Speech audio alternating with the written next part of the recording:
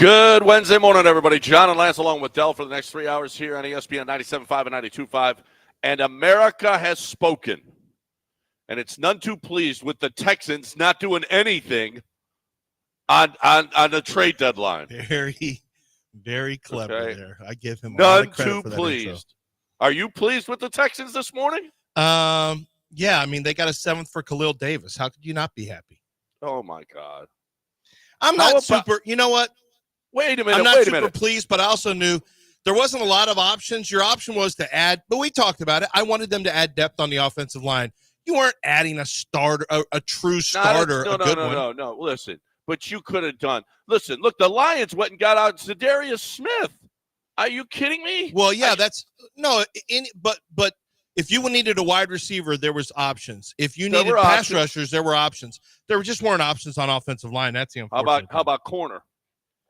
Yeah, Marshawn Lattimore. Yeah, and well, I mean, they gave up something. They gave up a third, a fourth, and a sixth, I think, but they got some in return, and they got Marshawn Lattimore. But you know, the Ravens gave up nothing for Deontay Johnson. And oh, by the way, the cap hit. The Carolina picked up all the money, practically all the money, and then Mike Williams and Preston Smith and Zadarius Smith. I mean, you got don't sit on your hands when you got a chance to do something. I don't know. You get rid of Khalil Davis and you get a 7th rounder. That's what you did. That's it. I mean, okay. Listen, you know who's catching it today? The people who did nothing. The Giants should have done stuff. The Patriots should have done stuff. Oh, my God. You mean teams who should have been sellers. Yeah, they should have been sellers. They tried to who was it that I was reading? Oh, Azeez Ojulari. Yeah, the Giants. Yeah. They kept trying as hard as they could to get a 4th. They might have taken a 5th, but they wanted a 4th. They wouldn't back off. Like, I'm sorry, the going rate was either a 5th, 6th, or 7th, depending on who you were. That was what the rate was for the most part for the type of. I mean, unless you're a higher end player. Unless you're the Cowboys. What are you doing, Dallas? What are you doing? You're buyers? You gave a 4th rounder for Mingo? You're buying? And all that is they're basically saying, we like him enough. This is like us spending a 4th rounder in a draft. I get it. You know, it makes some sense, I guess. But why are you buyers? You don't have any chance. This has to be to build a team in the future, I guess. What exactly has he done, though, that you're thinking he's a 4th rounder? He's lost reps to Jalen Coker and I mean, this guy is not even on the field. You must have had a really big grade and loved him. That the only thing that makes sense for Dallas there is that they like I said, they view him as a future starter for them that they're going to get for a 4th, even though they only have probably 2 years left on the deal. And then they also loved him coming out. Like they had a really high grade on him. And they feel like this is a steal for them. I'm not shocked that they weren't, like, realistically, they should have been sellers, and they weren't sellers. So, and I didn't think Jerry Jones would be. It's just no self-awareness over there, just none. So, none. I want you to keep the same energy when it's time to get rid of Kyle Tucker. I was telling you this. I took those bullets this year so that you could walk next year saying we got to get rid of Kyle Tucker. I'm okay with that. I'm all right with it. Well, it depends. The Texans, the Astros were in the middle of their greatest season ever, and you want to get rid of their player. Not greatest season ever, but I get that it's hard. I know it's hard. I mean, you made a big comeback, and so it was hard. I didn't expect him to trade Kyle Tucker by trade deadline, not at all. If anything, I mean, I said exactly what I thought needed to happen. What I thought would happen, they'd add another pitcher.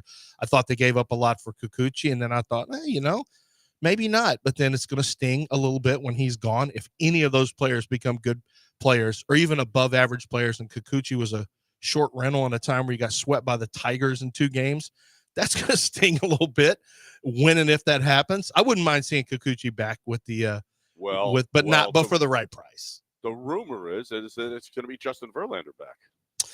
Yeah.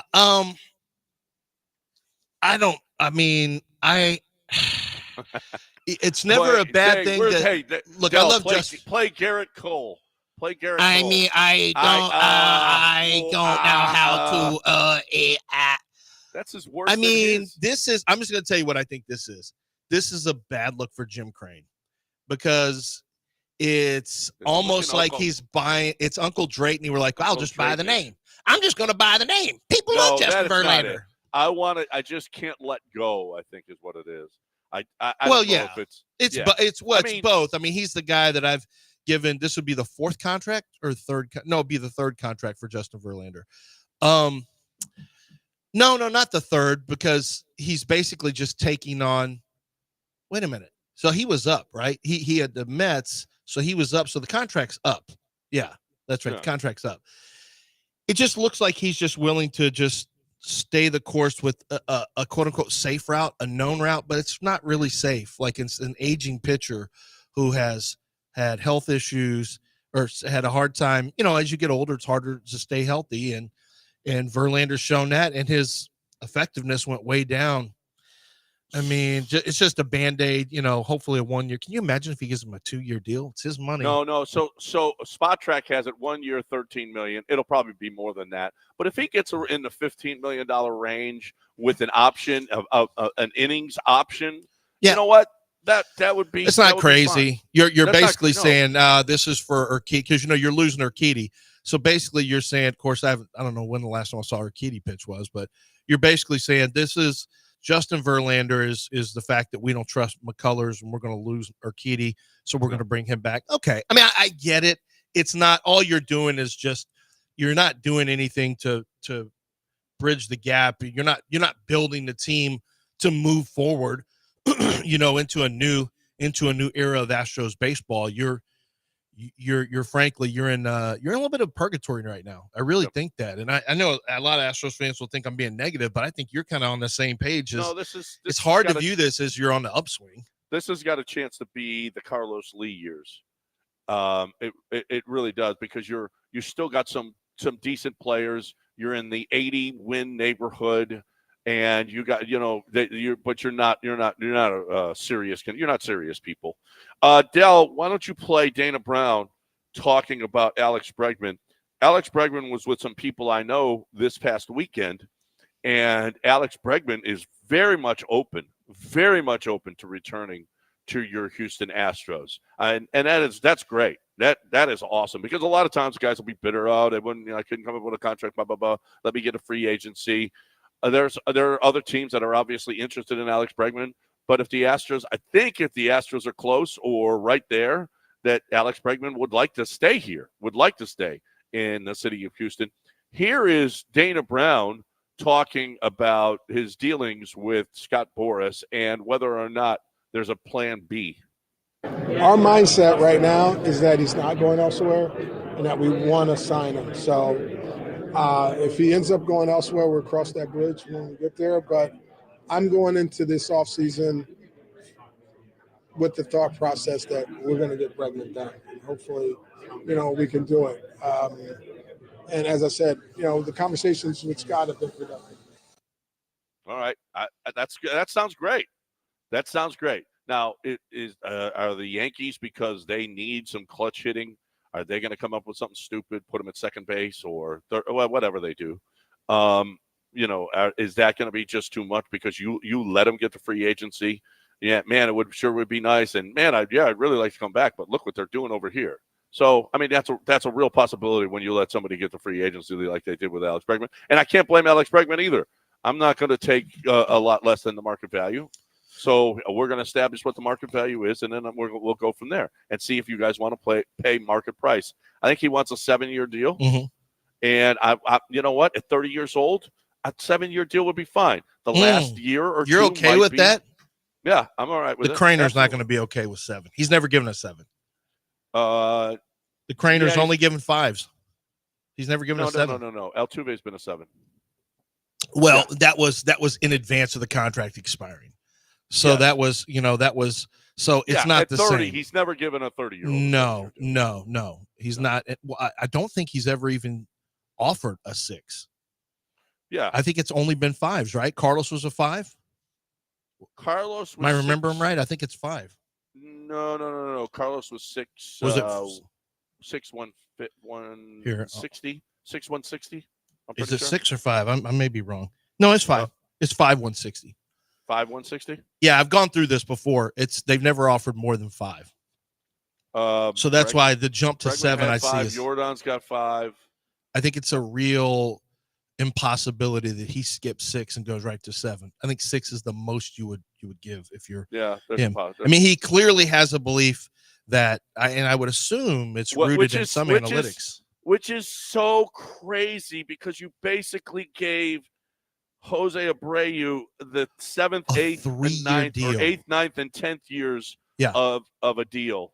And when he was 36 years old. A 3-year deal for a player in his mid-30s versus 36. Yeah, versus when he signed it, how old was he? He was younger, right? 36 when he signed it. You sure he wasn't younger than that?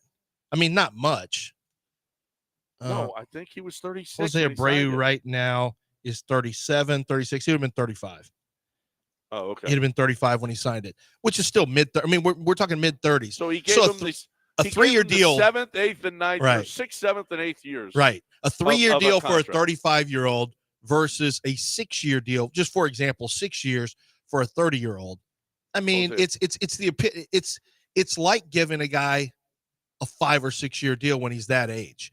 I mean, it really is, because as you mentioned, the odds of him staying, and especially when you saw some downticks in his production, which could have been read as none of this happens under Luneau. None of this happens under Click, I don't think. Click with power.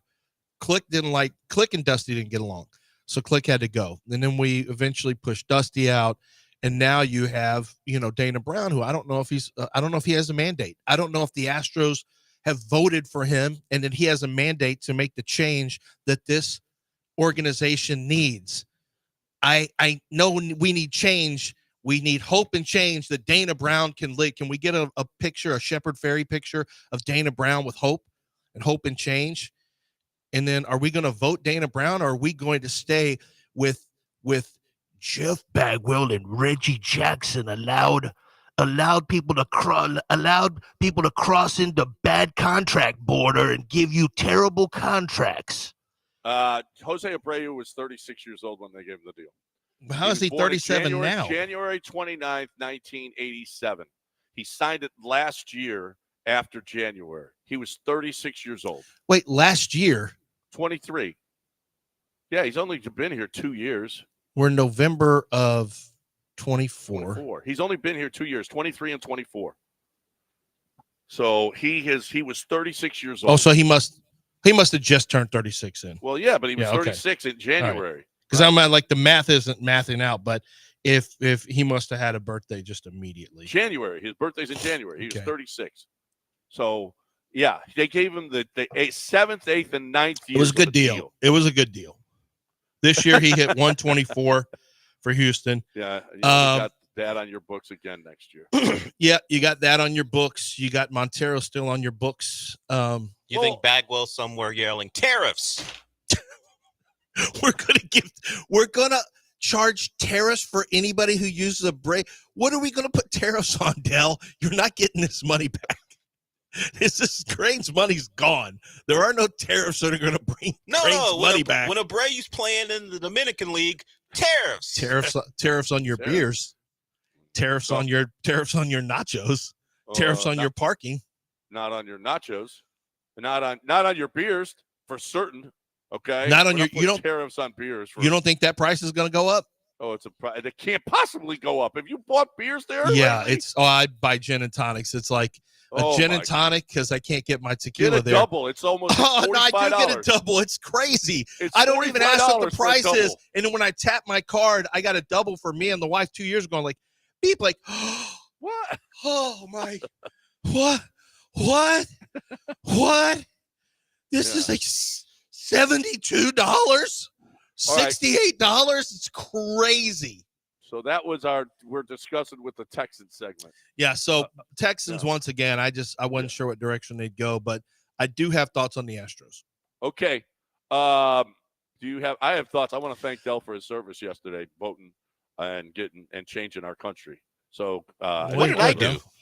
Well, you voted yesterday, right? Are you sure? Yeah, I did vote. Do you know that my wife? I came back up. Well, was anybody in line, Dell?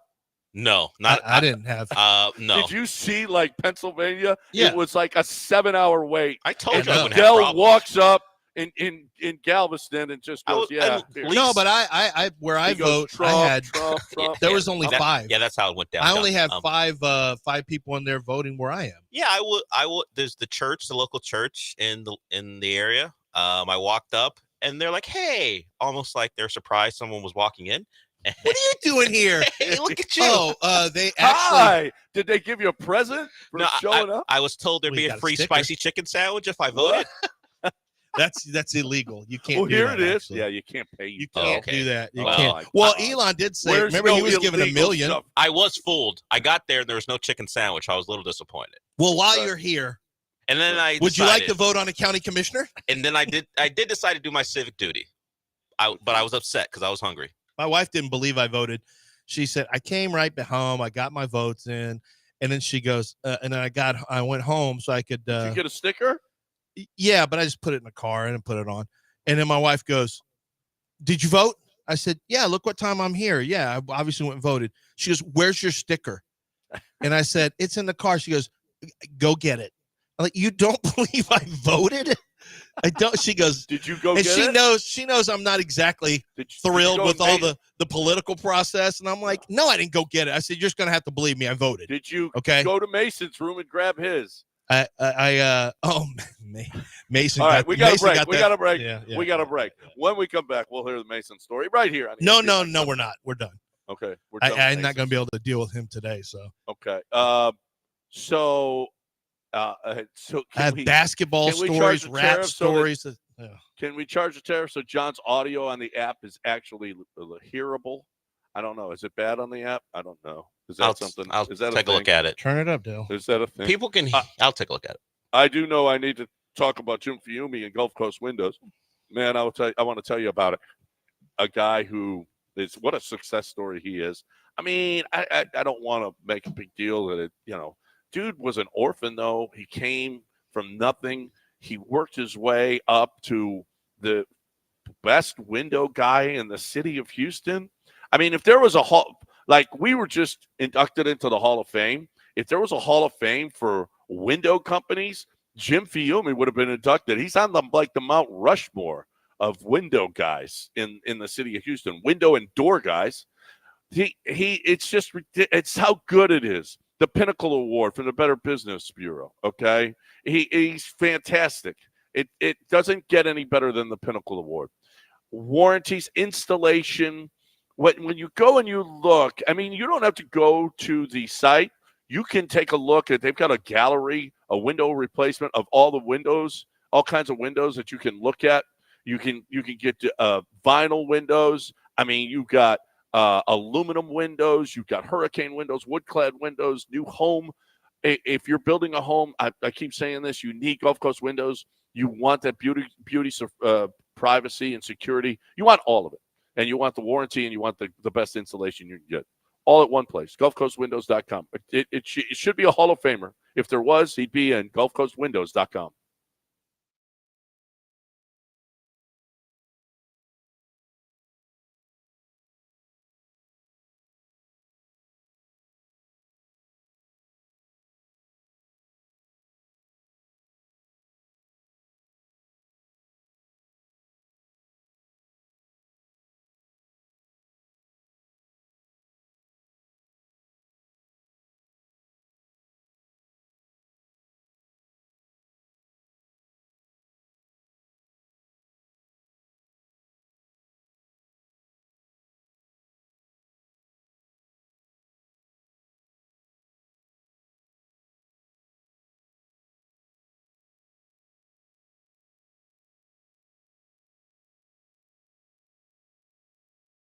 Grown diamond.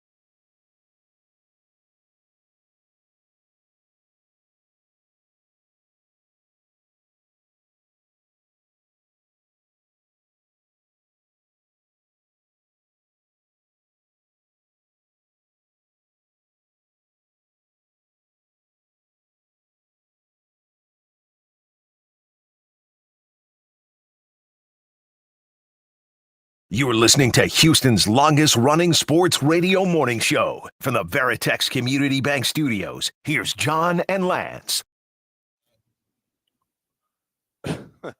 Granado has the worst of the liberal internets. I'll make sure to give him the best, most beautiful internet ever. That's not true. I don't have the worst of the internets, but maybe my audio isn't that great on the app. Maybe yeah, no. I listened to it while you were doing your commercial. It didn't sound fine. It sounded fine. Maybe we're talking about a poor person's phone. Oh, well. Oh, yeah, maybe that's it. Maybe you have one of the poor phones. Maybe you don't have an iPhone, like good people. The best people. The best people. So it was a little surprising yesterday how, it was crazy.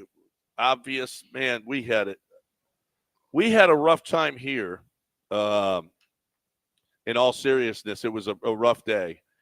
Chauncey Glover died yesterday. And my wife is, she hired him at Channel 13, and he's out here in LA, and he died yesterday, and it was just so devastating for her. And she was texting him just a couple of days ago, as a matter of fact. They were texting back and forth, going to go. They've been out to lunch a few times, and it's just crazy. Chauncey was great. He was a really nice guy, and for years he and Myra Moreno were together. That's a devastating loss. She's had a few. Her news director Rayhan Aslam, he died of a brain tumor. So it's like those are like kids to her. So she had a really rough day yesterday. That was tough, and she had to oversee an entire election. So I bet that was hard. Yeah. She had it was a rough day yesterday. I'm looking at the election as like my NFL draft day 3, where day 3 I have to be on for 7-8 hours straight on TV. And that's so funny you say that, because we were watching. There's a lot of they go into counties, and they got different races in different counties, and what they're got to know about. Right, you got to know. You got to know. That's what made me think of it. Is like I got to know all these different players and what they do. And I'm watching at one point. Who's the guy? I was watching the guy Karnacki, the guy who rolls up his white sleeves and he gets on that board and he goes right here. This county here, we're going to go right here, and it's Oakland County. And you see, here's what it looked like this year. This is where we are right now. It's Trump with the lead. Now, last year with Joe Biden, the last election, here's Joe Biden. You see the numbers are better for Biden here than Kamala. But the real concern here is when you go back and roll back to 2016, and he does the wall more, and he pushes all these buttons. And here's Hillary Clinton's number, and you can see a real similarity. This is a bad sign for the Democrats here. Let's go to Chuppawamba category. Chuppawamba County right here. I'm going to go with it. And here's the numbers here. There's a Chuppawamba. There's probably a Chuppawamba, to be fair. And this guy, and I'm like, man, you got to know all these county issues. Yeah, and it's an interesting situation, because in this county, there's a place that gives out pie for everyone who votes. But it is also, it's strawberry rhubarb, which we know swings way right. So I think a lot of people are affected because they'll come out in droves to get the pie, but also vote. Now, in Marasnaka County, out near Manitoba, or out near Lake Minnetonka in Minnesota, you have a lot of things are a problem here. You know where that stoplight is? It's always blinking, and they haven't gotten it fixed. Infrastructure is a major issue there. And I remember, I'll never forget, there's a pothole, and to this day, the pothole's still there. I can't wait for you to get up angry. On NFL Network Plus, whatever they call their online site, and you're breaking down Pittsburgh State Luke. I can't wait for that moment. Yeah. I can't wait for you. 86. Now you see here. No, there's a chance he probably isn't even going to be a prospect. Oh, I mentioned him to a team, and they go, hey, just so you know, he's only got Wildcat stuff. Like, I don't even think he has any targets. I'm like, I was mentioning to him as maybe a portal guy, and the guy goes, whoa, that name. I said, I know. It was a joke on the show. And then I'm watching him. I watched a couple again. I'm like, hey, this guy's scoring touchdowns. I said a lot of it was on Wildcat stuff and even on a fake punt. But I said, he's a pretty good athlete. Maybe take a look at him. And the guy goes, yeah, I didn't see him even targeted. I'm like, oh. So maybe Oh, you won't. maybe I should go deeper. Good. No. Maybe you should go deeper. Thankfully, Luke N. You should go into Luke the N deep, will not be a prospect in the maybe draft. you should go into the deep south. Okay. Luke will not be a prospect. Isn't he like a sophomore? You can't speak to him. Yeah. He's got time. No, it's highly unlikely. But that you anyone's better gonna hope. look at him. Well, I you won't better even write hope. him up. Oh my God! How about the guy when he's drafted? The guy on the podium. Oh, I don't feel good about. Oh yeah, Raj is well off by the. Oh, and it's going to be a fan too. Yeah, it'll be a fan. Probably one of these fans who has to say it. Like a fan from Germany. Oh, Like Just put it on them. he'll be Make it probably the a international fan. third day pick. It'll be an international fan from like a guy from Brazil who's just happy to be on. You want me to say what? here's With the the guest presenter. seventh round pick, the Seattle Seahawks select Luke. I can't. I don't. can't. I don't think I can say this. In this country, we don't say that. we No. don't say this. It could be a big penalty for me. No, Colin Kaepernick is going to be the one introducing him. Force. Yeah. Hey, what kind of? I guess nothing's changed around here. JB okay. JB Smoove will come out. Okay, he can say it. He can say it. Yeah, but that's it. Oh, right. Macklemore's out. It has to announce it. We'll see how he handles this. So yeah, Moore's not showing up for day 3 of the draft. no, probably not. So the Texans didn't make any moves. They No. made a move. They made a move. They were sellers. Kurt Hinish is there, How so about now they their could get rid of sellers? Khalil Davis. Come on, Nick. You're a seller. Yeah, You're a seller at He's a 6-3. no buying. John Wow. McClain yesterday, close to the deadline, tweet, Nick, question mark, Nick, hello, and they already told you they weren't going to do it. Who is it? He's done nothing. He's made 2 trades. He got rid of Mark Ingram and he got rid of Khalil Davis. I mean, goodness gracious. That's all he's done. In the Really? trade He didn't? deadline. I'm sorry. I thought he traded a second for a wide receiver And then last traded year. for Joe Mixon as well. Your And I best thought he traded for offensive Joe player. Mixon. Why are you acting like he doesn't trade? He makes At trades. the trade deadline. Trade deadline, schmade deadline. Okay. The good No, players no. don't come at the trade I deadline. can see where they wouldn't have been buyers when they were losing 14 games. I can see that. Well, yeah. When they lose 16 On- games, I understand Only that. the Cowboys do that. Right. But now, okay, go get some help at corner. Bring somebody in, okay? You need some help at corner bad. Help is coming. Jeff Okuda off Oh. IR. That help is here. Shut up, Dell. They This is activated not the him. day to be cutting jokes. I'm not We cutting didn't make jokes. any Yeah. deals. You got- oh, yeah. He's Dell got jokes today. They're bringing back Jeff Okuda. Dell, He is back. The nation is in mourning, and you got jokes. Well, let's say maybe 48% of the nation's in mourning. Considering the numbers. But Jeff Okuda's coming back, but we haven't heard that Nico's been activated yet, though. Well, I No. don't expect you to. They do not want Detroit to know. No, they don't want. They're going to they keep want it as Detroit. quiet as they can He until has to today. practice. Today It's will be the only day. Wednesday. You'll hear Yeah. it. No, So I think you'll hear How it today. secretive can it be if he's practicing today? Well, You'll he hear got- it well, today. yesterday was a day off, so Yeah. No. yeah. Guys, yesterday's install. That's when you put in your game planners on Yeah, Tuesdays. but the players aren't there, so you don't need them activated. No. Now But the today. coaches, right? But the coaches. No, I'm saying Detroit's install. My dad always told me Tuesday's install, where you start installing game plan. So if that's true, Detroit had to start putting together their install for defense. Aaron Glenn did. Okay, and so why not Aaron keep him out? Glenn might be a little smarter than you're giving him credit for. He's probably installing a defense that an offense that includes Nico Collins. Quite certain he is. I'm quite certain. I would, if you don't prepare, it would take LSU's level of ineptitude to not prepare for some level of a player that could really cause you problems. And that's a level. that Marcel Aaron Glenn Reed the next week when they're preparing for him, like, this guy's not that great. is. The hell? This guy was Lamar Jackson last week. All right, we got to catch up on breaks.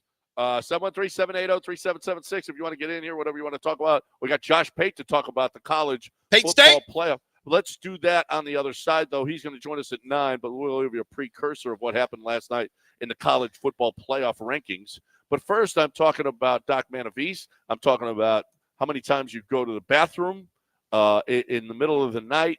It stinks. It sucks. You got to take care of this, all right? And especially you're 65 or older, I mean, Medicare really, really, really handles this. Really does a great job. So if you're somebody that's 65 or older and you got Medicare, man, don't worry. Doc Manavisa's got a great program for you. All right, now even if you're younger though, you need to take care of this thing. Your insurance will cover it as well. But here's the deal: is you got to do something. You can't just let it linger, and all of a sudden you got kidney problems, you got liver problems, you got urinary tract infections, all kinds of stuff that are all bad, and it's all bad. But if you've got an enlarged prostate, there's one place to go because she's got the best process. No surgery, no invasive surgery, just basically putting in an IV. That's it. 45 minutes and you're done, and your prostate is decreased. All you need to do is go to 975prostate.com, 975prostate.com.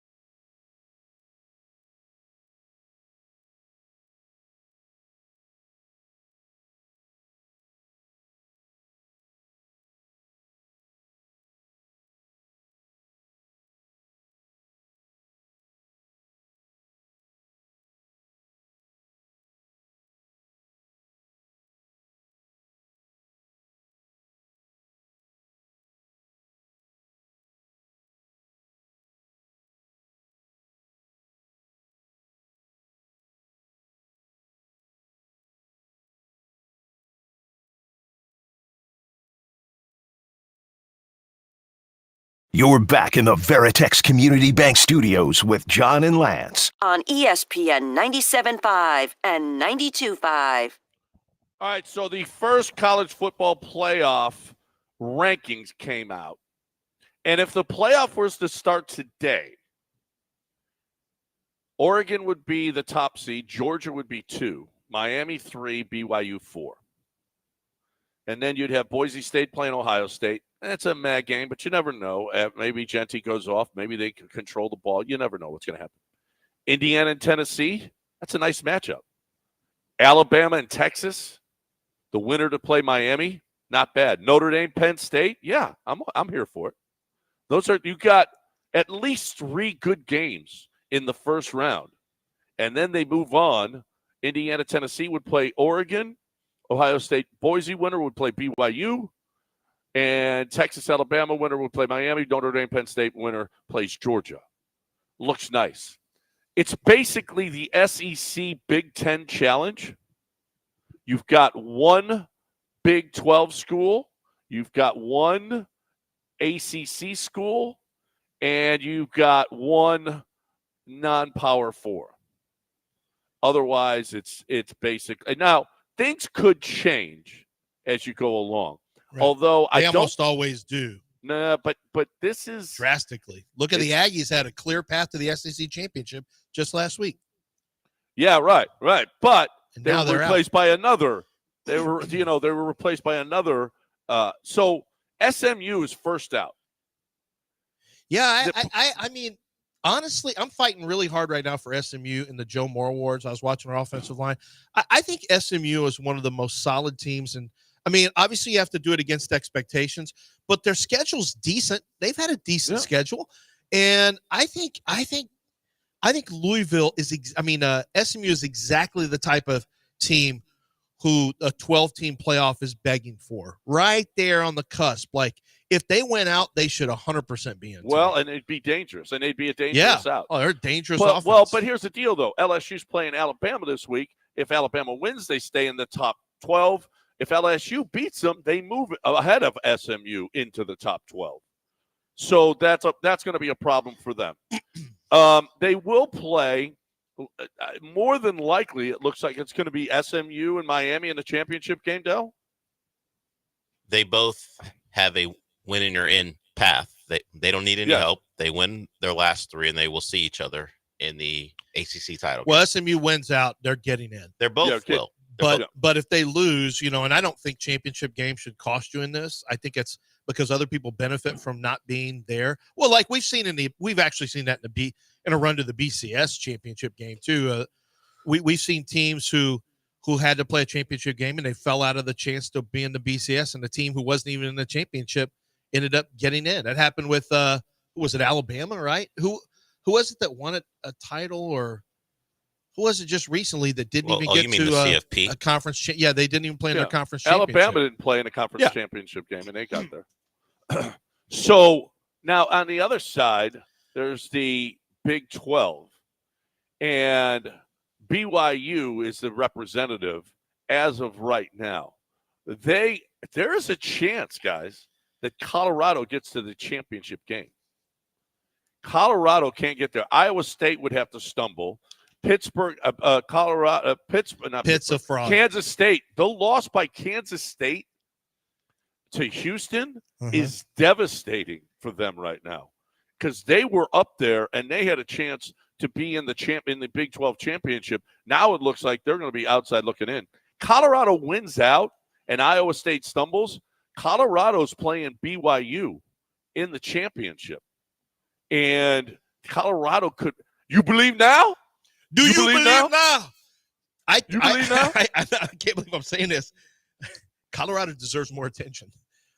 Deion and Colorado deserve way more attention this year. It's funny. Everyone got so burned on them last year that it's like people refuse to. Now's the time. You got a Heisman Trophy front runner, and now's the time. But they wasted so much. They wasted so much of that of the what's the word I'm looking for, the of the good. They wasted all their capital, their excitement capital, or whatever the term would be for it. They burned it all last year by acting like a-holes. Yeah. Beating up everyone that, trash talking everyone they could, the media browbeating us about how great Colorado was, and if you didn't think so, and then pivoting. Well, actually, Deion did an amazing job this year because Vegas said they're only supposed to win 2 games and they won 4 games. Guys, come on, stop. You did too much last year. This year, you may not be doing enough because Colorado's doing a great job. Shedeur Sanders has really played well. Travis Hunter's a front runner for the Heisman, and Deion's got a team that's winning games, and they're winning games against better teams. Honestly, you're right. I mean, because I think they burned all goodwill. Yeah, there you go. Yeah, with the media because of Deion and the way he acted last year. Uh-huh. And you know what? You're right. They should be somebody that. This is what everybody thought last year that they were going to be. Now they are it, and nobody cares. I would argue that there's a chance that maybe they could be ranked even a little bit higher. I think they're better than Pitt. I think Pitt is a fraud. Dell knows that too. Pitt is a fraud. Everybody knows it. They continue to win, and they probably will be. It's whether or not they can get past Iowa State. Iowa State had just lost to Texas Tech for their first loss, a 23-22. They've got Kansas, Cincinnati, at Utah, and Kansas State. Well, there's a chance that they could lose to Kansas State, Iowa State. But yeah, Utah is a disaster. Kansas is, you never know with Kansas and what they could do week to week, but it looks like it might more than likely. But how about if it's only one Big 12 team, one ACC team, and one group of 6. Yeah, Clemson teams. really screwed it up for the ACC by losing to Louisville. They had a real shot of an undefeated Miami losing to Clemson in the ACC title game and getting both teams in. Now, I think for the ACC's sake, you would want Miami to run the table until that game, SMU to get there, and then have SMU win, and then place the brand of Miami against whoever else is there and see if you can get your second team in. But I don't think you're getting a second team. I don't think you're getting that large team unless it's Miami. Are you okay with it being the SEC Big Ten invitation? Well, we all saw this coming. I mean, this is why they. But we were talking about 3 teams each. Yeah. Now we're looking at 4 and 5. Yeah, well, this is why they decided to add the teams they did. They wanted this opportunity. That's what the plan was for both conferences. Yeah. The hope was that you could find a second team from each conference, but as I said, Clemson screwed it up, and the Big 12 doesn't have brand recognition really. The fact that BYU is in Iowa State, where their best hopes of getting 2, isn't going to hold up against SEC and Big 10 schools. Let's say Miami loses to SMU in the championship game.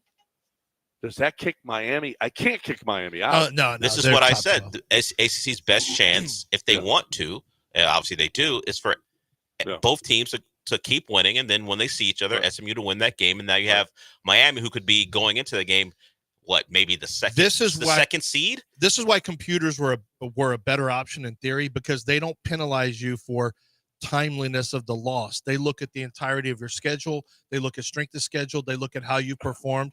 There's not, I mean, Miami, like Ohio State, the idea that if Ohio State lost, somehow they would be out. You can't possibly be out. Has Miami's strength of schedule been that good?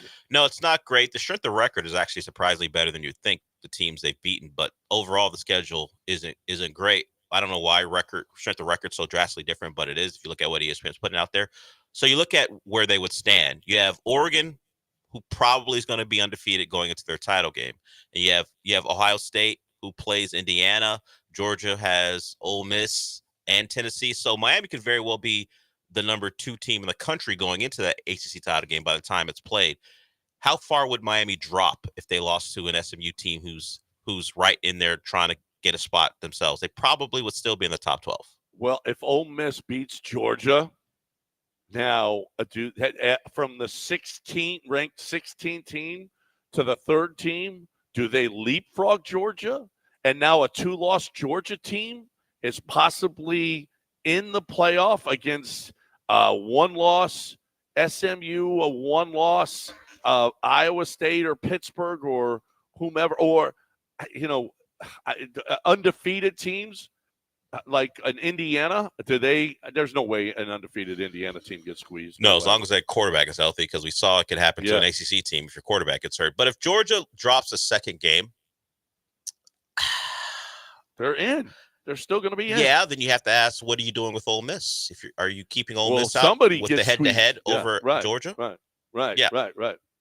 Yeah, Ole Miss has got to get in too. So somebody's getting squeezed here. Somebody's getting squeezed. You're right. This is all going to change. But if it was tomorrow and this was our playoff, it'd be a pretty damn good playoff.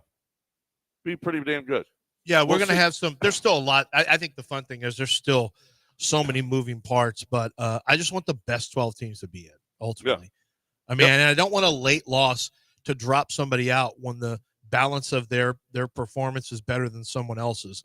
It really should not be about that. It should be about the entirety of your season. But a lot of times that's not the case. We'll see. So there's that. We're already way against. I tried to stay quiet and let you guys go way past the break because I'm trying to stay on break. And now or you had something on your laptop you're looking at. I was looking at some Twitter stuff. That's what I thought. Yep. Yeah, that's why you didn't say anything. I'm a firm believer. I've seen this happen enough. Things are going to change drastically over the next 2 weeks. There's always chaos at the end of the year. Unforeseen chaos. Aggies got it last week. Who's going to get it this week? There's going to be some chaos. There'll be a chaos agent in here somewhere. Yeah, a chaos agent. Man, you are making a reference. What does that mean? What's a chaos agent? I made a reference. What's the reference to? Rahil's a chaos agent. Chaos was Maxwell Smart.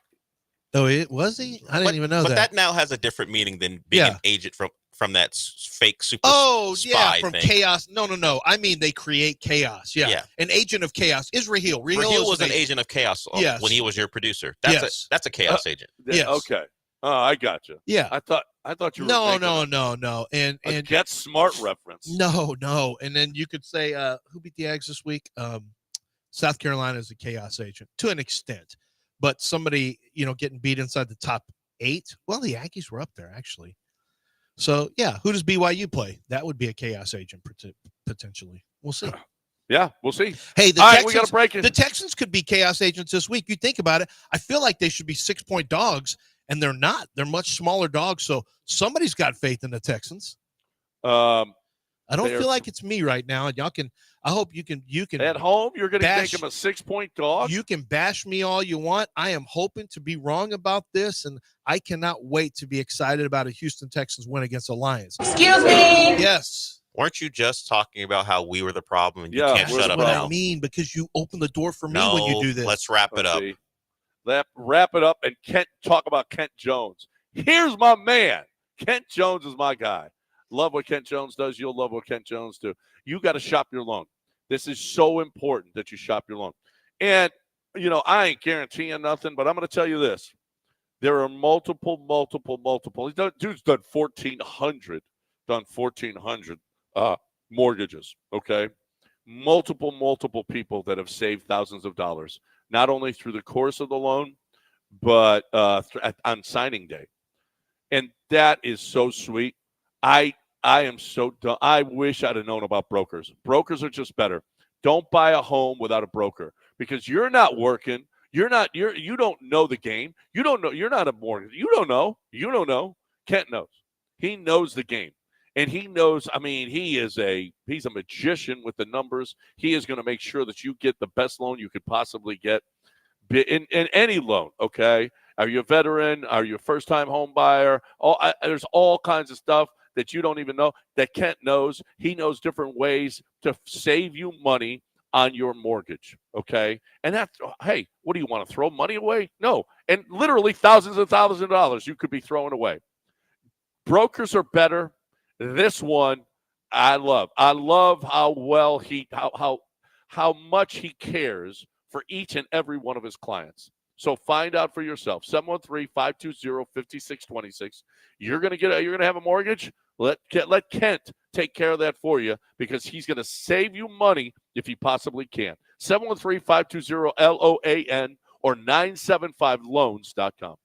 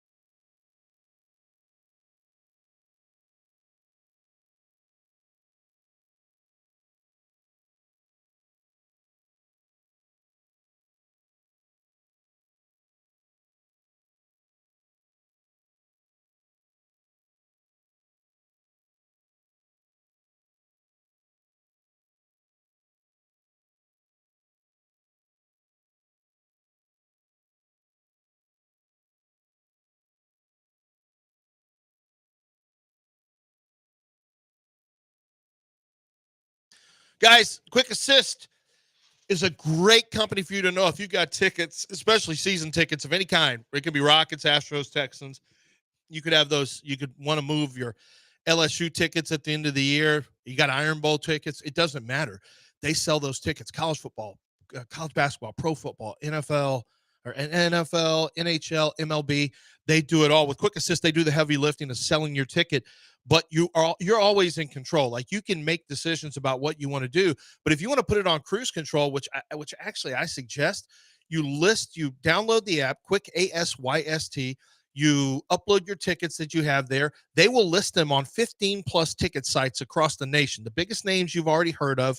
And so many people are seeing your tickets. Your tickets are available for millions and millions of people to look for. They will dynamically price your ticket, move them up or move them down depending on what the market is doing. So you have the best chance of not only selling your ticket, but also making the best for it. They have a 100% success rate when it comes to getting your ticket sold. That's an incredible statistic right there if you've ever tried to sell your own tickets.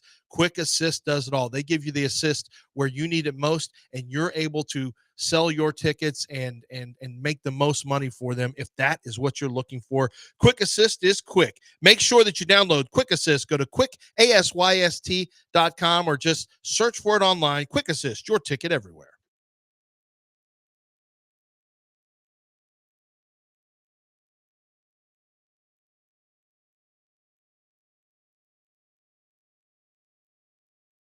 You're back in the Veritex Community Bank Studios with John and Lance. On ESPN 97.5 and 92.5. I'm putting in a story for you, Dell, that you have to play the audio.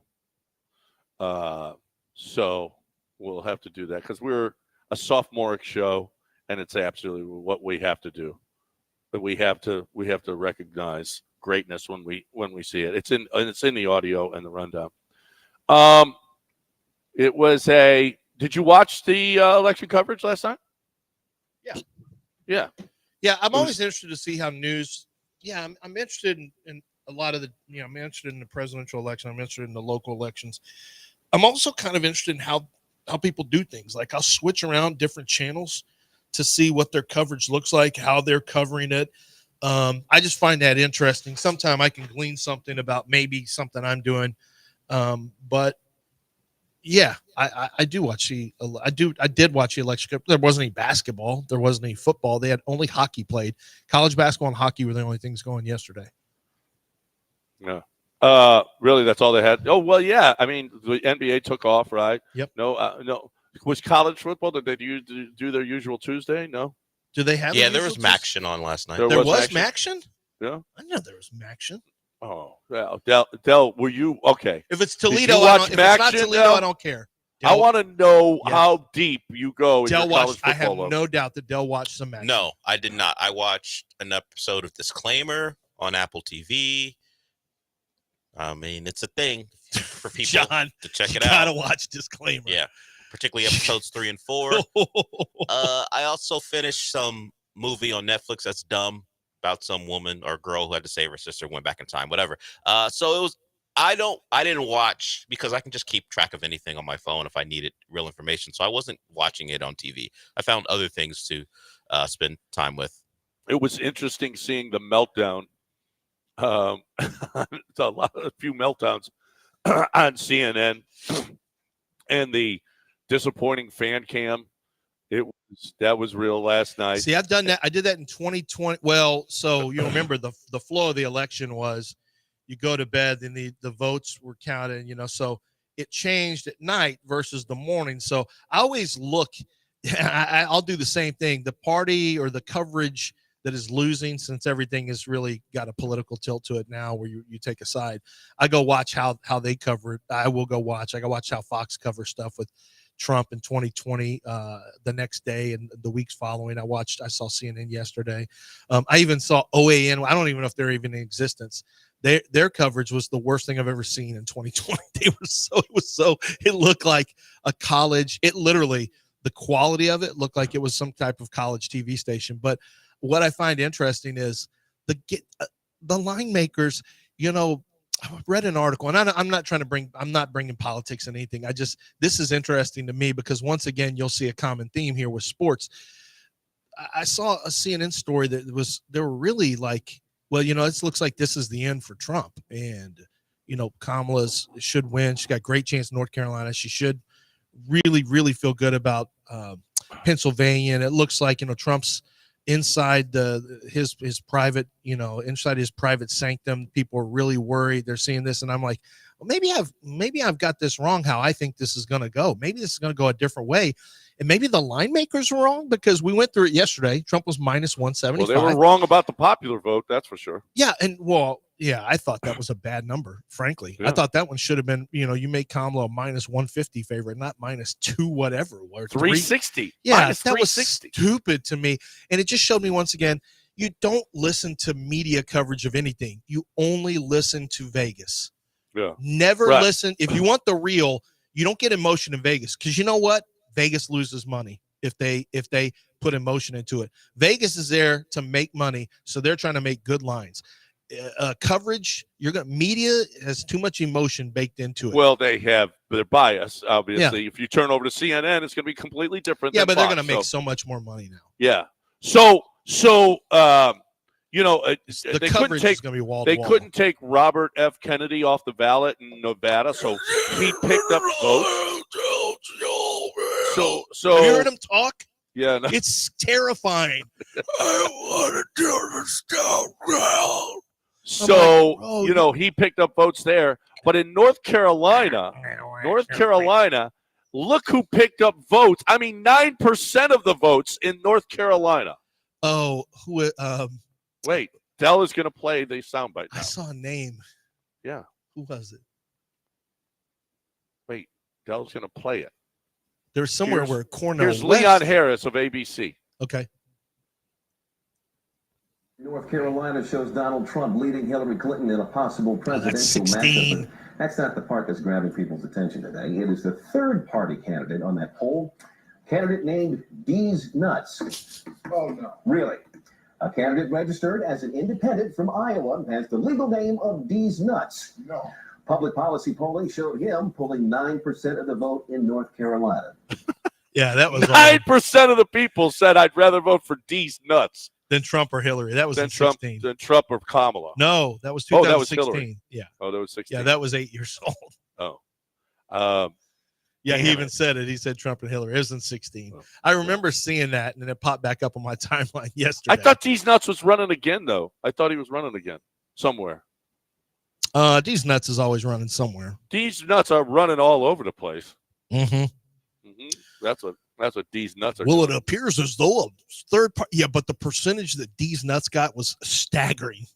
9% of D's Nuts. I'm convinced that we're in a place politically now where we have so many disaffected people who really don't like the political fringes that if you saw a really clever name like D's Nuts, and I call it clever, everyone else would call it maybe crass or crude or whatever, but I'd say this show would say, I mean, I could vote for D's Nuts. I mean, if it was Barry Snorkel, I'm not voting for that. But if you should put D's Nuts on there, I'm like, you know what? This gives me a chance to voice my displeasure.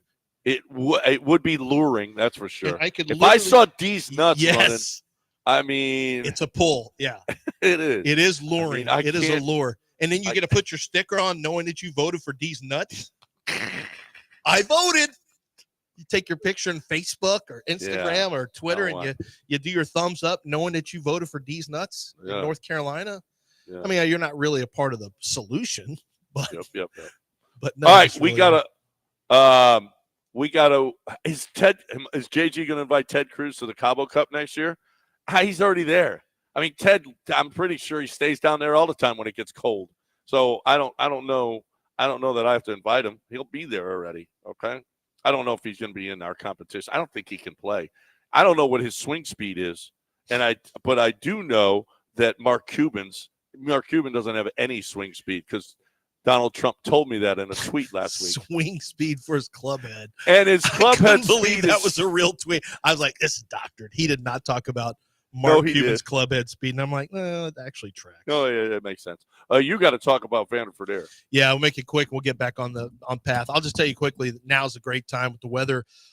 I mean, hopefully changing. Hopefully summer's coming to an end now. We'll see. Maybe summer part 3 is coming up. But all I know is that now's a great time for Vanderford Air to come out. If you know you need a new air conditioning unit, call today, 281-557-COOL. So they've got different size units for you. They have different brands of units.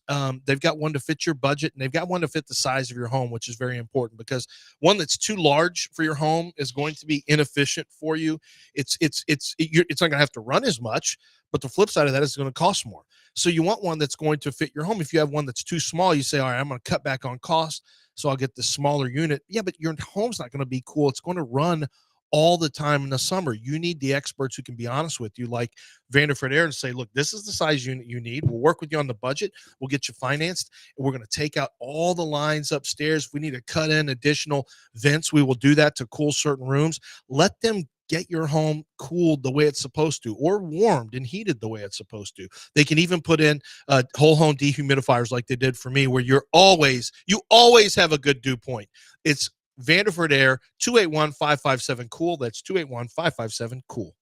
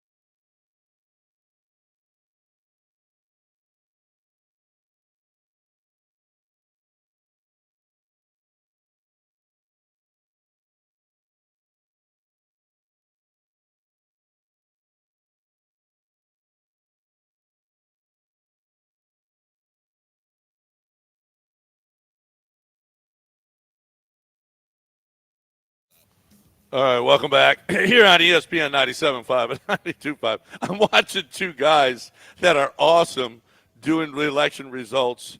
Yeah, is that state done? Yeah, F it. Put it red. That's red. Can no, you give it imagine to her. us if we did election stuff? Oh, my God. I can't speak for you, but I would be off track and talking about way other you stuff. think you might be off track? Yeah. Jerry After Dark is what I don't know. Anyway, it's hilarious.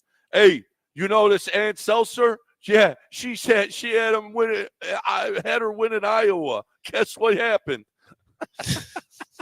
Ann Seltzer was a big loser last night. Trans prisoners lost, I think. All right, there's been two that have ever done it, and it's been on the books even when Trump was there. It's just it's a law, so it's neither. But the law's not changing. It was a smart ploy. Yeah. You use that for sure. I think the Obamas and the Clintons lost. You know who won was CNN. They're going to have so much. See, that's the thing about it. All the late night talk shows, they're going to have so much material with Trump. Yes, that the ratings go up, the advertising goes up. Yes. Now Now maybe I don't know, maybe not as much now because it's been. No, but these conservative talk shows. It's been 8 years of it. So the Michael Berrys and the Rush Limbaughs and whatever, they were so much better when the opposition was in power. Oh no, because they got so much more material. Yeah, before Trump. I had this quick conversation with Michael Berry when I was at 790. It's like, it's better for them when you get a bitch and complain and go after. Oh yeah, 100%, 100%. Now the House is Republican, the Senate's Republican, the I drove up here. Bread was 35 cents already, and milk was $1. Oh my God! They've already fixed everything. I got wins. I will guarantee you. I will just make this guarantee. People who don't, I shop for groceries. I know when it went up. It went up when the gas prices went up back in 2010 or 2008 initially, when we had all the issues with the housing crisis. Then when the gas, anytime the price of oil goes way up, then they raise all the rates and everything. It's expensive. It's expensive to ship all this stuff. And then when the gas prices went way down, milk prices stayed the same. I'm like, wait a minute. All these prices did. That's why these grocery prices, this thing that all of a sudden grocery is going to plummet, wait until people actually see what really happens. It ain't plummeting. I'll guarantee you that. One guy made a pretty good point. It's a roller coaster ride right now for Dodger fans. 1 week they win the World Series. The next week they're deported. So no, that's not a good point. Okay. So that's a pretty good point right there. It's not a good point, John. Stop it. It's kind of a good point. You better remember who your wife is and where she works, sir. We're trying to keep her employed. Don't make your jokes. I didn't say it. Don't make your jokes on stream. I didn't say it. That guy said it. You said he made a good point. He did make kind of. That's one that I pass on. I pass on telling that one. Listen, my wife and I had this conversation. I'm going to hate the Dodgers forever. Sorry. There's nothing I can do about it. I'm not changing. I love her, but I'm not changing my Dodger vote. Okay, I'm going to vote for D's nuts instead of the Dodgers every time to get it to win. Yeah. Okay. To me, they're one and the same because Dodgers can have D's. D's. They can have D's. All right, 713-780-3776. All right, I want to get back to the Texans for a second. So the Texans, you're upset that the Texans didn't do anything. I mean, we're all a little disappointed. I wanted the Texans to add depth along the offensive line, give D'Amico Ryans an opportunity to have something else to turn to along the offensive line. They did not do that. They did bring up Tremaine Ankrum. He played on I remember writing him up. He's kind of an undersized right tackle at Clemson. He is a better fit at guard. He's at guard. He's got NFL experience. He's got NFL starting experience, I believe. He is going to be – he's now that depth. So they did look at the depth through Tremaine Ankrum, but they did not trade for anybody. When we on this show were looking at who the Texans could trade on the offensive line, there really were no good options, honestly. But I still thought you probably need to do something for a seventh rounder and just see what you got. Like I would have taken on Evan Neal's contract is rookie first round contract, so it's a little bit more than the other ones. But I thought, well, we'll throw somebody in there that you had a good grade on previously, and you've done your advanced scouting, and you think this guy can at least compete with Kendrick Green for the role, Jarrett Patterson for the role, and then they didn't even do that. So I understand that some higher profile players went, but it was at positions like wide receiver that they're not trading for. They already gave up a second round pick and lost that guy. He's gone for the year. They're not giving up a draft pick for a wide receiver. I thought they could for a corner. But there'd been talk about J.C. Horn might be available, even though he's had injury issues. We know Marshawn Lattimore went. Saints fans will tell you Lattimore's not the same player he once was, but I'll bet you he's better than what the Texans have. But let's remember, it's not really – Lattimore's not a thing because Lassiter – D'Amico strongly believes that Lassiter is an outside corner and that Jalen Petrie's his dude in the nickel, in the slot. And until he comes to the realization, and it's going to get him at some point, he's going to have to get away from Petrie in the nickel. He can just be too mismatched against legit receivers until he figures out that Petrie's got to go to Jimmy Ward's spot. He's got to go, but who? Who what? Who's gonna play the slot? Well, no.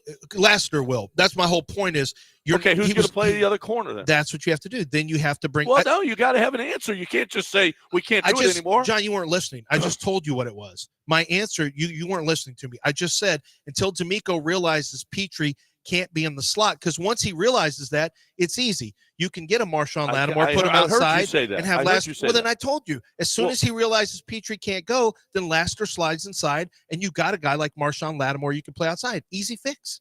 I just gave you an easy fix. But that's on D'Amico to realize that Petrie can't play that position. This isn't college football where you play the star position. You'll get mismatched. When did the Texans pick up Marshawn Lattimore? No, but we were talking about the trade deadline, and you want to do something at corner, but you can't. But you don't. But it's over now. What are you going to do now to get Jalen Petrie out of the slot? I know, but my point I was just making, John, was that people wanted these trades, and yes, you need a corner, but there was no one that you could have. There was no one that you could have traded for. The Texans don't think they have that issue.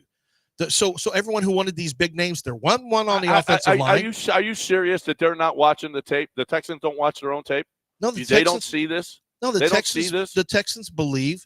Well, I mean, you have to see it, but the Texans also have done the same thing for 3-4 years. Like, it hasn't really changed. Not that D'Amico. This is only D'Amico's second year. You should put Desmond King there. I mean, Desmond King stinks. Well, no, Desmond King was okay for a couple of years. Jalen Petrie is a plus run defender. Was actually not horrible.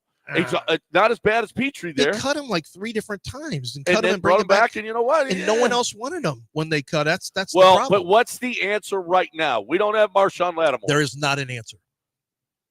Well, there's not an answer. That's my problem. Sometimes you don't have an answer. Well, everyone wants it fixed. That's what I'm saying to you. If you're going to move Jalen Petrie out of the slot, give me an answer. No, it's not a 1 year. I'm perfectly okay with it not being a 1 year solution. Well, you know what? Priority one, as bad as the offensive line is, it's without Stephon Diggs next year. Right. Priority one is getting another corner. I think, I think it is too. Because Jalen Petrie turns into Jalen Petrie. The further he gets away from the line of scrimmage, the less effective he becomes. So you need to have a defense if you like him, which I like him, but you need to have a defense that accounts for his flaws. What does he not do well? We got to minimize that. We got to accentuate his strengths. That's up to D'Amico and Matt Burke to figure that out. But in the meantime, I say this with 100% confidence. He cannot play long-term in the slot if you want to be a championship caliber team, because too many teams can just roll over their Devontae Adams into the slot, and now he's got to do that. And with making no moves, and with Petrie in the slot, and this offensive line that they're not. We'll see what moves he makes this week, because, you got him to do something now. He didn't do anything when Kenyon Green was stinking. He still ran him out there to play guard. Took him out. He didn't do anything. No, that's not right. He took him out, and the guy got a concussion. Well, and then he put him right back in, and then he started him the next week. And then he pulled, and then he got hurt. No, and then he got hurt. So wait a minute. We're trying. See, we're looking at it different than the Texans are.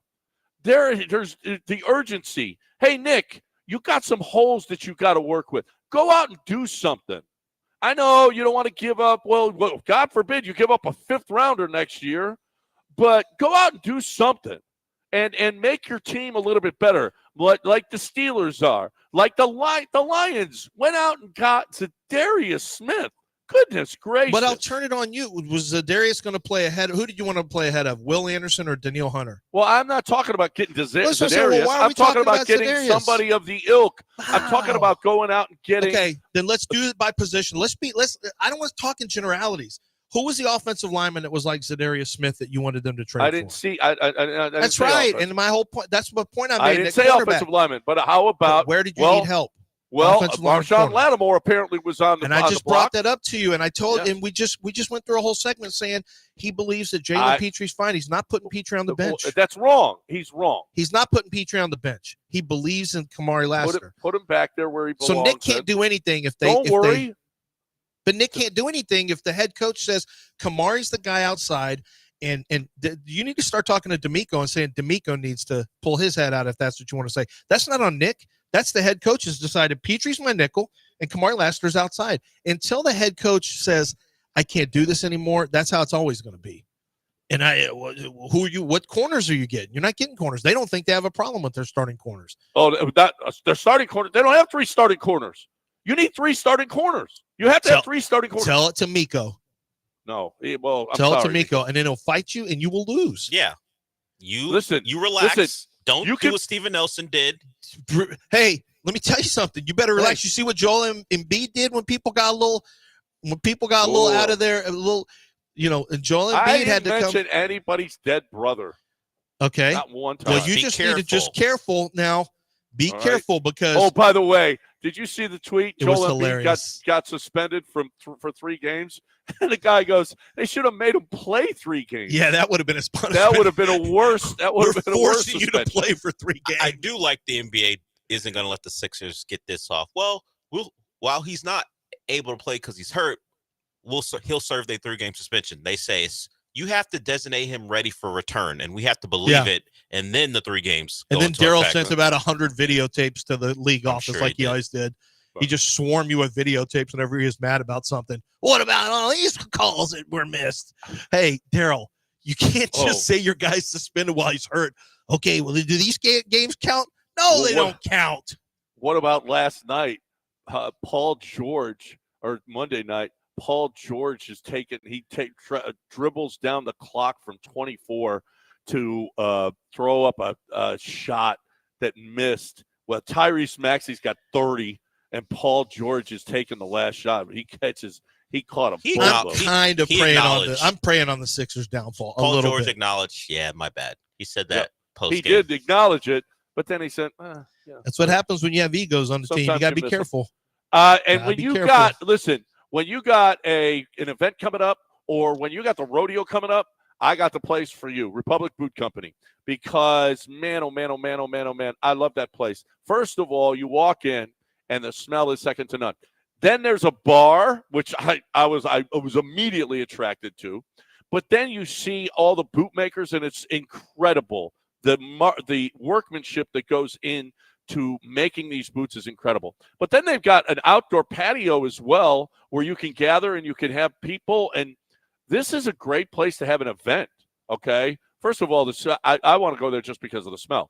But all the other stuff as well. And then, listen, you have an event for your people where you tell them, hey, pick out some boots.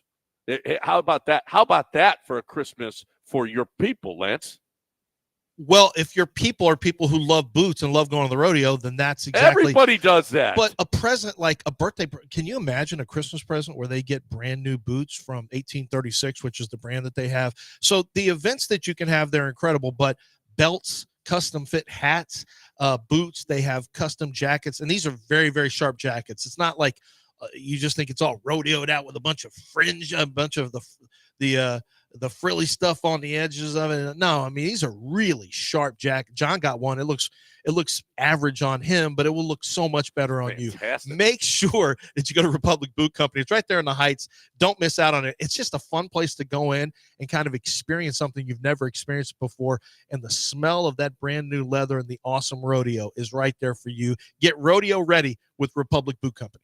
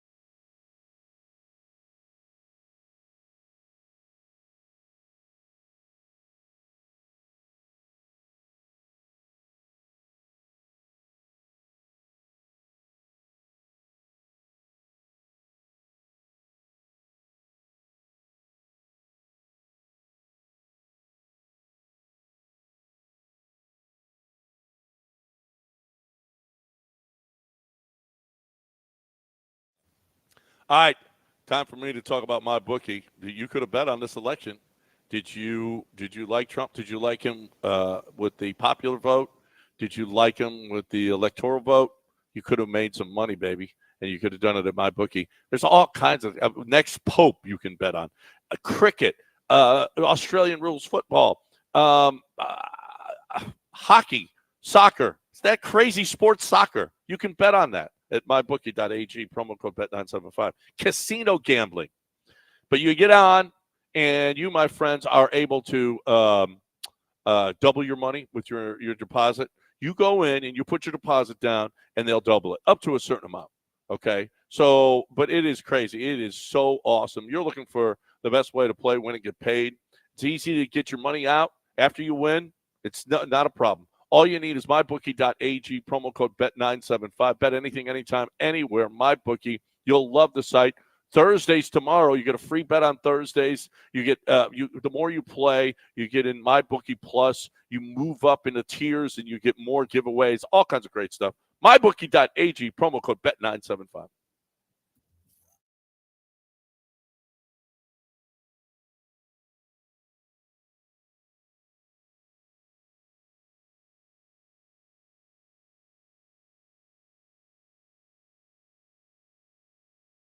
You're listening to Houston's longest-running sports radio morning show from the Veritex Community Bank Studios. Here's John and Lance. All right, welcome back here on ESPN 97.5 and 92.5. Did you guys see Skip Bayless's Twitter account was hacked? I just want to apologize to LeBron. He owns me. I'm just an old cuck who has nothing going on with his life. I'm sorry, King LeBron. Naysayer can't even get his Twitter back. What a R, LOL. It's been hours. I'm bored as F, and this naysayer has not gotten his account back. This is crazy. Oh, Skip. Skip got his account hacked. Skip, change your password. What are you doing? What are you doing, Skip Bayless?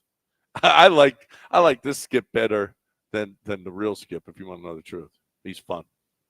713-780-3776, the number if you want to get in here on ESPN 97.5 and 92.5. You're more than welcome to do that. The Texans didn't make any move. For those of you that missed early on, possibly Verlander coming back. Come on. We got more sound from Dana. By the way, Brown. where did you get where did that originate? Just a rumor. An insider. Oh, okay. Oh, an insider. Oh, that's interesting. So it's originating from this show. Absolutely, yeah. Oh, because okay. I believe this insider. Well, we've got sound from Jim Crane talking to Verlander about, they've been together for a while, and of course he might want him back. Here's Jim Crane talking to Verlander. I wish I knew how to quit you. Why don't you? I was like, that's a weird thing. Dale got sound from Jim Crane talking to Verlander. I wonder, and this is what in my head, John, I'm thinking, was there an event? Did Lance McCullers save dogs, or was there a fashion event, or did they do something called Diamonds and Home Runs or whatever, where they all go on the infield and do a dinner with Chris Shepard? Like, what? Where this was? All this going through my head, and he's just playing Brokeback Mountain Sound. Well, but Dana Brown met the media, and he did talk about... Is this really Dana Brown? Is that really what we're getting? Or is this going to be, what is this? Going to be a sound from... No. My boy Blue, I love you, Blue. No. Something from old school. Old school? We're going to get something from Glenn Ross here. What are we getting, Dell? No. We're getting the real Dana Brown, but this time he's talking about Chas McCormick versus Jake Myers. You know what's my favorite thing about Chas McCormick versus Jake Myers? Is that it should be somebody else. That's my favorite thing. Okay, so what is this?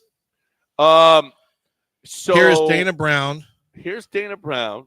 I don't know, for whatever reason, the question came up. What about center field? What about Chas McCormick versus Jake Myers?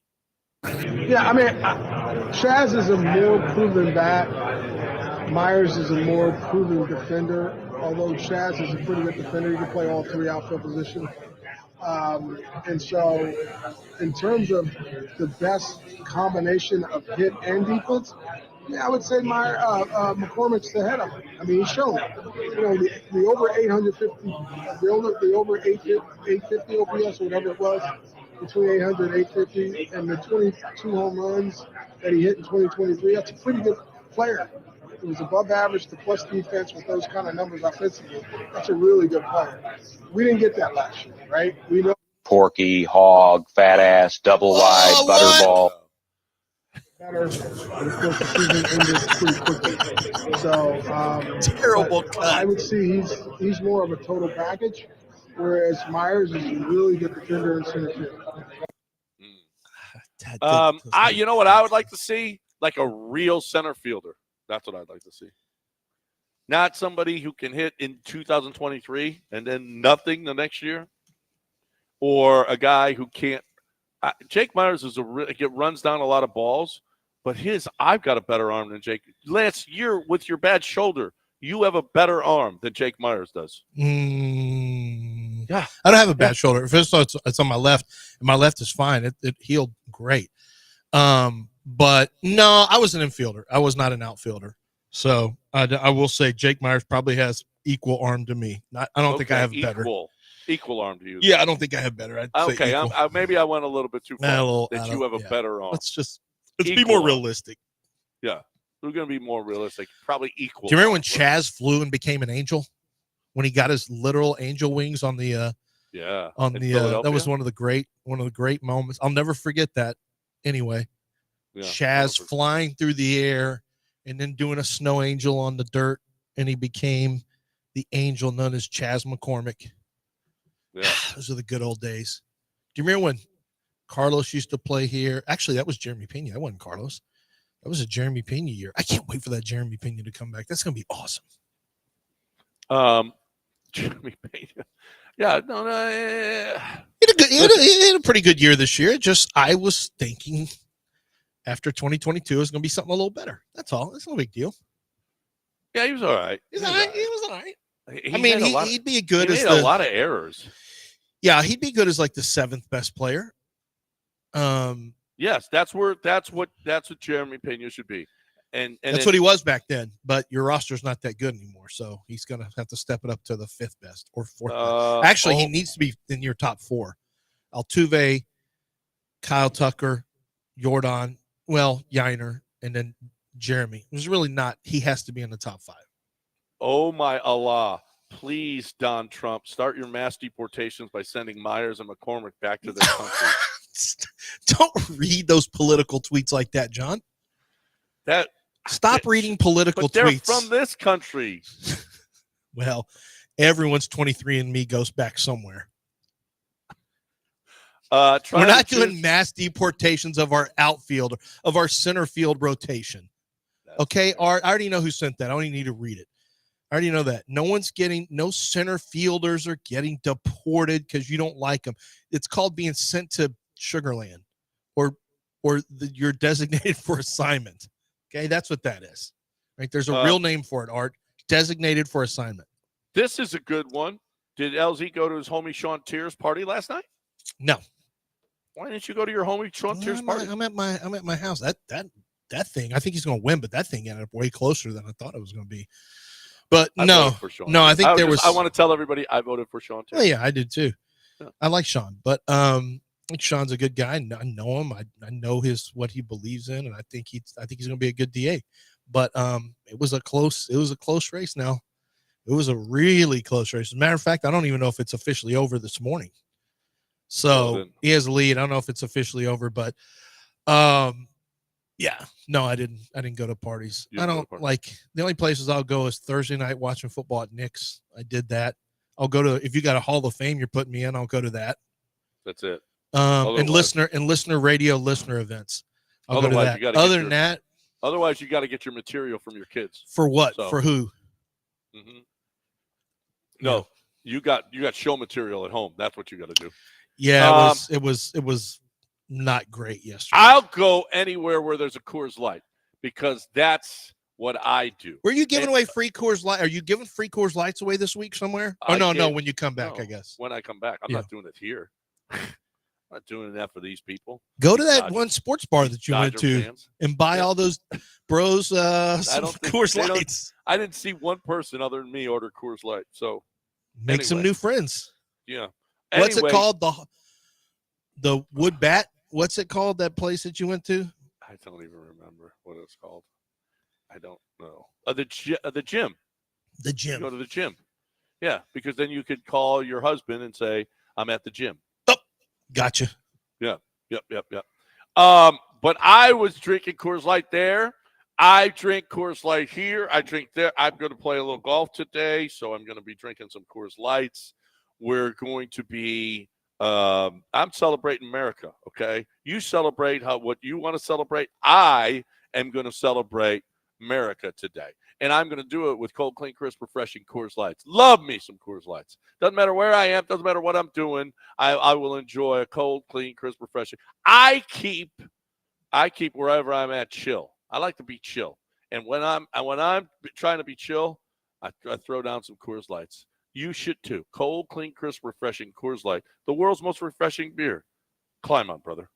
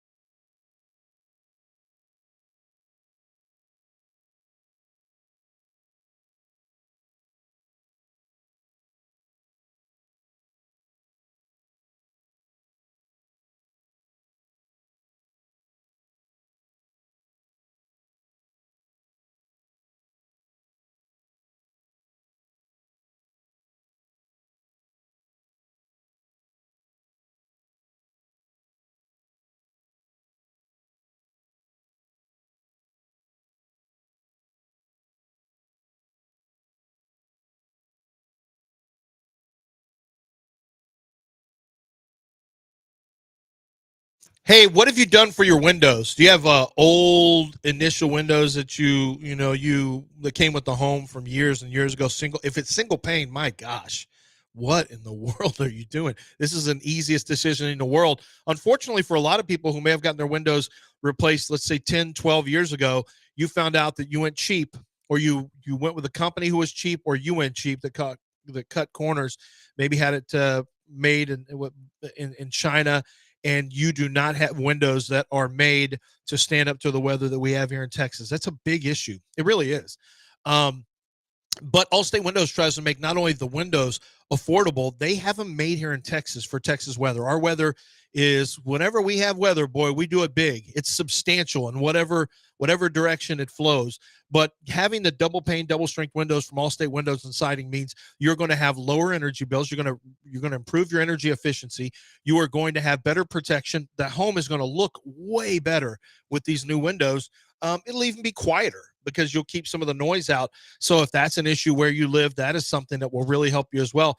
Get new windows, get new siding, give your home an upgrade with a facelift, but also with energy efficiency. Thanks to my friends over at Allstate Windows and Siding. Tell them you're an ESPN 97.5 or 92.5 listener, and you're going to get a big discount. But you got to ask about it and tell them that we told you to go over there, that I told you to go over there. It's allstatewindowsandsiding.com.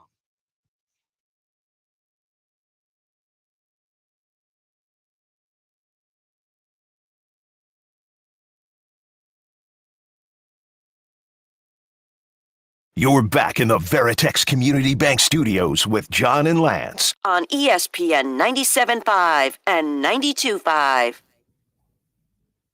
Welcome back here on ESPN 97.5 and 92.5. Boy, everybody's got jokes this morning. All kinds of jokes going around on the X thing right now. All kinds of jokes. 713-780-3776. Any thoughts? Any thoughts? You're more than welcome to get in. Anything that happened yesterday. I know people, I mean, I got texts from people. What the hell are we doing? Are we not trying to win? What the hell are we doing? Why You're are talking we about not, the Texans? Yeah. Why are we not doing anything? Well, but the trade deadline isn't going to – the only thing that's going to impact the winning to me is the pass protection has to get better, which they weren't going to find on the trade market. I mean, they still should have added somebody for depth. I agree with that. Well, it's not like teams didn't help themselves, though. But, yeah, but the Texans, once again, I mean, I don't know how the Texans could have helped themselves. They were not going to help themselves with Preston Smith or Zadarius Smith. Those guys, those are positions they weren't going to look at. Wide receiver, they're not looking at wide receiver. D'Amico tried to tell us we're good. We need guys to step up and play better. Although he did say we're always looking to improve our roster. But the odds were, who was it? Not Ari Alexander, the other guy who writes for who's on Channel 2. He said he's hearing that the Texans will not be making a move before the trade deadline, 80% sure. And he was right. And there wasn't even – now, they did move Khalil Davis for a 7th-round pick. Big deal. But to me, if they're going to win or lose, it was not going to be based on a deadline move where you're adding an important pitcher.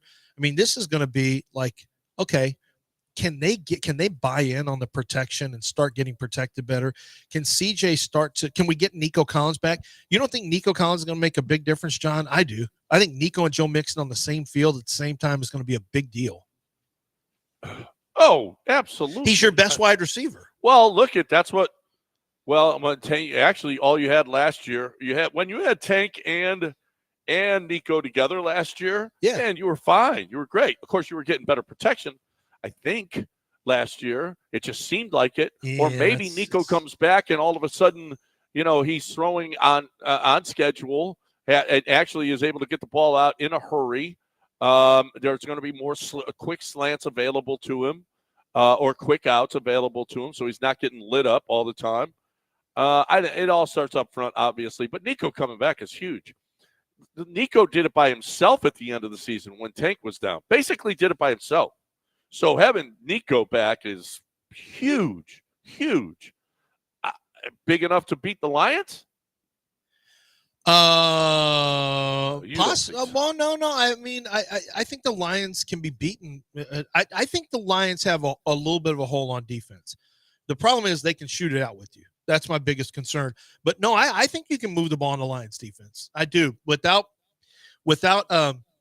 you get Zadarius Smith, who's a bully, but without Aiden Hutchinson, I don't think it's the same defense.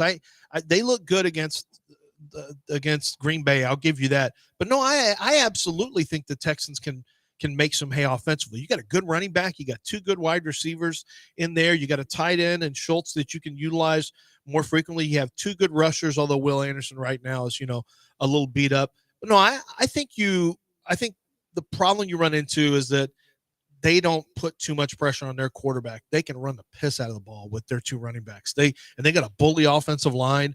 That's the problem is I think Nico Collins can really help you out offensively. I'm just not sure defensively.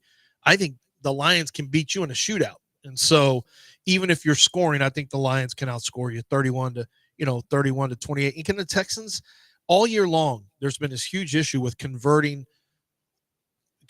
drives into touchdowns instead of field goal attempts. It's been a massive issue. The drive, 5-yard penalty, false start, number 78, holding, sack, something happens, and before you know it, you're kicking a 50-something yard field goal. You've been moving the ball down the field, and all of a sudden you're attempting a 54-yarder. Like, that's no good. You can't beat the Lions like that. You got to score touchdowns. Frankly, you can't beat good teams like that. You're not going to be able to beat good teams by just trying to kick a bunch of 50-yard field goals.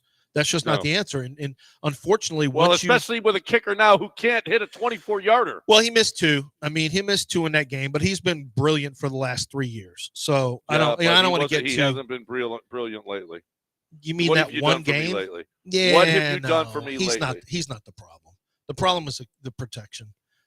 Man, that's the problem. The problem is the protection. And if the protection gets better and you add a threat, Nico Collins, you got a chance. You got a chance to make some hay this weekend. With that said, the Texans have not proven that they can convert drives into touchdowns. They just haven't proven it this year. Yep. Way too many field goals. Back, they will. Maybe with Nico back, they will. We'll see. Maybe. Yeah, maybe. Listen, Tank took on a bigger role last week and looked okay. He looked like he was back to being tankish. And now maybe with Steph gone, and Nico back, we got the Tank that we saw early last year. Maybe that's what we're gonna find. Hopefully that's going to be the case. Hopefully. So I'm not optimistic about Sunday either. And quite frankly, 6-4 isn't all that tutti frutti. If you want to know the truth, with the Cowboys looming on a Monday night. You afraid of Cooper Rush? I'm more afraid of who?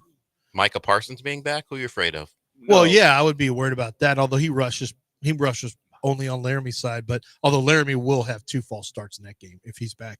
You worried about the injured CeeDee Lamb? Who you worried about? Cowboys are a bad team.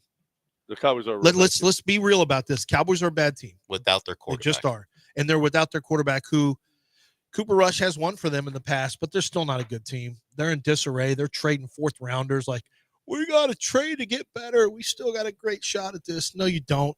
The Eagles and Commanders are so much better than you are. It's not even close. Who's the wild card in the NFC? I did this. I had to turn my predictions in. Card? I had to turn my predictions in. It's you got let's say I've got the Eagles winning because I looked at all the schedule. So I've got the Eagles win, but you got 2 teams coming out of there, the Eagles and I think the Commanders will both come out of there. And honestly, it's it's very crammed together in the West.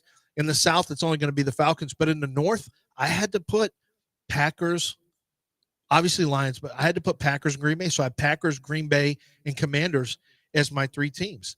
I don't think anyone else comes out of the West. Packers, Green Bay, and I'm sorry, Packers, Minnesota. Packers, Minnesota, and Philadelphia. Well, I have Washington. I have Philadelphia overtaking Washington. They play them twice. But, yes, one of those 2.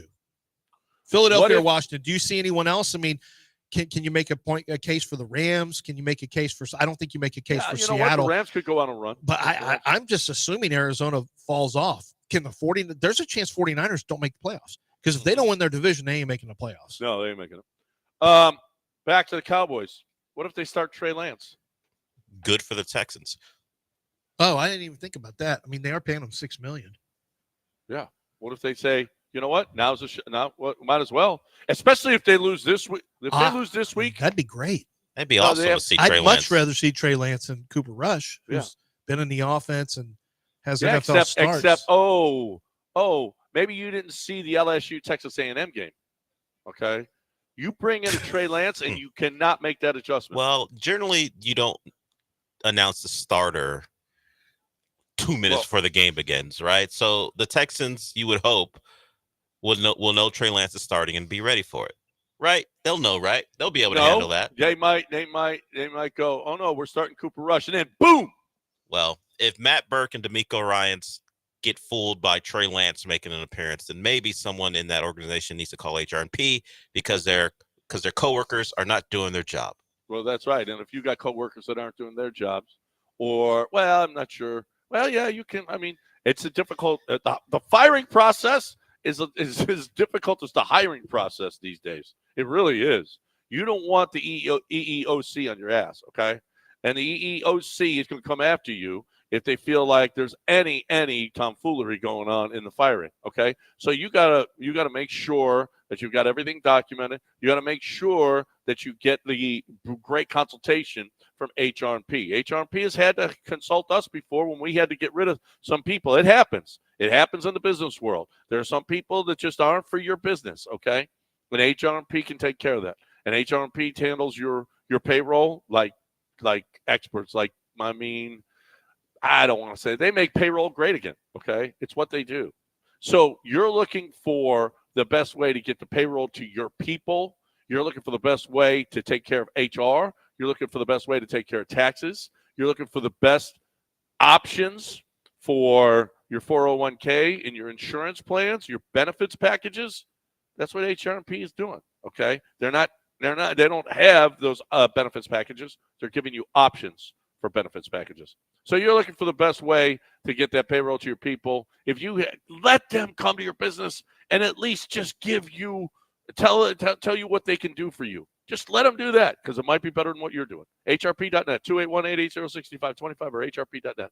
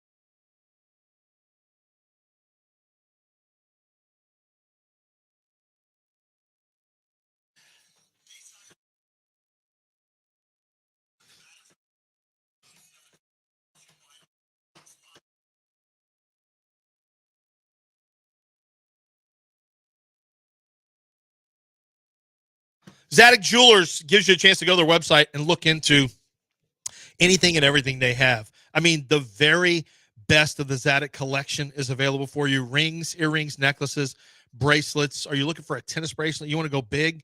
I mean, nothing says going big and making a splash like a tennis bracelet. That's absolutely incredible. But I'll tell you a really cool story I heard. I was talking to the owners when I was at the Breitling event looking at their new Texans watch that they had.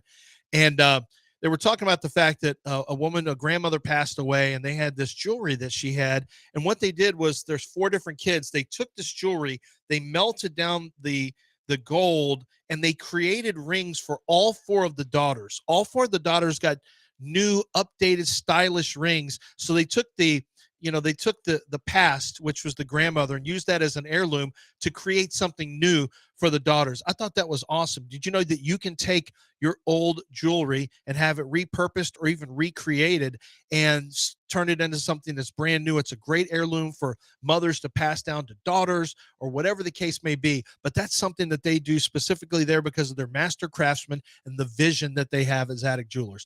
They are far and away the best jeweler here in the city of Houston. And I want you to go in anytime that you're looking for jewelry to make sure you shop there first. It's at 1801 Post Oak Boulevard. It's Zadok Jewelers.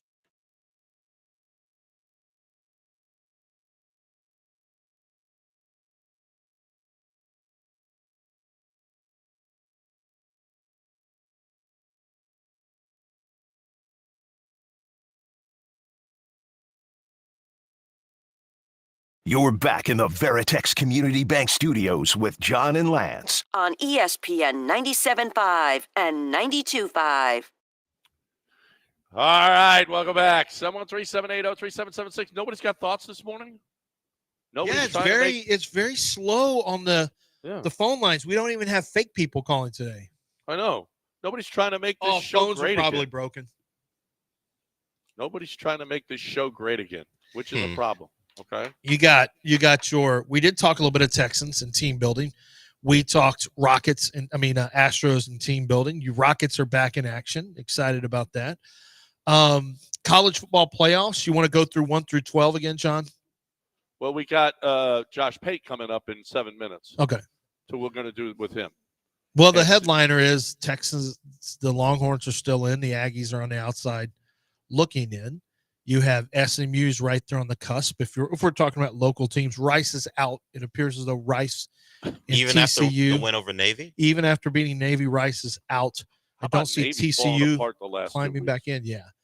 Navy really they the first quarter against Notre Dame, they fumbled like 3 times, and Navy just has not been able to overcome it. Hey, is Army in the top? Where's Army? They're not in Army's there. 25th in the country. So they are in there. Okay. There's no Yeah. chance of them climbing up. They don't play a hard enough schedule. Yeah, I guess it's Boise. I don't know why Army can't be the representative, but if Boise lose, I guess they didn't need Boise to lose again. But yeah, I don't know why Army's getting disrespected like they are. They're 25th in the poll, and there is no one ahead of them other than Boise at 12. So Boise's already got a loss. If Boise suffers another loss, you almost have to put Army in, no? If they keep on winning. I think no, you can't put Army in. Why can't you put Army in? It's a great story. Just let us do our job with the Joe Moore Award to try to give them some love. Well, they've got Notre Dame coming up, so if they beat Notre Dame, then they jump Boise. They can't get in. There's too much room to make up. They're out. They're out. They're out. Them and Rice both out. Rice, Army, Navy, out. Rice, Army, Navy, TCU, and Texas Tech. I'm calling them right now. ESPN 97.5 can project now that they're all out. Why Army can't be in. Their schedule's not good enough. They just can't be in. Well, if they beat Notre Dame, they can. Because Notre Dame's so great. They lost to Northern Iowa. Anyone, Come on, Northern Illinois at home. Anyone could beat Notre Dame. Yeah. Well, anyone can beat Notre Dame, but they're in the playoff For right now. now. Well, yeah, Notre Dame's always in the playoffs. Yeah, of course. They've got to play themselves out. Yeah, They're always start in the playoffs. Yeah, we know baked turkey's in. They're always in. Then we know what happens. Stop calling them baked turkey. They're baked that's turkey. Very accurate. Yeah, we know. They're dependable. They're always in that spot, and we know how it's gonna go. Oh, I wish I had more gravy. That's Notre Dame. It's dry. Yeah. It's dry. It's not the kinda Mariners. tasteless. It's just regular ass baked turkey. That's Notre Dame. You're always, I need more fixins because I got to choke down this gravy. Yeah. That's watching Notre Dame football. That's a problem. That's a problem. Well, you're gonna get. I can't wait. Notre Dame plays Penn State. That's gonna be fun. It won't. Yeah. Before the fun game starts. I don't know about fun. Before the game starts, the brands, the helmets. Then you watch the game like, ugh, Notre Dame, Penn State. This is boring. Gold and white. Well, that's what you're saying. I'm saying boring as hell is what I'm saying. Drew Allen versus Riley Leonard. Ooh, so excited. Hey, look at Notre Dame. Great tight end. Look at Penn State. Tight end. Tight ends. Cool. That's what college football is about. Tight ends are the new safety. Okay. The best offensive weapon for each school is a tight end. Great. That's what I'm looking for. Let's break and talk to Josh I love Payton. tight ends. Let's get back on track and get Josh Payton in here to talk about this stuff next, right here on ESPN 97.5 and 92.5. It's a quick break. We got to talk about Billy Brown over at Aqueduct Plumbing Company. We got to talk about how much we love what Billy has done for us and how much you'll love what Billy does for you, because Billy is the best. I'm telling you, I don't know a lot of plumbers, but I do know the reputation. It's kind of a used car salesman thing. Billy's got a straightforward, this is how we go about it. We're not charging you just to show up. We're going to give you a square price. Here's the price. Yeah, you can get other offers, but I'm going to tell you this. You're going to go with Aqueduct Plumbing Company. You're going to go with their guy, because their guy is going to give you a square deal for the work. He did it for us. He's going to do it for you. He does it every single day. We love that, because that's the business that Billy Brown started. 281-488-6238, 281-488-6238, or aqueductplumbingcompany.com.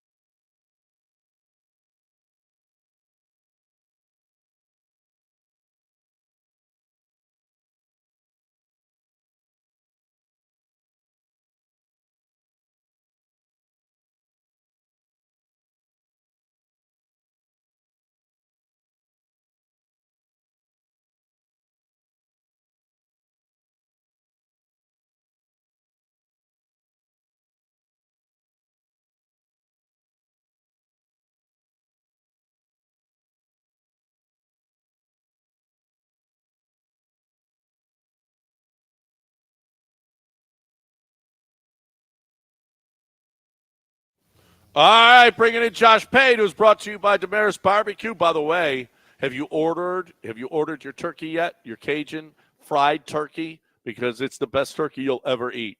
So get to Damaris.com and get that job done. And Bobcat of Houston, that's Del. Del practically lives there now. He goes there every week now and hangs out there. But did you get a skid steer loader yet, Del? I didn't, but I'm looking at it riding more. You're like, how about that? A riding more.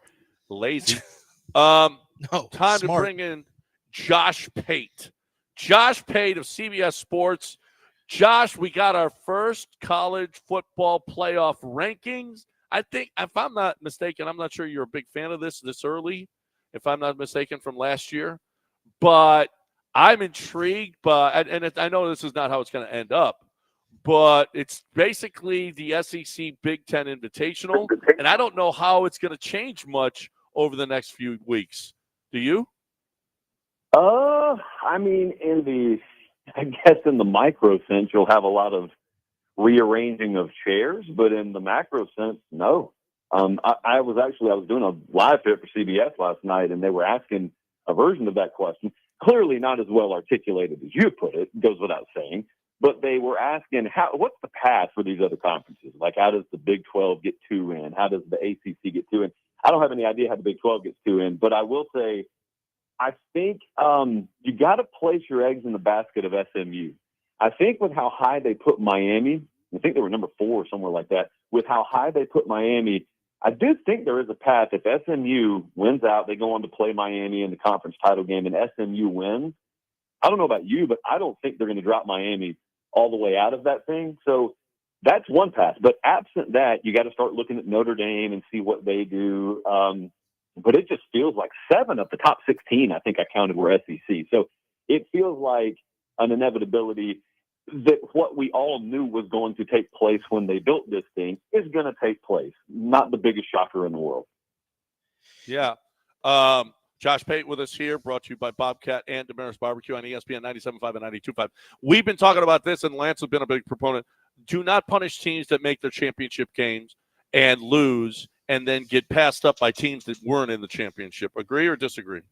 Oh, I completely agree. I've said that from the beginning. I also believe they will actually adhere to that, because that's going to kind of be an unspoken mandate from the conferences, from the league offices, but also from the networks, because their big fear when they instituted this playoff was we have to make sure the conference title games still mean something.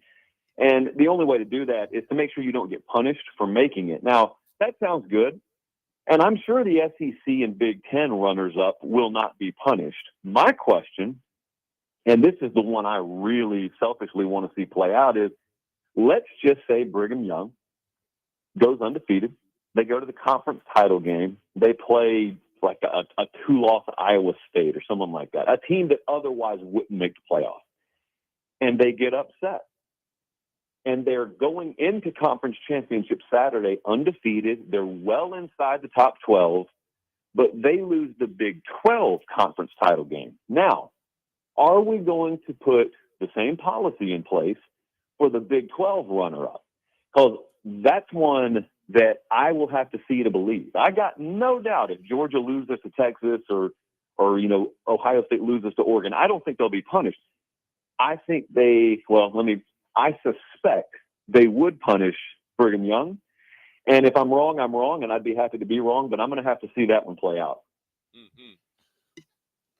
I think this, Josh Pate joins us right now. I want you to take a victory lap. People need to listen to Josh Pate. He actually watches games. He's analytical in nature. He pays attention to strengths and weaknesses. You try to tell everyone, slow down on this. A&M's got this pathway. This looks like it's going to be hard for them to lose a game all the way out. And you said, I think they lose to South Carolina because they can't handle the rush. And you know what? When A&M had Marcel Reed starting and South Carolina was prepared for it, and you stepped into a hornet's nest atmosphere on a Saturday night in the SEC, I thought it was almost kind of predictable, really. And I thought you were dead on with your analysis as well. Yeah, that one was tough, but it was not the hardest thing in the world to see coming. My response last week, you remember we were talking last week, and I had gone on and on and on all week about how high I was on Mike Elko, how much I love the future of A&M. And I meant every word I said. I still mean every word of that. But I've tried to make sure to say last week on every show I did, and my own included, when I said that, I said, I feel this way whether they lose by 30 this coming Saturday, because I thought they'd lose. I thought they'd lose fairly handedly, and they did. It does not change my opinion one iota, as Meemaw would say, about what the future is of Texas A&M under Mike Elko. It is sky high. It'll be one of the best programs in the country. He is one of the most qualified head coaches for that position that they ever could have hired, maybe the most. So, but having said that, they're just another flawed team. This is the year to be a flawed team if you're going to be that, because I'm looking at that ranking that was released last night. You got Bama in that mix, LSU's there, A&M's there, Ole Miss is there. It's just a laundry list of teams with very obvious flaws. And I think most of the time we've become conditioned in the previous world of college football, we've become conditioned to, if you have a really noticeable flaw by November, we mark a line through your name because we couldn't see you winning a national title, because there are usually some really high-level elite teams filtered out by that point. We don't have that this year. We got some that look better than others. We don't have elite teams right now. Oregon may be the closest to it that I've seen, but I watched them struggle with both teams from Idaho earlier this year. So I just think we need to pump the brakes holistically on A&M or LSU, Alabama loser, or Ole Miss. Any of these teams that if this were 2019, you'd write off. You can't write these teams off yet. There are still some flawed teams that if they get hot at the right time, could go on a run and really surprise you. Yeah, let's not bury A&M yet. They beat Texas and they're in, and then it'll be interesting to see what happens with Texas.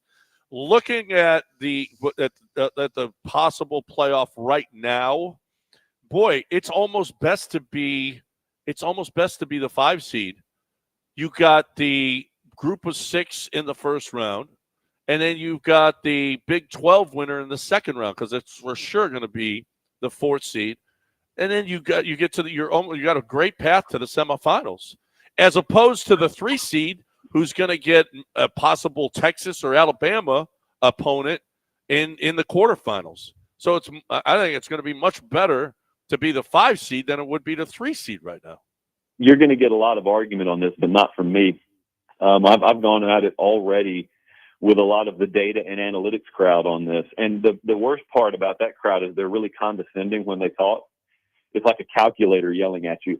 And what they'll tell you is you're just an idiot for even thinking this, because they'll start breaking it down and they'll say, you always want to play one game that you have a 50-50 shot of winning over 2 games that you have an 85% shot of winning. And also you're adding in the risk of injury when you play another game. Like you're an idiot and you don't get that. That's it's the condescension that bothers me. I get it. I also understand how this sport works. I agree with you.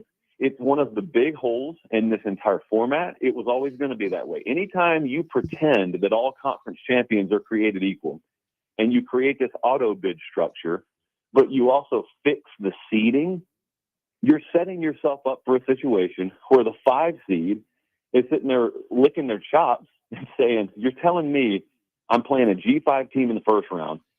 I'm playing the lowest ranked conference champ in round 2 that otherwise wouldn't have been a top 4 seed, but you artificially bumped them up there because you believe conference champions are the end all be all. So I'm going to play, I'm going to play like Boise or UNLV round 1. Then I'm going to play Iowa State round 2. And while those aren't pushovers, you look at what the 1 seed, forget the 3 seed, dude, the 1 seed is going to play the 8-9 winner. Any given year, that's going to be a red hot SEC or Big Ten team that just beat the other. And so like the 1 seed is going to draw Alabama or someone like that in the second round. Meanwhile, you're sitting there cruising as a 2-touchdown favorite in round 1 or round 2, and you're winning comfortably.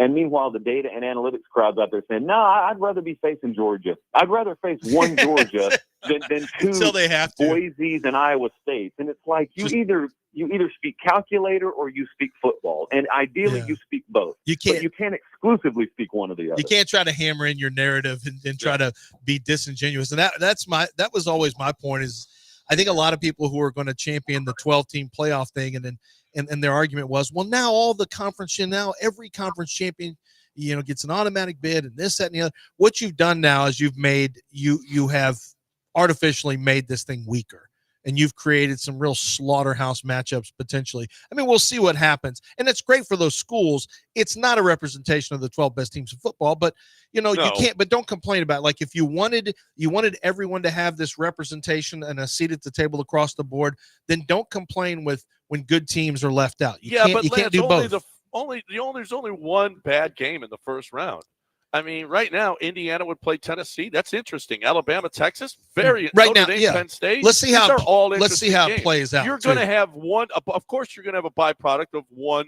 Yeah, the group of 6 school is probably going to have a really rough time. Yes, but the other matchups are going to be excellent. Should be. I think what Josh is talking about though is the way that the pathway to the game is going to be not great. Obviously. Ohio State is actually the second best team in the country, and they're the 5 seed right now. So that, there's flaws. I mean, Georgia, Texas, right away in a rematch. I mean, it's fun for a football standpoint. I don't think it's great in terms of taking the best teams and playing them early in that scenario. But yeah, I mean, it's never going to be perfect. I mean, it's not. No. You're going to have your bumps along the way. Okay, Josh. What about this week? What do you like? What's going on? What is some pitfalls that you might see out there for some big teams? I think Georgia could be in trouble. And this is going to catch some people by surprise, but it probably shouldn't. They just steamrolled Ole Miss last year. I think it was 52-17 or something like that. These are much different looking teams. Just forget about that. It matters none when we go into this matchup. The thing about Ole Miss is, if you've looked at Georgia's struggles, if you've looked at Carson Beck's struggles, you may think to yourself, shame on his offensive line. They hadn't given him time. They haven't given him protection. Georgia's offensive line is top 10 in the country in pressure rate allowed. Carson Beck's just been bad because Carson Beck's been bad. And I'm not absolving the rest of his team, but he has been woeful in underachievement this year. And that's before he's faced high-pressure defenses. Ole Miss can get after the quarterback as well. So I'm interested to watch that. But on the flip side, Ole Miss is one of the top explosive play rate teams in the country offensively. Georgia's one of the best defensively at stopping that. I just think the way Jackson Dart matches up with that defense presents a lot of issues. I think the wrong team's favored in that game. I slightly lean Ole Miss to win it outright. And then the Bama LSU game, guys, if you could sell me that either one of those teams is prepared to run the ball consistently, I would happily take them. I have no clue whether either of them will be able to do it. I should be able to lean on Jalen Milroe's explosivity through the air and his legs, but that sort of disappeared as of late. Now, maybe he got healthy in the bye week. I just can't shake this image a few weeks ago of Bama being just discombobulated, playing on the road at Neyland. Maybe they learned from that experience.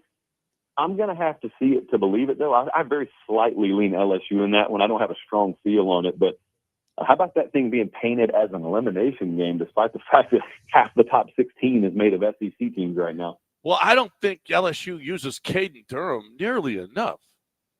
I mean, dude is really, really good.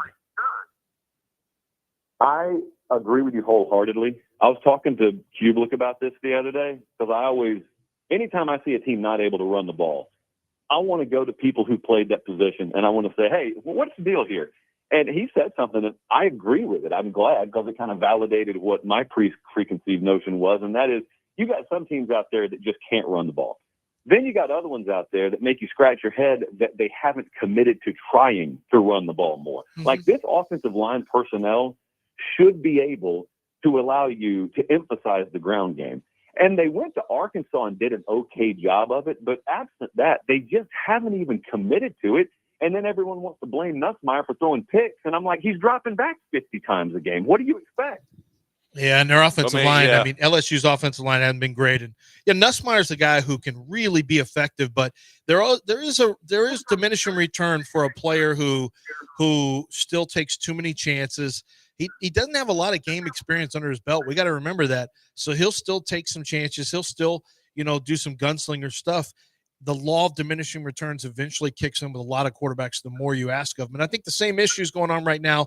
Like you look at the Indianapolis Colts, it's a separate conversation, but they don't have an identity on offense. Teams who don't try to run the football will eventually, unless you're really great throwing a football on college or pro levels, eventually you run into a game where the passing game's not working or the protection's not working, and you have nothing to fall back on.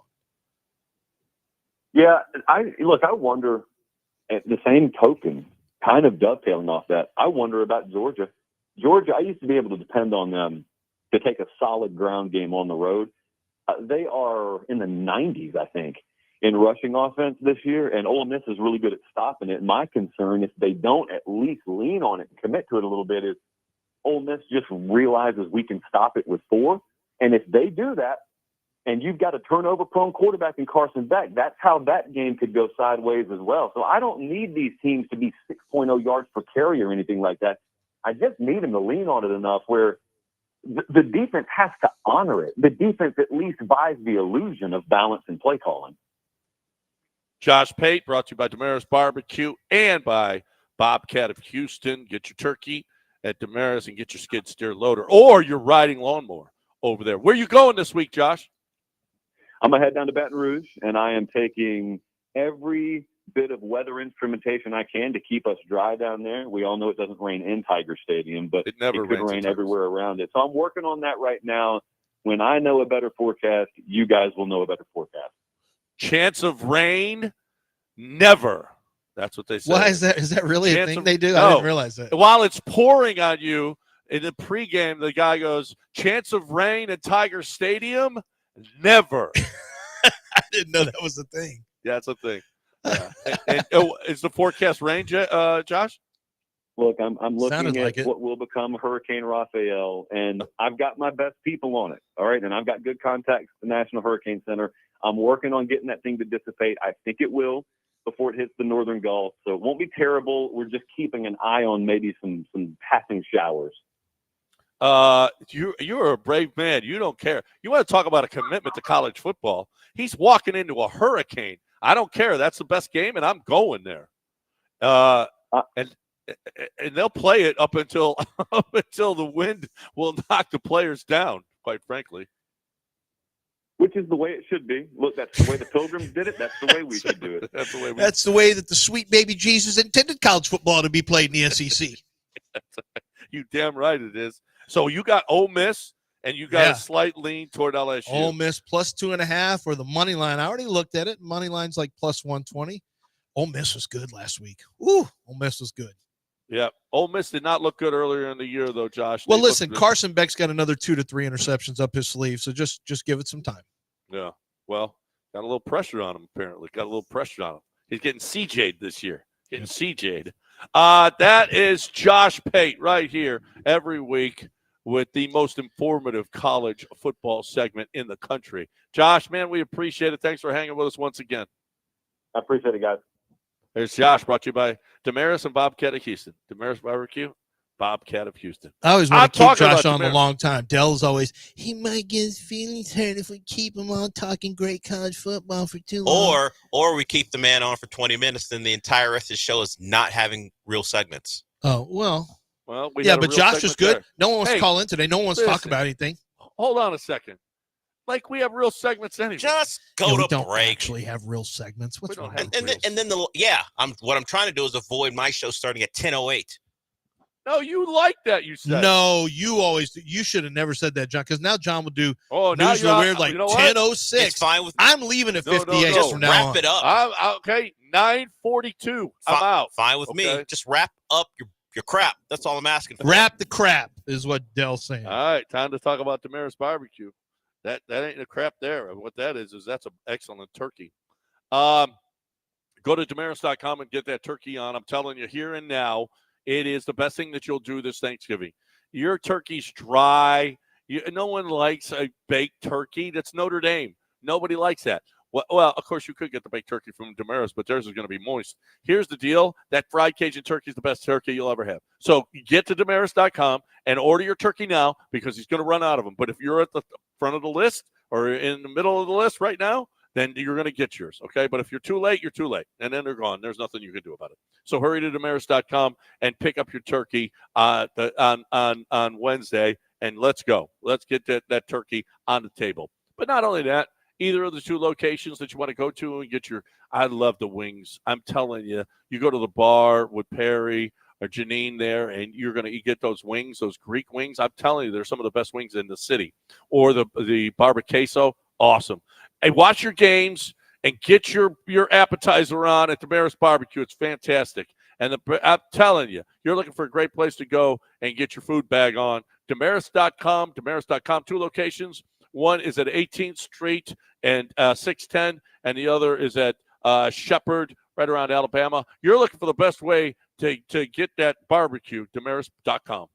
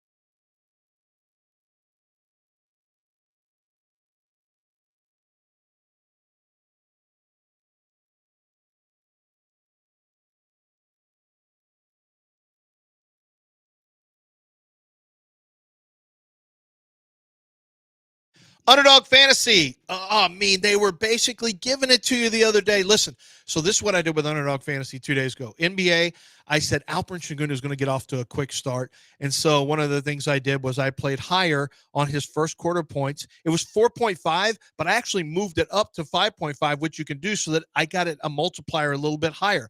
Guess what? They targeted him early. He went higher. Then I took my discount. So you also get a discount. Well, if it's in your lobby, there's discounted picks. And so I went and discounted I think it was the rebounds for a player. And I went higher on the rebounds. That was a winner. I just picked 2 and won real money. It was that easy. It was that simple. You can pick 3, 4, 5, 6, up to 8. You can win up to 1,000 times your original play. This has been so much fun to watch these games and play along with the games I'm watching. Take my sports knowledge and do something with it. Listen, handicap the games, take a good, strong look, evaluate what's going to happen, and then go higher or lower on the stats based on the way that you think the game is going to go. Show your sports knowledge, make real money with Underdog Fantasy. You have profit boosts all the time that are in your lobby. You have the free winners, which is basically they're giving you a 0.5. You just have to go higher on total rushing yards, 0.5. That's an easy winner, and then they have discounted as well. All these are available in your lobby at different times, but you've got to play to win. Completely legal in the state of Texas, and we're talking about real money. It's Underdog Fantasy. Use promo code Lance on your first deposit, and you can get up to $1,000 in bonus cash. That's promo code Lance. You must be 18 or older and present in the state where Underdog Fantasy operates. Terms and conditions apply. If you feel like you have a gambling problem, call 1-800-GAMBLER or go to ncpgambling.org.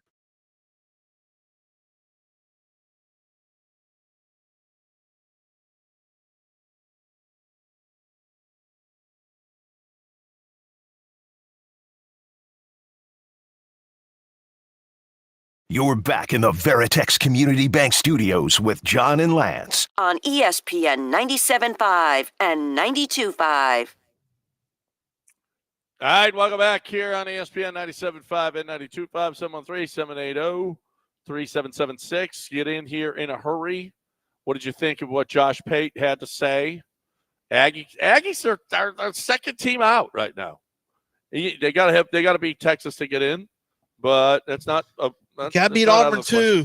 You can't just because you're a favorite. I heard they were going to beat South Carolina too. Yeah, you got to win these games on the road in the SEC. It's not easy. Something on that. It's not going to be easy. I'm just saying, you don't just put a little something. That's fine. You should have done it for South Carolina last week. If you felt that confident. If you were feeling that frisky. That confident on that, but I'm confident about Auburn. Auburn's not good, but guess what? Road teams are hard to beat in the SEC. It's hard to win on the road, especially at night. Daytime, not as hard. And who knows? Now, Auburn may have opened up a can of quit by then. We'll see. When do they have Auburn next? After this week, they got New Mexico State. They got Chip Shot, and then they got Auburn, then they got Texas. Yeah. I got to decide if I'm going to go to that. I don't like dealing with the parking at Aggie Land, but I may want to get to that game and just kind of be part of that energy. See if I can get a press. I should be able to get a press pass. I'm not messing with paying for tickets. My God, forget that. No thanks. I avoided having to get a ticket for my daughter for Taylor Swift. I ain't getting one for Texas and Texas A&M. That's a $3,000 ticket right now. No. Yeah. Can't be. Yeah. Not just to get in the stadium. No. Like the good seats. Yeah, the good seats. I don't know. I can see that. Yeah. I guarantee you're right about that. Well, that was a few weeks ago before they lost to South Carolina. Can you imagine if they didn't lose to South Carolina? Okay. And they were in the – wow. Well, I don't think it's really going to matter when it's all said and done. It's not like everyone's going based on – this is the first time Texas and Texas A&M have played since, what was it, 11, 10? And if A&M wins, they're in. So would you sell the tickets if you had 4 tickets? Yes. And then they were 3,000. If you could get 12,000 minus your fees that you end up paying, let's say it's 20, let's say it's 20% fees, and you made 12,000. You take off 2,400, so you make a little under $10,000. You made 9,600. Would you sell yours? Yes. You would not be there now. Okay, so would you do the same thing if LSU was playing Alabama for the first time in 11 years? Let me bring it home. Because Wendy's there, because you don't have a direct tie to Texas. Oh, Texas well, A&M. she wouldn't let me, but I would. No, then if she wouldn't let you, then you can't. You would in theory, but she wouldn't let you, so you can't. Right, because the boss of you, right. If I sell A&M tickets, she don't care. Well, that's why I got to say, like, if we had 4 tickets to Texas and Texas A&M and they hadn't played and it's 3,000, and I told my wife, she's like, she would say, I don't care. We're not selling these. You know what I would say? Yeah, but we don't have to deal with parking. We don't have to leave the game early to get to the car, which she doesn't do. She likes to stay until the Eyes of Texas are being played. I'm like, every second at this Eyes of Texas is costing us another 15 minutes of getting out of a parking garage. What are we doing? What are we doing? Yeah. Oh, did I leave a Super Bowl early? Yeah. Was it the greatest comeback in Super Bowl history? Okay, I missed history, but I still got to keep up with it on the game tracker on my phone when I was in the bus headed back to the downtown hotel where the cars were parked. So it's kind of like I was part of history. Really. But I had it, but I was in the same city and I had a press pass and I was able to see what was happening on my game tracker. I wasn't even able to watch the actual game on my phone, which wasn't ideal. I didn't get to see I couldn't even watch the game back then. There wasn't a streaming service where I could watch it. That sucks. That's the worst decision. And I am to this day, I don't actually like bringing it up. My wife will bring it up. You're the one who left it. Guess what he did? She'll tell people we've just met. Guess what he did? Left the Super Bowl. Whenever the one where the Patriots came back and won and beat the Falcons, he was actually there and left the Super Bowl. I'm like, yeah, you got to tell everybody that. Yeah. That business stays between my radio listeners and me and you. That's it. You don't just tell new people we meet. Hey, I'm Nicole. This is my husband, Lance. He left the Super Bowl with Tom Brady, came back and beat Matt Ryan whenever Kyle Shanahan couldn't call plays right in the second half. Hey, watch it. That's true about Shanahan, but watch what you're saying about me. Yeah. Well, she might be right. You should have waited till the Eyes of Texas were played. I'm the same guy that would sell the tickets to these games too, just like you would. Oh yeah, absolutely. Yeah, you don't give me that much. I'm paying 12. I'm paying for my season tickets. Come on now. No, what are you, crazy? That's it. Of course, that's why we're 2%ers though. Okay? Yeah, that's what A&M would call us, 2%ers. Yeah. Yeah, but you know what? I got 2%. I got $12,000. My 2%. Okay? That's right. Yeah. Well, minus, and I would tell on you so that you had to pay taxes on that too. Oh, yeah. I'd definitely tell on you. Wow, we didn't. Did you see Texas and Texas A&M both opened up their college basketball schedules with losses? No, I was busy looking at election stuff yesterday. Yeah, that's crazy. Texas lost to Ohio State, and Central Florida beat Texas A&M. Okay, so I had someone call me yesterday, and he's listening. He's listening. He'll know who he is. I'm not going to say his name. How long is Kelvin Sampson's contract with Houston? As long as he wants. As long as he wants to stay. And Can he get out whenever he wants? If he retires. Well, the reason I'm asking is this was posed to me. What if Texas decided to make an unbelievable offer to Kelvin Sampson and say, we're going to give you $9 million a year. We're going to give you what Arkansas paid Cal, which is $9 million a year. Now, my thing is he'd never coach at Tech. I think that when he's done at Houston, he's done. Personally, I believe he doesn't have anyone who messes with him. I heard that Pesman couldn't even tell him anything. Like he's got it just the way that coaches love it. No one can mess with him. Yeah. Tell him what to do. I think that's more important than anything right now. And then he's going to smooth water it right over to his son, Kellen, and he'll be the head coach. And I think when he's done coaching, he's done coaching. I don't think he would go anywhere else. No, because he set up his kids, not only Kellen, but his daughter as well. He set them up. Oh, yeah. She's in the front office. Yeah. Nice long time. Well, that's why I think he would stay. Not that he has such a willingness to hang on and if Kellen's going to stay, I don't think they're going to kick him out. He wouldn't go to Texas because then the Cougs have no obligation to give it to Kellen. Well, they'd be pretty pissed. Yeah. And what would happen if some of his guys left Houston would screw Kellen? Yeah. That's why if the succession plan is in place, that's why I don't think he would go. No, that's right. Because guys would bolt and then Kellen, his own son, would get screwed. Other than the money and the PJ, he's got a better PJ program. Is private jet, guys. He said PJ. Right. PJ. Other than the private jet and the money that he would receive, he's got a better program than Texas does. That's not even arguable. Yes, yeah. But for coaches, it's always about money, and it's always about not just money you make. It's about access access to the program, what you can do with your program. And it's hard. Texas is at the top of the food chain. And Rodney Terry's not stumping with local media for a PJ right now. No. He's not using the local media to ask for a PJ. No, he's not. No, but even still, without those things, he's got a better program. Yeah, but sometimes you just want it to be easier. Yeah. Possibly. But you know what? But he may not. Life isn't easy. He may not want to deal with what you have to deal with in Austin too. Well, no. I don't think be the head coach there. I think first and foremost he would say, "All right, I'm not screwing my own son," and secondly, I ain't going to Austin where I've got to go talk to this person and I got to glad hand and pretend like I want to be in a room with a bunch of people I don't want to talk to. Well, listen, I have a little insight into that program from the last 5 years or so. Yeah. Kelvin Sampson doesn't put up with anything that he doesn't want to do. Kelvin Sampson he's the boss. He's the boss in that building. So, I mean, there's literally, Tillman would never, tell Kelvin, hey, you need to do this or blah, blah, blah, or whatever. I mean, Kelvin's a boss. And, in a lot of places you don't have that. And Kelvin has that here. and Kelvin's got a succession plan for his kids. So yeah, This No, is Kelvin- as perfect as it could be. It really Yeah, is. You it don't really have is. people messing with you. And John, that's kind of like you at when you came over to 1560 now, especially at 97.5. No one can mess with you. Mm-hmm. No one tells you what to do. And which is kind of the dream. If I'm being honest, it's kind of the dream. And Who then tells on you top, what to do? and I that's have what I'm saying. No, I'm here Todd too. tells me what to do I'm all here the time. too. Does I'm here he? too. Yeah. And do Yeah, you Todd- listen? But yeah, that's the actual Yes, I question. listen. You don't listen. You don't listen. You don't listen. I hope I know everyone likes setting up the kid. I mean, I just hope the Kellen succession plan didn't go the way Mark Few's succession plan did for his kid. He put his kid in the game against Baylor Oh my God! while they're he kicking got Baylor's dunked on. ass, and his kid got dunked on so Oh hard. my God! And it was he posterized with Joe D's Theater. right in his face. Yeah.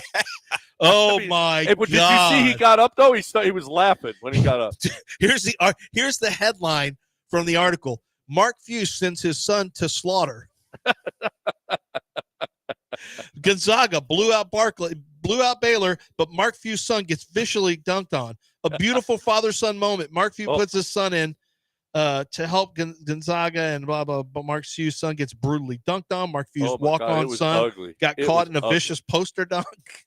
Yeah, Mark Few. No. It says he was baptized in front of America. That's like what Gundy, his son, when he put him in there. He started him, to play yeah. quarter- He started him, and that didn't work out. He Not had to at go all. to a D2 school. Yeah. Which, by the way, Gundy has apologized for his comments the other day. Sorry for calling all of you guys people who can't take care of your families just because. What you're did he upset with- say? He just apologized because. Oh, I didn't mean to. Hey I guys, didn't mean to I didn't mean to denigrate call y'all anybody. pores. no, Yeah, I didn't mean to suggest just because you criticize my program that you are deadbeats. Oh my God! and- I just saw the video.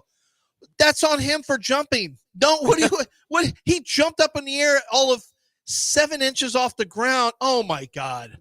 Yeah. The Child Protective Services has got to step in. on Mark He Few. got up laughing. He did. Yeah, he knew. What else you he gonna knew do? He was I'd laugh posterized. too if someone just put in my They're face D's. on a basketball It was- court. Yeah.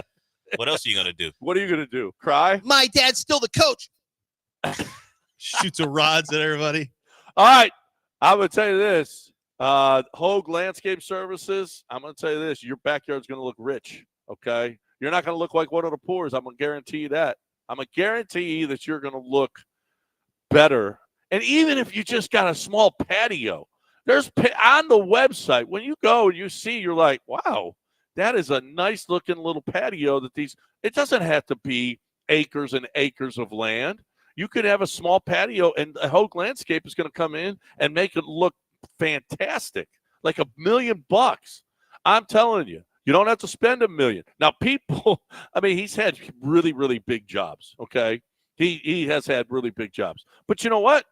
I mean, he does the best job in the city. I'm not even arguing. I want you to. You know what? I always use superlatives with my people, but and rightfully so, because my people, I believe in the people that I speak for. When you see what Hogue Landscape Services are doing for people, you want a basketball court or a pickleball court or a bocce ball court or a swimming pool or a fire pit or an outdoor kitchen or a lounge, a TV area. I'm telling you, it's fantastic. When you see the workmanship, when you see everything that goes into it, they're fantastic. Okay. It's more than just cutting your grass. A landscape service. This is an exterior designer. HogueLS.com. HOGUELS.com. You want to make your backyard something special? HogueLS.com.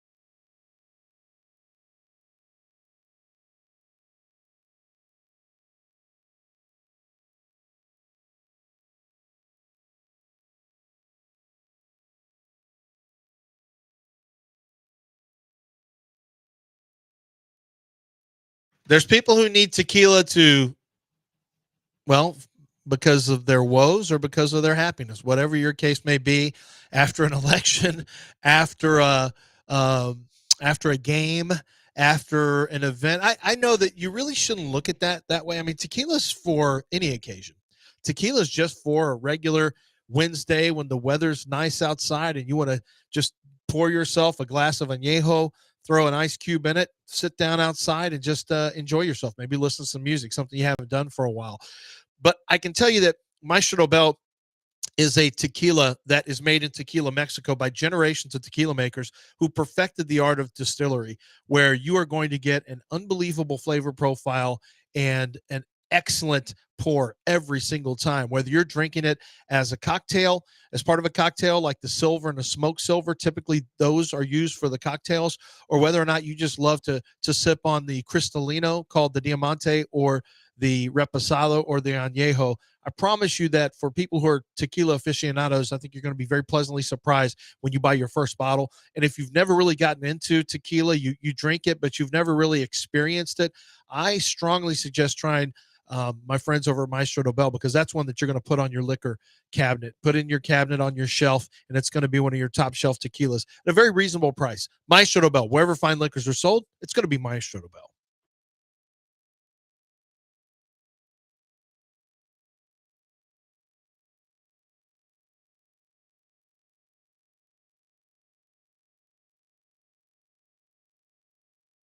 You're back in the Veritex Community Bank Studios with John and Lance.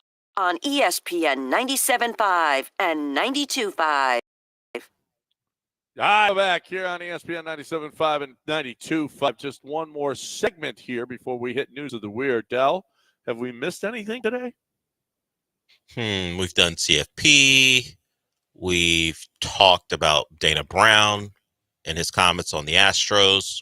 You know who we haven't talked about in a long time? Gilbert. Gilbert here on the line. Yeah. Let's get a little. Yeah, let's just see what's going on. Our first call of the day. Hi, Gilbert. Hello. Yeah. How are you doing today, gentlemen? We're good, gentlemen. How are you? I'm hungry. You're hungry? Yeah, I need a steak dinner from Chili's. John, it's your My turn. lamb from yesterday, Wait, no. Why are you saying it's John? It's your turn. You're in this too, Del. No. Yeah. He doesn't want. Yeah. He doesn't No, want yeah, to visit me. He doesn't want me visiting him. I briefly mentioned you in a speech, I think, on Saturday. So you're in. What did you say? I said, and Dell, who's next up for Gilbert's steak dinner from Chili's. Wow, that's a random aside. You're in the middle of your Hall of Fame That's speech. what people didn't seem to know what I was talking about. But I think Gilbert's not looking for me. He's looking for one of you guys or one of your nice a listener, women coworkers. Oh, no. You're going to send Abigail out to get Gilbert one steak? of your coworkers at NFL Network. No, Gilbert already. Gilbert, do you remember when we did the FaceTime and you got to talk to Colleen Wolfe? She didn't bring him food, though. No, but she said she would. Yeah, that was great. That was super. Yeah, Super. That's right. That was really nice. She's a nice lady, isn't she? Yeah, she's real nice anyway. So he wants a steak dinner from Chili's. We already know that. Yeah, someone called me, tried to stop by and they're going to give me a steak and French fry and a corn on the cob. Chili's. And what else? It's come by here anyway. And Dr. Pepper. Let's park over here. Just park. What'd you say? Just park right over there. Like, yeah. So if you are next up here in line for the Chili's, let me know. Just reach out directly, and I can put you in contact with Fairview. Is that the name of? No, not Fairview. Sharpview, right? Sharpview. Gilbert, is it Sharpview where you're staying? What'd you say? Is it called Sharpview? Yeah. Well, that again? Where you're staying, the assisted living home. Is it called Sharpview? Yeah. Yeah. Okay. So if you want information and you want to step up this time, they're actually, I don't want to say it out loud, but there's this guy who runs multiple Chili's who said he'd love to help out. So I can reach out to him in my direct messages. And if you, he's buying, so are you flying? That's a question I've got for some of the listeners. Roll over. Gilbert, would it be okay if one of our listeners brought you something, or does it have to be a certain person? Yeah. He was a little child guy. I don't see him no more anyway. You don't see China Garden No, anymore? he probably doesn't see John, who brought him China Garden. Is that what you just said? Yeah. The guy John yeah, brought you China Garden, but you don't see him anymore. Well, Anyway, so he's celebrating the election, so I don't know if he maybe a celebratory mood. He would buy you 6 more egg rolls, and we'll see what happens. yeah. So anyway, so All right, you're hungry. congratulations, gentlemen. Okay, about your award over the weekend. Oh, well, thank you, Gilbert. Thanks, we Gilbert. appreciate that. Gilbert, did you vote for Donald Trump? He didn't vote. No, I voted for Harris. Oh, you did vote? You did? You voted for Harris? Yeah. Yeah, why'd you vote for her instead of Trump? Yeah. He was a good friend of mine. He was a friend of my neighbor a long time ago, you know. Way back, you know. Who, Harris? Yeah. Wait. What you mean in California? Wait, where did this happen, Gilbert? I'm very curious about this now. My father used to own a grocery store a long time. She came by and buy some stuff anyway. So Kamala Harris you know. Kamala Harris came by a grocery store to buy some stuff. Where did this take place? My father's grocery store a long time ago. Your father's grocery store, and where? Kamala Harris stopped Hold by? on. I want to ask, where did this happen? Where was your father's grocery store? North Loop and 610 over there. So Kamala Harris came in to North Loop, and now hold on. How long has your dad passed away? Yeah. Yeah, he passed away 10 years ago. 10 years ago. So at some point within the last 15 years ago, Kamala Harris went into a convenience store, I assume, and bought something from your dad. Yeah. And he knew who she was in 2010, 2011? 14. 2014, okay. 10 years came ago, in- anyway. Wait a Yeah. minute. Was she must have been the district attorney of California. Yeah. Yeah. Yeah. Okay, Well, how did you know? Wait a minute. All anyway, right, so- gentlemen. I'm not sure this is true. Yeah, hey, listen, gentlemen, hey, somebody in the listening area, try to buy me some food right now. I hate this food here in Mexico. All right. That's So true. maybe That yeah, Gilbert, I saw the that's food. just He is not lying. That He's food right. sucks. He is there. right. I saw the food. Their too. food It's sucks. gross. It's gross. Yeah, so if you want to help Gilbert out, do that. I got to go somewhere right at 10:30, but I'll dig around on my guy from Chile, see if we can't try to get something going for you this week, G Money. Yeah. All right. Yeah, he's yeah. hungry. Yeah. All right, One more Gilbert. day, Jeff. Yep. One more day. I got sad news to tell you anyway. What is it? I think the Texans gonna lose Sunday night. Oh, against God. Detroit. Knew it. Gilbert. I knew Why? he was going to drop these bombs. on Why, us. Gilbert? Why? Dropping bombs on your moms. Damn. Yeah, I saw the replay of the game there. Damn it, Gilbert. I don't think you can play there and let D'Amico Wine get the defense going anyway, you know. Yeah. Oh. Anyway. Gilbert, if you get your steak before Sunday, will the Texans win? I don't know that that's dependent. I love seeing Texas win, but I don't think they're going to win. Even with or without the Sunday, like, you know, What if someone gets you a steak dinner before? Do you think the Texans will win? Will that change your mind? If you get a steak dinner. No, I think this is. I don't think he's threatening. yeah, Like give me if someone bring me a steak dinner at Chili's, they'll win Sunday, okay? Okay, he actually said it very clearly. He said it very clearly.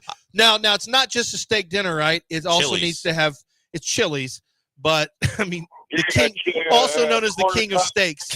Yes, when I think of king of steaks, I think But of also Chili's, yes. corn on the cob with salt and pepper, and also French fries. Correct. And do they have to have a Dr. Pepper? And the Dr. Pepper. Yeah, okay, yeah, that's good, okay.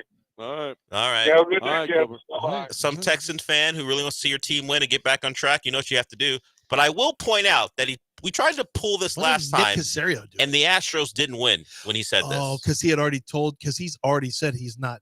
He already told us we're not going to win. Yes. He already said that. So before you run out there and go get him a Chili's steak dinner, realize it didn't work the last time.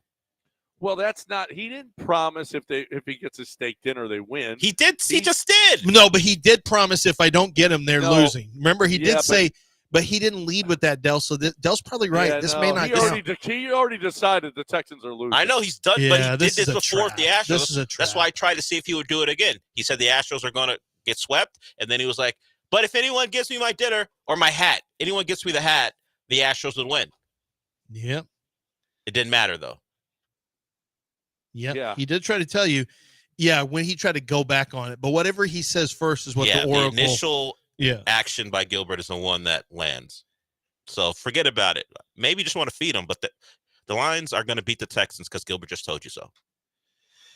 That's tough action. Let's get a break so we can do, because right at 58, I'm leaving. Don't try to do one of your things where you run the News of the Weird like 10:07. I run it to 10:07? No, John. I'm telling John. Listen, News of the Weird is going to go till 9:51 now because of it's already 9:52, so good luck with that. Well, you should talk about Daspit then. Oh, good. I'll tell you about the Daspit law firm. I asked John yesterday. I said, hey, I was talking to him and said, hey, is the Astroworld case? I know you got a lot of different respondents who you're taking care of for the Astroworld case. He said, no. In this case, he explained to me what's going on, so it's going to take more time. It just gives John and his crew as much time as they need to make sure that all the medical bills and everything that needs to be considered for these lawsuits are going to be done. He will give them more time to negotiate the settlements as well for you. See, when you have a personal injury lawyer like John Daspit, who is as experienced but also as successful as John, he understands what these cases are going to entail. And so he knows how hard to push, and he knows what you have coming. Sometimes people have been beaten up badly with these accidents. And what happens is John Daspit's able to step forward for you and really help you to recover financially and to get back on the road to health as well. And for some people who have experienced loss of life in their family, it's devastating. And there's really no number that you can put on it. But you do want to make sure that if you lose that breadwinner, that your family is going to be, the consideration for family is taken care of. It's tough conversations at times that you have to have, but John Daspit will have them. He'll fight for you. He passionately pursues justice for the injured. And I'd rather have no one else on my side fighting for me than John Daspit. 713 call now. That's 713 call now, or go to daspitlaw.com.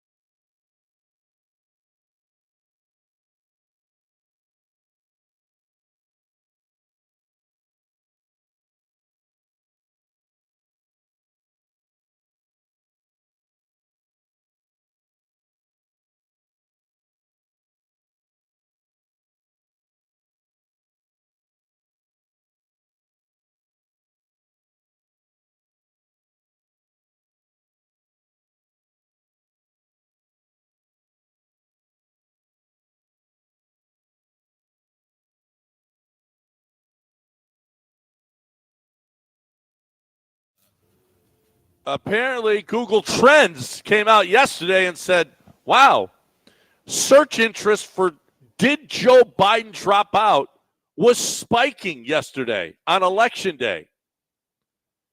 Do you think that many Americans didn't even know that Joe Biden dropped out of the election? That's hard to believe, but maybe so. There's some people, I guess, who don't have televisions or phones or don't really. Maybe they're too busy farming the land and trying to. I don't have time for whatever these shenanigans are. You're almost dead if you didn't know that Joe Biden wasn't in this election. It's not easy. You have to be almost dead. Yeah, it's not easy. And I don't think you can work a computer, so I don't know. I don't know how that trended yesterday. Maybe they were asking, did he drop out or was he kicked out? Was he coup? Was there a coup? Maybe that had to be it. That had to be it. An ambulance hit an Oregon cyclist. The ambulance was turning right and ran into a cyclist. Picked him up, put him in the ambulance, rushed him to the hospital. That's service. That's service right there. And then charged him $1,800. Oh, now that's the part that, yeah. I was going to say, man, what great service that is. Yeah. They'll hit you, but they also put you in. But then you say, where's my money? And then you start choking the guy at the phone line while his wig's coming off. Well, no. Yeah, well, you say that to the ambulance driver. Well, yeah, the ambulance driver tries to kill you for the money. Yeah. $1,800. Well, he's suing him back for $997,000. So, you know what he's saying? Now, if you're smart, you'll settle for $100,000 my way, so we can cut off. I'll give you your $1,800. Good for him. You're going to have to give me $997,000. Yeah, good for him. Apparently, in Japan, they're finding that the number of high school boys in Japan who have had their first kiss is falling to record lows. Apparently, you're getting into high schools now with boys who haven't had their first kiss. When was your first kiss? 5th grade, Laura Bingenheimer. I told you that. Yeah, mine 3rd grade, Ann Vosick. My daughter's horrified. Yeah, but I don't know that counts. Well, 3rd grade. Why not? It was on the mouth. I was mouth kissing, fool. You were. Yeah. Well, I tried to kiss Miss Rusi. She was smoking. I got a kiss from Miss Ogilvy, my kindergarten teacher, on the cheek before I said I wouldn't go home after nap time. She let me sleep. There were other kids there, and I said, "Can I have a kiss on the cheek, or I don't want to go home?" Bang. Oh yeah. Well, when I was in 2nd grade, Miss Johnson kissed me on the forehead. Hey. What? I thought you were going to tell an ugly story. No. I don't know if I want to hear this. Oh, yeah. Well, when I was in high school, when I was a sophomore in high school, I was traveling abroad, and there was this blonde woman who still told me to sit down in front of her. I'm like, hey, what's the show we're watching right now? That's a plot from a show. Yeah, what's our show that we're watching? But if I follow that plot line, I wouldn't be around to tell that story. And then I drowned. Yeah, and then I died. What's that show called? People really need to watch. Disclaimer. You really need to watch at least episodes 3 and 4. Oh, yeah. All right. John, download it. But don't watch it. Don't watch it on the airplane. I'm going straight to 3 and 4. I don't want to bother with the prelims. Yeah, go there. You're fine. Yeah, no. I'll be done. Let's see. We're done because you know what? We got to get Dell. We got to get his little show on the air, okay? So that's it. Well, that's all you get because Dell, he's crying like a little wee. Well, congratulations. It's only 10:02. Thanks for getting out on time. That's the best we could do. You know, the best they can do, Chastang, they do it every time. ChastangFord.com. I love what Chastang has done for me, and you're going to love what Chastang is going to do for you. If you're looking for the best way to get into that Ford.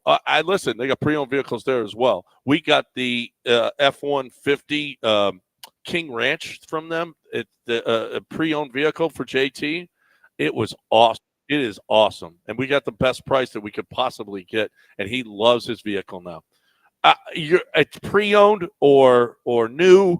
It doesn't matter. Chastang Ford is going to go about. They're going to get the best deal that they can for you at the price that you need it to be, with no add-ons, no markups, new, used, it doesn't matter. They've got them on the lot, ready for you, giving you all the rebates they can, getting you the best financing that they can give you. There's nothing about this process that you won't love. If you're in the market for a new vehicle, Go see my peeps. Tell them that you heard them right here. Heard it right here. They do. They love the 97.5 listener, and they're going to take care of you. And I want you to tweet me and tell me about your experience. And I'm going to tell you this: you're going to love it, and you're going to become part of the Chastang family like I have. It's on 610 at Homestead, not Hempstead. It's just 5 minutes from downtown. It's Chastang Ford.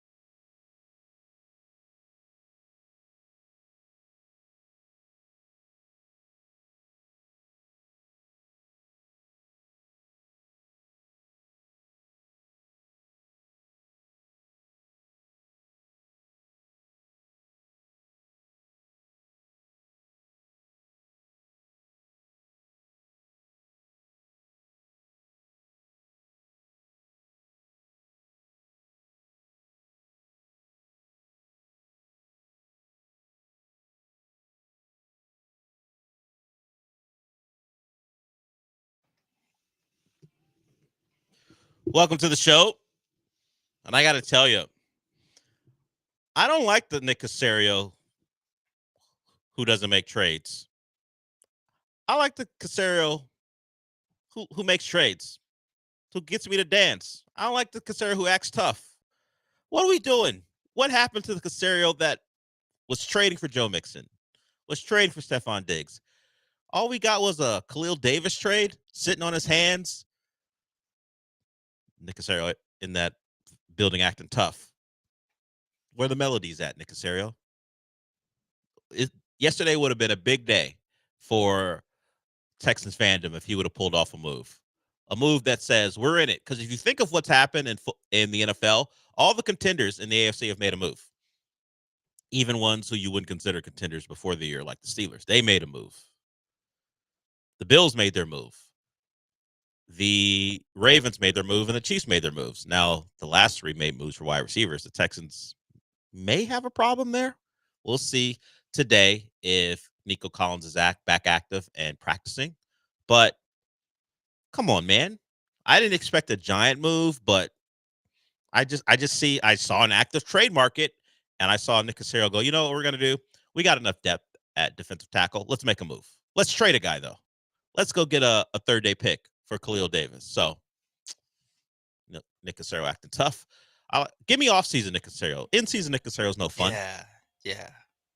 Well, why are we sellers? Come on. Yeah, I know you feel good about your defensive line on the interior. Yeah, I can't think of a single Khalil Davis play, but come on, why are we selling? Yeah, I'm not that upset that Khalil Davis is no longer on the roster, but I am a little bothered by that was the move you made other than signing offensive lineman off the street. Gone are the days of acquiring Joe Mixon and Stephon Diggs. Gone. Yeah. Those days are gone. We're back to we like to build depth throughout the season and we like our roster. No. That's not what I was looking for. I don't like your roster. Not on Sunday. I don't like your roster.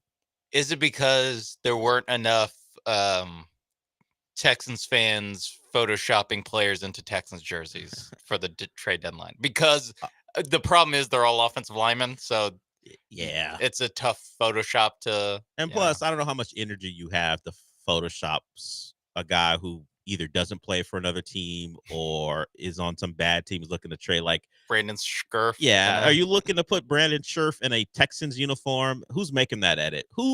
What's sick? Someone. What's sick depraved individuals doing that? Putting Scherf in a Texans uniform. Not these guys love football. I don't know. They love engagement. I would agree with that. Do they love football? That's probably up for debate. But do they love interactions? Sure. I needed Nick Caserio on the phone. Nate Davis would have gotten the retweets.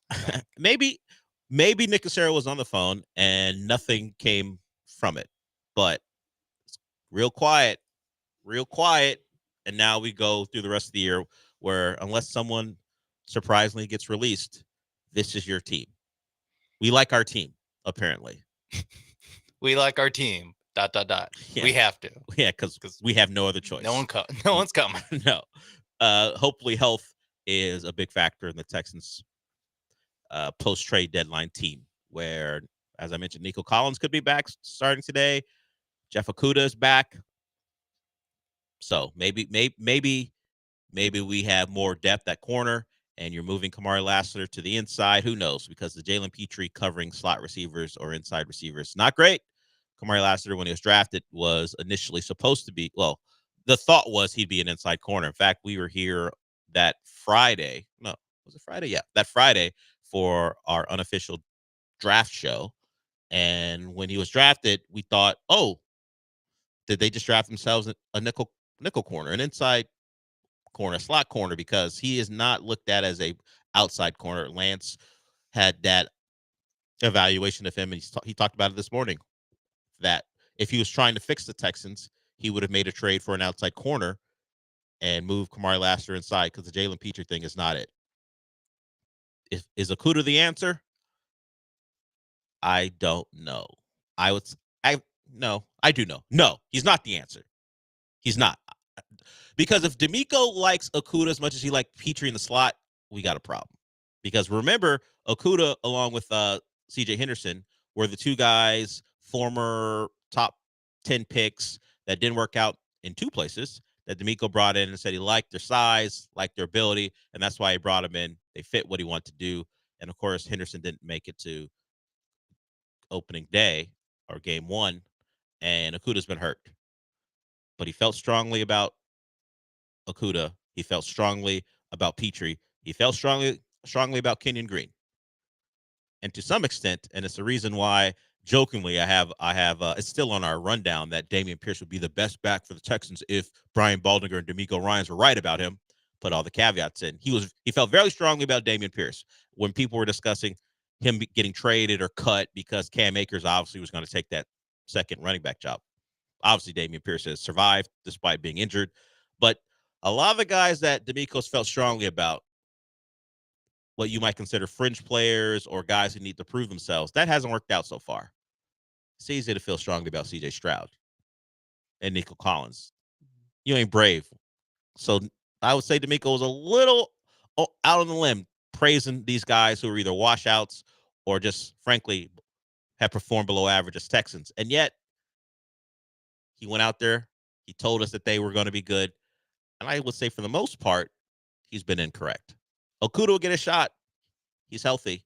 We'll see if he's on that active roster on Sunday against the Lions, and maybe he'll give the Texans a needed boost, and you could stop having Petrie guard, some of the best receivers in football in the slot. That goes poorly.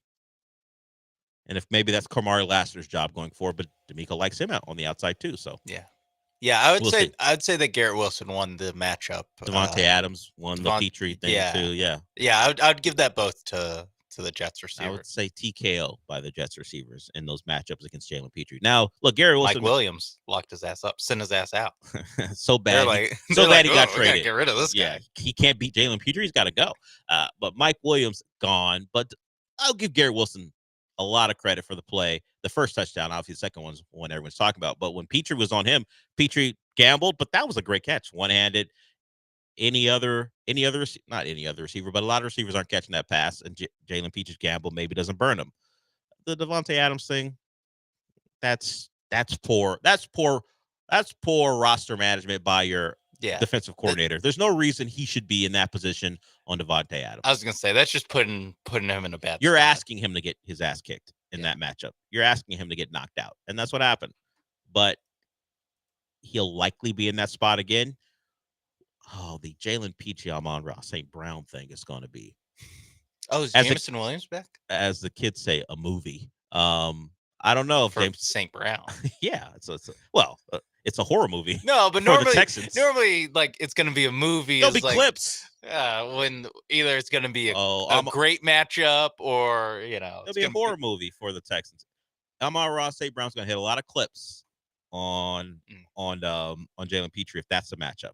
I mean, Garrett Wilson just had his season highlight reel filled up with the 2 touchdown catches. Like some Lions creator on TikTok is like, give me that Petrie Amon-Ra St. Brown thing. You know what I'm going to put together after the game as my Lions try to win another one?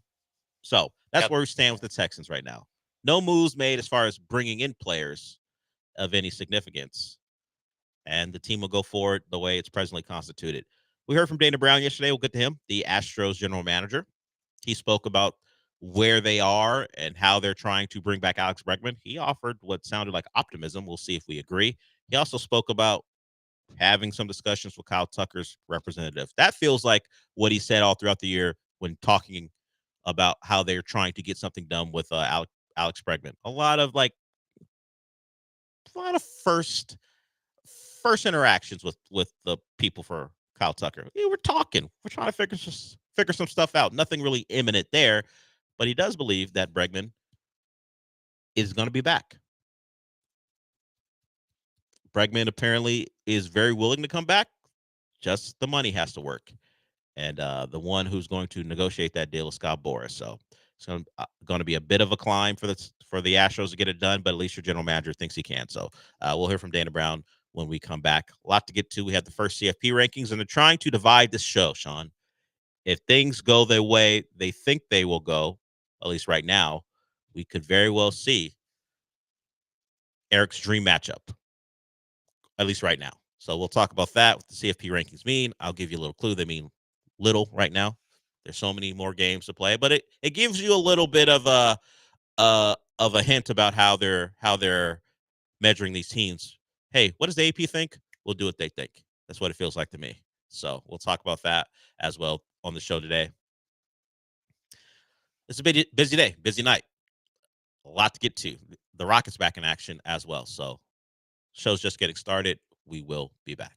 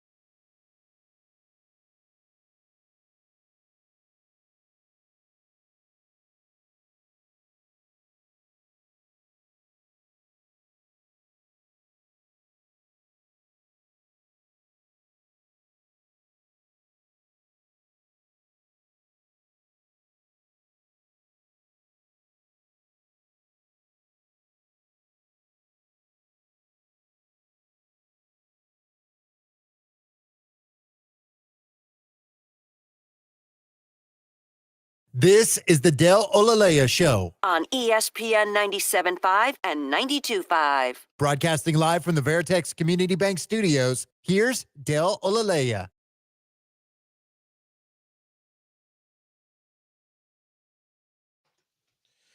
If you want to really get in on anything, you can. 713-780-3776. We're open to all. We welcome you. But we do start this segment with this. Dana Brown, he was available to the media. He answered questions about, well, the biggest questions concerning the Astros offseason. And we start with the possibility of Alex Bregman coming back. It seems, or it felt like a foregone conclusion that he would not be back as an Astro. They did the whole send-off. They had, not that they would call it that, but it looked like a passing of the torch, except that, you know, the torch, the guy who received the torch proceeded to commit like 4 errors in a game. It's not exactly what you want, but they had to, hey, Alex Bregman could be his final game as an Astro in a regular season game at home, Minute Maid Park. So they had him walk off the field in the middle of an inning, and it was very emotional, and it felt like that was it. But Dana Brown yesterday says, hold on, we think we have a good shot of bringing him back. Our mindset right now is that he's not going elsewhere and that we want to sign him. So if he ends up going elsewhere, we'll cross that bridge when we get there. But I'm going into this offseason with the thought process that we're going to get Bregman done. And hopefully, you know, we can do it.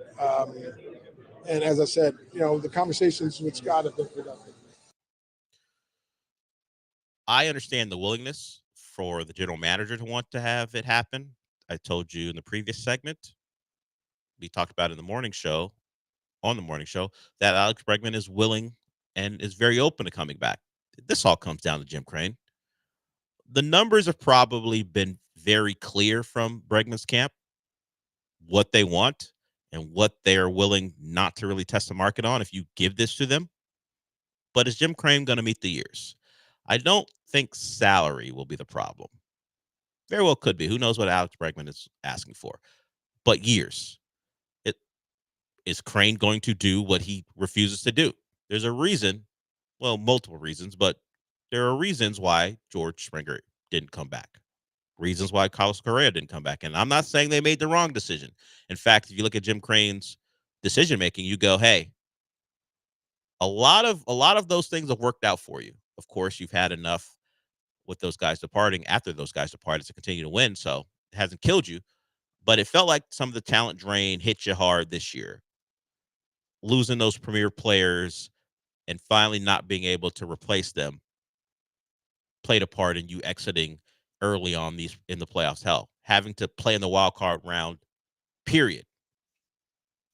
So I'm gonna say now, I don't think Jim Crane meets the years. I hope I'm wrong, but the 30-year-old third baseman is going to ask for that last big deal, and that means big years.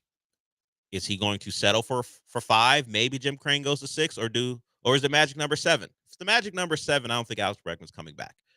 But the Astros, despite, you know, giving Abreu money when he was old, for the most part, they're not looking to pay a 36, 37-year-old top of the market. Well, at least it's now top of the market. Who knows what it'll be like in 7 years. They're not looking to give that salary to a 36, 37-year-old, and rightfully so. Who expects Alex Bregman to be worth whatever he's going to command at 36, 37? But that's a business, because when now they got to him early and gave him money early, but that's baseball. Those guys play for cheap, arbitration and all. And then eventually they cash in. So you've had him on these low paying deals, relatively speaking, for multiple years. That's how the club has an advantage. Now it's time for Alex Bregman to cash in. I'm not going to be one go, hey, Alex, take a discount. That's not me. I'm not that person. Go get your bag. I don't know. If he loves Houston. There it is. Sean's doing it in a way. The only team he ever played for. Sean's doing it. Yeah, he had no choice. Sean's doing it in a way that you can be clear how sarcastic he's being. But there are some people who think that way. Some things are bigger than money, though. I already got my 2 World Series. Give me my money. What are you talking about? I already won. You can't even use winning as Winning means more. I already won. Give me my money. Okay. My legacy is stamped. Now give me my money so I can ruin your cap 6 to 7 years from now, and you're going to be pissed off at me. So that's the vicious cycle, because they did sign Alex Bregman to some 7-year deal. People, Alex Bregman's still here. I mean, yeah, what will happen is the first time he's bad in April and May. So this April and May. Yeah, of course. People will screenshot his numbers where he's hitting like 200 and hasn't hit a home run yet. And people will screenshot that and then screenshot his salary for the next like 7 years. And be like, you're paying this guy whatever $30 million in 2029. See, you are underestimating it. Whenever the deal goes down, they will go screenshot Spot Track as soon as it goes down, so they have it in the tuck. Oh yeah, okay. They'll have it ready to go. Just whenever. Yeah, they'll have it ready to go. So when April and May hits and he's struggling, wow, this is Alex Bregman you're paying for. Imagine how bad it's going to be in 6 more years. Thank you. That is how you top it off. Imagine how bad it'll be 6 or 7 years from now when he's 36, 37 years old. That's how this always plays out. But then also if he walks, it's, oh my God, I can't believe. Exactly. That's the game. The game is the game. Those are always the points. We always hit those points, but it doesn't matter. Right now, bring Alex Bregman back, and we'll deal with the problems 6 years from now if we have to. All Alex Bregman has to decide is if he wants to be Jose Altuve or George Springer. That's all I'm saying. How'd that work out for George Springer, Alex? Do you want to be known as Arizona Diamondback Alex Bregman or Houston legend Alex Bregman?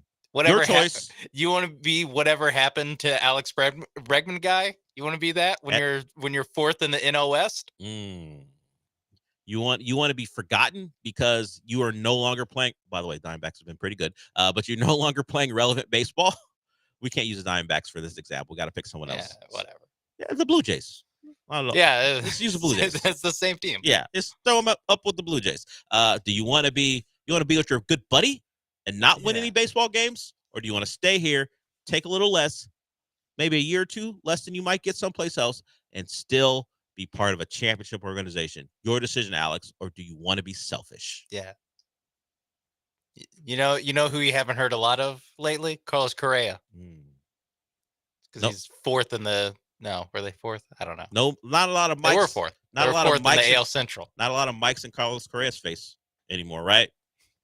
Right? No trash talking Cody Bellinger anymore. No one wants to hear from Minnesota Twin Carlos Correa. No. Ken Rosenthal doesn't even talk to him anymore.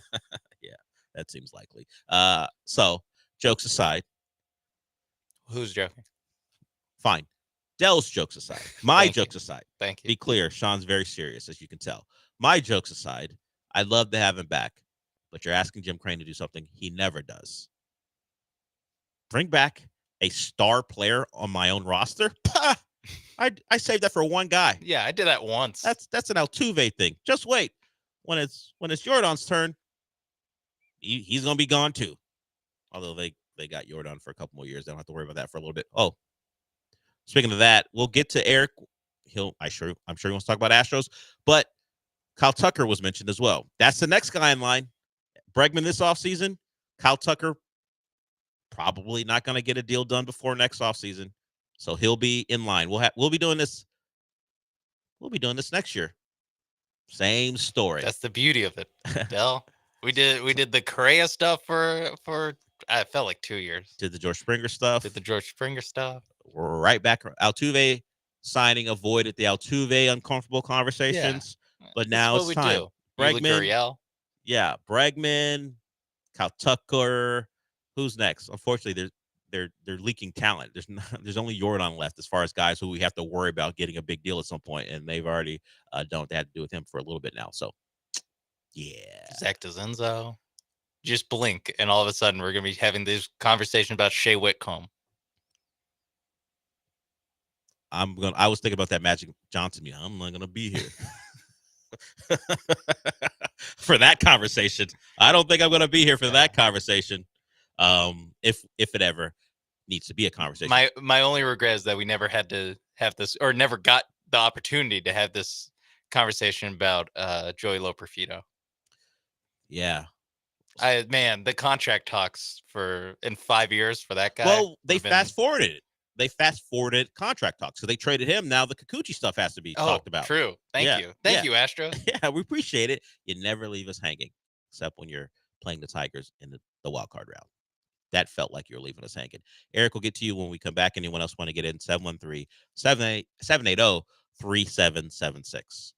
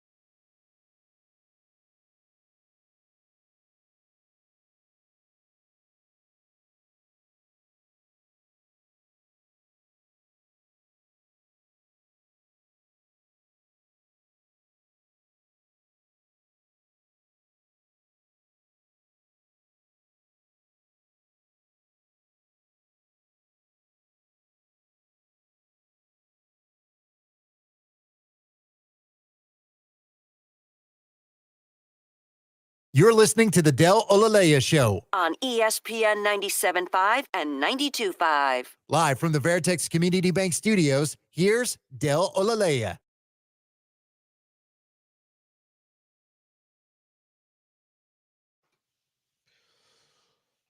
We will hear from Dana Brown on talks with Kyle Tucker's people in a little bit, but let's get to Eric first. What's up, Eric? Hey, Del, great show. Besides Alex Bregman and Kyle Tucker and Kikuchi, are there any other free agents the Astros are looking to bring from other teams? And what do you think about the Penguin episode? And also heard thick Latinas will not get deported. Is this true? I'll hang up and listen. I always try to start. Let's start first to back. So I remember, I always forget what he says if I start with the last thing he said. Let's start with the first thing he said. I mean, he's not on another team, but there's some thought about bringing Verlander back. So that particular door isn't closed. Although, I mean, I wouldn't mind if they left that to last. I wouldn't make Verlander a priority right now. If the Bregman thing, at least according to Dana Brown, is a real viable thing where he can come back and he's willing and they will meet what he's asking for or come to some type of agreement where they meet in the middle. Yeah, Kikuchi, I mentioned that. Yeah, they trade Loperfido, but Kikuchi is available. Will they bring him back? He was really good. It would lessen the sting of guys being gone, like Urquidy's out of here. McCullers, will he pitch or will he won't pitch? Of course, Luis Garcia can fall in that category. Christian Javier is there as well. And then Verlander, who, when he pitched, was not effective. That rotation starts to look a little thin if Verlander isn't here, Kikuchi isn't here, and you can't trust that the other guys are going to be healthy. Now it's Hunter Brown and Framber. I say Framber. Or Arrighetti. It's not exactly what I'm looking for if Arrighetti is your clear third. Yeah, and with the last 2 off seasons, we've sat here and said starting pitching isn't a need because look at all the guys they have coming back. Look at there's going to be too many guys. There's going to be 8 starters. And it just never happens. It just never. You're never going to have like 8 of those guys sitting there waiting, like 3 guys can't get in the rotation. That's just never a problem because they're all healthy. So yes, I think for every team in the league, they need to add starters. Like just as many starting pitchers as you can, just add them. They don't even have to be like aces. Just add good Yusei Kikuchi level starters. Who Yusei Kikuchi for the Astros was really good, but for his career he's more of a pretty good pitcher. So yeah, that's why.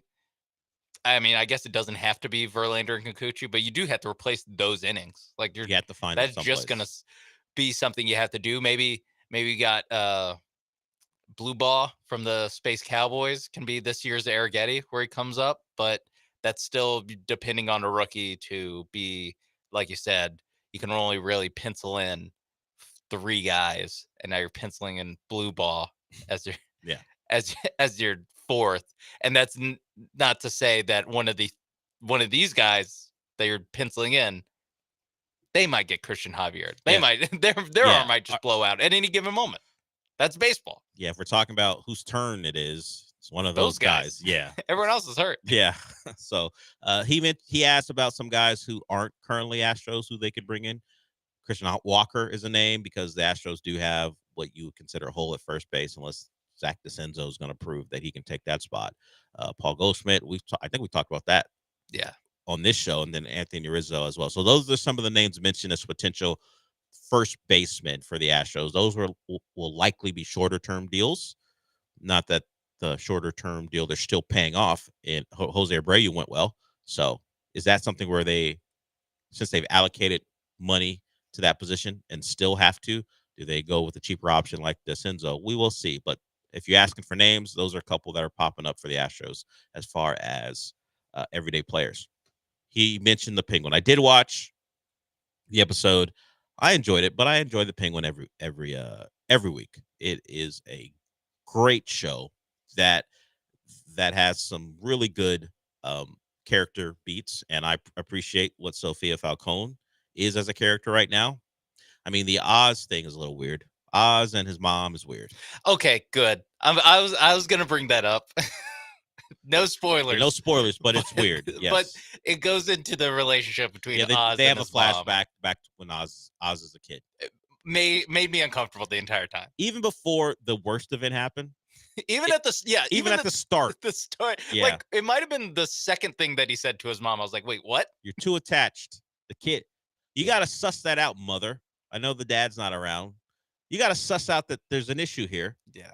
Not that you should have been able to foresee what he did, but you got to, okay, you're a little too close. This is a little weird.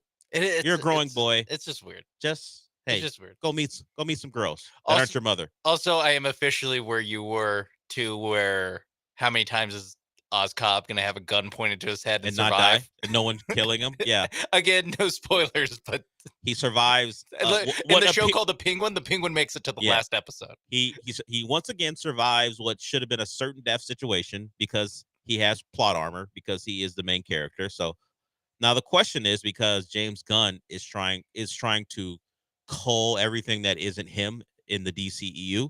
The Matt Reeves stuff, he's not given his full go-tos. So he didn't make it. Yeah. So it doesn't matter that's good. Yeah, it doesn't matter that it's great. It's not mine. So beat it, possibly. So does the Penguin get a second season?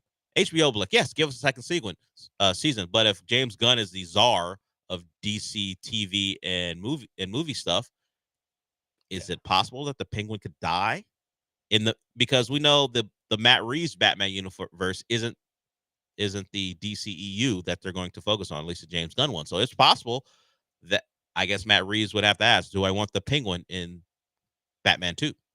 Yeah, I think that's what it is. It's just like, when's Batman 2? 2026. Yeah, would the date for it? Would you want this character who has, over the course of what will be 8 episodes, done a good job of leaving his mark? Do you want to get rid of that character? I would ask, like, what's the point of doing the show if you're not going to have him in the movie?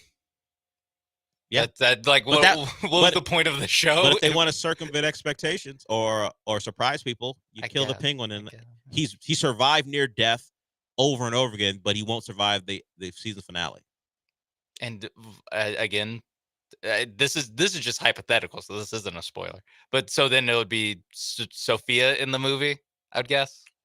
I don't know. Would she or is just no one going to be in this movie? And yeah, like, maybe we all just wasted our time. It's all one thing by itself, and we might have a bigger villain, because right now Oz is still street level. He's not doing the things like a supervillain would do. He's part of a crime family. Well, he's trying to start his own. We are inching towards the point where it's like, okay, because I always thought that some of the shouldn't the Batman be in this show. I was like, I don't know. For the first half of the season, there's not a ton that's like Batman level, or at least Batman coming in.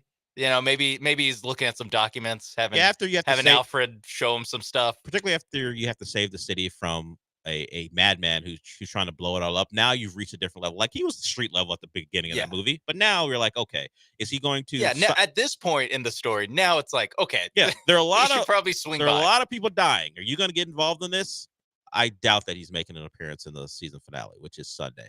What else did he ask about?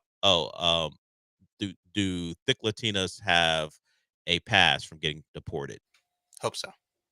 I mean, it would be a shame if that was part of the platform of the 2025 platform.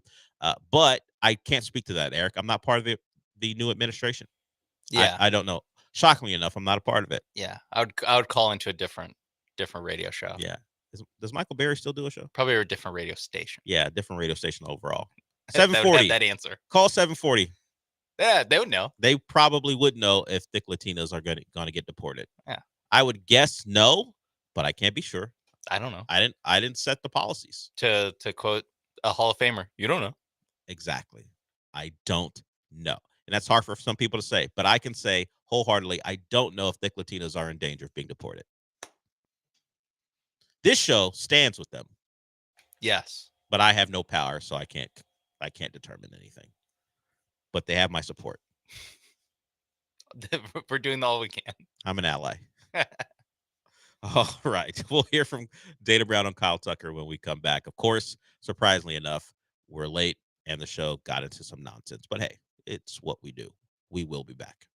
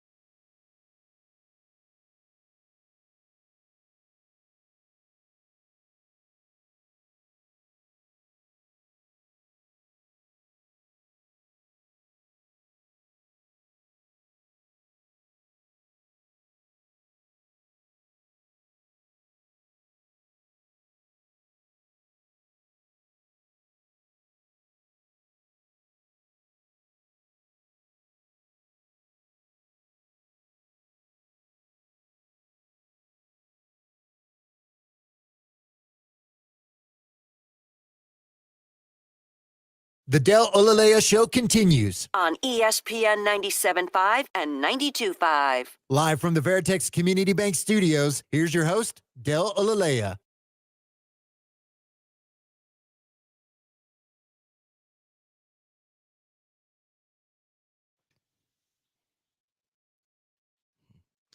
Alex Bregman wasn't the only one being asked about when Dana Brown was available to the media. The next in line after Alex Bregman for a big deal is Kyle Tucker. One more year left for him with the Astros, unless the deal gets done. So while Bregman is the immediate issue, the Kyle Tucker issue is right around the corner. Here's Dana Brown on where they stand with possibly getting a deal done with Kyle Tucker. Yeah, I've talked to Casey Close as well. We've gone back and forth. Of course, we have the full year to get it done, because he's locked up through 2025. And so another guy that's had a great career here, been a big part of all the winning here in Houston. And, at some point, we hope to narrow some things down and have some more conversations. But we've definitely had multiple conversations with, Casey Close. Well, I'm glad you've talked. I'm glad you have spoken to the representative of Kyle Tucker. That sounds exactly like all the things he said about Alex Bregman before the year, during the year, and now, where he can sign wherever he wants if he so chooses. So we still got a year left. Doesn't make me feel great because you didn't make any progress with the guy you now have to bring back, who you feel pretty good about. Well, he talked to his agent. Yeah, I know. But that's not progress to you? No, talking? Because this is what he said about the discussions with Alex Bregman. We've talked to his people. It seemed positive. We haven't gotten there yet, but we're still working on it. Now he can go get a deal from anyone right now. So great, you've talked to Kyle Tucker's people. I would hope you did, but it doesn't mean anything. You've already set a precedent where you are fine taking this down to the wire. And I'm sure that has a lot to do with the player. The player wants to get the free agency and test and see what is out there and what he can make.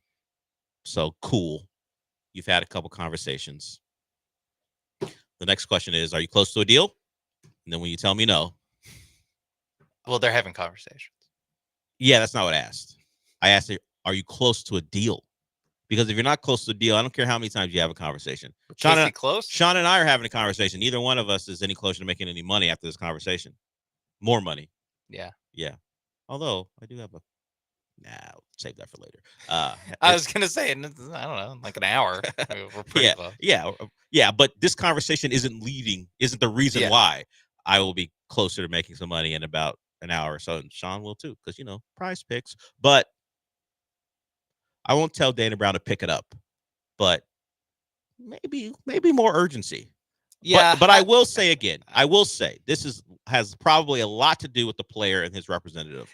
Because why would Kyle Tucker try to get a deal done early? Although a couple more postseasons, one more postseason like you just put up in the year before, although this one was only 2 games.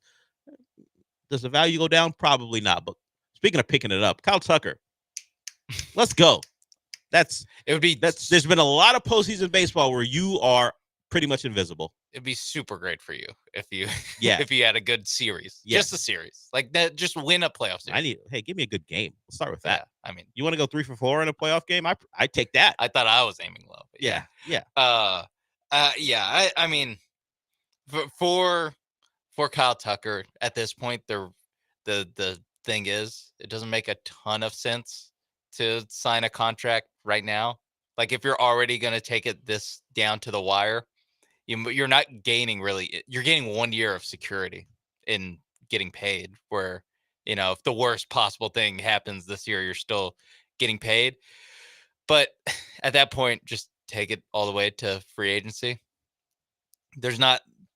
So like when Jordan signed early. You have this. If you're gonna get guys on deals, these young stars on deals like the Atlanta Braves do, like so many of these teams do, you have to sign it super early where you're gaining some risk of, well, we don't know how good this guy even is. Once the guy like Kyle Tucker has put together 3 or 4 all-star level seasons. And he can see free agency in the distance. Yeah, and he can see it 12 months away from it. Yeah, like, there's no way you're getting anything unless you blow him away with the deal. Yeah, so while like of course like we've had 2 years of this now, or a year and a half. No, almost 2 years of this with Dana Brown, like the media relations jargon that he throws out there where it's all sunshine and rainbows, and they haven't been successful. They had the least successful 2 regular seasons in the Astros winning era and the least successful postseason in their winning era. I don't know. Like, I don't know what he's supposed to say. He's not going to do anything. I know he's not going to sign Kyle Tucker. So I get that the people there at the GM meetings have to ask, or the winter meeting, whatever this is. I need him to pull a Nick Saban. Stop asking. Yeah, I would actually respect him more if he was just like, hey, this is what do you want from me? The way like, what do you want me to say? I would say the way these things work is probably going to go down into next offseason. Yeah, where we want to sign him. We'd love to get a deal done, but the player has the option of taking this. Yeah. And it seems like the player, although maybe don't be too specific, but generally in these situations, the player wants to test free agency, and that may be where we go. So I don't really have anything for you right now. But of course, we love Kyle, what he's provided to the organization, and we want to keep him. But at the moment, there's no new updates. And I would ask you never to ask me again about this until 2025. Yeah. The offseason, because I can't give you a real answer. All I'm going to do is dance around it and say a lot of flowery words about how much we love him. Yeah. And no real substance. And in a couple months, we'll be hearing about there's a deadline for the extension talks for opening day. And if they don't get a deal done by opening day, he's going to, he's just going to test free agent. They're not going to talk anymore. Can we just fast forward to that? Yeah. Like, let me tell you what's not going to happen. I seriously doubt that he's going to sign. Look, guys, a $300 million contract. I'm going to give you all the important dates. This date of him signing an extension potentially not going to happen. Let's push past that. You know what the next important day is? The final day of the regular season of baseball, or postseason of baseball. That's the next important day. Let's have a talk then. Yeah. Because I got nothing for you until then. And you know what? If I surprise myself with signing him to a deal, I'll let you know. Yeah, guess what? You guys will be the first to know. Yes. If we actually sign. Yeah, because Kyle's agent will tell you first. That's how it'll work. Yeah, you just have to go, 12 years, $340 million. 12. Ooh. I mean, that's what he's going to sign for. Ooh, not with the Astros, he's not. Well, here we are. Then we should probably stop asking Dana Brown about it. Yeah. Imagine Dana Brown here's 12 years. Well, forget about Dana Brown. It's Jim Crane here in 12 years. He just faints. What? Dana Brown has to get him smelling salts to get him back in the game. Wait, people are signing those contracts to baseball players. Not here. Not with me. Wow. Those never work out. Yeah. You want to pay Kyle Tucker till he's 40 years old? So let's see. He may get 7 from the Astros when that time comes. Feels unlikely. Feels very unlikely. It's very funny that the Astros basically work like the pawn shop and Pawn Stars, where they're just like, best we can do is 7 years. Yeah. Maybe. And that's us like breaking our own rules. Yeah. We have to really love you to do that. Like, really, the most we do is 5. Yeah, I know the rest of baseball does that, but they're stupid. We're not stupid, so we're not doing it. Yeah. Go find that someplace else. And you know what? For 6-7 years, they're right. Now, I don't know if they're not stupid. I don't know. Well, they made a couple hires that call into question their intelligence. And a couple signings, too. Well, those hires led to those signings. That's what I'm talking about. Yeah. I don't know. Yeah. Yeah. The Astros are smart thing. I will say it's harder to play that card when you win 90 games and 88 games and lose in the wild card round. It's harder to do that than when you're fresh off a World Series win. Sure. I will say that. You can't be the smartest guy in the room when obviously some of the smart guys you had in your room are gone, and the guys you replace them with appear to be not so smart. If we're attributing everything to a certain couple of potential, some voices, one certain Hall of Famer, because he is one, and then another one who happened to be a Astros legend, and then they have another one who we don't know exactly what he does, but he's hanging around too, and Craig Biggio. Yeah, Greg Biggio really skates. Well, we can't attribute anything to him. That's He why. really skates. It's Bagwell, and even Reggie Jackson doesn't catch much of it, but he's in there doing interviews. Yeah, I was Biggio gonna say at least he goes on podcasts. Biggio doesn't do interviews, so there's no reason to really attack him for anything. Would Jeff Bagwell be a bad friend if he was like, "Hey, Craig Biggio, how about I don't know, like 2 series a season? You call the games on Space City Home Network instead of me." Because those are the 2 worst, I don't know, 3 days weekends of my life. Listening to Bagwell call games because all of the Astros fans yell at me for 3 days. Oh, as Jeff Bagwell, you're speaking as Jeff Bagwell. Just like, well, hey, how about you do it, and then but yeah, you take a little heat off of old number 5. See, the problem you're operating from a position like Jeff Bagwell doesn't want to be out in front of things. I guess. Yeah, he wants to do that stuff. People yell at him. No one's forcing him to do that. He doesn't hear that stuff. He's not on Twitter, is he? Who knows? If he was celebrating the election, I don't know. But if he was celebrating the election, then he would have popped up on my For You page because I saw a lot of that. I was like, wait a minute. I've never seen AJ McCarron tweet anything. And AJ McCarron's in my For You page or my For You algorithm. It's like, I didn't even know AJ McCarron had a Twitter. It does not appear that Jeff Bagwell has a Twitter. All I saw from AJ McCarron was like, let's effing go, LFG. All right, man. Maybe he's just fired up about Bama LSU. We don't know. Feels unlikely. Okay. Considering everything else that was around those tweets. Or was it maybe the college football playoff poll? Not where Alabama was. LFG 11th. No. Okay. I'm just looking at context, and the context of it were there are a lot of other people celebrating the election who I had never seen tweets from before. So I imagine that was what that was. LFG, American flag. I don't know. Could be anything. I don't know. If I see Tommy Lahren and Candace Owen and AJ McCarron, I feel like it's going one way. One way. All right. That is wrapping up hour 1. We'll talk about college football, but not AJ McCarron when we come back. The CFP poll is out. And not only the poll, but the seeds, because those are different considering the new setup. Where are the Aggies? Where is SMU? Where are the top 4 teams, and who are they? We'll talk about that when we come back.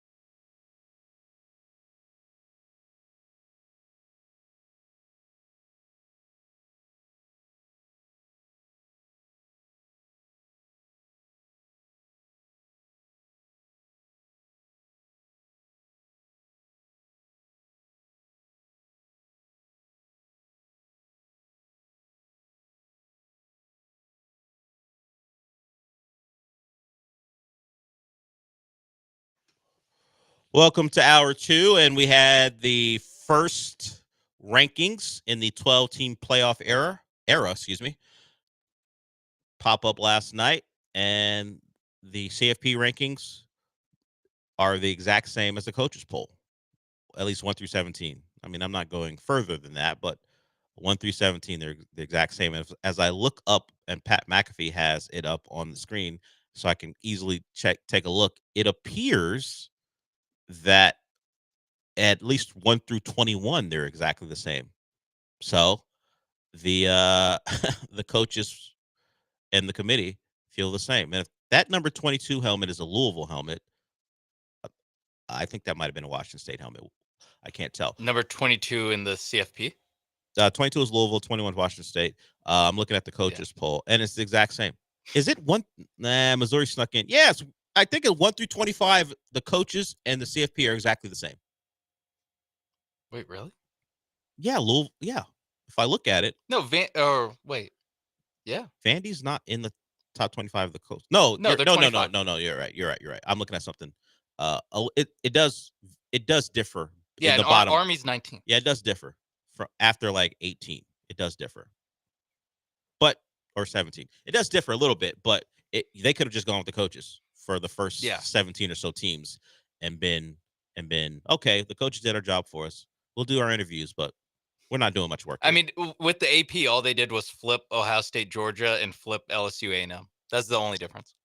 Everything else, exact same. So we have, you know what? Let's clean it up here. Georgia and Ohio State, as far as the top 5, is the biggest difference between. They're flipped in the coaches and the AP. And the playoff rankings have the opposite. So that's really let me clean that up. That's the biggest one. So there are some differences even in the coaches poll through the top 12, and that's the biggest one. They decided that Ohio State belongs at number 2, where the AP has Georgia at number 2. Doesn't make much of a difference outside of, I guess, where you would play if these seeding sold out or the rankings sold out. Well, but by the way, Ohio State can't be 2 because they are not currently looked at as the number 1 or as the seed in the Big Ten because Oregon's number 1. So Ohio State would be hosting a playoff game and not have a bye. So that's the difference. That's an important difference between the rankings and the seeding. Just because you are a top 5 team does not mean you will have a bye, or top 4 team doesn't mean you'll have a bye, particularly if you aren't your conference champion. If you're not your conference champion, you can't have a bye. So that's where Ohio State would fall to 5. They would host Boise State in that scenario. For an example, BYU is number 9 in the poll, but in the bracket, they're number 4. Yes. So while the rankings are fun, and there's something to take a look at, and of course they'll change throughout the course of the year. We'll have games this week that'll definitely affect them with teams in the top 25 of the new rankings, because Georgia got a big couple weeks. They got to play Ole Miss. And I think after that, they got Tennessee. So Georgia has a couple weeks where they have to weather the storm. It is funny how hard Georgia's schedule is when you think about it. But they're Georgia, so you're not so worried about it. It's not that much different than Florida's schedule, and we're like, oh my God, Florida. Yeah, remember at the start of the year, Florida might not survive this. But remember at the start of the year how we were talking about Billy Napier. Man, the last 6 games are tough. Of course, one of them was Florida State now, so it feels a little different.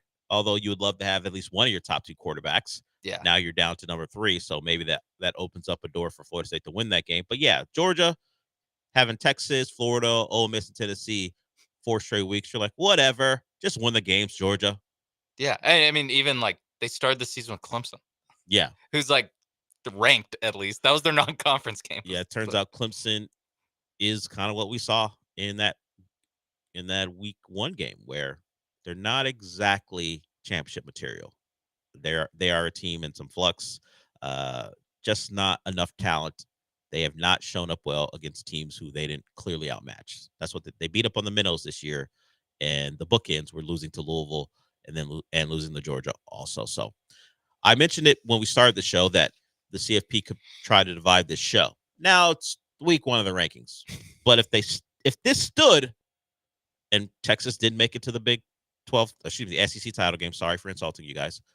I'm still thinking of all the history of you in the Big 12, but you're an SEC team. I apologize. It's all right. If Texas doesn't win the SEC and obviously makes the playoff as an large, currently the CFP has it set up where they would have to play Alabama, and if they beat them, they see Miami in the Peach Bowl. This show will survive. We're very normal people, but the day after, or at least the first day we're back after that game happened, it'll be a rough day. It'd be a rough day for one of us. One of us would be trying to avoid being too joyous. The other would be like, see, I guess you could say the lead. If Texas won, I'd talk about it because it was a big game. I wouldn't be happy about it. But then I'd say, you know what? Who am I? Miami doesn't do it. Miami hasn't been good for like half of my adult life. They made the playoffs and did it the real way, like winning the conference and we're a top 4 team. Mostly I'd just be pissed that, this is the year we expand the 12. I wouldn't be feeling this pain. There'd be like 2 more weeks before a game would even be played. Yeah.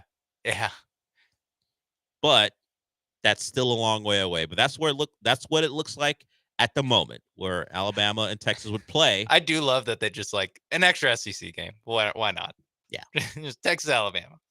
Well, they have said they don't really care about that, whether it be conference opponents facing each other or rematches. That is not something they are going to try to avoid. Do you believe them? I don't believe them with rematches. I have a hard time thinking that we'll get a Ohio State Indiana game, or just as a example, because those teams actually play each other. It is easier because with the expanded conferences, none of these teams really, or not none of them, but it's less rare, likely, to get matchups between these teams. But do you think? Yeah, if it was say a 7-10, 8-9, do I think they might move one of them around to avoid it? Now you'd have to do it.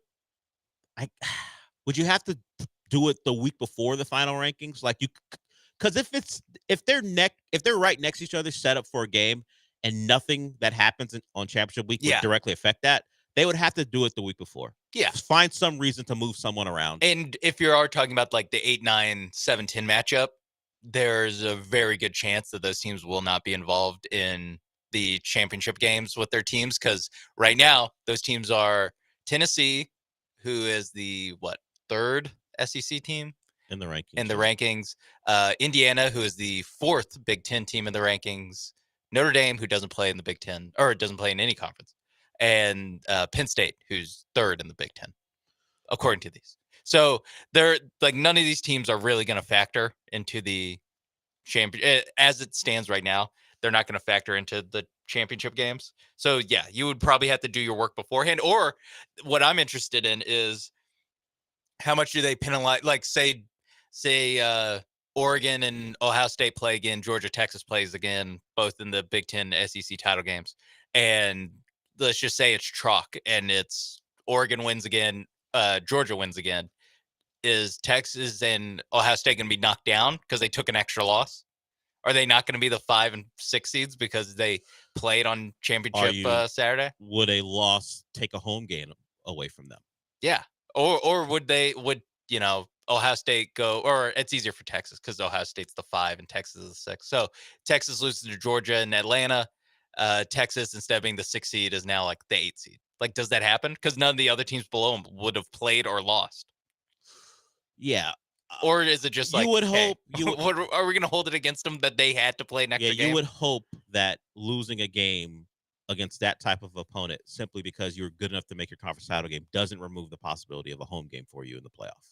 You don't want that double whammy where you lose a bye and then you lose a home game, because if you didn't have to play in the game, you at least had a home game. Yeah, and it's a weird precedent of, it turns into, wait, do you not want to, like, if you're not going to be in the if you're not going to win your top conference, 4, if you're not going to win your title game, isn't it just better just to not play in just it? to be 3rd in your conference and not 2nd and have at least a home game?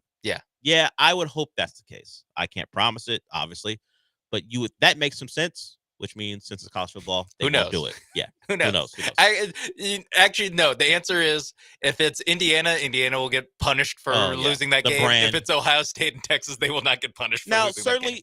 the level of defeat matters. Like if in your scenario, if the lower seeded team gets their doors blown off, then maybe you punish them that way. But if it's a competitive game, if you need to drop them a spot to show that losing matters, but it allows for them to keep a home game, then I'm with it.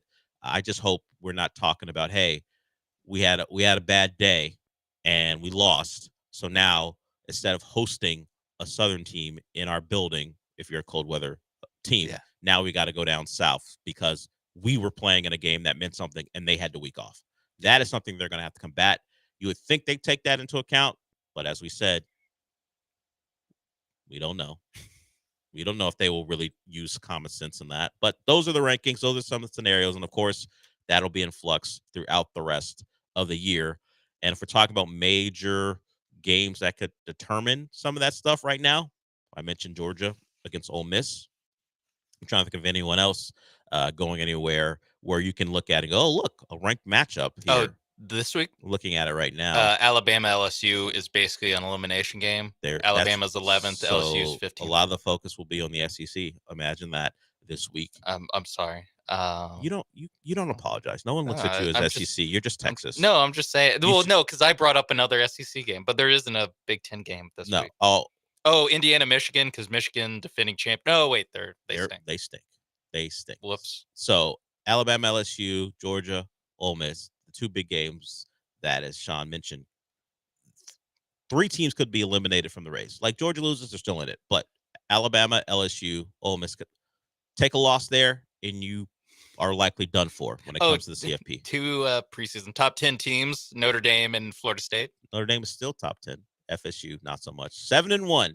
Look, NBC's like, yeah, we got defending ACC champion Florida State on the schedule coming to Notre Dame. Should have found a way to put that game on Peacock. But it's 1-8 Florida State, 7-1 Notre Dame on NBC. I was actually thinking about this last week when I think the NBC game was Iowa, Wisconsin. Which is, for Big Ten standards, it's not bad. Those are 2 teams who are pretty good this year. Yeah. Like, it wasn't Iowa, Wisconsin, pretty good. Yeah.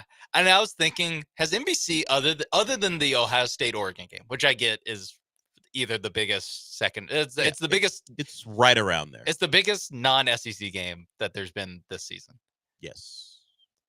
How many other good NBC games have there been, or at least good matchups going into it? Yes. Like how many heavyweight fights has NBC? Because I feel like every time it is a I don't know, mid-table Big Ten team playing a good Big Ten team and getting their doors blown off. Yeah, they don't. How they got Oregon, Ohio State, maybe that's the one they said we're taking priority. That's the one we want. But for the most part, the big games on the Big Ten are going to wind up on Fox. Yeah, I just it was on a multi-view, and it was by far the worst game in the multi-view. And I was thinking, like, man, I really not spend that much time on NBC this year because they just got a bad draw, I guess. Yeah. Or they simply are third in the pecking order when it comes to games. That might be because CBS has their package there too. They have the ability. Obviously, they're broadcasting Big Ten games, so maybe NBC is just not high on the pecking order. And Big Ten, listen, they have literally the top 2 teams in the country according to the College Football Playoff Committee. And that game was on NBC. Game was on NBC. But I mean, or how about this? They have 1, 2, 8, or 6 and 8, and that's really the only 4 compelling teams in their conference. And one of them's Indiana, who hasn't had a big spotlight game yet. No, and they will get that later in the year when they have Ohio State on the schedule. So we'll find out a lot about Indiana. One of the surprises. Well, they're playing on CBS. That's a big spot for Indiana. Yes, to have them there, and it's not bad for CBS. I wonder if people are intrigued by Indiana, or they won't be, despite where they are and what kind of year they've had. How many people know anybody on the roster? It's new. It's a lot of transfers. It's a new head coach in year 1. Not a lot of groundwork laid for this Indiana run. So maybe some people will get their first introduction to Indiana coming up here on Saturday. Okay. We'll come back with more. We'll hear. Well, I got to ask a question to Sean because there's something went on in Indy on Sunday, and it didn't bother me, but in fact, I laughed. But I wonder if I'm a bad person for laughing because it's clear that these are young children going against grown men. And I'll explain what that is when we come back.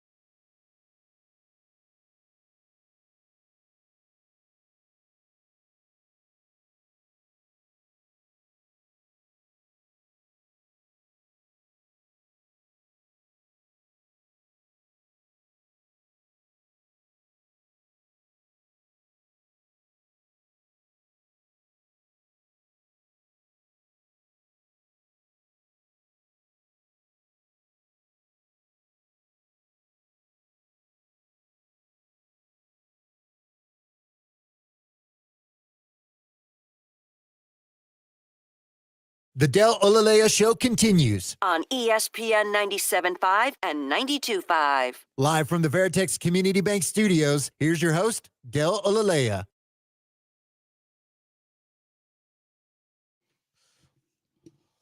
All right, welcome back. This one will be a short segment, so let's get my thought in here. I was watching, all right, let's be honest, it popped up on the timeline. I'm not looking for mascot games against kids. No one is. But I asked myself, after watching it and laughing at Blue, the mascot for the Colts, just shove a kid to the ground, talk trash outside of the football game, which is weird because you just got mascots playing like 12-year-olds or whatever.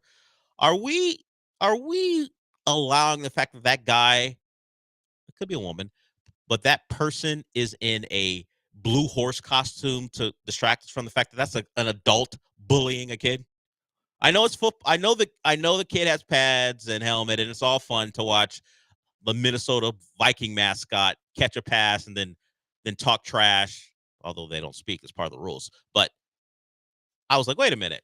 Once the play is over, it's just some grown man shoving a kid to the ground because he can, because he's wearing a mascot suit. I'm like, should I be laughing? I was laughing. It is funny to watch the mascot do it. I just started to question myself. Is this wrong? Is this wrong? Should we be okay with just letting the adult do whatever the hell he wants simply because he's wearing a dumb costume? Like, we wouldn't. And it does have football surrounding it too. So that's part of the equation. The environment helps. You're in front of like however many people are watching at halftime and not in the bathroom. But Blue gets away with everything. That he's one of the first mascots to go, you know what? I can do whatever the hell I want during this scenario. He's a habitual line stepper. He is. And he knows he can get away with it because, hey, look, the kid's got pads on. I'm wearing this stupid costume. No one knows who I am. I'll do whatever I want, whenever I want to this kid. Yeah, I know he's 9 years old. So what? I'll taunt him. I'll tackle him after the whistle. It don't matter. It's okay. So I think the act of playing the game, that's fine. Even that's in question. But I think it's fine. It's fine. Whatever. Just let's push that aside. Yeah, because then you just can't have the rest of the conversation. Sure. I think the taunting is okay. I think that's also funny. Okay. Why? Because he's in the costume. Like if he was an adult playing. Yeah, and even an adult just taunting a kid, it's to me funny. Is funny, no matter what. Sure. I think it's the after the whistle extracurriculars. That's where it crosses the line. I think there should be a line. That's where I'm like, I agree with you. This is now just a adult pushing a kid down after because the whistle. He knows it doesn't matter. People laugh because all they see is a stupid blue horse. It is funny. I will give him that. It is funny.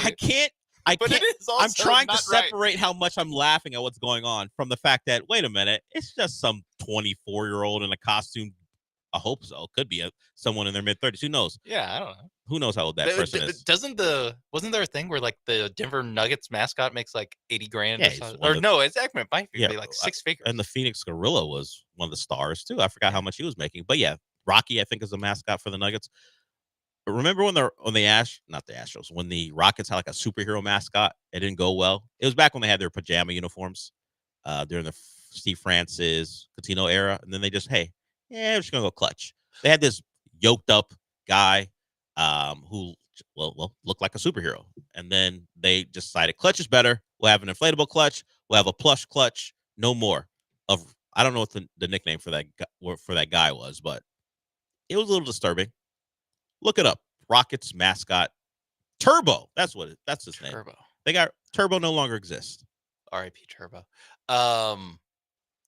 The Denver Nuggets mascot apparently makes $600,000 a year.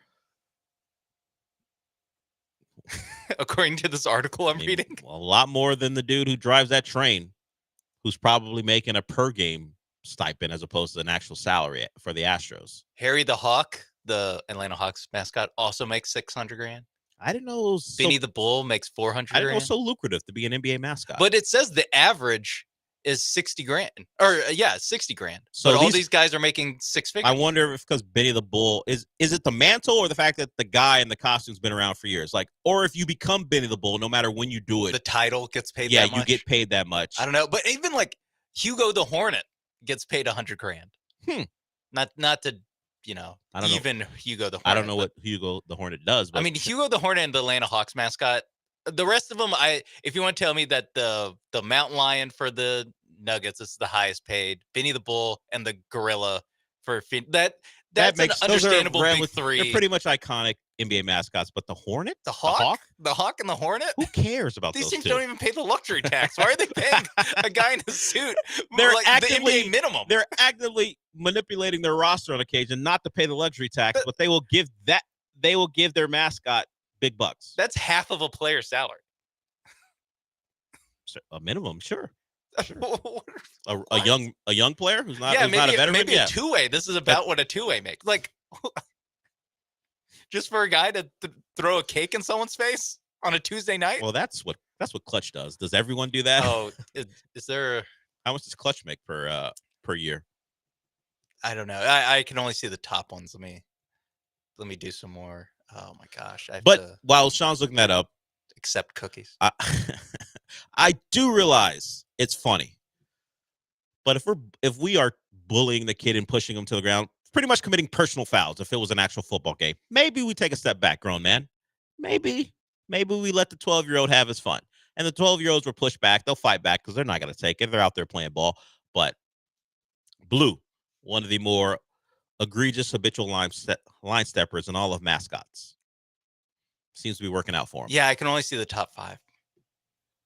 So they have an entire list, but you have to get past a paywall or something? I guess. Or just this article just only has the top 5 because it's the most inflammatory. Because thinking about it, if all these guys make, the top 2 make 10 times what they're saying the average is, that means the rest of them probably make so little it's embarrassing. To bring it down, yeah. I can't find what. It would just make you sad to read how much Clutch makes or how much the Toronto Raptor makes. Yeah, I found reporting about what Clutch makes. I don't know how reliable it is. It's just a site. I'm not sure. But this site says he's making, or he or she is making 100K. Then how's the or average? estimated to be around 100K. Okay. Not sure. Well, maybe I don't know who are the mascots. Maybe the deer in Milwaukee is making like 24,000. Maybe he's bringing it down. You need like half the NBA to drag it down that much. Well, smaller markets. The Charlotte Hornets are paying theirs the mid-level exception. you can't call into question their decision making. I can. They got Miles Bridges on the team. You can't call into question their decision making in Charlotte. They as a franchise, they never won a second round playoff. That doesn't mean you can't have an entertaining mascot who entertains the crowd in the middle of stoppages while you're getting your ass kicked for the most part. You got to have something, and that's what the Hornets have. They have Hugo. But they don't even call it Buzz. I thought that mascot's name was Buzz. It said Hugo the Hornet. Alliteration. There it is.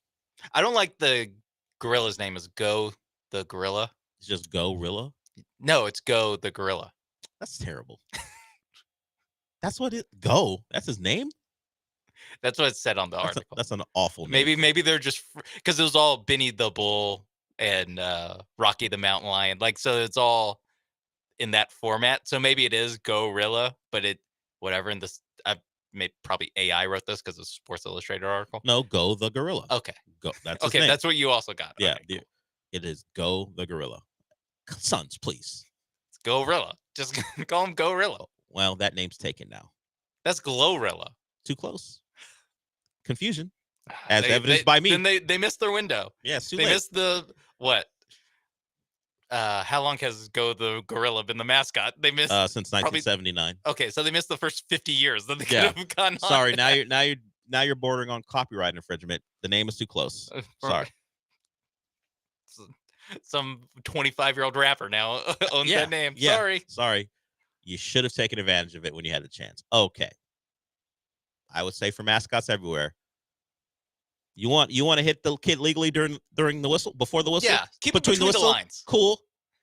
But once the play is over, don't slam him to the ground. Gosh, and they're making 6 figures to do that. for the opportunity. I think there's something in their head a little bit wrong. The adult in the costume, not the actual blue mascot that you're seeing, that is something they want to do. Like at some point I'd be like, you know what? I don't even really want to play football against 12-year-olds. But if I got to do that for my job, understood.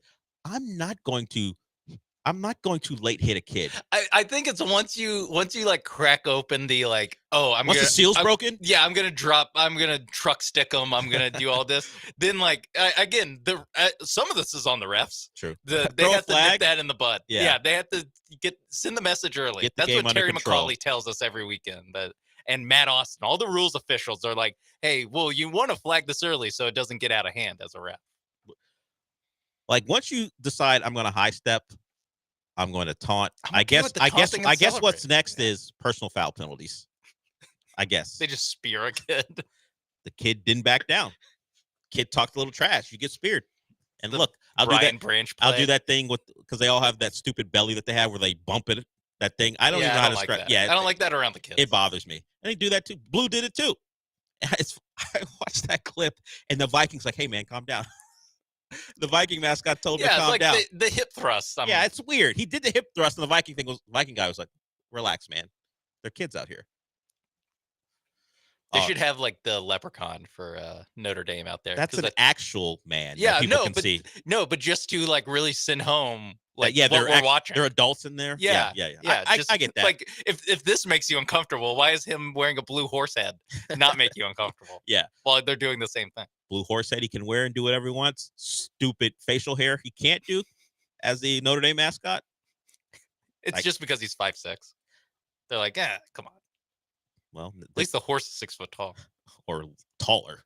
It's about a damn giraffe, it looks like, that thing. All right. We will get back into less dumb things, I guess I would say. More serious things. Mike Gundy apologized. We'll play the sound from that. We didn't play it on this show. Actually, we'll play what got him to apologize. Mike Gundy said some things about the fan base that forced an apology. You know Mike Gundy doesn't want to apologize about anything, but he did. We'll play that sound when we come back. But first, Sean's going to talk to you about Prize Picks. Yes, Prize Picks, America's #1 daily fantasy sports app. And guess what? Rockets back in action here tonight. They played the San Antonio Spurs for the third time in 8 games. They're playing the 8 games. Wow. They're playing the San Antonio Spurs. This is your opportunity to make some money, folks. You've seen this matchup 2 times before already. You know you watch the Rockets every night, and for almost half the nights of the season, you've watched them play the Spurs. So you know the matchup. You know Dylan Brooks is going to have Victor Wembanyama in the torture chamber here tonight in Toyota Center. So what you're going to do is you're going to want to take some lesses on Victor Wembanyama. You're going to take some mores on Alperen Şengün. He had his first good game of the season on Monday night. Do you think it continues? He did score 40 against Wemby last year in one of the last games he played in the month of March. So you go to Prize Picks, download the app. All you have to do is use code MAPES to get $50 instantly when you play your first $5 lineup. That's code MAPES to get $50 instantly when you play your first $5 lineup. Prize Picks, run your game.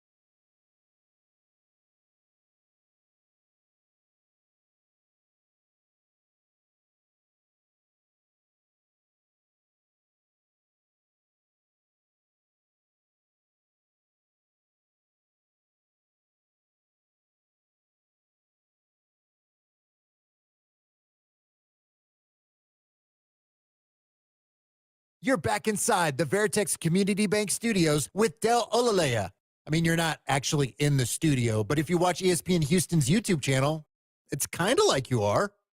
No, not really? Okay. Not at all, actually. Because if they were here, they'd have to account for the weather. And you say, what do you mean weather? Well, it's either 85 degrees or 60 degrees in here, depending on how the air conditioning wants to run. So if you're here for whatever reason, bring a jacket. Coming up here shortly, next week, we've got something pretty cool out at Wonder Brewing. It is the tailgate presented by Verizon. It's November 11th from 6 to 9 at 8th Wonder Brewing. It is a celebration of Houston sports and the fans that cheer them on. You'll savor sports-inspired bites from top Houston restaurants, including Big City Wings, Laurel, Pizarro's Pizza, Uche, and more.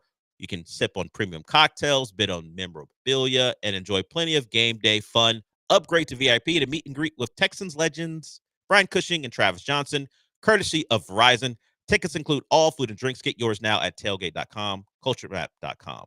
Excuse me, tailgate.culturemap.com. Use promo code ESPN for $10 off any ticket type. That'll be pretty cool. Get a chance to eat, drink, meet Brian Cushing and Travis Johnson, November 11th from 6 to 9 at 8th Wonder Brewing. Okay. Mike Gundy's not had a great year.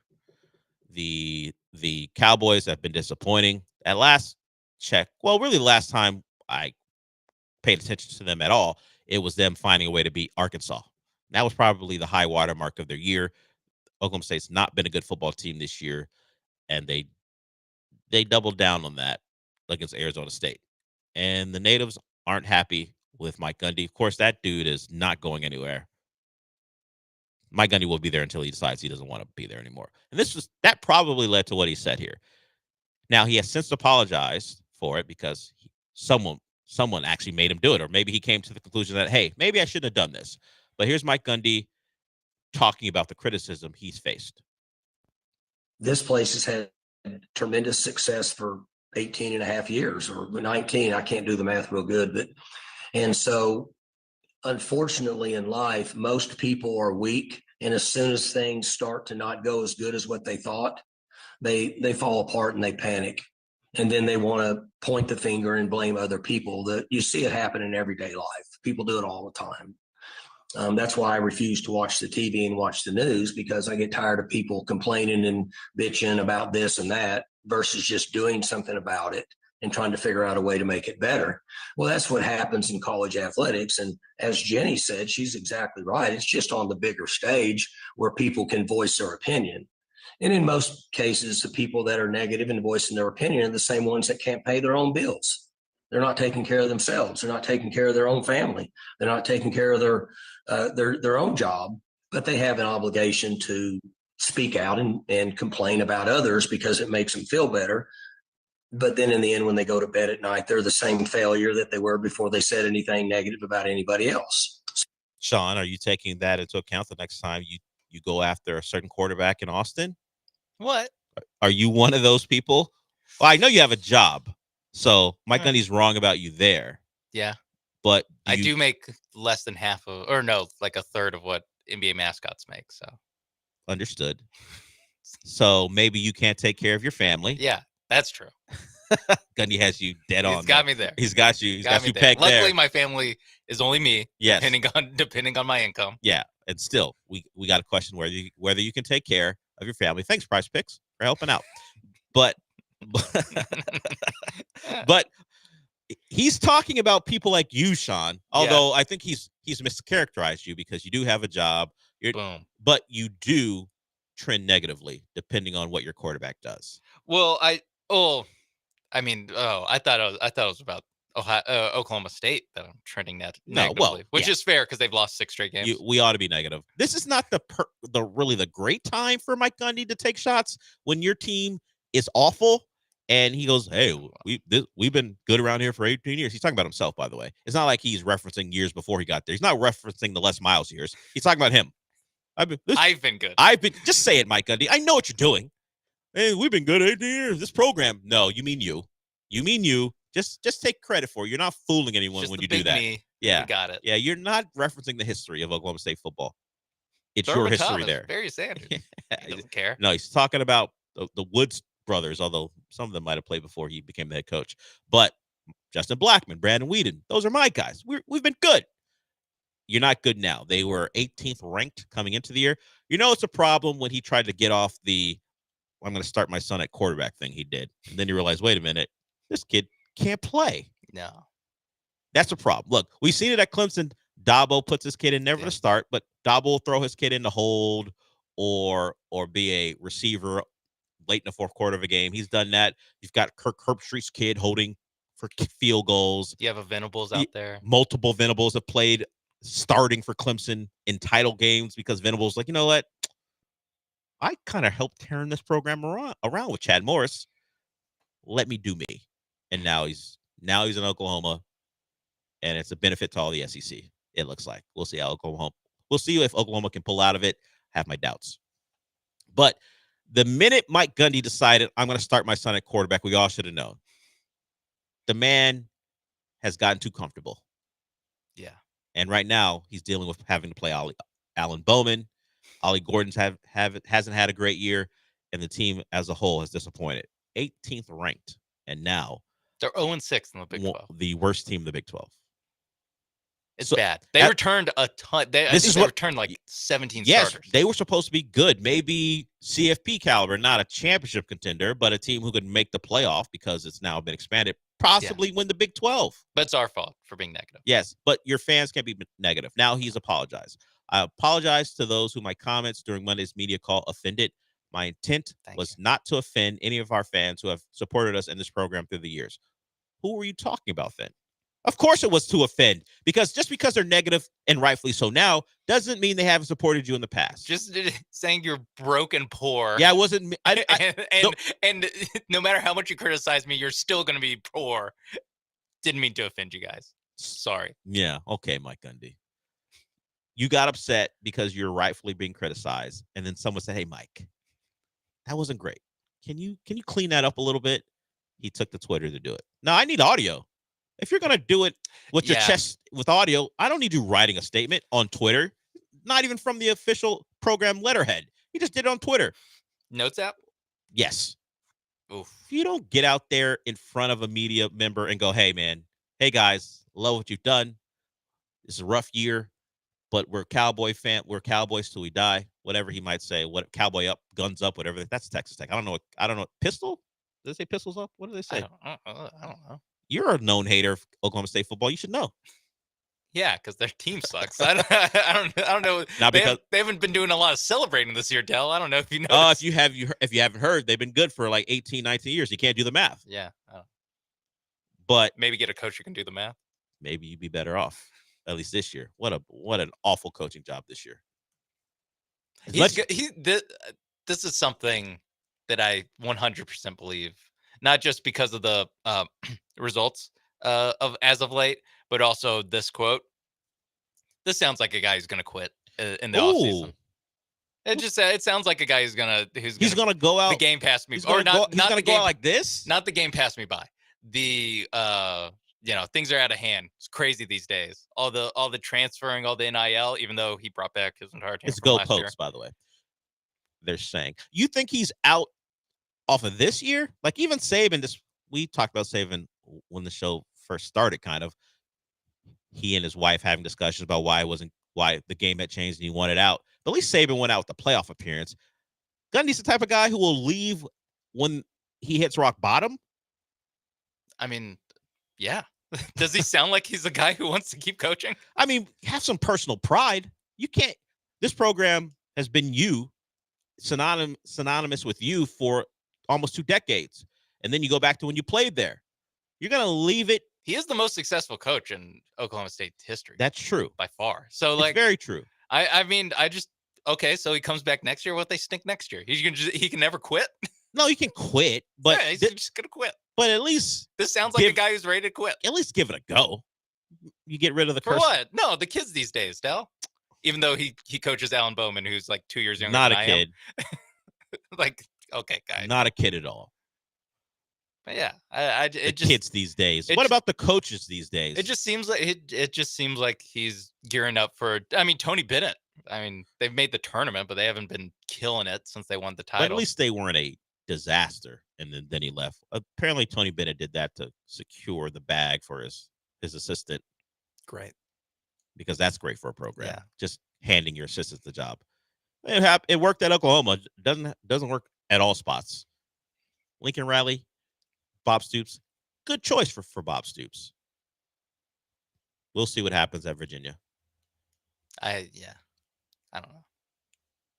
don't know. But if Mike Gundy retires, I feel like he's gonna retire. I mean, like you said, he's not gonna get fired. No, he He's- can't. He can't leave. I mean, or he can leave, I guess. But I don't know what job is He going has to open. That not off of this year. He is. That's what I was gonna say. Yeah, he has used success to maneuver his way into longer contracts. He has positioned Oklahoma State and put them in spots where they have to give him more money, or he's threatened to leave. This is not the year for it. Obviously, he probably wouldn't have apologized if he was in better standing. Yeah. Well, yeah. Like, what's he gonna do? Take the Florida job after this year? Could you imagine Florida like hiring him off of this? Yeah, that's what I'm saying. Like, this doesn't sound like a guy who wants to keep coaching. I'm sorry. Like, and it's been a couple years of how ornery he's been, where it's just I don't know. It just doesn't feel like you could attribute that to being just an old football coach at that point. But yes, this year has been poor, but they weren't bad last year. No. But this year they brought back the entire team and now they stink. It's not kids these days. Yeah, they were in the They're the Big 12 title. Yeah, and they lost to Texas. Yeah, so Texas broke coming Oklahoma State football. Coming off a 10-4 year, 7-2 in conference, and they met the Mighty Longhorns, and the program has been never broken. been the same. What's their point differential since that game? Probably not great. Yes, if you want to play the game, because I can't fight you on facts here. You want to point to the game and go, yes, Oklahoma State's never been the same since they lost to Texas that Quinn day. Ewers broke Oklahoma State football. A couple more Quinn Ewers starts, he's going to break Texas football. Hey, he better watch himself. Hey, they'll be an at-large. That's the way you guys talk. They'll be an It's not my conversations. Those are the conversations you guys have. We had Longhorn keep calling yesterday, and you have had those conversations in your chat. I'm not the one who's doing it. You guys are. I'm just following the lead. He's not gonna ruin the program though, because Arch will just take his job. You sure about the Arch I saw? Yeah, the Arch I saw ain't saving anything. Yeah, have 2 bad quarters against I'm sure Florida. See what happens. I'm sure Arch would get the job. I'm not sure Arch is doing any better. Yeah, let's do some. Maybe everyone's LSU, and you put Arch in the zone read offense, and no one stops you because Boom. I just don't think everyone reacts to that like LSU did. I mean, that is a problem that Quinn is like the least mobile quarterback you'll watch on a Saturday. Yeah, you watch. That doesn't feel good. You watch the entire landscape of college football. Go, oh, Quinn. Like all these guys gonna run. Move around a little bit. Go run for 5. I mean, I'm not asking. Yeah, like scamper. Pick up a first down on 3rd and 4. Yeah, I'm not asking you to be, Lamar Jackson out here. Just run a little bit. Well, Lamar Jackson beat Drew Aller from Saturday. Yeah, exactly. Like watch Will Howard. Like yeah, just pick up a first down or 2. That's all we're asking for. Texas is just fine. They're firmly cemented with a spot in the CFP, and maybe we'll be playing for an SEC title, despite all the conjecture about their quarterback. Gotta take care of business first now. Yes, don't look ahead. Yeah, Florida. Steve Sarkisian says one of the best looking teams you've seen all year. So they're very handsome. That's what I take. Maybe loves what Aiden Warner looks like without a helmet on. Maybe that's what he's talking about. DJ Lagway, I know you're not playing.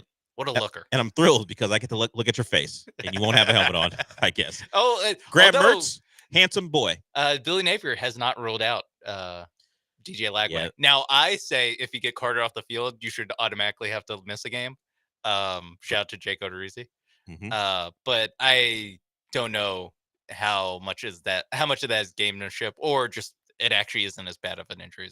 Again, getting carted off the field. Yes, not being able to finish, understood. You pull a hamstring, can't play. Getting carted off the field because you can't walk. People are like, did it come off the bone? Yeah. That's what it felt like. Did your knee explode? Yeah. Like, what happened? No, just a hamstring. Questionable for Billy Napier's doing the college football thing, coach thing, where you can't force me to actually give you an accurate injury report. So I'll just say whatever I want, much like this show. And we are done for the day. But before I wrap it up, I got to talk about Aqueduct Plumbing Company. Aqueduct Plumbing Company is where you go if you have an issue, with your plumbing. It could be anything from a leak. Maybe you have a major job that needs to be done. It could be a repipe. You don't know how to do that. That's why you go to experienced, excellent contractors that Aqueduct Plumbing Company will provide. The website is aqueductplumbingcompany.com. You can call them at 281-488-6238. You get a free price quote. So if you don't know what the problem is, you just know there is a problem. Some waters come from someplace. It's damaging the wall or your floors. They will take a look and they'll tell you what needs to be done. Billy Brown, the owner in the Clear Lake area, he's local. He's there for the local customer, no matter where you are in the city of Houston. go to aqueductplumbingcompany.com and check them out. From the most expensive thing that you think is a problem, won't be that way, but understood. You look at it, oh, that could be a problem. If you think that's an issue, go to aqueductplumbingcompany.com. They will get you squared away. aqueductplumbingcompany.com. That's aqueductplumbingcompany.com. And since I just did that, Sean, what does that mean? We did it! We did. I'll talk to you tomorrow.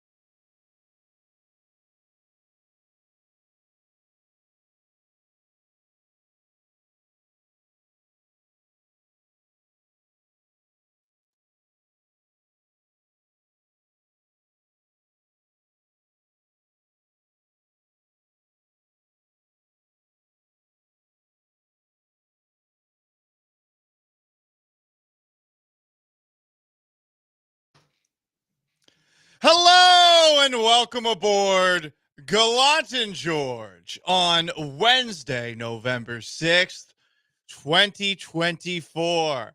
I am Paul Gallant. He is Joe George. Sean Mapes behind the glass. Guys, you know what? It's a day. It is a day. It ends in Y. That's true. Don't they all?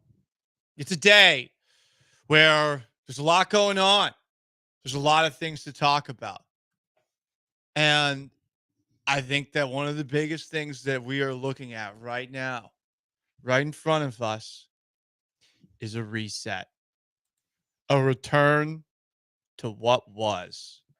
Because today, Wednesday, November 6th, 2024, at 12:04 p.m. Central Time, but also 1:04 p.m. Eastern Time and 11:04 a.m. Mountain Time and 10:04 a.m.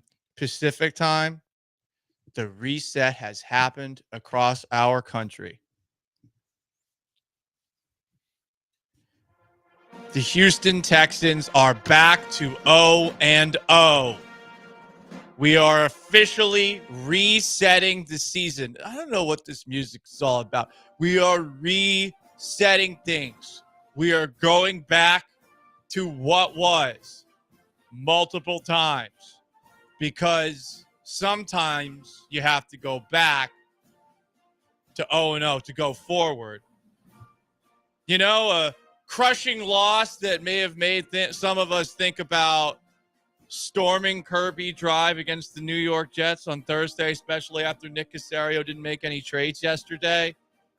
Doesn't matter, because we're all about the future and moving forward. You can't be 1-0 if you're not 0-0. That's true. That's true. true. It can't be. Right.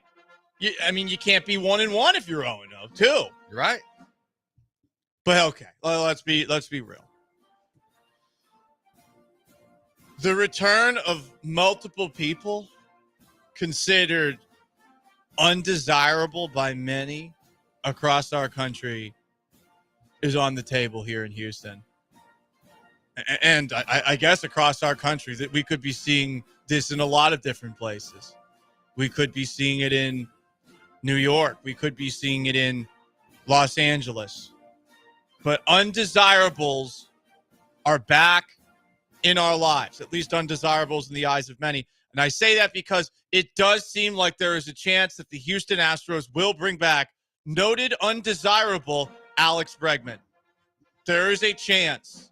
That's what we heard from Dana Brown yesterday at the winter meetings. They feel really, really good. Just like a lot of people are feeling really, really good today.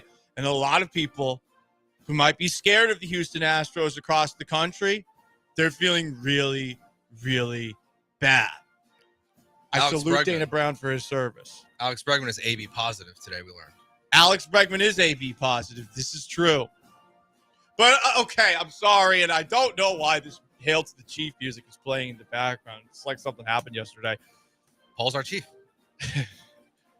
Some policies, they're just going to remain the same, you know? We want to see a lot of things change, but the status quo, in the eyes of many, it's still here, and it has to do with something that we haven't really gotten into detail about. The Houston Texans did nothing at the trade deadline, so a lot of things, they're not going to change at all, much like things often don't change every 4 years, even though we think that they will. And by every 4 years, I mean, yes, you know, the traditional NFL slate where you end up playing against all 32 teams over 4 seasons. So there you go. Nothing changes. Nothing changes. Everything is the same, except for we are resetting, and some undesirables might be back. And I am, of course, talking about the Houston Texans being 0-0, Alex Bregman possibly being back, and how Nick Caserio didn't do anything at the trade deadline yesterday. You did forget Justin Verlander in here. Yeah. In your opening statement. Undesirables. Is that, you know, the return of Justin Verlander, I mean, that might be more like, I don't know, somebody who's, let's just say, perhaps being slowly moved out of the way so that somebody else could potentially step up in the rotation. Yeah, I mean, Luis Garcia has to start somewhere. He does. He has to be in the rotation. This is true. Lance McCullers could be in the rotation. Mm-hmm. He could be a factor. Justin Verlander does kind of get in the way of those things. He does. So we can scratch the music right now. I hope you kind of got what we were going with. Look, we're all alive. Let's try to have some fun today, okay? Could be worse. Could be better. It always can be worse, and it always can be better. I'm gonna ride that fence, just like you guys have no idea whether or not I'm gay. I'm gonna just keep on tightroping that fence. Whoa, who did Paul vote for yesterday? What if he didn't even vote at all? Where's the stash make it lead, you think, for people?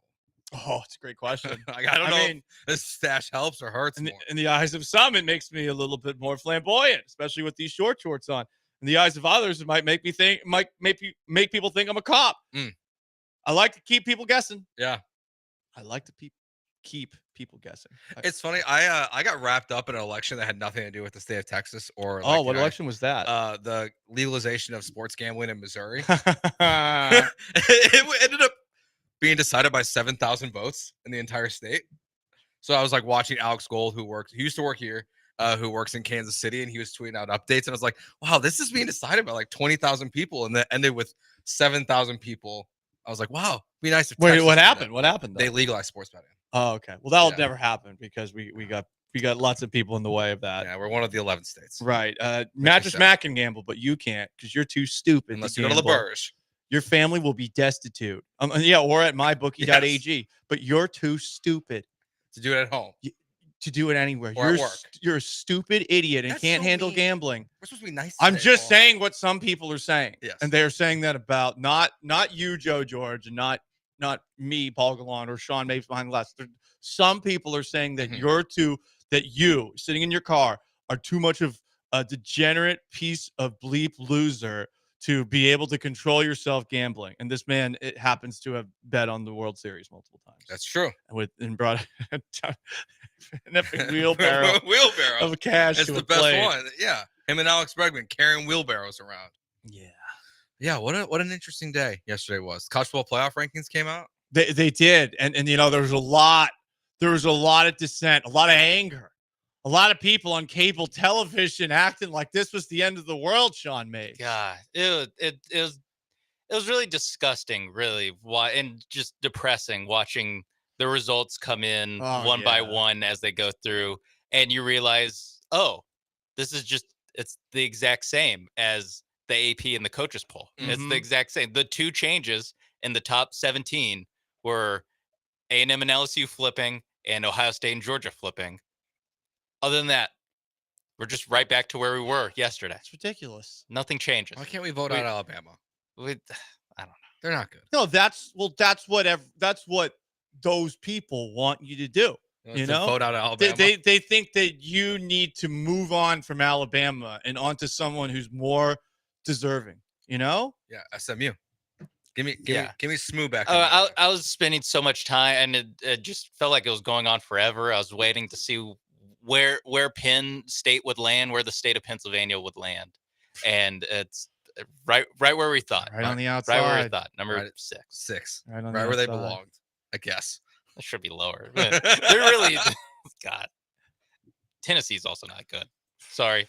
But that's a key. They're not good. That's a key swing state school. It is in the college football playoff. Is the SEC going to get a majority of the at-large bids in the playoff, or where they have to settle for a split and gridlock with the Big Ten? I think we're going to have to wait and see, much like we're going to have to wait and see for results to be confirmed, even if there are speeches and concessions that may or may not be going on. You know, this is just the way that things are in this beautiful NCAA of ours. Can Alabama concede that they're no longer good? Well, either Alabama or LSU is going to have to concede Saturday night. That's true. No, I'd protest it. I dispute it. Yeah. Normally you would think they would have to concede, but I don't know. We'll maybe there needs to be added security at the next committee meeting. But Yeah. then we saw the influence of the Catholics. They're still there. Oh, well, that's also The true. papists. Yeah. That's also true. Catholics make it. Well, JFK didn't, but some do. Made it for a while.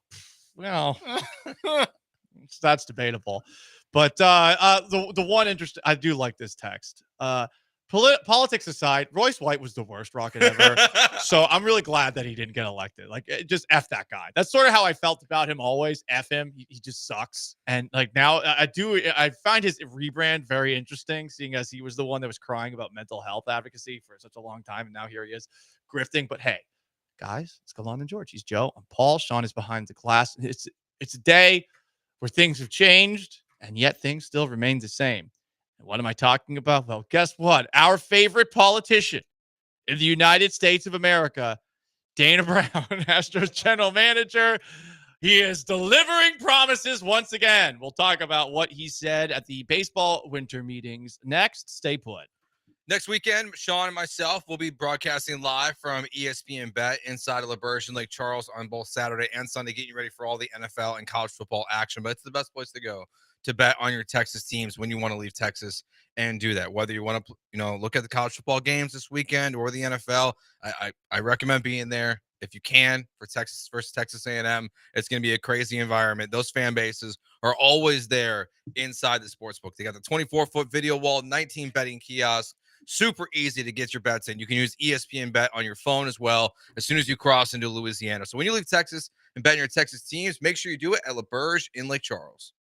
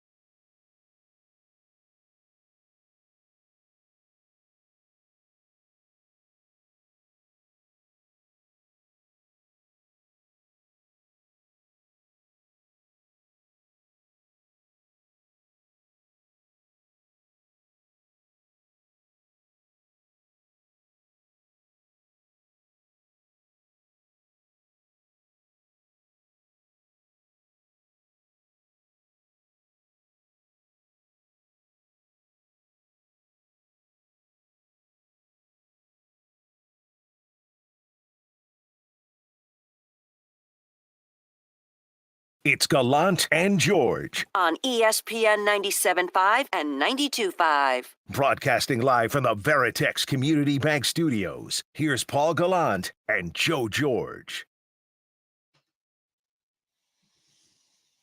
You want to jump in, 713-780-3776 is how you call. That's how you text. You can join us on YouTube at ESPN Houston. You can join us on Twitch at ESPN 975, assuming they behave.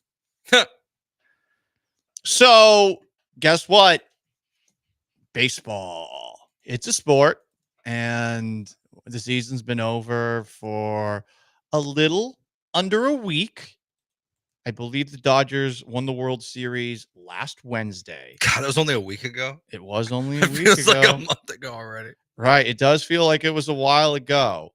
So baseball's winter meetings aren't happening, but right now baseball's GM meetings are happening. Wanted to clarify that. And that means that we got to hear from a couple of old friends. We got to hear from Scott Boras, but more importantly, we got to hear from Astros general manager Dana Brown, the most optimistic man in the city of Houston when it comes to sports. And we've got D'Amico Ryans and CJ Stroud here. It's time for another rousing edition of Are You Down with Astros general manager Dana Brown.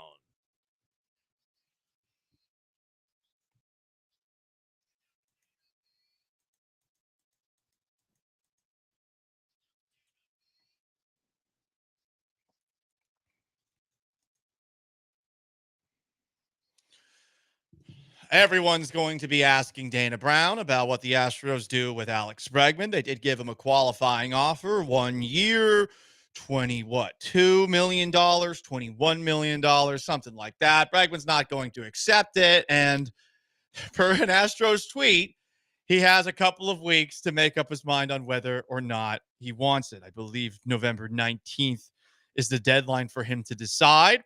So, naturally, at baseball's GM meetings, Dana Brown was asked about the Astros' chances to bring back third baseman Alex Bregman. Here is Dana.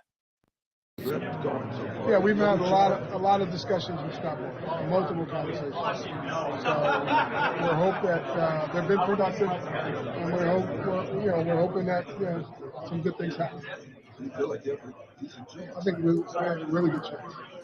Not the best audio quality there, but if you could hear it, he thinks that the Astros have a really good chance to bring back Alex Bregman and that conversations have happened. Are you buying what Dana Brown is selling, Joe George? I mean, he's selling like really very positive message there. As he always does. That one's gonna be hard to walk back if he signs elsewhere. I don't know if I would have been as positive. So I'm gonna buy it. I'm gonna say I'm down with Dana Brown, and that they're gonna get Alex Bregman back. I am down with Dana Brown trying to do it. I do not buy the idea that they have a really good chance to bring him back. I believe they have a chance. What that chance is, I feel like we're closer to 50%. 50% is not really good. That's fair. I mean, definitely if the next 13 days do matter a ton. If it falls outside the qualifying offer window to where he can just, like, before he signs that, it just feels like he's gone at that point for me. Like, I don't think we're going to be waiting for the actual winter meetings in like 4 weeks, which is so stupid that they have these 2 meetings back to back. Well, it's the GM meetings. Come on, Joe. It's a November extravaganza. Well, the GMs go to that meeting too. Yeah, but they go to this one too. So they get a vacation and then they get another vacation. That makes sense. In the midst of their vacation. Yes. The GMs basically get to spend like a month with their families, and then they're like, we got to make up a meeting so we can leave. You mean a week with their families? Oh, you're right. That's true. There were a lot of GMs who didn't make the playoffs. That's true. Dana Brown's had a month off. Dana Brown has had a good amount of time off. Yeah, I mean, listen, let's be honest, baseball people. They're away from their families a lot. Yeah, quite a bit. 6 months of the season. They might be rather used to it. So yeah, let's do a November event. I couldn't imagine being a reporter and having to go to this. It's like, guys, I've been on the road all year. I don't know. I gotta go to this too. Especially an Astros reporter. So it's like, wait, so I have to ask Dana Brown how good he feels about everything? Okay, cool. Thanks. Glad I'm here. I mean, I imagine that if you are a reporter, you don't mind traveling, but where are these general manager meetings? I'm going to guess good question. Arizona. Baseball general manager They do meeting move them locations. around. We're looking it up on the fly. I feel like it's going to be somewhere warm. San Antonio. Ooh. We could have gone to this. Well, I mean, Why? I don't know. Just why would we ever have gone to of the I'm place? just stating a fact. we could have drove there. Yeah. I drove through there once. I have no desire to stop. None. Sorry. Yeah. Sean, I know you spent some time there. Yeah, right? my parents moved there Right. recently. I'll give it an even. They kind of live in the suburbs of San Antonio. So I can't give a full appraisal of what San Antonio proper is like. It's okay. Yeah, I remember going to the Alamo when I was a kid and being like, "Oh, smaller than you think." I've been to a Final Four there, but that's Yeah. all I've been there for. So Indian- that's even a different environment because it's like half the city is like Blocked dolled off, up yeah. and locked up, and like all these different things are going on. So it's not a normal day in San Antonio. Indy or San Antonio? Indy. Oh God, no. I'd pick Iraq over that. Let's continue to determine whether or not we are down with Dana Brown in San Antonio at the general manager meetings. The mindset that Dana Brown has about Alex Bregman is our mindset right now is that he's not going elsewhere and that we want to sign him. So if he ends up going elsewhere, we'll cross that bridge when we get there. But I'm going into this offseason with the thought process that we're going to get Bregman back. Hopefully, we can do it. And as I said, the conversations with Scott have been productive. To quote famous wrestler Bonesaw from Spider-Man 1, starring Tobey Maguire. Hey, freak show, you're going nowhere. That's what Dana Brown is saying about Alex Bregman. That's at least his mentality. Are you down with that? And are you buying what Dana is selling? Well, all I can take him at is this word right now, the politician that is Dana Brown. So don't love the fact that he's not talking about more backup plans. Like he's so focused on assuming Alex Bregman's back. What if he's not? Like, what's your pivot?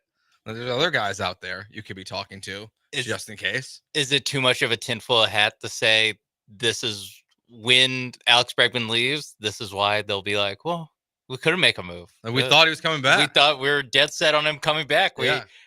We couldn't have pivoted. There's nowhere to pivot to. So enjoy Zach DeZenzo at third base. Oh God, don't say that. that. Shea Whitcomb. Oh no, please no. I'd rather go to Indianapolis than see Shea Whitcomb back at third base. Okay. I am down with Dana Brown's mindset, but again, I am not buying it. More from Dana Brown at baseball's general manager meetings in San Antonio. Are you down with Dana Brown? He says this is the Astros' biggest priority. Yeah, so the biggest priority is third base, without a doubt. We would love to have Alex Bregman back. It's our biggest priority. So, then if we could, do something to firm up, production at first base and, get some help in the outfield, maybe with a nice nice left-hand bat. To work out with Myers and McCormick. That would be good as well. And then maybe add some more depth to the bullpen. And as I've always told you guys, I'm always in the market for starters. So if we have any opportunity to acquire starters, through trade or what have you, we need to do that as well. I am down with Dana Brown saying the biggest priority is third base. And I also buy that third base is the biggest priority. I don't see how they are as good as they were this past season without Alex Bregman playing third base in 2025. I can't really speak for past 2025, but I feel like you bring Bregman back, you're going to be in the exact same spot that you were last year, this coming season. Totally agree. I just if you don't bring back Alex Bregman, he's right. It's the number one priority because you have somewhat of an answer at first base. Mm-hmm. Like you have Yiner could be your first baseman. You have Zach DeZenzo could be a first baseman. It's not a great option, but no offense to Bryce Matthews, but like I'm not really ready for that experiment yet at third base. I'm curious if he has this much money to spend because he said priority third base, add first base, add a left fielder in the outfield. Don't worry about a lefty in the outfield, add bullpen depth, maybe add a starter. Don't worry about it. No, I just hope Jim Crane says, hey, blank check. Fix problems. We're going to sign a third baseman, and we're going to sign a first baseman, and we're going to bolster the bullpen, and we're going to bolster the outfield, and we're going to be back right where we normally are in the American League Championship Series in 2025. That's what Dana Brown said. Love it. I'm with them. I'm down. I'm down with Dana B. Okay. Well, that is Down with Dana B. He's Joe George. I'm Paul Gallant. Sean Mapes behind the glass. Coming up next, a little segment that we do every 12:30 on Wednesdays. It's called Soft Boys. Who's been soft in the world of sports? I've got to throw a flag at our beloved Houston Rockets, even though I'm wearing a Rockets hat today, for something egregious that they might have done this weekend. Stay put.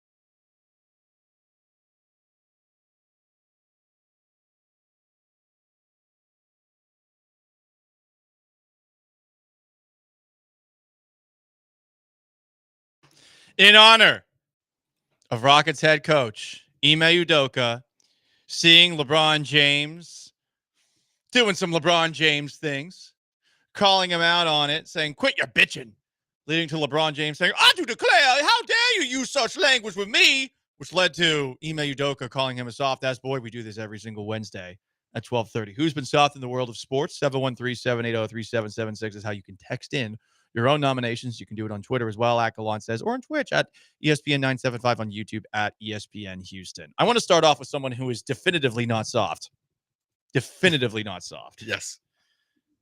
Jim Harbaugh, head coach of the Los Angeles Chargers, was on The Herd, and he believes that Justin Herbert has taken the title as toughest quarterback in the NFL. And it's really hilarious when you hear who he took said title from. I've always considered myself the toughest quarterback in the history of the National Football League. Being around Justin Herbert, I have moved to number 2 in the rankings.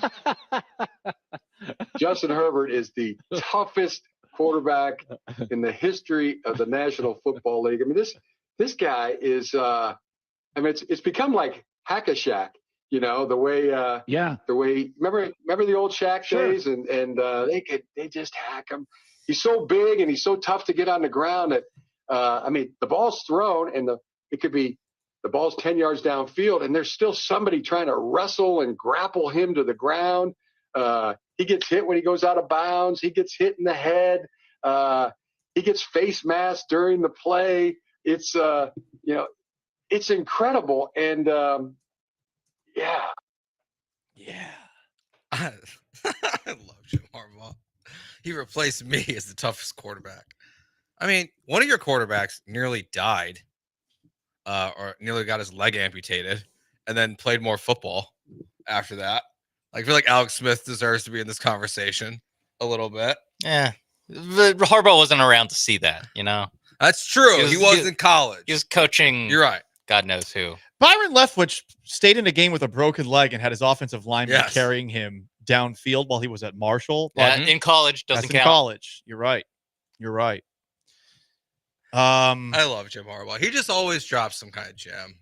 Yeah, And, like scumbag city, but like Brett Favre probably like fits into the category. Well, but Brett Favre doesn't count because Brett Favre was on all sorts of pain pills. That's true. That's cheating. That's true. Justin Herbert is. I agree with Harbaugh. Herbert is very tough. I don't know that he's the toughest in the league. I would put Matt Stafford up there. Oh yeah, Stafford's a good one. Stafford's had a really ton of like back injuries. Well, for in God's the, sakes. I mean, now it's like almost a decade, over a decade ago, where he threw the game-winning touchdown with the dislocated shoulder. Yep. I feel like that gets you on the medal stand for the rest of your career. I forgot about that. Pretty hard. Like I think that Because he was that mic'd definitely up, puts you too. up there. He was mic'd up, so he was yelling like, "It was out, it was out." They pop it back in, he runs back in. Yeah. I don't. To be honest, I don't know who else. So I'll believe Jim Harbaugh. That Jim Harbaugh had the title until very recently. Okay. We've seen just because we've seen him nearly like freeze up on the field. Tua comes back for more. He keeps coming back without a concussion cap. Like yeah, no concussion cap. Just keeps getting rattled. If you that wear wing up there. If you're a cap, you're automatically disqualified from this. We'll never see a quarterback wear one. But yeah, I think Tua in the sense of like in the movie Kick-Ass, the superhero called Kick-Ass, where he can just get beat up and he just keeps getting up. That's Tua. Where he'll keep coming back for more. Dak Prescott got beat up at a beach. Guess what happened? He got back up and he played in the National Football League. True. Probably dropped in the draft because of that. Baker Mayfield got tackled. That's true. By police. By police. Now you would say slow on concrete. He didn't get away. He got tackled on concrete. by the way. He did. The NBA, as we continue soft boys, has suspended Philadelphia 76ers Joel Embiid for 3 games after shoving a columnist in a post-game locker room. Soft. That's soft, Joe? I think it's soft. I think it should be suspended. Why? Look, I think what the guy wrote is out of line. Like this guy gets scot-free and like no big deal. I don't think it's so out of line though, if that makes sense, because I was listening to another person talk about this and I thought they made a good point. I mean, Joel Embiid did bring up that he wants to set a better example for his kids to the public. So it's definitely a reach and felt personal the way with which he used it. But that also is something that he did say on the record. For what it's worth. Should that guy have done it? No. The shove, if one guy gets away with it, other guys are going to start shoving. That's where you're right. Yeah. That's 100% where you're right, and I know I'm wrong, You're not necessarily wrong. No, but all I'm saying but it's is like if one guy shoves, it's like what's gonna happen? Like when people start calling out Jalen, is he gonna attack? I was gonna say because there's a lot of unfair articles that get written about these guys for sure. that you could then justify should someone be allowed to just shove them? That's why I think 3 games. I am like that is fine. Any more than that, like if it starts getting into 10 games, I'm like, okay, what are we really doing here? But 3 just says hey, you can't do this. It should be 1. And you know why? Because Joel Embiid doesn't want to play in all these games. I was saying, should they have flipped this? You have to play. You have to play in 5 straight games. Like you can't have a day off, and you have to play 35 minutes in each of those games. Embiid is definitely not mad with the result. He's probably mad with having to give up his money, and he's definitely mad at this guy. But he's probably thinking to himself, "Well, I mean, I got 3 games off out of it, and no one's gonna be bitching and moaning about this." The Rockets are soft for something that allegedly took place at Toyota Center on Monday night. So a popular Rockets Twitter account at Poppet for Trey One Mox, he tweeted out a picture from about 5 rows behind the baseline saying, "Don't make me run on the court tonight, Houston, !" Hashtag liftoff. This fella claims that he was banned from Toyota Center for that game because of what he tweeted. Now, do I 100% believe him? I'm not sure, but he is standing his ground on social media saying that he was removed for saying something like that. I see some people responding saying that that has happened to them while they were at the arena. Honestly, I think I lean towards believing him. This tweet, I know it's not like super viral, but between his 2 tweets, it has over 400,000 views between the 2 of them. You would think like someone would dispute this if it was a straight up lie. That right? Rockets PR would be like Rockets would PR like this is stupid. Like they would You leak would it think. they would leak it to Jackson Gatlin or Jonathan Fagan. And we've seen nothing about that. Yeah, so like I feel like because like they're kind of because there's been no response. I'm kind of like, well, maybe they did kick him out. This kind of makes me want to test this. Just tweet all sorts of wild things. Just take the ESPN stuff out of your profile before you do it, and then put it back in after. Okay, we're good. He claims, "Yep, they talked to me in the back, said it was threatening, and said I can't come back till next year." There are other people that have responded that have suggested the same thing.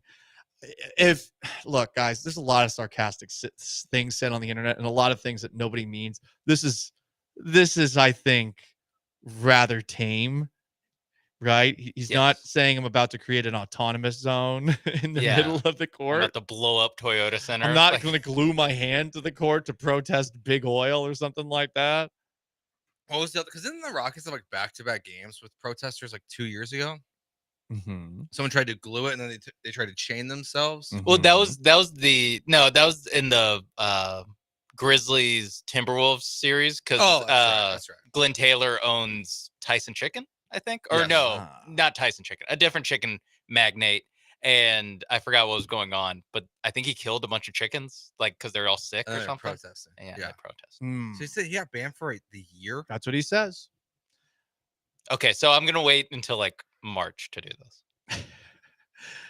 And be like, if Amin Thompson is in the starting lineup, I kind of want to test. I'm gonna keep throwing things on the court while being credentialed, Joe. How about that?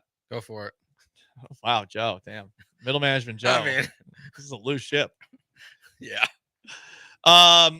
Mike Gundy, as we continue soft boys, who's soft in the world of sports. Did you hear Mike Gundy? We read this quote yesterday. I finally found the audio of it.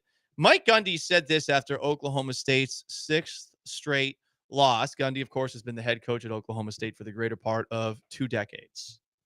This place has had tremendous success for 18 and a half years or 19. I can't do the math real good, and so unfortunately in life, most people are weak. And as soon as things start to not go as good as what they thought, they fall apart and they panic.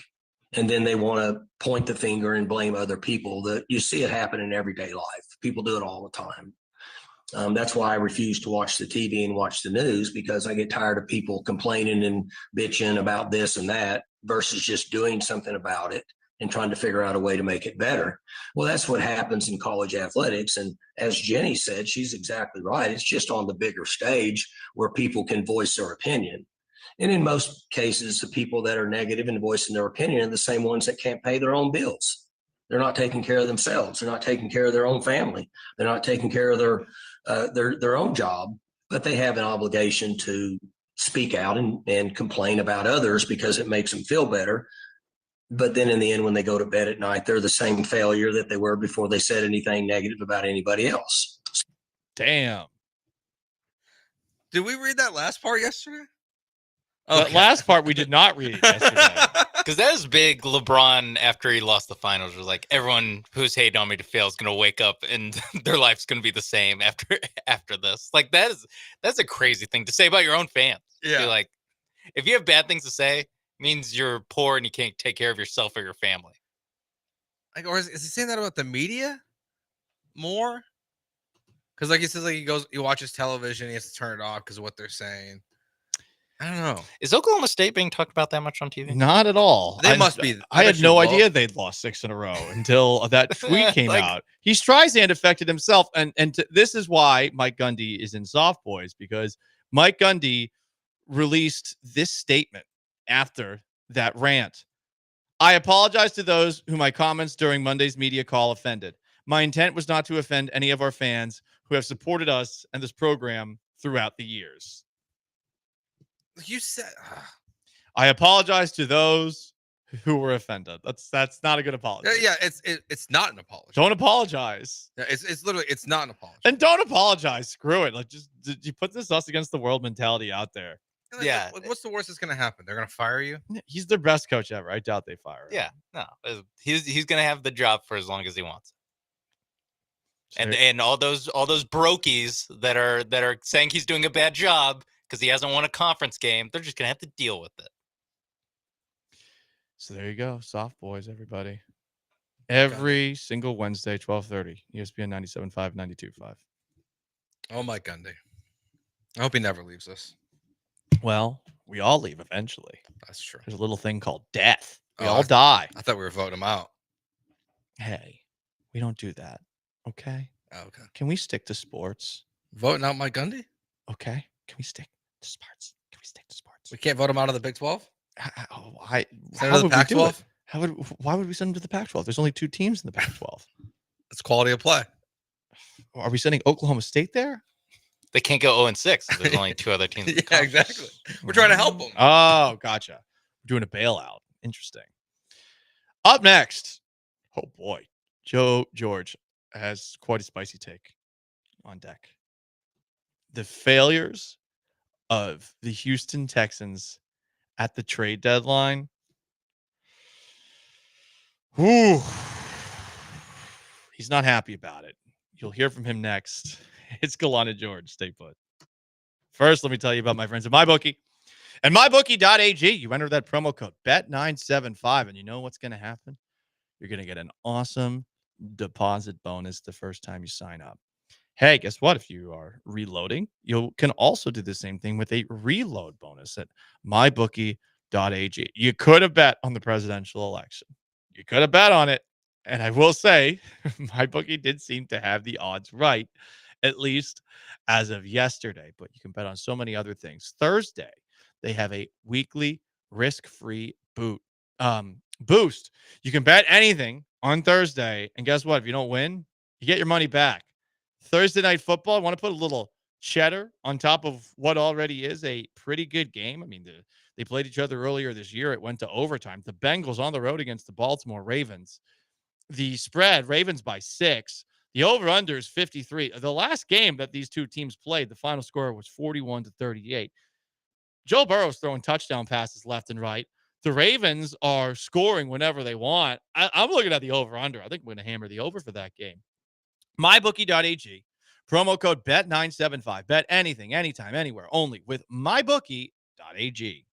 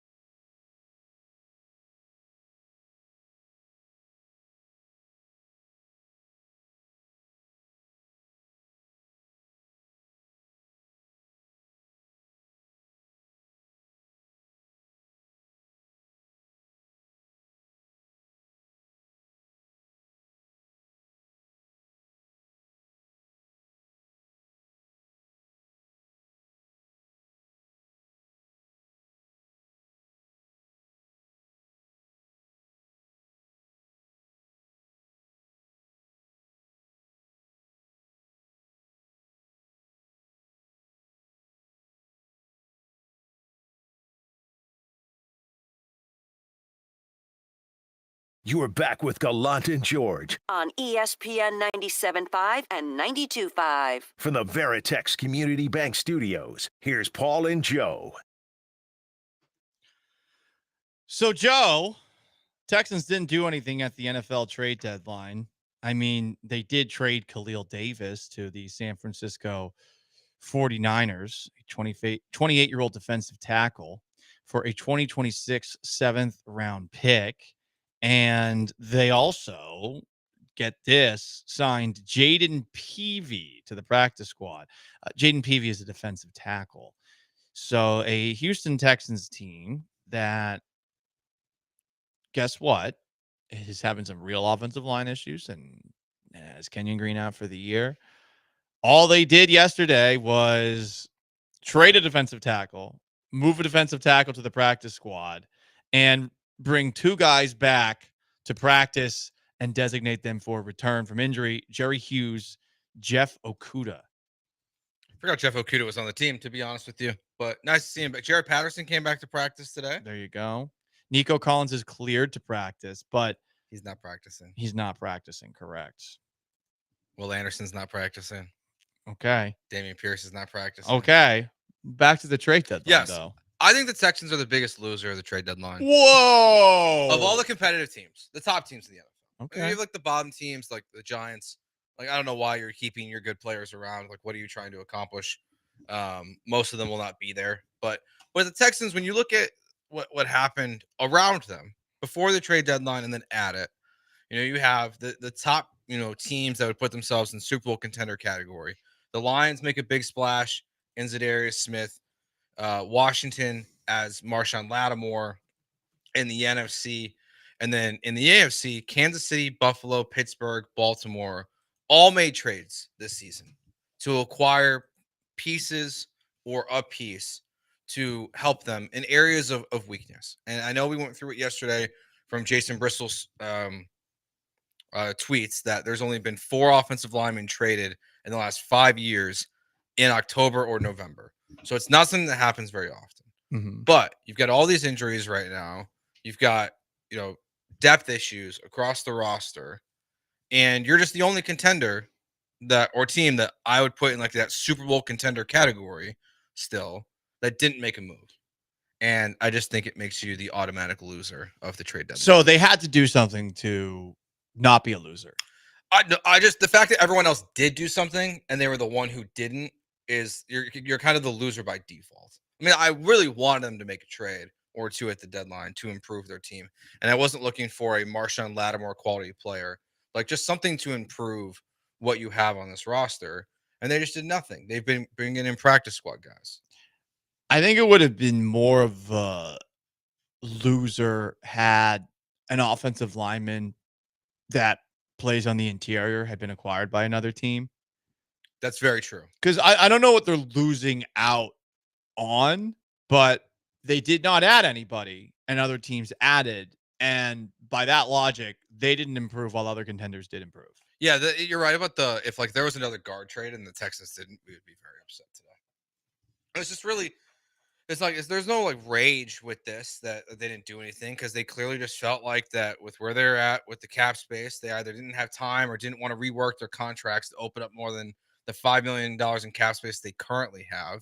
They didn't want to trade any assets away, which I do, understand. Like you want to keep your draft capital, and Nick Caserio is he's good in the draft, I would say. I don't know if he's great in the draft, but it just everyone else around you is trying to improve through these maneuvers, and the Texans just didn't do it.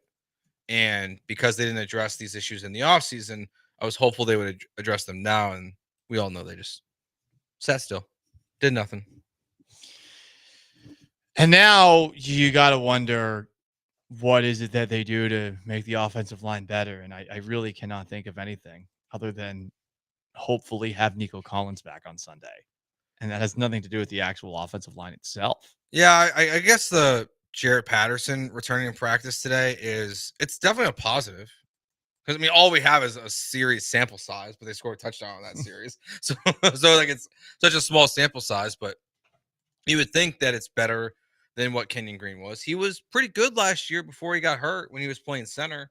So that does feel like a logical upgrade at this point in the season. But without Nico, it's still gonna be challenging because it feels like you're gonna have to score like at least 20 points, 28 points on Sunday to get a win. I mean, the Lions score so much. Like it's gonna be, you need it to get into a shootout.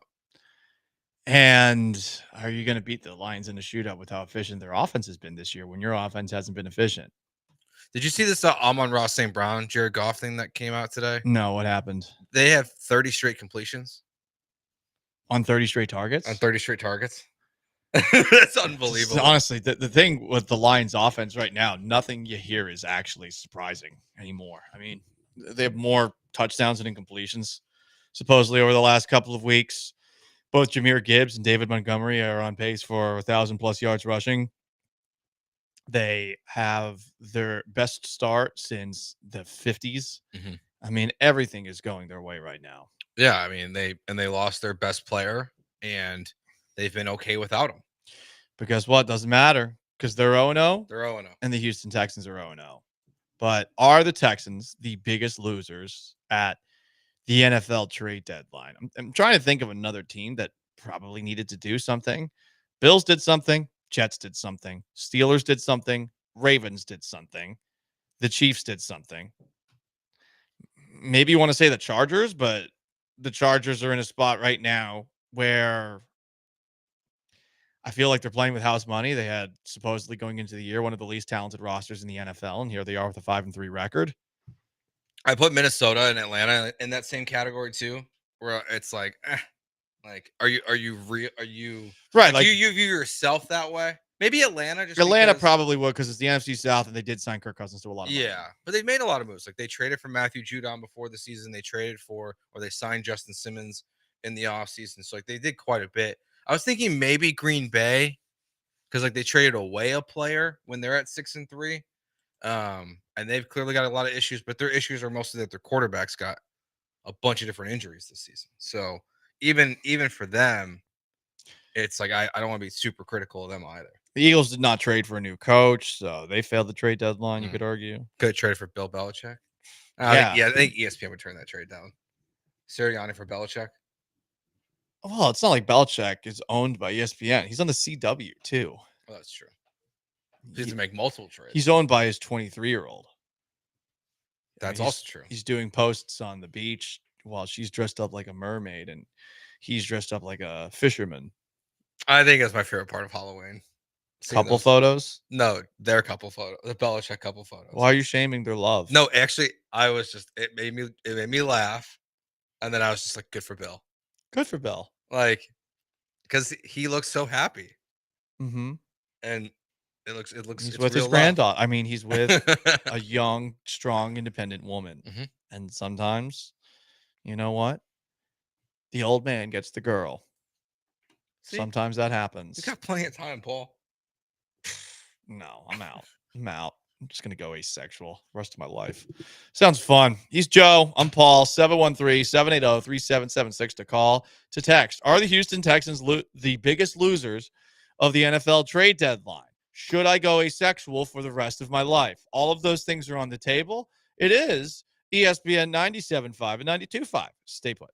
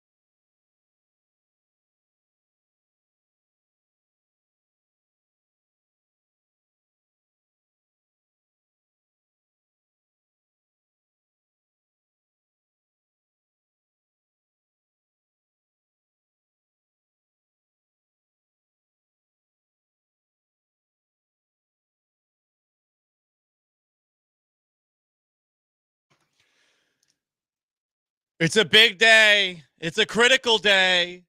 Maybe the biggest and most critical day of all days. The Houston Texans have reset to 0-0 as they look ahead to Sunday Night Football against the 7-1 Detroit Lions, arguably the best team in the NFL. And on top of that, the Houston Astros are exploring a future with Alex Bregman per Dana Brown. You want to weigh on those things, you can. Dana Brown talking about that at baseball's general manager meetings in San Antonio. I thought we could try to tier the Houston Texans once again with a themed power ranking system again, Joe. And I thought to myself, we could do it in some sort of way that is presidential, right? Because a thing happened last night. And I thought to myself, instead of determining like who was a good president and who was a bad president, because that, of course, goes on political law, I figured we could tier it by this. What presidents have the best bodies? Okay. What presidents have the best bodies? Okay. So I think the real question is who had a worse body before we get into it? Because this is the bottom of the NFL. This is the dregs. Who had a worse body? Is it tiny little James Madison, who was a 5'4", 100-pound little limpet? Damn, I didn't know that. Or is it William Howard Taft? William Howard Taft is 340 pounds back in his day. Can you guess his height? The height does not make you feel better about his ability to, walk. 5'7". Taller than that, Sean. 5'9", 5'11 and a half. Okay. 5'11 and a half, 300. 5'11 and a half, 340. 340. What's a worse body? And that's like what, early 1900s too. Mhm. So he might as well have been 700 pounds. Worst body. Is it the little shrimp James Madison or big old? This is the bottom of the barrel. William Howard Taft. Yeah, this is the bottom. The bottom power rankings. I have a suggestion that I'm not sure. Send it in, Joe. Everything's on the table. Oh, I hope my dad's still not listening. Uh-oh. Your dad was president? I didn't know you were the son of a president, Joe. Why are you not in office right now? Are we sure like FDR? Well, we're gonna say that polio definitely a consideration as far as bodies, but at one point, I mean FDR, if we're talking about his body, 6'2" when standing. Why are you laughing? I'm just saying. Yeah.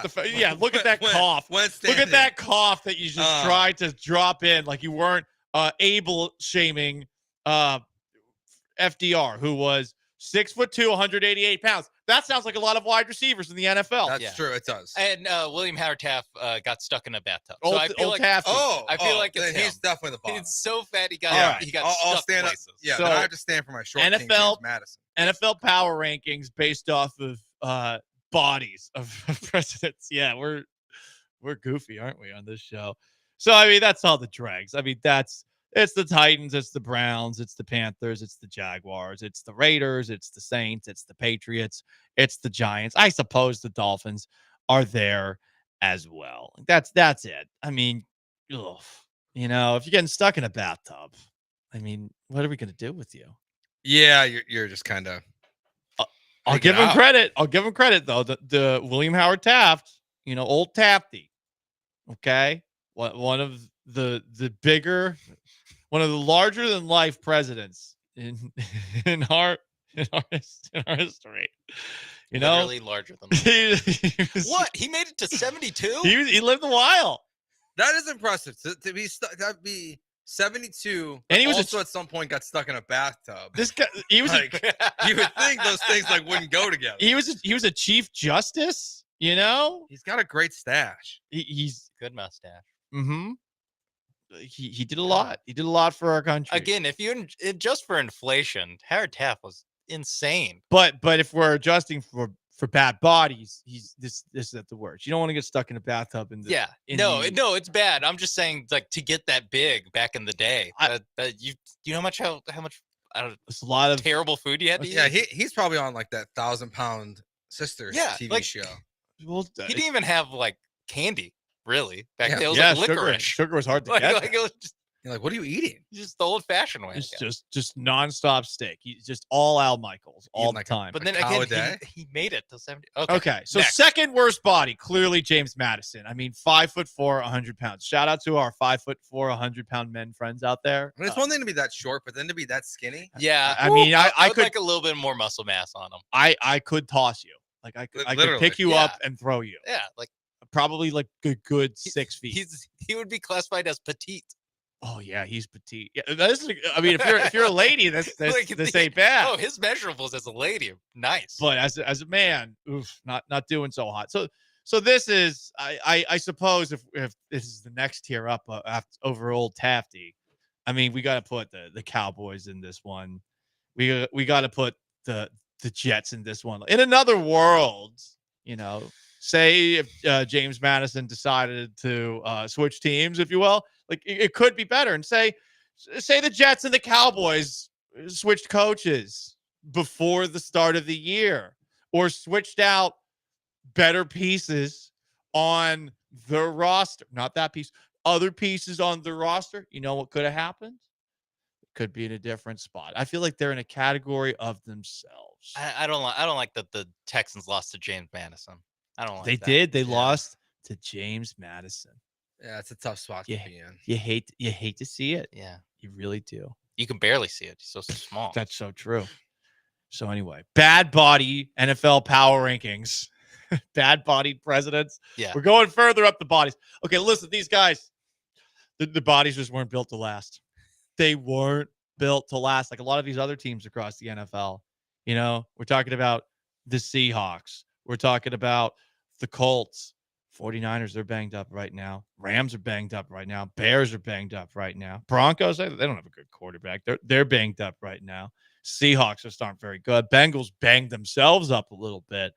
And there's two presidents who are both 5'8", 162, 5'8", 170. I'm, of course, talking about the two presidents who died in like 5 seconds. Yeah. I'm talking about William Henry Harrison, who lasted literally a month in office, put on a sweater, bro. Our best president. Well, yeah.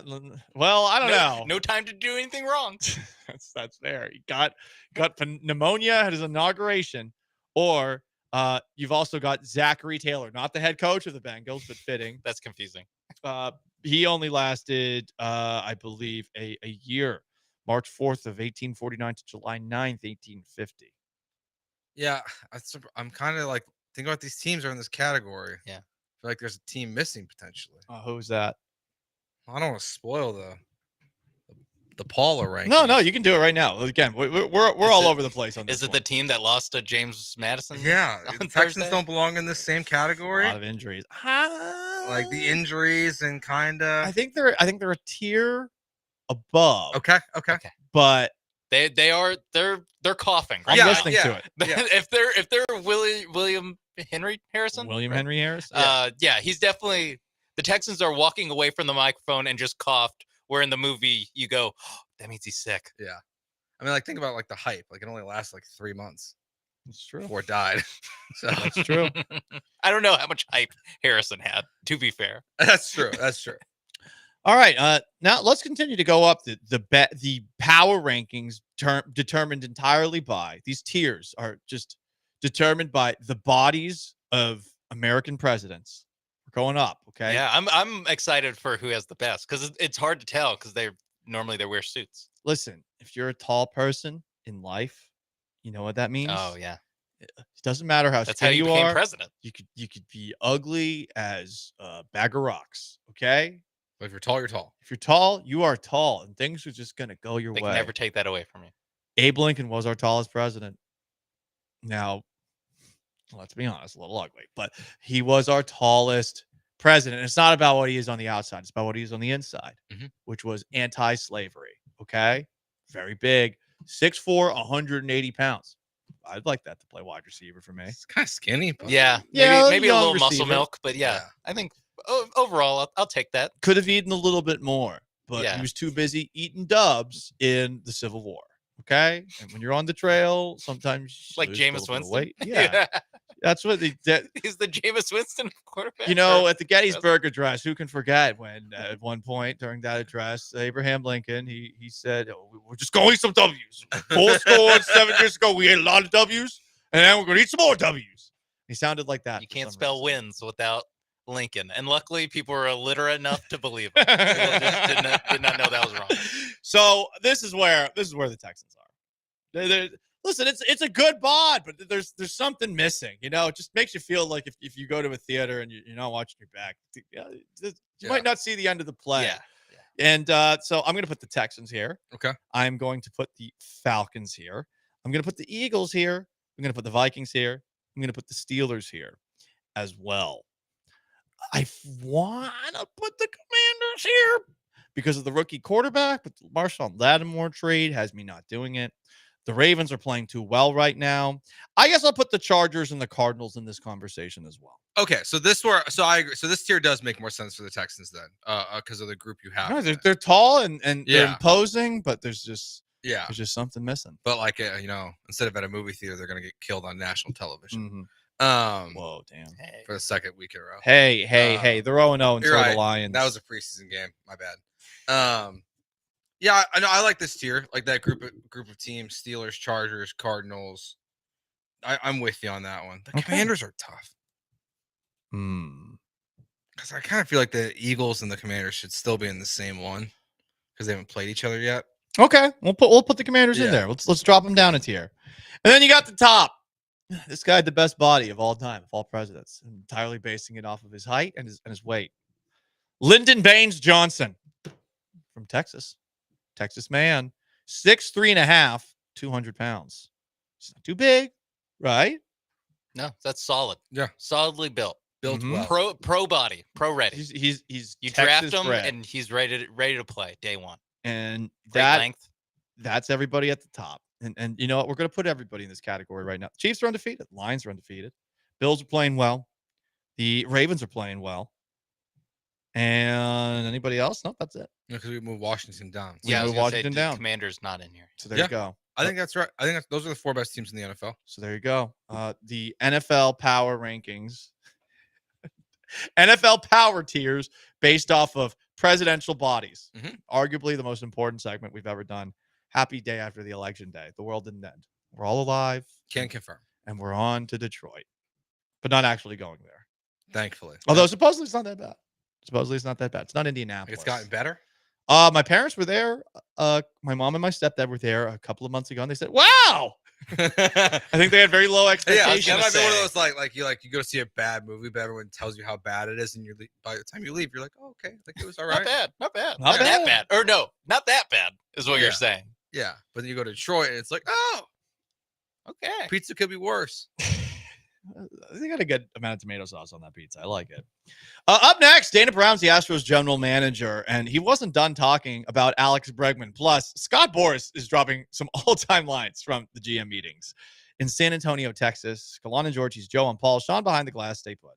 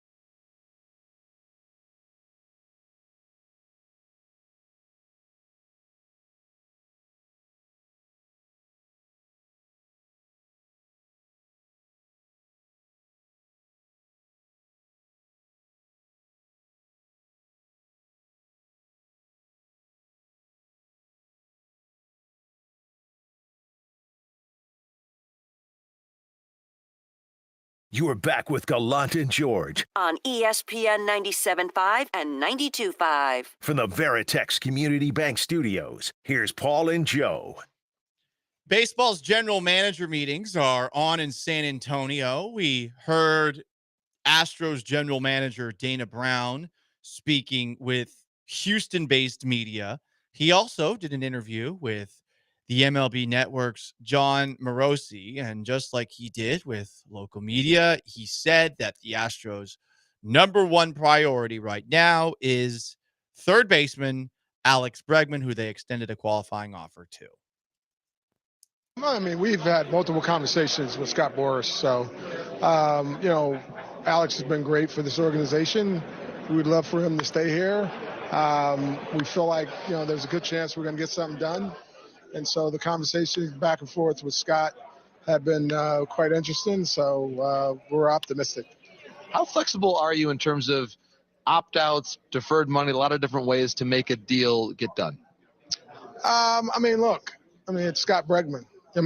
Alex Bregman and Scott Boras. You're going back and forth with both of those guys. We want them here. So, we'll try to make whatever adjustments we have to make that are fair to both him and our club. But, ultimately we'd like to get him done and keep him here in Houston. We feel like he's a big part of what we've done here. And he's been a big piece of what we've done here. So, ultimately, we hope to get it done. Okay, well, he's saying we hope to get it done, but listen, I'm going to cut him some slack here, Joe. I, from time to time, will, before I say something, get a little bit excited and say the wrong thing. Politicians do this all the time. Mm-hmm. We've heard Donald Trump do it. We've heard Kamala Harris do it. Sometimes you mess up a name it's a very politician thing to do. And Dana Brown calling Alex Bregman Scott Bregman does not mean that Alex Bregman is going to move elsewhere because he feels insulted. It's Scott Bregman. Oh, it sounds worse the second time you hear it. He's very optimistic. He better get this thing done. A lot of good conversations. I did like the follow-up from John Morosi, actually, when asking about like the deferments, because we saw what that did to Shohei Ohtani's contract and how it made it so much cheaper. It's like a $600 million contract, or whatever it was. But then all the deferments that brought in, according to the collective bargaining agreement, brought it down to like $460 million over the life of the contract. So there are like a lot of creative things you can do that maybe will help Jim Crane like be okay with a deal like this. Mm-hmm. So that could work. As far as his elbow gremlins, which he talked about in the midst of this past season's playoff run and 7th American League West Championship in 8 years, per Scott Boras, Bregman had a bone chip removed from his elbow and should be back swinging in a few weeks. He'll be fine for spring training. So the elbow gremlin was a bone chip. A bone chip. Just one. Not multiple bone chips. No, they did say, did they say gremlin or I think they said gremlins. It was gremlins, and it's just one chip. So that's good. Yeah. I'm not a doctor, but I think it's better to have a chip than gremlins. Yes. So you definitely don't want gremlins in the elbow. So no. Glad those are getting better. Sounds like scabies or something gross like that, I'm sure a lot of these presidents we were just talking about have had. What, that? No, I'd say lice maybe, but I don't know. You never know. I don't know. Back in the day. Or back in Bill Clinton's day. What? Just listen, that's people were loose, they were wild, they were free. That's true. In the 90s and the 80s. The 90s are a crazy time. They were a crazy I feel like time. every single documentary I watch right now is like around the 90s. The 90s were such a crazy time. Woodstock 99. Yeah. But also like all the bad stuff. Like what? What bad stuff? Well, you saw the Melendez. I was just watching the Menendez stuff. I mean, there's literally like a part where like one of them is next to OJ. So like these things are happening congruently. Mm-hmm. Like you have all that going on. All that going on. I started watching a documentary about the Zodiac killer. Yep, like that noted 90s serial killer. Doesn't that dip into the 90s at the end? No, he died in the 90s. I think it was. Yeah, a lot of things happened in the 90s. So like the 90s are crazy. 90s are crazy. Crazy. So 3 true crime things. Bill One Clinton of was which in the kind 90s. of only happened. Bill Clinton was in the 90s. Bill Clinton, yeah. Yeah. Unabomber. Yeah. Is that a true crime? What are you talking about? No, I'm just saying Bill Clinton was in the 90s. A lot of bad stuff. What was that bad stuff? Well, some of them were murders. Yeah, I mean, he got impeached. You know what? There's probably a lot of AB blood in the 1990s. There's a lot of types And of Scott Boras said that Alex Bregman provides an infusion of championship blood. He's AB positive. Oh, God. Get it? Boras. Get it? Alex Bregman? Yes, because those are his initials. He's AB positive. AB yes, positive. I get it. Is this cheesier than what Carlos Correa was saying about himself? Calling himself a Gucci bag or whatever. Did he do that? Oh, were you in? You might have been in Seattle when that For happened. bleep's sake. He called himself Gucci? Yeah, he Bag? said like, he said he's like a Gucci or something like that because he was expensive, which he ended up not really being. Well, didn't he also say like they're asking him about like, hey, is your wife psyched to move to Minneapolis? Right. And he was like, well, they have the Dior store in the Mall of They- America. which they did, okay? So, listen, Alex Bregman is AB positive per Scott Boras, and I feel like this show needs to chill here, okay? Because don't make the Carlos Correa connections to Alex Bregman here. It was Dior. Okay, it was Dior. Yeah, not Gucci. Okay. Joe's really just But AB positive. Wait. Joe, you are flailing wildly in this I know, segment. I'm sorry. Don't be sorry. No, I'm actually enjoying it. You're like, the 90s were crazy. It was No, crazy. just saying. Crazy times. There's 3 serial killers in the 90s. No, but I don't even know if Scott Boras like realized how cheesy that sounded as he was saying it, but No, he had to have known. Stand up for your No, he's on a roll right. And at the general manager meetings in San Antonio, he's standing on a wooden box because I guess he's a short man. Yeah, I didn't know that. Did you hear what he had to say about Blake Snell? Scott Boras, when asked if he anticipates Blake Snell will have a different free agency experience this year, quote, "There's no doubt the Snelling salts created a lot of whiffs, and the market has definitely awakened." So he must just have these written down. Yo, he 100% Snelling workshops salts. these. Yeah, there's not a chance he doesn't He's like, workshop. it's like it's Don King as a fight promoter, minus any riz whatsoever, and the cheesiest things you've seen this side of Wisconsin. Yeah, it's like the dad joke version of Don King. It's a when he was like Snelling salts. Okay, good. Snelling salts. A whiff. Okay. Wake up the market. Boom. He just threw his pin down. Got it. For God's sake, dude. Bat flip. Also, Scott Boras, this is stolen valor. It's stolen valor. According to Baseball Reference, because apparently he has a Baseball Reference page. Scott Boras does? Because he was a minor league baseball Okay, player. so Baseball Reference, Yeah. like many of the reference websites, Yes. will list a player's many nicknames right next to their name as you go to the top of their website. But they list him at 6 foot. Why does he have a box to stand on? And that's stolen valor. Wait, Scott Boras' height's on Pro Baseball Reference? Yeah, you said No, Scott Boras has a apparently- has a no, baseball yeah. I thought you were reference about to page. like say that Scott Boras' nickname was the Sheriff or the Pharaoh, like Tom No. Brady's nickname is allegedly per Pro Football What everyone Reference. calls No, but apparently he had a minor league like stint, so he has a pro. What? Yes, That's news to me. Same. 6 foot, and he was as Chandler Rome, I guess inadvertently reported. Maybe it was passive aggressively reported when he took a picture of the setup. I assumed he was short based Yes. off Yeah, of that. he So I had, said a, he, stolen had a valor. little, he had a little box to stand on Okay. with the microphone. I also assume like, wait, did I not know that Scott Boras is like 5'6" or something? That's what I thought. Like 5'6". Scott Boras is. You're saying I need to have a box to stand on? No, I mean, No, we're just, saying James Madison needs a box to I stand just on. picked a number out. Sorry, That's, 5. that's all I am. Well, Joe, okay. we didn't know you're 5'6". Then I have to go You- 5'5" because if I make him taller, that's even more insulting. If I go, I didn't know he was 5'8", needs a box to stand on. I thought you were 5'8", but damn, You care. You seem taller. you think so little of yourself. Yeah, I like Sean's response better. You present as taller. A lot of crazy stuff happened in the 90s. A lot of by the crazy way. stuff happened in the 90s, man. Steroids yeah. in baseball. That's true. Joe was born. That's true. Multiple That's true. serial killers. 2 of the 3 of us were born in the 90s. There were 10 years. That's true. David Koresh. That went down. That did happen in the 90s. There's probably a documentary on that you could watch, Joe. Watch that one.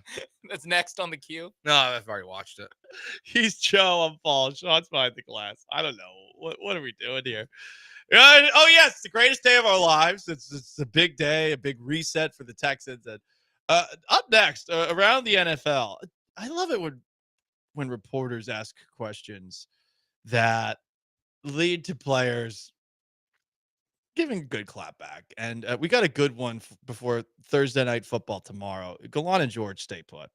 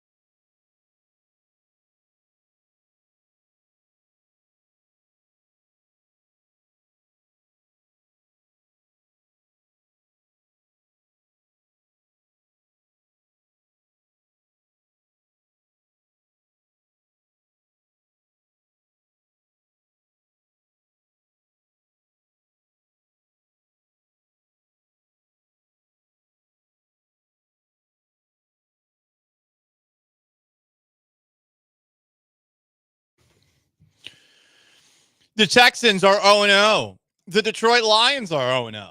And the two will do battle in Sunday Night Football. Some updates from Texans practice today that have to do with health.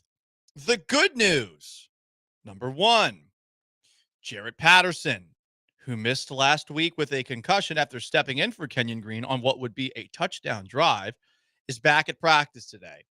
He is legitimately your entire hope as far as things that could possibly fix the offensive line. Also of note on the injury front, Azeez Al-Shaair and safety Jimmy Ward are practicing again. Seems like they will play on Sunday.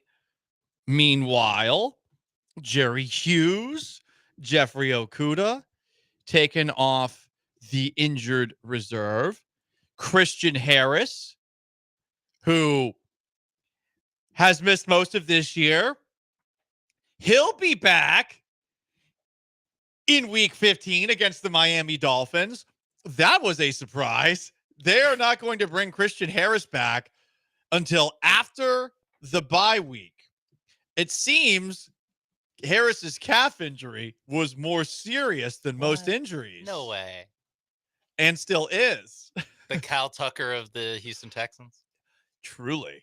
It's really strange, though, because he came to practice one day, didn't he? For like, it wasn't like one like day at training camp. Like he came out and then left immediately. He was there, I think, for a couple of practices, but you're right.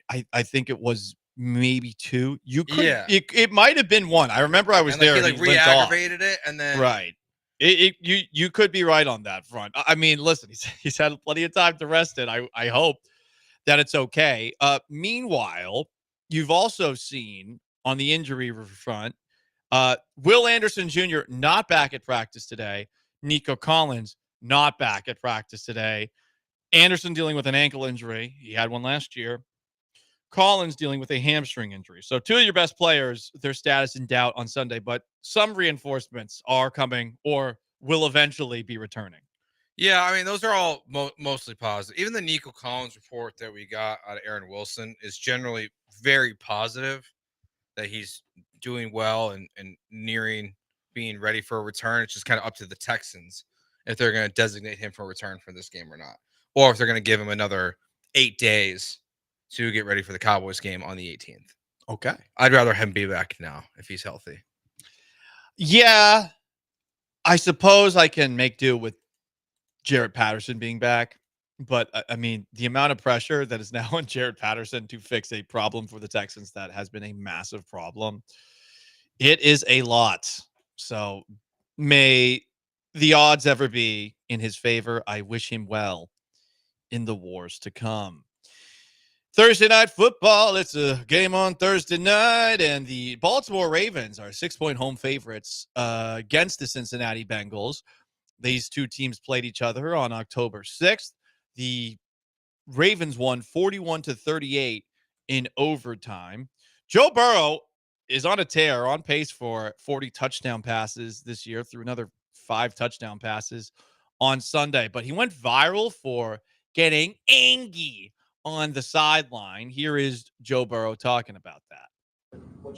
Yeah, look, we played great on Sunday, but I'm not going to ignore when there's things that I felt like we could have done better.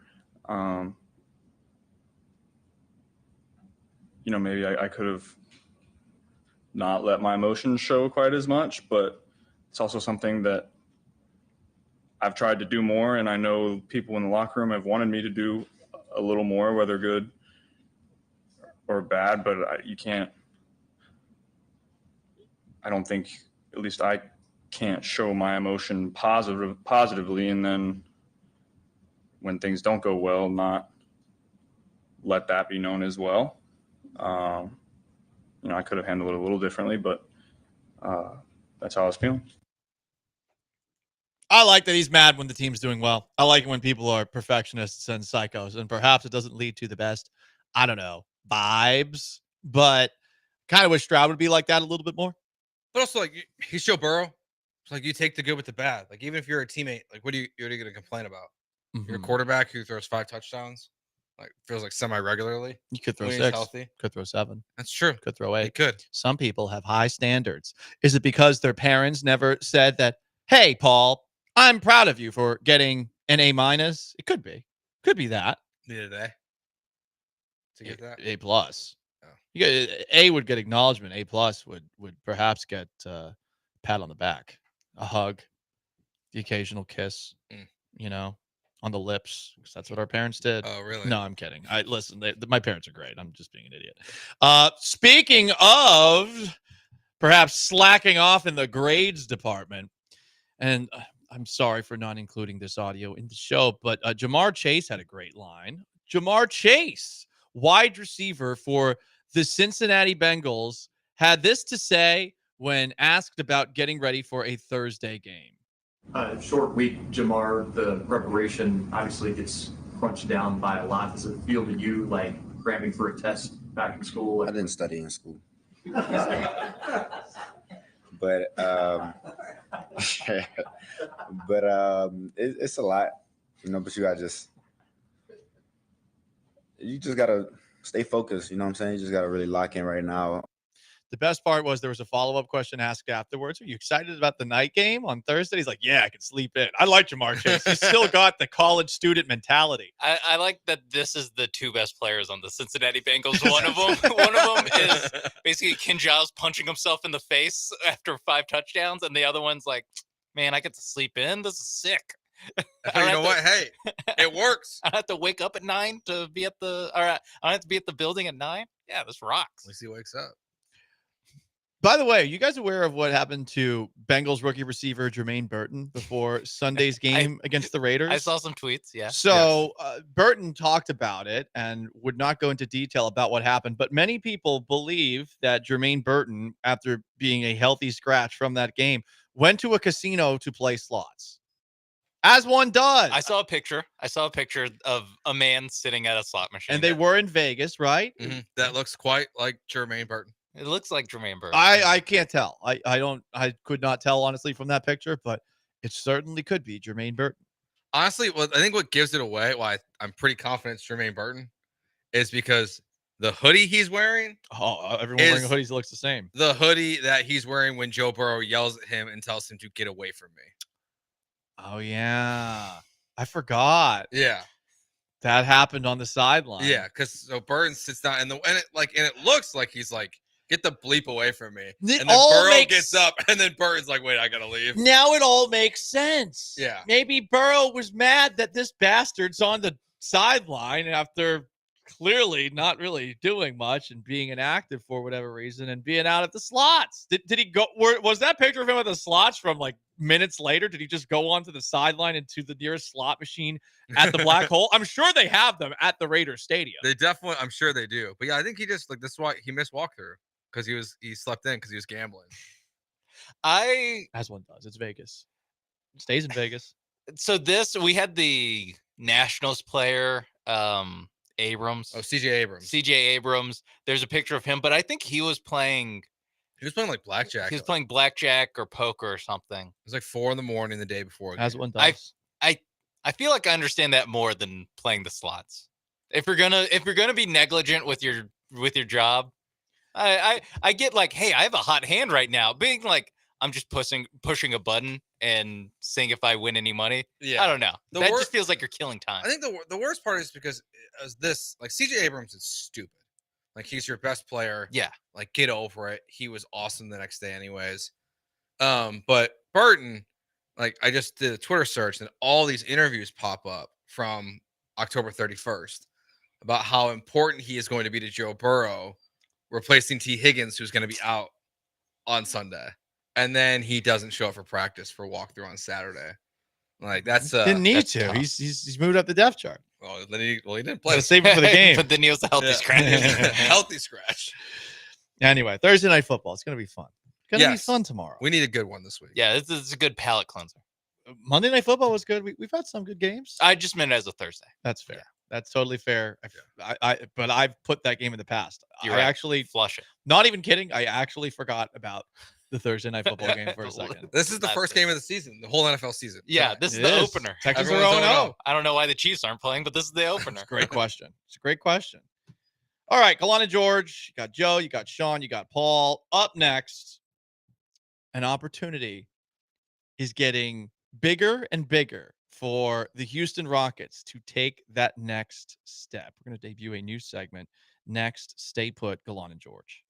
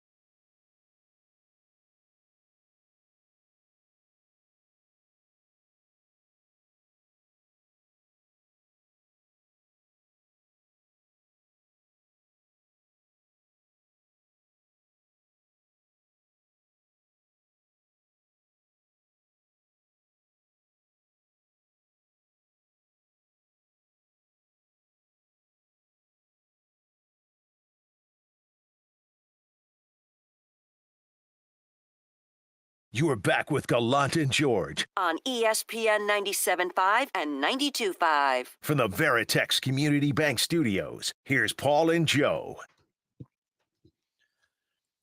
Scott Boras is saying a lot of things at the general manager meetings for baseball in San Antonio.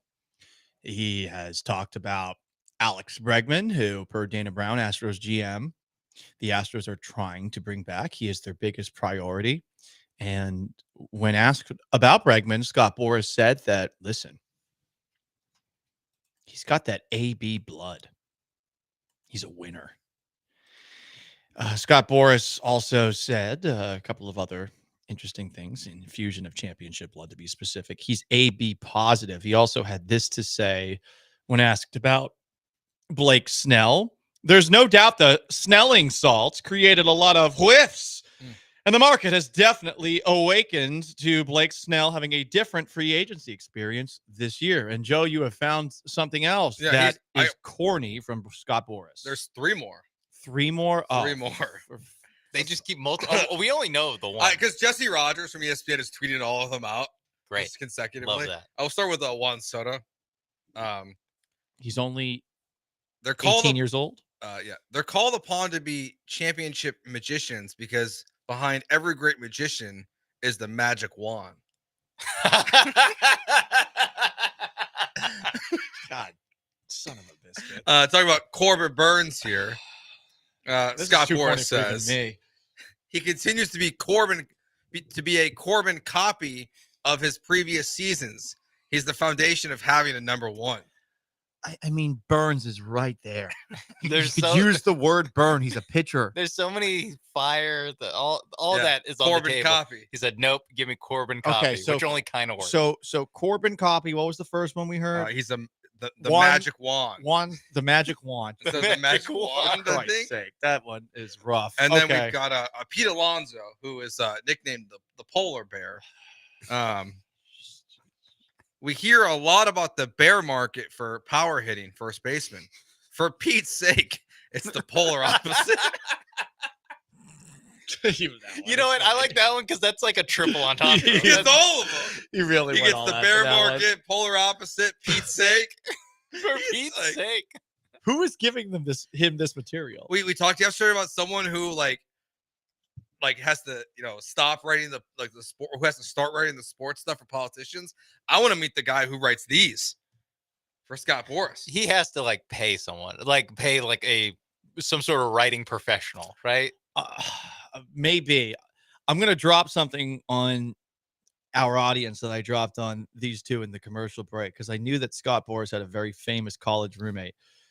Scott Boras' roommate at University of the Pacific was one-time Super Bowl champion head coach and one-time national championship winning head coach, technically too, Pete Carroll.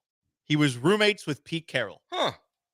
That's an interesting dorm. Pete Carroll and Scott Boras talking to you. You've got Scott Boras dropping all sorts of cheesy dad jokes, and you've got Pete Carroll maniacally chewing on a piece of gum as if he has just done some Molly, which I hear that happens. You grind your teeth a little bit. Spouting all sorts of positivity at you in a really, really, really, really quick pace. That would be a lot. Yeah. Imagine if there was a third roommate. Would that third roommate have survived without transferring? No. I don't know about that movement, Sean, but yeah. Would that roommate That's where I thought you were going. have that roommate have survived a full campus, a full semester on campus with those two? I don't know. I would have gotten tired pretty quick. Yeah, I think you're asking for a room transfer pretty quick. Yeah, I Pete think Carroll just talking about how much he loves competition. Yeah, it's like, hey, dude. always competing. Always compete. Can you win a game in the first quarter? No. Can you win a game in the second quarter? No. Can you win a game in the third quarter? No. This is the thing he actually does all the time, by the way. You can't win the game in the fourth quarter. Like that's For Pete's sake. I do love Pete though. Pete was awesome. I enjoyed my time with Pete in Seattle. I kind of hope he's back in the NFL next year. I think he's out. I think he's done. You think he's just done? Can he be on the TV shows once Belichick gets the job? He's just Can you teaching. just take all of Belichick's show? He's teaching at USC. I feel like he would enjoy being a teacher. You sure he doesn't replace Lincoln Riley? I mean, he should. Like, are we like? He should. Lincoln Riley's not getting probably isn't getting fired this offseason. They haven't been relevant since he left. Yeah.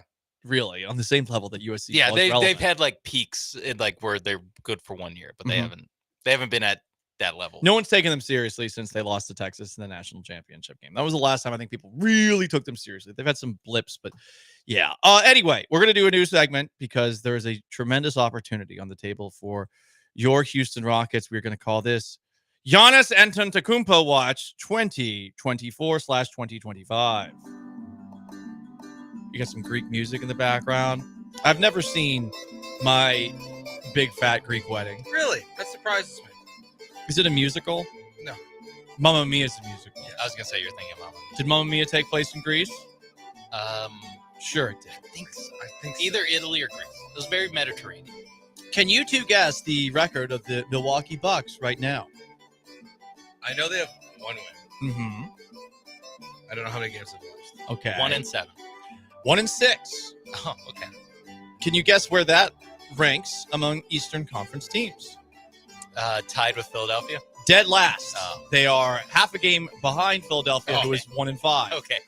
So I had one too many games on it. You were close. Yeah. They have lost 6 straight games, and we heard this from Shams Charania on ESPN. Chris Middleton, one of their key pieces, whose absence was certainly felt in last year's postseason. It does not seem like he is going to be back for them anytime soon to right the ship. Chris Middleton and his absence has been deafening for this team. He's been out an indefinite period of time all season. It's still uncertain when he's going to be back. He has yet to be cleared, to my knowledge, for 5-on-5 scrimmaging. And the Bucks have felt throughout the season, throughout training camp, that he was a week away, 2 weeks ago. So team officials have recognized that this is taking much longer than they anticipated for Chris Middleton. There was an idea that maybe he was going to be back a couple weeks ago, but he still has not been. This is a guy that's coming off double ankle surgery, so his absence looms large on this team that's in the bottom half of the league, bottom half of the league in defensive efficiency. And when you think about Giannis Antetokounmpo and who he's been surrounded with over the last several years before the Damian Lillard trade, is guys like Eric Bledsoe and Drew Holiday. And this team defensively has not stepped up in the last year or so, and we're seeing it play out this season so far. Okay.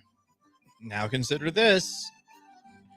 The Miami Heat are the favorites to land Giannis Antetokounmpo if Milwaukee decides to trade him. But if Giannis wants out, he's going to get out. It's the NBA. The teams always bend the knee to their superstar players. Heat are the favorites. Brooklyn Nets are in second place at plus 210. The Houston Rockets are plus 400, the third best odds to land Giannis Antetokounmpo. And as I have been saying since this idea came to me, when Giannis Antetokounmpo came to Houston to work out with Hakeem Olajuwon, we have the best food. The man likes eating. We have the best, let's just say, places that provide entertainment, and we know that Giannis Antetokounmpo, just based off of what he says into a microphone, is someone who may or may not have a high drive, if you will, not just to win championships. Yeah. I'm telling you, we got to manifest this to happen. I want Giannis on the Rockets so badly. You're wrong if you don't want him. He is likable. He plays basketball the right way, which is playing football. And I feel like this is the kind of player that would mesh very well with Ime Udoka. And it's everything you've built this team for. Mm-hmm. Your core 7. Well, you don't need 7 of those guys. You have. I want my core 1. All these Phoenix draft picks. It's really the Rockets are. They are the most logical team for the Milwaukee Bucks to make a deal with. Mm-hmm. What are the Miami Heat trading you? Future first round picks that are going to be good, and Tyler Hero. What do you get out of that? The Brooklyn Nets. Maybe late lottery picks, even with Giannis, because they've got a little bit of talent, but they have their own first round picks back. We all think the Phoenix Suns are going to collapse on themselves at some point, and the Rockets control their draft now because of the move. So those are some of the most valuable picks that are out there. So you have those assets, and then you have all these young players. And you listen to your franchise too much. We saw it with LeBron. We saw it with Harden. So my advice to Rafael Stone is when Giannis gets here, don't let him trade for anyone like Damian Lillard, because that was a dumb idea. Wait, what happened with LeBron? Well, LeBron, like he told like all those guys who he wanted in Miami. Oh, okay. Like just like the guys, like they all call their shots and it blows up in the team's face. Gotcha. I Like, thought you were talking to the Rockets. But like it blew up for James Harden. Like, and the Bucks now, the reason why they're in this position is because they traded Drew Holiday. Yes. For Damian Lillard. It was a stupid decision. It really was a bizarre one. Yeah, I mean, part of the reason the Celtics won the title. Yeah, just Well, Drew that, Holiday. Yeah. And part of the reason I don't buy the Heat as the most likely Giannis destination is they were the most likely Dame destination. They're the only other Dame destination, and they didn't have enough to trade for Dame Lillard. I struggle to think how they have enough to trade for Giannis. Totally agree. How about Brooklyn? 2 years later. Brooklyn, maybe. I mean, that it just depends on what kind of picks they want, basically what they're betting against. And then, I don't know, Cam Thomas. Are they big Cam Thomas heads over there? I don't know. That guy's a walking bucket. Yes. But even like if you're the Nets, it's like you're gonna trade him too, because like then you just have Giannis. Yeah. Like what do you have? Yeah, it's a situation, and same. It's a little bit with the Rockets where it depends on who in the core 7 that they trade, because it shouldn't take all 7. So there's going to be some leftovers, and you have to think about who fits best once you actually get Giannis on your team. Correct. In that way. If you ever see something that looks tasty on social media, tag Giannis Antetokounmpo. Yes. If you ever see anything that you enjoy looking at on social media that is located here in Houston, tag Giannis Antetokounmpo. Next time you're at Trillburgers, next time you're at Treasures, tag Giannis. From Trillburgers to Treasures, tag Giannis as much as you can. Burger Chan. Burger Chan too. CJ Stroud eats there. J Bar M. Yeah, CJ Stroud's been down there before. They said. FM Kitchen. Yeah. J Bar M. They're coming next week. So I said, yeah. Oh. Giannis, come on by. At 11, please. 2:30. Why so late? We'll be here. You know why it's coming late? Oh, did they really complain about Yeah, it? the bitchy bees. Like there it is. Love it. I Jill did only that gets food for 100% himself. on purpose. So I just made sure that they're gonna get some this time too. We should reschedule it. Just reschedule Yeah. it. Just do it last second. I'm considering it still. Well, listen, that might affect my eating schedule, and that's more important than the Killer Bees. They're not important. I'll let you know. I'm more important to the station than those two. No offense. No offense to them. I'm just more important. I'm a superstar, and we need to make sure that I'm happy, just like we need to make sure Giannis Antetokounmpo's happy. Yes. One of the same. I'm the Giannis Antetokounmpo of ESPN 97.5 and 92.5. Do we want Giannis's brother? Just while No. we're on the topic. I guess it's part of the package. Yes. Come on, Anthony. I don't give a bleep. I will. Yeah. Whatever Giannis wants, he's gonna get it. Is there another one? Life. I think there's 4. We Are give they him all a- in the NBA? No. Give him a Chick-fil-A black card. Those cards where you get a free Chick-fil-A meal every single day. I miss those. Yeah, I had one too. It was a good time. Must be nice. Yeah, it was. I'm trying. I'm trying to get them. No, but less trying on that and more trying to move lunch to more convenient time for me when Jay Barham comes in. Gotcha. Because 1, I'm the most important person here, and 2, I want to troll them. I kind of just want to annoy them, and because it's just I'm a sick person. What can I say? Anyway, he's Joe and Paul. We got Sean behind the glasses. Gallant George, ESPN 97.5, 92.5. Coming up next. Listen, it's a critical day in the United States of America. We are pressing the reset button. It's a new era for your Houston Texans, who are now 0-0. By the way, generally you see a concession. What takes are you willing to concede in a way that certain someone hasn't exactly done yet? It's Gallant George. Stay put.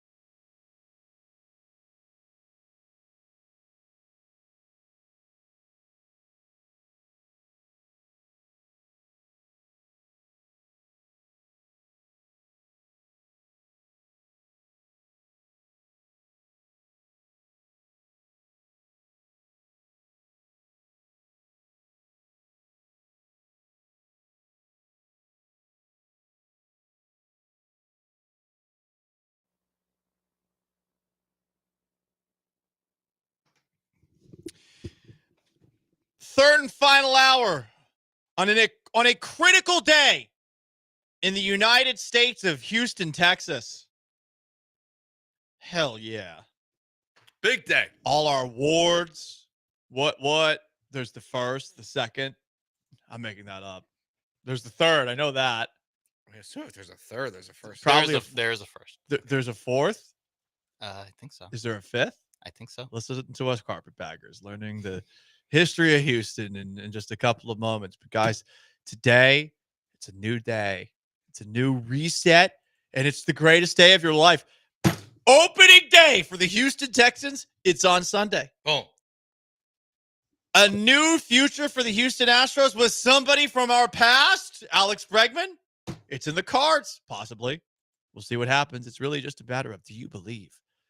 But the Houston Texans are on to Detroit. And this is what D'Amico Ryans, head coach of your Houston Texans, had to say about the Lions yesterday. And seeing Detroit the past couple of years, I think you see the culture, you see the energy that Coach Campbell has brought to that team, right? You see the mindset, the toughness, physicality, right? Their style of play, it shows up on tape, every week. So, and they got really good players as well across the board. They're able to add a lot of good players, a lot of good young players that are exhibiting, right, that mindset and that culture. And it's a really good team coming in here this week, and we're very excited about the matchup. Hell yeah. It's a really good football team. They're built really, really well. I mean, the fact that they went all in with Jared Goff and how well it worked for them is still kind of surprising to me. I never thought he'd be like this good again, but he's right. They got a good culture. They're a young team. They're a fun team. They got a cool shade of blue, Honolulu blue. Yeah, but they do that stupid thing where they have a black jersey for no reason. Whoa. I know they're That's one of their colors, though. It's an accent color for yeah, the but I don't Lions. think every team needs a black jersey. I think if you have an accent color, it's allowed, but you need to have black as an accent color to do it. Okay. I think that's a valid point. But they just do it for jersey sales because they look cool. I will say I'm not sure how cool they look, but I do understand a team doing it if they have black in their colors. Texans jerseys are better this weekend. We're talking about fashion. Yes, that's true. The Houston Texans, new Sunday, new 0-0 record, new uniforms. It has been fun watching the Houston Texans Twitter account posting pictures of the battle red uniforms and the captions that they have been writing for these tweets. With them neon lights, candy paint, and then an emoji. This emoji, fire. Let that heat talk. With another emoji. This emoji, fire. Candy paint dripping off the frame. And on this emoji, it's a I don't know what it is. This person's is he spitting? Is he smoking?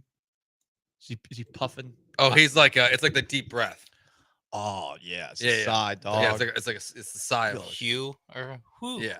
It is pretty funny to see the Houston Texans shamelessly pandering to Houston's 1990s rap culture. At least someone is. Well, the Astros are too.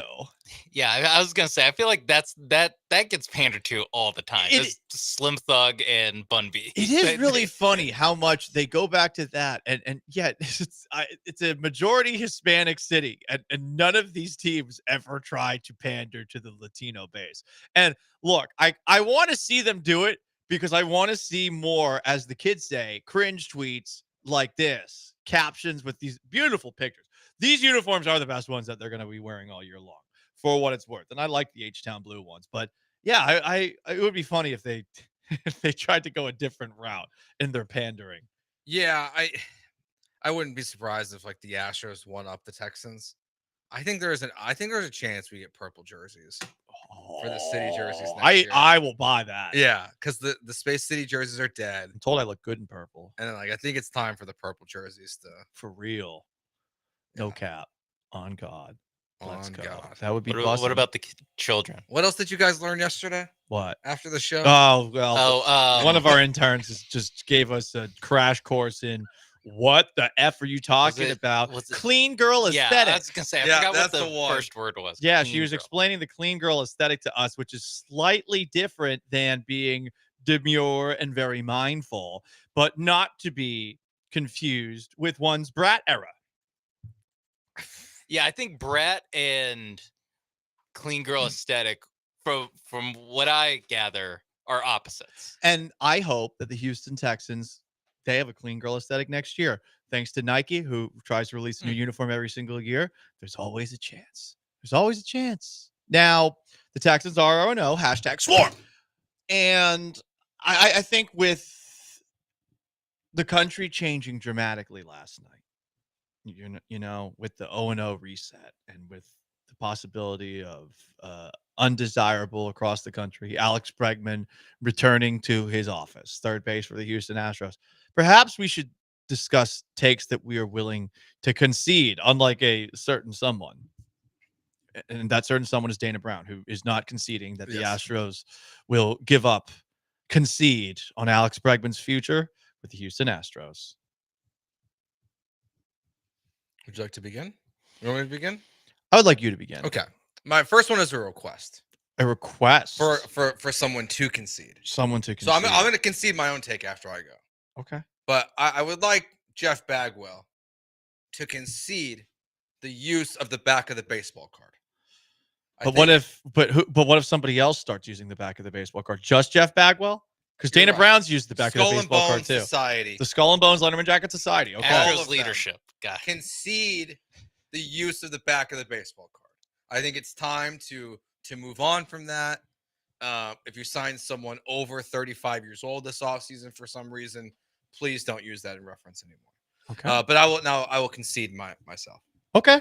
There's obviously one that stands out above the rest. What's that? That we have to look back on in a day of frustration for many, a day of anger, a day of rioting because of the actions of this person.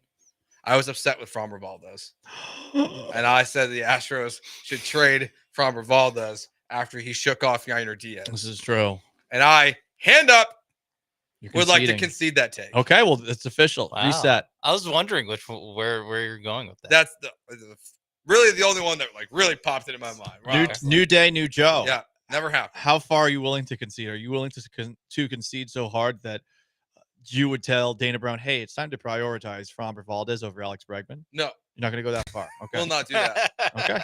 Okay. How far Just is too that. far? I don't want them to trade. Right. How far is too far, yes. right? But I concede that take. Okay. I'm glad I could take that one back. Good for you. Honestly, I kind of wish we didn't have to do this only every 4 years. Like once a year, I'd like to concede takes. I think. But Yeah, I feel like we could do it like once a month. especially me. With how much things change. You haven't had that. You haven't had that many. No. It's There's one that's in the back of my mind that I'm like, Oh, I gosh. thought there's another one. That makes me nervous. I kind of want to hear it now. Can you tell me what I need to concede? Sean May, No, what no, does you don't- Joe? What you does he don't- need to consider You don't conceding? need to concede. I just thought you might want to concede. The Texans are going to win a Super Bowl on CJ Stroud's No, rookie contract. no. I will not. Okay. Too early to call. I still have 3.5 seasons to be right about the Texans winning a Super Bowl half? over CJ Stroud. Well, this is a half a season. They still have half a Okay. season. I guess left. they can still win a Super Yeah, Bowl. they can this still win year. the Super Bowl this year. They're gonna make the playoffs, so it's not dead yet this year until they get knocked out of the playoffs in the Okay. first round.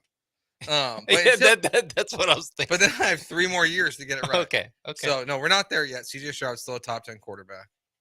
I would like to concede that the Texans will go to the AFC Championship game this year. You're going to concede that, and that they're not going to make it. Yes. Okay. I'm gonna go there. You have little. I might have to faith. concede my. I hope I have to concede my You're, concede. you're going to concede this so hard later, dude. Yeah. Reconcede. I'm about to reconcede. Reconcede. I don't know if that's a thing. Oh, we made it one. Concede back. I don't know. Oh yeah, give me my concede back. No concede backs. Well, as far as people in Houston conceding, clearly the Houston Texans are not about to concede that they effed up this offensive line situation. But if I'm willing to concede, I guess I'm willing to concede this. Guys, I'll admit it. You stupid people are not yet able to understand Tom Brady's wisdom as color commentator number 1 for Fox. Okay. So I'm conceding that you guys are ready for his wisdom, for his brilliance to be shared with you. That is what I am conceding. This is not me saying I think Tom Brady will never be a good broadcaster.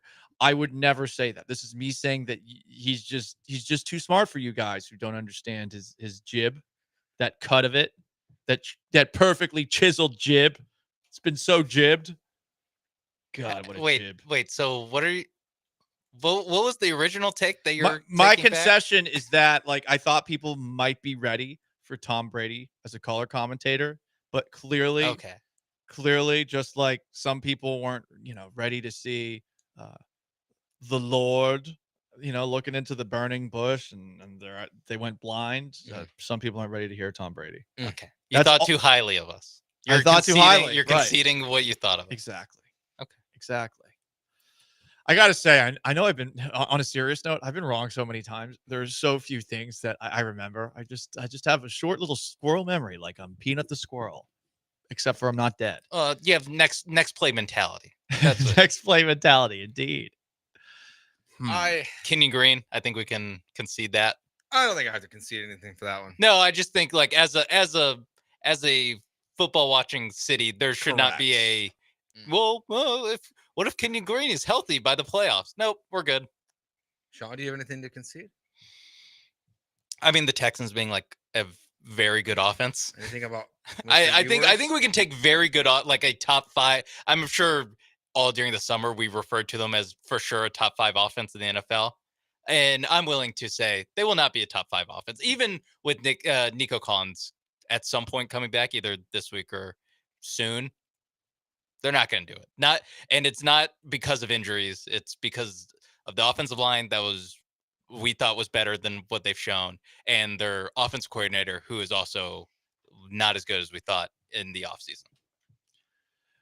I actually got one on that level because I heard, Joe, you were murmuring something to Sean there. Are you willing to concede when it comes to the starting quarterback for the University of Texas? Are you willing to concede that perhaps Quinn Ewers should bend the knee to the next Lord of Austin, one Arch Manning? By the way, thoughts? Wait, do you not know what my position on Quinn Ewers has been? That's not me conceding. That's you being correct. Yeah, that's me being right. All right. Okay. Just make sure. Joe was asking the question. I've always been.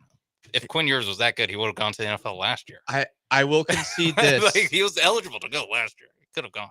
I will concede my place on the Texas bandwagon because my 2 close friends are still mad at me about Horns Down Gate 2 weeks ago, which for those who don't know, while drunk on video, I may or may not have horns downed a video that was then sent to my friends. I thought snitches get stitches. I guess not. Now they are mad at me, and they have been mad at me for 2 weeks. I thought it was done. And then on Saturday night, after the Aggies lost, because Texas doesn't care about the Aggies at all, I got a, hey, why haven't you done a thumbs down yet on video?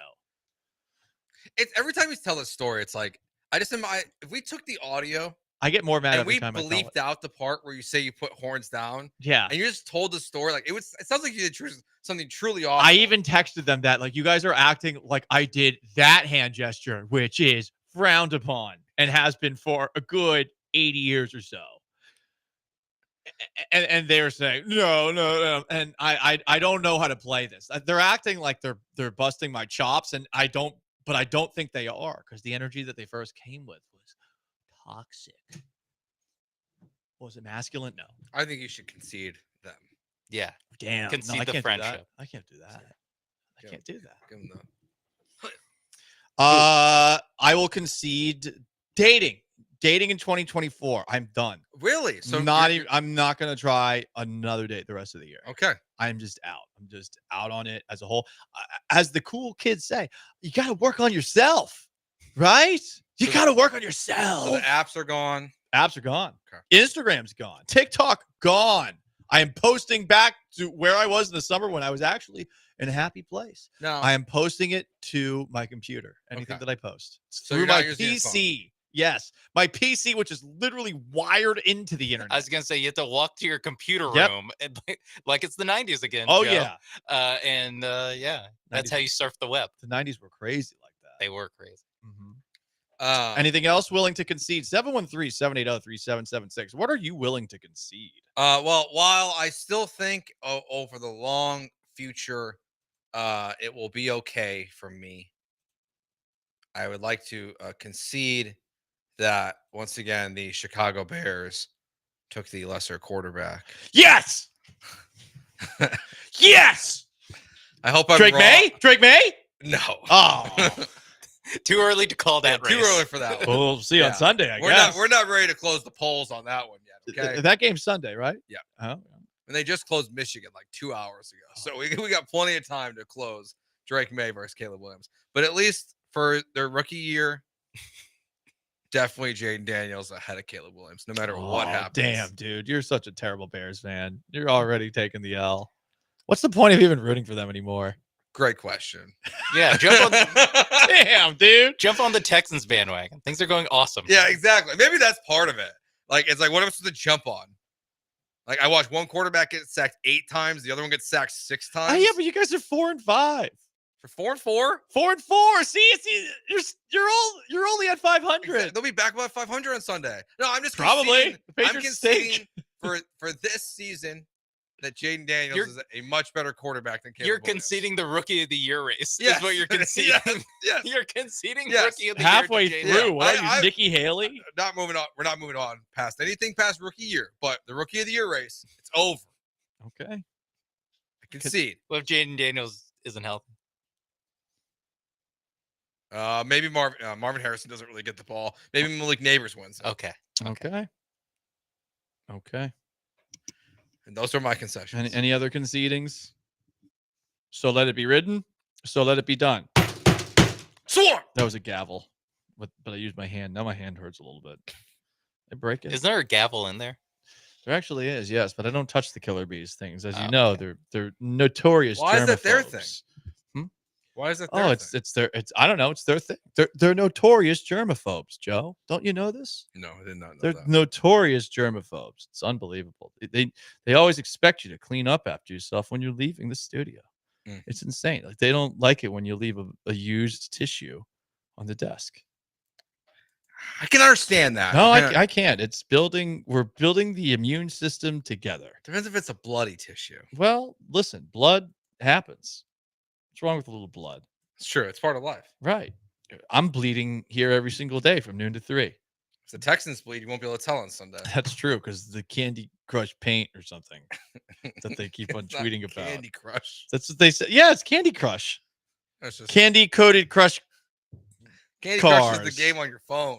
struts, swangers and bangers, bro. Yeah, okay. Anyway, we're conceding this segment. This was an abortion. Gallant George, he's Joe and Paul. Sean's behind the glass. 713-780-3776 to call, to text. What did Dana Brown have to say about Alex Bregman earlier today? And it's a Washed Watch Wednesday. What's washed? Stay put. Joe's going to tell you.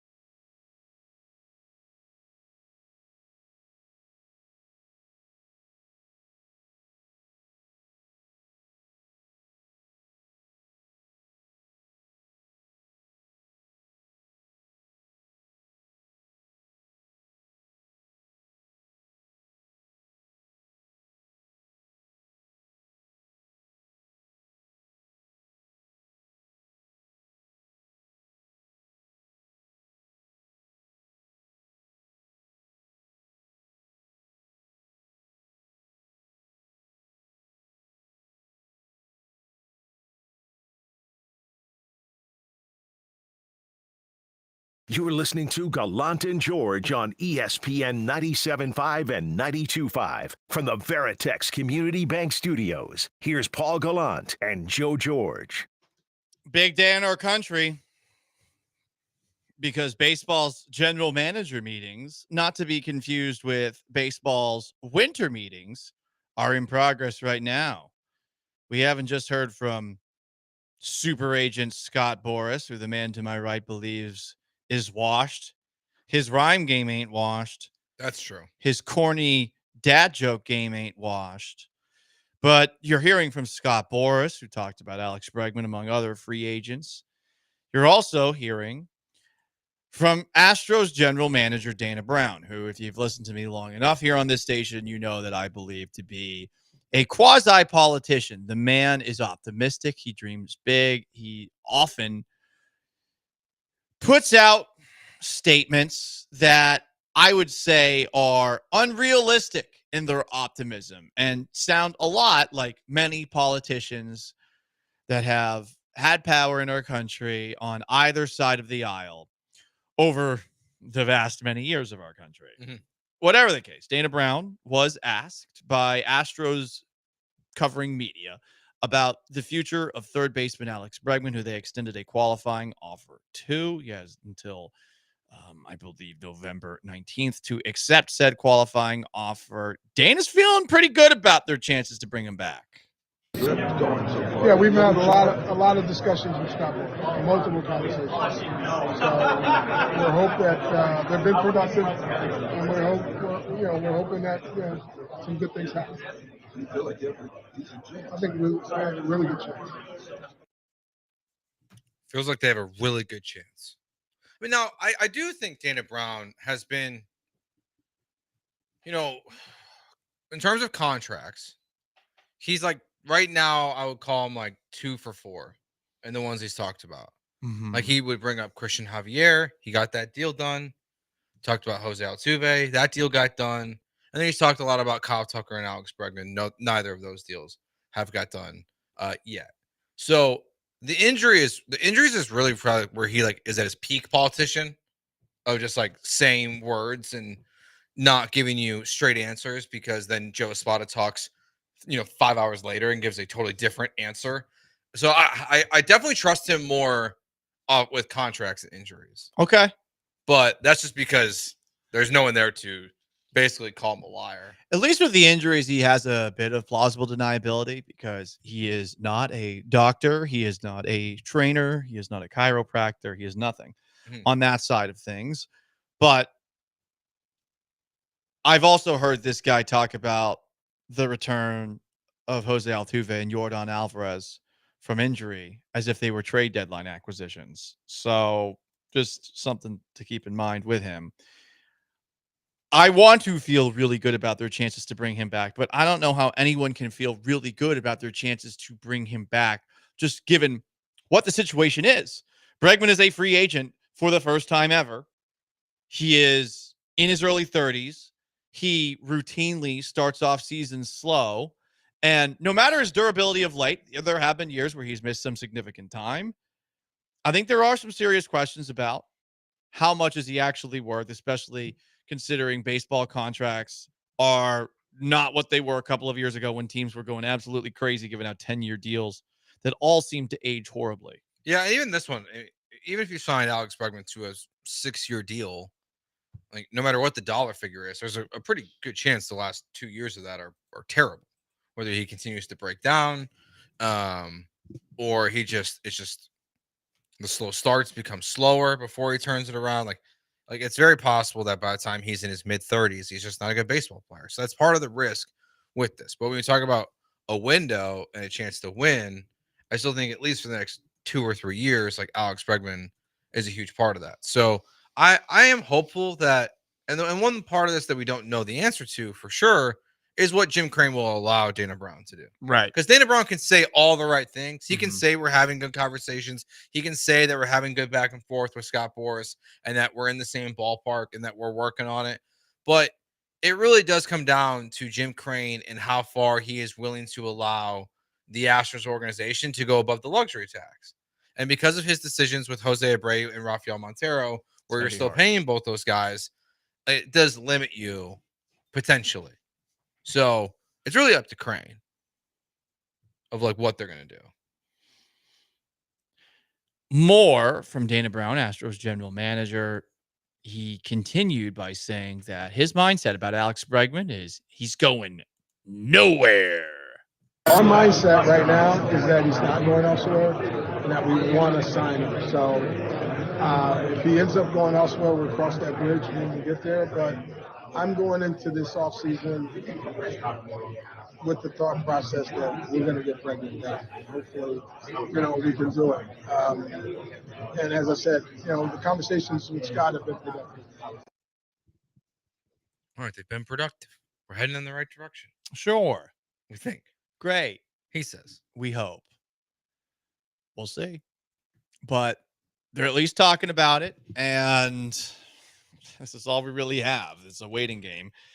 I am curious as to how long it will take for Alex Bregman to get a new deal, either with the Astros or with another team. I don't know if teams wait until the winter meetings to make it happen or if this is something that gets done by the end of November. I guess we'll just have to wait and see. I mean, the sooner the better, because like what we saw happen with Blake Snell and Cody Bellinger and Jordan Montgomery last year, where they didn't sign until either right as spring training was starting or after. Well, you can't operate that way that Dana Brown's talking about, assuming that Alex Bregman's going to be back at third base if he doesn't have a contract in February, because then you don't have a third baseman. And you've likely then also not spent money in free agency because you don't know how much Alex Bregman's contract is going to cost you. So if you're going to do it, like chop chop, like, let's get this thing done and over with, and just see what's next. Yep. I'm a little taken aback by what's taking place on the Four Letter Network. I'm so confused. They're interviewing a random wide receiver from the University of Incarnate Word named Jalen Walthall because he did a touchdown dance that went viral. This touchdown dance comprises of him lying down on his back, rolling over and standing on his head, just using his head, and then falling flat in front, legs down, on his back in the end zone. Electric celebration. They felt the need to do a 3-minute interview with this player on that. Congratulations to him on the creativity to come up with that celebration. I guess it's because he got a penalty. Well, and Amon-Ra, St. then they copied Brown, him. and Drake London both did it the next day. So he got a penalty, and then That's also, I think that's on ESPN too. Because it's on ESPN in here. They're talking about the Milwaukee Bucks blowing it up. Okay. Well, hey. I mean, this is a free country. This is like really what's like they think it's like the most important thing right now is like dudes standing on their heads. I guess it's like I don't know. Well, it's bizarre. At least now they're talking about the Cowboys. Important things. Yeah, I was gonna ask, like, what are the important things that they should be talking about? I mean, to be honest, like we're talking about Dana Brown knowing he's lying to us for 90 better minutes than today. headstands. Like, well, look, man. I mean, this is a big day in our country, and you can dance if you want to. You can leave your friends behind because your friends don't dance, and if they don't dance, well, they're no friends of yours, and they don't have to be your friends either. So there you go. Now you know a little bit about a thing that we like to call dancing. Anyway, hey, it is 2:38 on a Wednesday. It's time for a little segment that we call Washed Watch, inspired by the time that Joe George stood up on his wooden box like he's Scott Boras. What? Nothing. And said that Scott Boras, super agent, is washed. I got to say, we might need to call that into question. Hit it.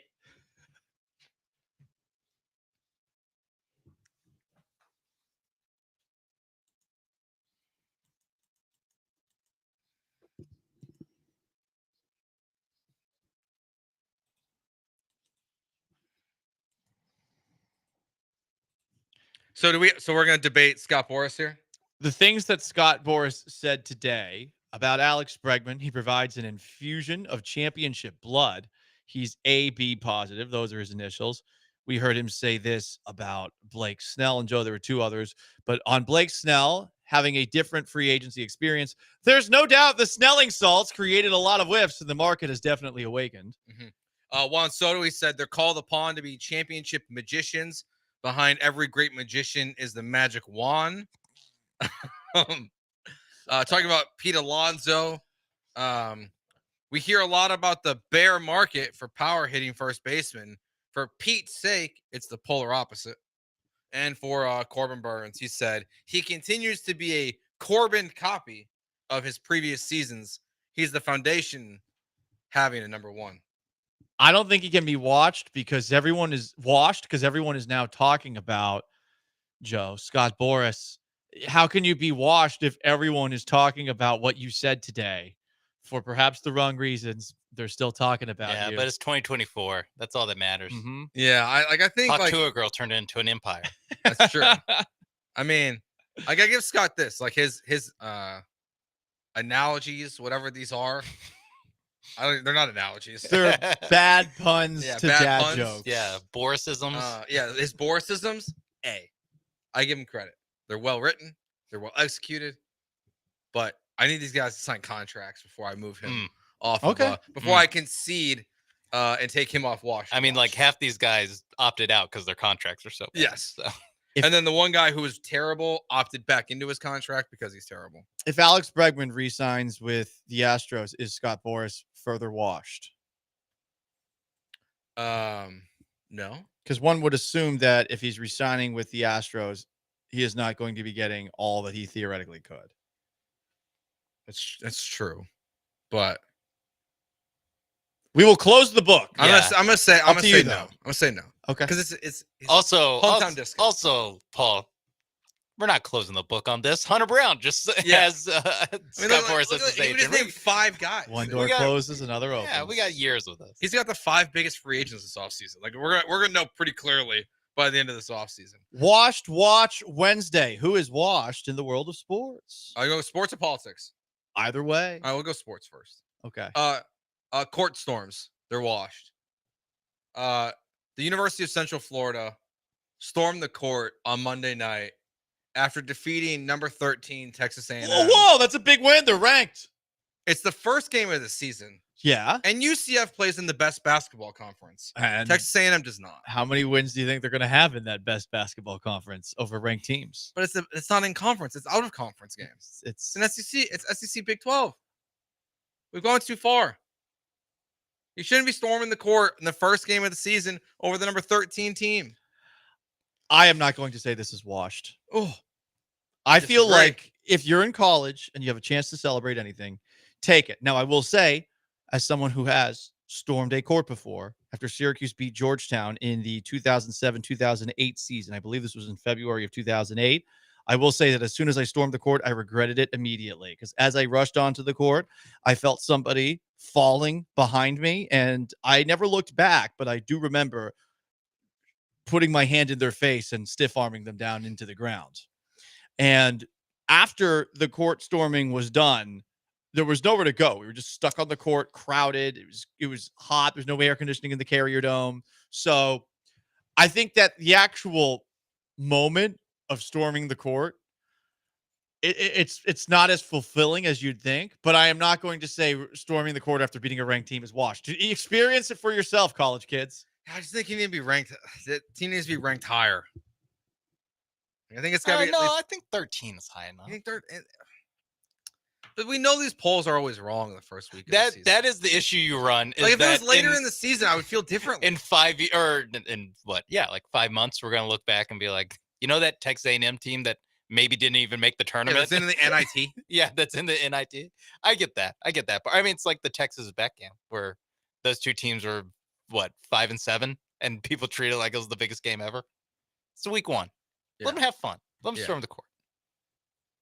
The Electoral College. The Electoral College. Washed. Whoa. Stupid idea. It has been. I don't get Okay. it. Let's go with the popular. Can you explain it to me?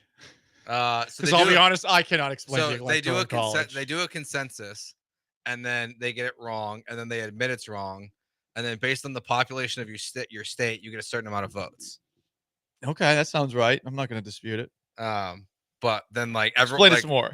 half the people that vote because like half their vote, like it's like their vote doesn't count, in my opinion. Whoa, damn, Joe. Well, if like 51% of the people like vote one way, like then the electoral votes are going to go that way. What about the other 49%? Just do the popular vote. We decide everything else in this world by straight numbers, except for this electoral college. Washed. Get rid of it. But yeah, but the electoral votes, those are straight numbers. They are, but they get them wrong. They do. They got them wrong in Florida. Oh, Florida lost electoral votes because they got the census wrong in 2020. I'll be honest. I wish I was more well versed in the electoral college and its ins and its outs. And I'll be honest. Yeah, I do not feel any more like learned an on the 11 topic. I have like an 11th grader's understanding of this. I just like I the get what you're popular vote. saying. It doesn't, Yeah. like, it's the same. The election outcome was the exact same this year. Yeah. But wasn't the popular vote and the electoral college vote essentially the same this year? Yeah, that's what I'm saying. That's what Oh. I'm saying. It didn't. It wouldn't have changed this year anything doesn't this change year. anything. Gotcha. Okay. So that's why I feel like it's the right time to have this stance. I think it's when they're the opposite, it's a little different because it means you don't like the outcome of the election. Like this one, at least it's the same way. So just get rid of it. This is a personal take. Here's something, a nominee for Washed Watch. I think getting upset about the results of an election to the point that it debilitates you is 100% something that should be washed, because ultimately we are all in control of what we do on a day-to-day basis. And the government, no matter how much we like it or want a new form of it, very rarely has the kind of impact on our lives to the point it can ruin it that some people on a day like today or a day like 4 years ago will say. This is a take that is not specific to one aisle or the other. I always feel like the overreactions on this day are funny for me to watch, to rubberneck the car crashes, but I always feel like people are going to take a deep breath and realize that while some changes will come, most of the changes that are expected to come by those who voted for these people are probably not going to come because of checks and balances and things of that nature. Agreed. United States of America, it's a country. It's true. And we live in it. It is a country. Never watched. This is your Bill Pullman speech. If I could change, you could change, and we could all Just change. right in the fence of this. Oh, yeah, I will never concede ever. Anyway, hey, that's the Gallant and George radio program staple segment on a Wednesday. Washed Watch Wednesday. He's Joe. I'm Paul. Sean behind the glass. Up next, we got a little garbage time. And in garbage time, we're going to give you some garbage. A terrible dating story. This is the reason I will not go on a date the rest of the year. And it took place right in Houston. You are going to hear this terrible date and her side of the story, and you're going to hate her. Stay put.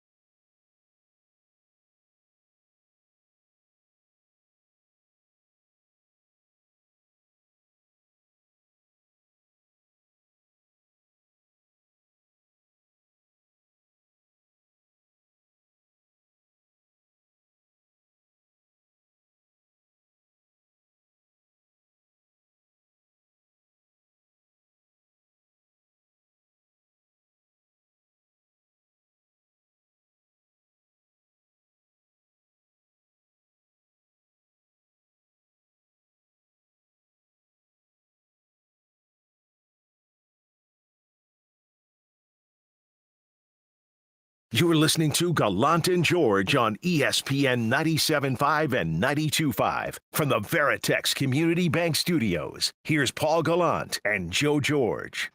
Last chance to dance, Gallant and George. D'Amico Ryans, head coach of the Houston Texans, has some interesting comments today. I'm going to read what Jonathan Alexander of the Houston Chronicle shared with us on Twitter. Seems that D'Amico Ryans is not thrilled with the discussion about the Houston Texans doing nothing at the trade deadline. Quote, "We have the guys we have. Everybody thinks the trade deadline comes and you're just going to find this guy that saves your team. I don't see it that way. Transactions were made across the league, and there has to be two parties available to do a trade. Everybody is antsy about trades. It's not just us going to and taking somebody from another team. People have to be available, and the trade has to be on good terms for everyone. I know everybody is in an uproar about us trading at the deadline. It's not from a lack of us working to get our team better and improving our team, but there's no savior to come save our team, and there has to be two parties involved." There's no savior coming. Not even internally? I mean, my God, it sounds like Rorschach. That sounds bleak at the end. Yeah, at the beginning of The Watchmen. They'll come looking for a savior. Save me! And I'll say, no. It does sound a little ominous there. Look, he could say this now, but here's the thing. Between the early stages of the offseason and free agency, the draft, leading up to training camp, through training camp, at the roster cuts, and the first half of the year, they had plenty of chances to look at themselves in the mirror and say, we need to do more. It's not about just not making a trade at the trade deadline. It's about not doing anything about the interior offensive line at all. In totality, that has been a failure.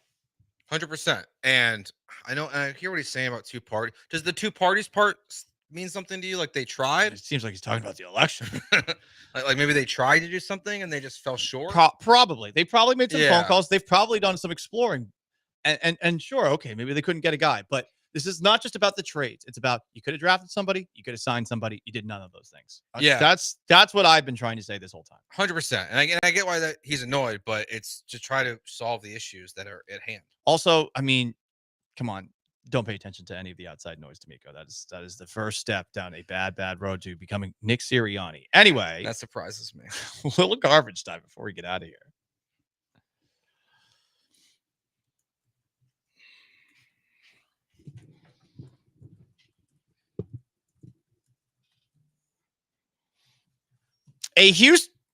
My bad. Sorry, voice guy. First time.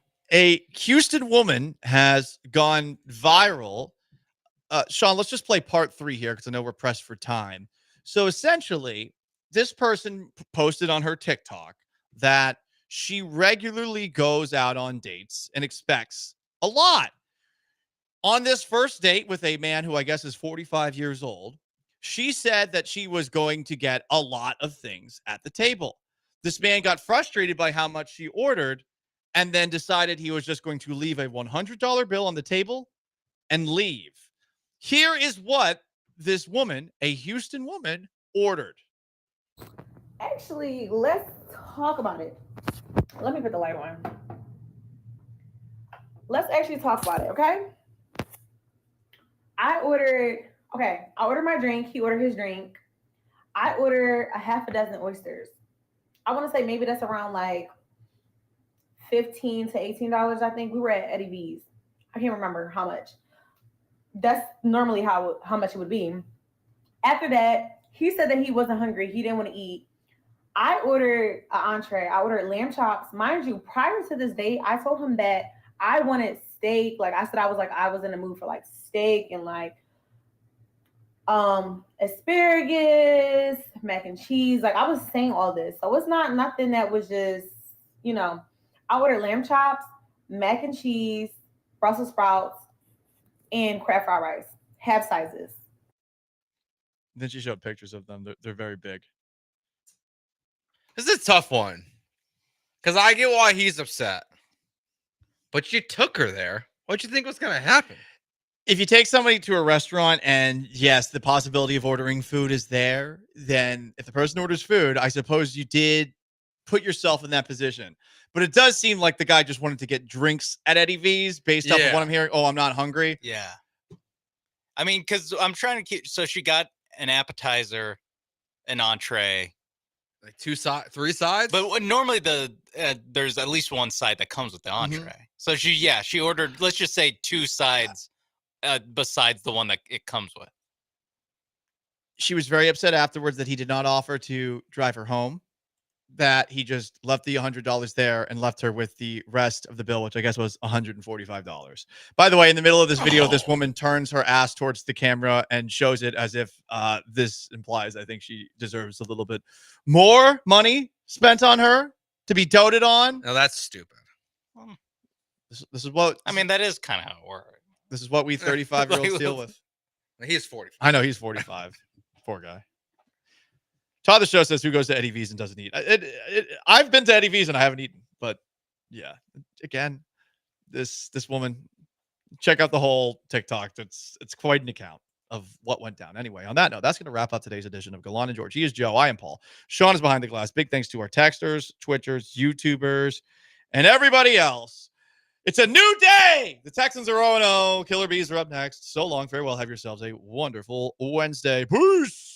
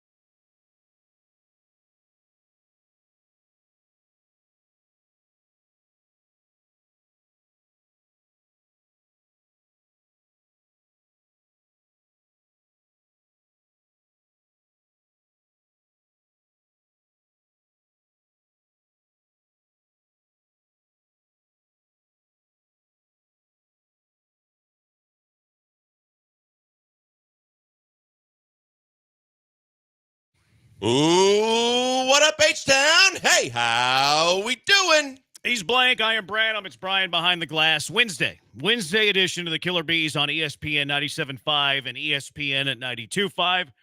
The sun did come up today. Sun came up. I was very beat up. I was very upset whenever I woke up this morning. I really wasn't that upset yesterday, but I woke up this morning and it hit me. It's like, man, this just doesn't feel right. Something does not sitting right with me.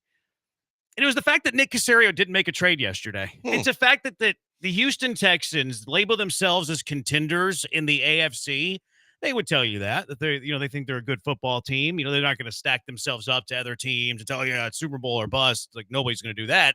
But if you got them, it's a little true serum and they're telling you the truth after a couple of pops, they'd be the first ones to tell, yeah, we think we can contend in the AFC. We think we can play with anybody. We might not think that. Houston might not think that, but they think that. Yet they let the trade deadline come and go. And yeah, I think they were probably active. I think they were probably engaged in conversation, but they don't do anything. And then you look at the other teams in the AFC. Like, who are the contenders in the AFC? Kansas City, they're definitely a contender in the AFC. What did Kansas City do? They went out and got DeAndre Hopkins, who's a Hall of Fame wide receiver, and they also helped out their defense, too. And, well, the Texans, they made moves in the offseason. They didn't need to do anything at the deadline. You don't think Kansas City did? Kansas City used a first-rounder for Xavier Worthy, and they signed Hollywood Brown. They entered the season with a pretty good wide receiver trio of Rashee Rice, Xavier Worthy, and Hollywood Brown. But they all got hurt with the exception of Worthy, went out to help their football team. Buffalo, what did they do? They traded Stephon Diggs. I think they were tired of the Stephon Diggs thing. And they realized, okay, we probably need a go-to wide receiver to really be the best version of ourselves. What did they do? They went out and traded for Amari Cooper, who's actually hurt right now. Baltimore, what did the Ravens do? Deontay Johnson, they don't even need receivers. Their brand of ball, they don't need receivers. They go out and they trade for Deontay Johnson. They trade for a corner because their corners are all hurt and their defense isn't very good. Even the Pittsburgh Steelers are going out and making trades. Mike Williams, they trade for your guy in Green Bay. You know who doesn't make trades that has a winning record in the AFC? The Denver Broncos, the Los Angeles Chargers, and you. So instead of keeping the company of Baltimore, Kansas City, Buffalo, even the Pittsburgh Steelers, you rather keep the company of the lowly Denver Broncos, yes, I know they're above 500, and the Los Angeles Chargers. That's the company you're keeping, Nick Caserio. It's why I started out by saying disappointed yesterday, and it was just I said they had to make a move, and they didn't make a move. I mean, if you want to talk about subtracting Khalil Davis, that's the move. That's not anywhere close to what anybody was expecting or I said that they had to do. It's disgusting to me that you're going to think that you're going to find some lightning in a bottle free agent on the street at this point in the season that you're going to give a workout to, or somebody else's trash that was playing, third string, that might be able to come in and do better for you when you are supposed to be one of the better teams in the AFC,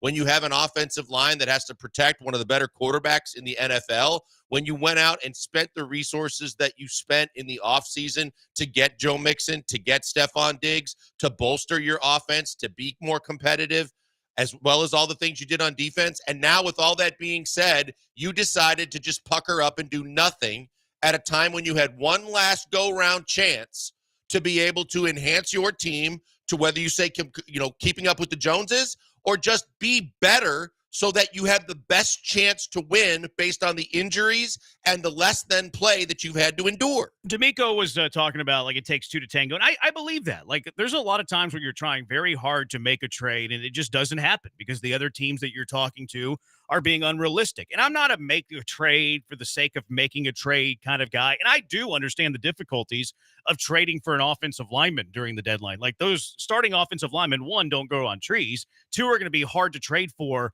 in the middle of the season. Yes, Minnesota was able to do it quickly after they lost their left tackle.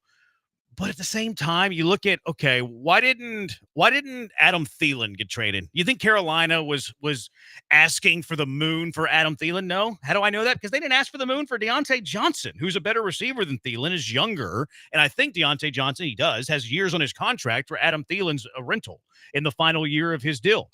What's the deal with Jacoby Myers? Like, what was the demand for the Raiders that they had on Jacoby Myers? How about Darius Slayton? So, like, yes, we don't know what was being asked of these other teams, but if you could have gotten either of those three guys for like a 6th or 7th round pick, I think it's a failure by the Houston Texans. There are 7 winning teams in the AFC right now. 7 teams have a winning record. Kansas City made moves. We talked about them. Buffalo made moves. Talked about them. Pittsburgh made moves. Baltimore made moves. The Chargers did not. Denver did not. That's the company you're keeping. And then something else that bothered me, and I think that it's probably why I'm stewing a little bit today, is I turned on, I was doing a little bit of laundry today, some honeydews, doing some chores before I came to work today. Whenever I do that, I look for things to occupy my time because I have ADHD. So I turned on a little Nick Caserio, Texans radio, rock and roll, John Harris, and I don't like this attitude that I picked up on about the trade deadline from the Texans. Okay, I'm going to ask this. Can I say popcorn fart on the radio? Because I think I'm about to. Because it feels like the trade deadline is that. It feels like there's so much talk about, are you buyers, are you sellers? There's sellers, no, they're buyers. There's buyers. This guy's moving this, and they should be doing this. It feels like the trade deadline comes down to like 3 or 4 trades, and then that's really it. Nick, how do you perceive Tuesday's trade deadline? Yeah, not to be too contrite, but I mean, it's usually much ado about nothing. So essentially, a lot of players that get moved, A, are on a kind of expiring type contracts. B, hasn't worked out with their team. Most of it is kind of late round picks, some flips. Essentially, you saw a few trades there where the compensation maybe was a little bit bigger than what it was, but you're kind of looking at your team. If there's an opportunity to add a player that you have a specific defined role for, great. If not, it's just, you're not going to do something just to do something, just to create a bunch of busy work. Okay. Popcorn fart, busy work, much ado about nothing. There's mocking people that wanted to trade. Like that attitude, it felt very much to me like an entitled New England Patriots. We've won all of these Super Bowl attitude to me. To me, what it felt like, Jeremy, was the first that John Harris, of course, is going to play it to the Texan side of the vest, literally with Nick Caserio, and just be like, oh, there wasn't. Did you see how many moves were made? And then when you start describing what, as Nick describes, what the moves are and how they go down. So it only costs you a 7th round pick or a 6th round pick, or, so maybe a slightly higher pick to maybe get whatever you need, because you are one of those teams you're describing that had a specific need because Kenyon Green can't play dead and now he's hurt. And the fact that your third string, which was supposed to be a veteran that could come in and do some things, can't do anything either. And you need help there. And your backup also got a concussion. You're hoping he's back at practice, but you need depth. So there was a specific need. It wouldn't have cost you much. You could have, and if it was an expiring contract, there was a chance you could get the pick you gave up back, like the Chiefs did in one of the moves they made, and you could better yourself. It was everything that fit you to a T as to why you should have been a team that made a move. You should have been a team active enough to realize if it's not going to cost me more than a 6th or a 7th, and I'm going to upgrade a specific position of need, and we all know that there's more than one of those because you talked about wide receiver. I've been harping on this offensive line situation. You had 2 specific needs. The Chiefs did too. They went out and filled both of them. Like, how could you sit there and go much ado about nothing? And then, oh, by the way, if you look at Schefter and the guys that tweeted all the moves that were made, I'm pretty sure that Lattimore, that Amari Cooper, like DeAndre Hopkins, was it Uche, the outside linebacker that went from the Patriots to the Chiefs? All these different guys were much to do about something. Guys that could actually make an impact on a team that's trying to make an impact in their conference, in the playoffs, to do what everybody wants the Texans to do. Yeah, the attitude made me sick. Like I can listen, like D'Amico Ryan's like, it takes 2 to tango. I get that. Like I get that. I understand the art of the deal. I understand that you can't just pick, these left guards off of the tree and then here you go, he's your starting offensive lineman. I get that they probably, turned over every stone. I trust that they kicked every tire. It's the attitude that bothered me. I can live with the D'Amico Ryan's answer. Hey, players get traded. It takes 2 to tango. You can't always get something done. I respect that. Like I'd be upset that you didn't help the team, but I'll understand that. Whenever you have the attitude of, whatever, it's much ado about nothing. One, it's disrespectful to the players that got traded. You're disrespecting DeAndre Hopkins whenever you say, oh, well, they're just, rental contracts. You're disrespecting DeAndre Hopkins when you say that. The second best receiver in Houston Texans history. You're disrespecting Cam Robinson, who went to Minnesota, who was really the only offensive lineman that was traded. And he was traded for a 5th rounder. Maybe you didn't want to give up that. I understand. And he's a tackle. He's not a guard. I get that. But oh, it's much ado about nothing.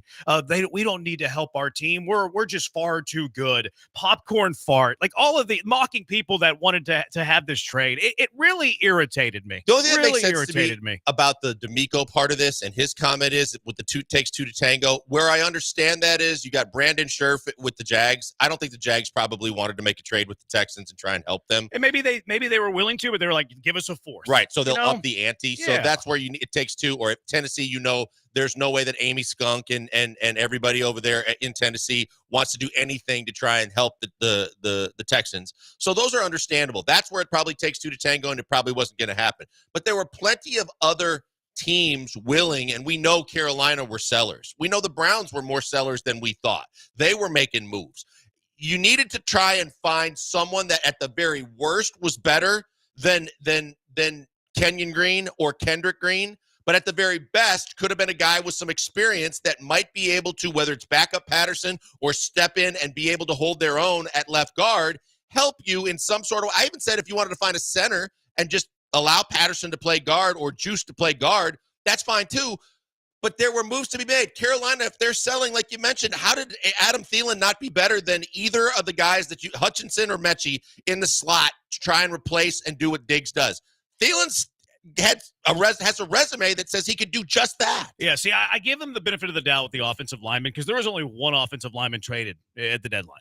And that was the left tackle when he went for a fifth rounder. Like, if we're assuming that the Texans didn't want to give up a fifth or better, like, I can understand that. Like, Nick Caserio has a pretty good draft history, doesn't want to give up a top 5 round pick. Okay, like, I understand that. I understand that the trade market, look, there was no other offensive lineman that got traded. So I could put 2 and 2 together. Perhaps the price for offensive linemen, if there were even offensive linemen that were available, was too high. But there were other pieces that could have been acquired that help your team. Would they have been the upgrade at the offensive line? No, because it wouldn't have been an offensive lineman. Could it have made what has been a pretty disappointing offense slightly better? Yes. If it is for a rental and you're in the business of trading 6th and 7th rounders like they're nothing, to me, you make that trade. I just didn't love the attitude. I can accept the fact that you didn't get something done. I can accept the D'Amico Ryans. It takes 2 to tango. We tried. We kicked every tire. I can understand that. But it's much ado about nothing. You want to disrespect DeAndre Hopkins. You want to disrespect Cam Robinson. Go disrespect Amari Cooper. Those players don't really move the needle. They don't do a whole lot. Very flippant. And I didn't like it. It was flippant because of the fact that you think about this. You're right in the Patriots' attitude. But it would be one thing if you're playing your best football right now. If you're a team playing like the Ravens or the Lions and you're steamrolling people and you're having your way with teams that you're playing, you're doing whatever you want, you're having success on both sides of the football, that's one thing. You say, well, you know what? I'm going to ride this out. I'm not willing to do a whole lot, to give up a whole lot, to try and change anything that we're doing right now because we're doing it well. But you're not. You're not blocking in the pass game. You're not giving your quarterback time. One of your better receivers went down, and you're not doing anything to replace him. The guys you expected to step up haven't. And so you have opportunities to get better. And yet you have this holier-than-thou attitude that, that's for other teams to just screw around with. Not something that we're needing to do. Yeah, it was something you needed to do, and a golden opportunity just went right out the door. Yeah, I was folding the towels, and I heard that, and I just dropped my towels in disbelief. Couldn't believe it. Dropped my trousers, too. I don't really want to think about Somewhere that. Deshaun Watson just paused at Jeremy's comment. I don't think that I am his demographic. Probably not. Yeah, No. I don't think I am. He just heard drop towel. Yeah, it would have to be a baby towel for him to be interested in that. Yeah, I'm disappointed. I mean, like, I guess the main takeaway when I hear that audio is I just don't believe them. This sounds like the benefit of hindsight trying to justify the inaction more than it is like their actual belief in the trade deadline. But my disappointment still comes from that this team wasn't perfect. I mean, they're 6-3. We've obviously seen the problems with the offensive line. We've seen the problems with coverage from the nickel corners. We've seen the problems with depth, especially at wide receiver and other places on the team, linebacker depth, other places. If this was a perfect team, like maybe you could say the Lions and the Chiefs are fine. I get you staying in pat, even though the Chiefs made a move. But you have holes. The cost of doing business from what we saw from this market wasn't extremely high. We're talking 6th or 7th round picks. And to me, if you're not getting better, you're getting worse, especially if the teams around you are getting better. So I felt this was a missed opportunity and probably a sign that the ultimate ceiling we thought they would have unless the guys returning from injury completely change things, is not as high as we'd hoped it would be before the season. Yeah, I'm with you that they're not really being truthful, and Casario's not really going to be truthful very often. To me, it's more the attitude. Like, hey, we tried, we just couldn't accomplish. The price was too high. All of that. So that's really where my stance is at. Battery Chuck, which offensive lineman would you get for a seventh rounder? I don't think you're getting an offensive lineman. There was one offensive lineman that was traded. I don't think the Texans were giving up more than a 6th-round pick. To me, you're helping in other areas. Whether I do think the price for receiver was pretty cheap. I think you could have gotten Adam Thielen for a 6th. I don't hate the nickel corner thing as well. Like, I don't love Jalen Petrie as my nickel corner. They do. All right, 713-780-ESPN. Blessing or stressing, we'll meet up with our guy Garrett a little bit later. Dana Brown had some things to say. Is Alex Bregman going to be an Astro? We'll discuss that later on as well. Coming up next, though, if Nico's been cleared and passed all the tests, why wouldn't you activate him for Sunday night? Been waiting all day for Sunday night. 713-780-ESPN HRP listener line. We're on the Twitch, twitch.tv/ESPN975. On the YouTube at ESPN Houston. Twitter as well at ESPN975. Blankers at Pac-Man. Joel O'Brien at Sacked by BMAC. I'm at Jeremy Branham. We are the Bees on ESPN 97.5 and ESPN 92.5. Hey, before we go to the break, a word from a good friend, Doc Linville. Doc Linville is the best when it comes to getting your hair back. If you've experienced hair loss, your hair's fallen out, you've got pattern baldness, you don't think there's anything you can do about it. You've seen all the gimmicks that are out there on all the late night television shows and on the internet, and you're not feeling that either because it just masks the problem. I'm here to tell you about the NeoGraft procedure, PRP treatments, and how Doc Linville right here in the Med Center can help you get your hair back. It's really simple when it gets down to it. I had a consultation with Doc and his staff. They explained the whole thing to me. The NeoGraft procedure is essentially like resodding your lawn, but taking hair that's yours from areas of your scalp that it's never going to go away. And I learned also that on the sides and the back of your head, the hair that you have there is always going to be there no matter how bald you go on top and in other areas. They take some of it, they repurpose it, they put it where you need it.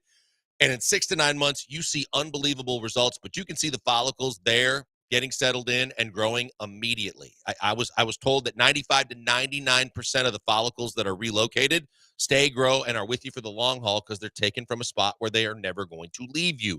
They're the same color. They grow the same direction. They take the time to do those things. And then they do the PRP treatments, which they can also do if you have hair on your head, but the follicles and the hair just aren't as thick and strong as they used to be. The PRP treatments, like fertilizing your lawn, can get that hair thicker, stronger, and have a better appearance for you. It's phenomenal. It's great. They do it all here locally, and they want to explain it all to you for free. If you just listen to me and go to 975hair.com. You go there because you want to talk to them after listening to me. You get the consultation for free. People off the street pay $150. You don't pay a thing. No signing on the dotted line, no commitment to make. Just you getting a consultation and learning about the NeoGraft and PRP treatments. Ask questions, get answers, see if it might be something you want to consider. You can go home right after that and think about it. You can tell them whenever you want. But if you want to go to them and you decide you're going to do it, it is a game changer. They do the work, and it works for you. Check them out today. Go to 975hair.com. Tell them I sent you by.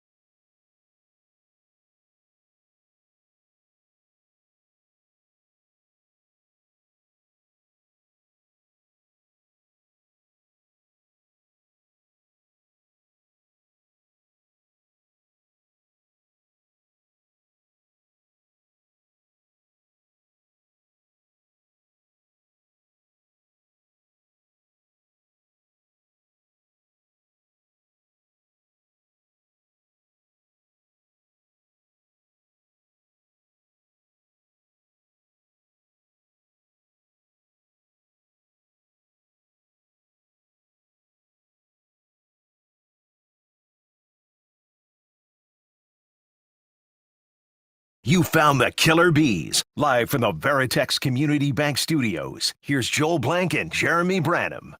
It is the Bees, ESPN 97.5, ESPN 92.5, 713-780-ESPN. 0002 wants to know who would be a better left guard, Cody Stoots or Patrick Creighton. I'll go Stoots, younger. I think he's more athletic, too, Cody. I definitely think he's bigger. He I is think he's bigger. wider. I think that he's younger. And I think that, he's one of the big boys. And when you're a big boy, you can move people. And I think that, it might be a little past Creighton's prime. Yeah, I would go with Stoots there. Any objection, Brian? No, it's an easy Stoots. No, I mean, I he's think got the height, it's an he's got the easy weight, Stoots. he's got the age. I think if Creighton starts yelling at people, though, before the snap, he could actually move some people back. Creighton be a better O-line coach than O-line. Maybe old school. Yeah, doing old the school whole for sure. Yelling. Oh, I almost forgot. There was a terrible parking job. Terrible parking you're- job in the parking lot today. Today? Yep, sure was. Was it Brian McDonald? Sure. No, it was not Brian. I actually parked next to Brian. I backed into his forward-facing truck. No, it was the one One of across us did the it aisle. correctly. The aisle was like it was like a forward slash. A forward slash. It totally eliminates the parking spot to his left. It's In atrocious. the same area where we parked? It's atrocious. I should have left him a note. I'm just kidding. I No, wouldn't do that. seriously. What's the protocol there? Because I had one today at the gym that really ticked me off. Like when I got back to my car, someone did the kind of angled over the white line, angled to where I could barely open my driver's side door, and the back end of their car made it so that I had to I had like a couple of inches between their bumper and mine because they came in on such an angle. And I'm like, who does this with there's spots all over, but like, are you in that big of a hurry that you just cut the angle, get in there as close to my door as possible and just say, screw it, they get out. Yeah, it's tough. I mean, if the car's already there before you, you just don't park there. Well, I was there first. Right. I'm just saying, I'm talking through the process here. It sounds like the car next to you, it broke the parallel principle. Oh, yeah, it's which over is the line. thing that Brian did the other. It doesn't have to be over the line. It's the. Oh, you yeah, know, it's not straight. Yeah. Yep. It's just if you park at an angle, you make it difficult for other people to get into the spot. Yeah, I mean, I'm not a leave a letter guy. Like that's kind of lame. I think. I thought about the note. I thought about opening my door viciously hard and leaving them, but that's not. I'm not going to leave a note. No, I think I would just get frustrated, talk about it on the radio, and then forget about it after I did. I think we're good then. I think it'd be the release. Yeah, I'm not going to be super careful about if I have to get in my car and your car is way too close and over the line. If I have to open my car door a little bit and I just didn't want touch to your ding my vehicle, door in the so be process. it. But Yeah. No, you should just be an athlete and get through the passenger side. hell I didn't no. have to do that. I managed to squeeze in, but I was not pleased. Yeah, with I'll try to squeeze in, but I'm not going to sit there and wait on them. Why not? No, I didn't say wait on him. I said get through the passenger side. Yeah, no, there's no chance. Why not? You be an No, athlete. why? You can That's run for not 5 my yards problem behind a at good that point. offensive line. You think you can get through the passenger side? That's a good point. Not that big a deal. That's a pretty good point. Aaron Wilson reported earlier today. Now, Nico Collins did not practice today. Gamesmanship, their hard day's Thursday ahead of a Sunday game. So tomorrow will be the one that we're really watching. Aaron Wilson, who said that Kamari Lassiter had a broken spatula, yet only missed 2 games. Aaron Wilson, who said that D'Amico Ryans was not interested in the Houston Texans job. D'Amico in his second year as the Houston Texans head coach in the job. He reported, though, that Nico Collins has passed all tests for hamstring, no setbacks per league sources. Regained speed, mobility, ready to go. Matter of when, not if he'll be designated for return. Team still determining if activating him for Lions game. He also said he might not practice today, and then he did not practice today. So the question is if, and we don't know this for sure, but if Nico has been cleared and passed all the tests, why would you not activate him for Sunday Night Football? Yeah, I mean, look, we talked about this previously, and I get that you want him to 100%. But if you're hearing all these things and you know that he's regained his speed and he's ready to go, and you know how desperately they need all hands on deck for their offense, why wouldn't you play him? He is the safety blanket that CJ has relied on throughout his career, not just this year, in terms of when he's getting out of the pocket, when he's going off script, when he needs to create something out of nothing. He finds Nico, and he finds Nico also very quickly over the middle in the slot. He finds a way to connect with Nico Collins. There's a timing there. There's there's just a chemistry between the two that works and makes sense. You're playing one of the better teams in football, maybe the best team in the NFC. You need to have all hands on deck. And I don't understand, screw gamesmanship. At a certain point, they know that he's there. And if they hear what we hear and they know he's ready to go, it's not like they're not going to prepare to have him on the field if you're Detroit.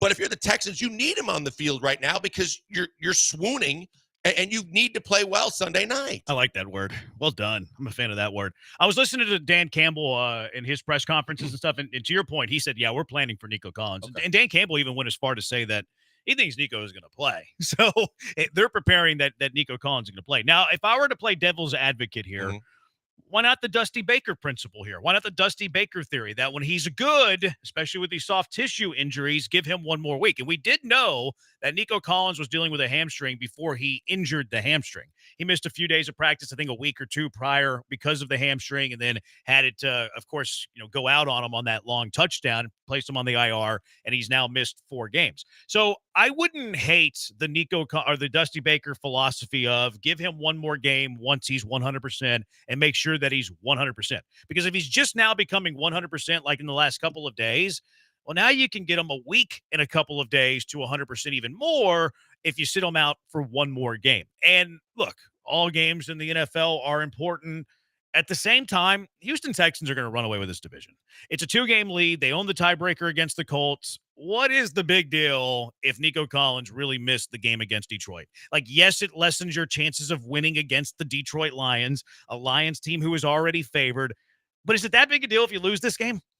See, I think it is. And I think it is because of the fact that they've been playing so poorly, because of the fact that even when they win, there's a whole lot of finger pointing and second guessing and questioning just the fact that they had to squeak out a win. And then you lose the game against the Jets and all hell breaks loose. And of course, Kenyon Green was awful for the second straight game, and your offense wasn't productive and wasn't able to do a whole hell of a lot.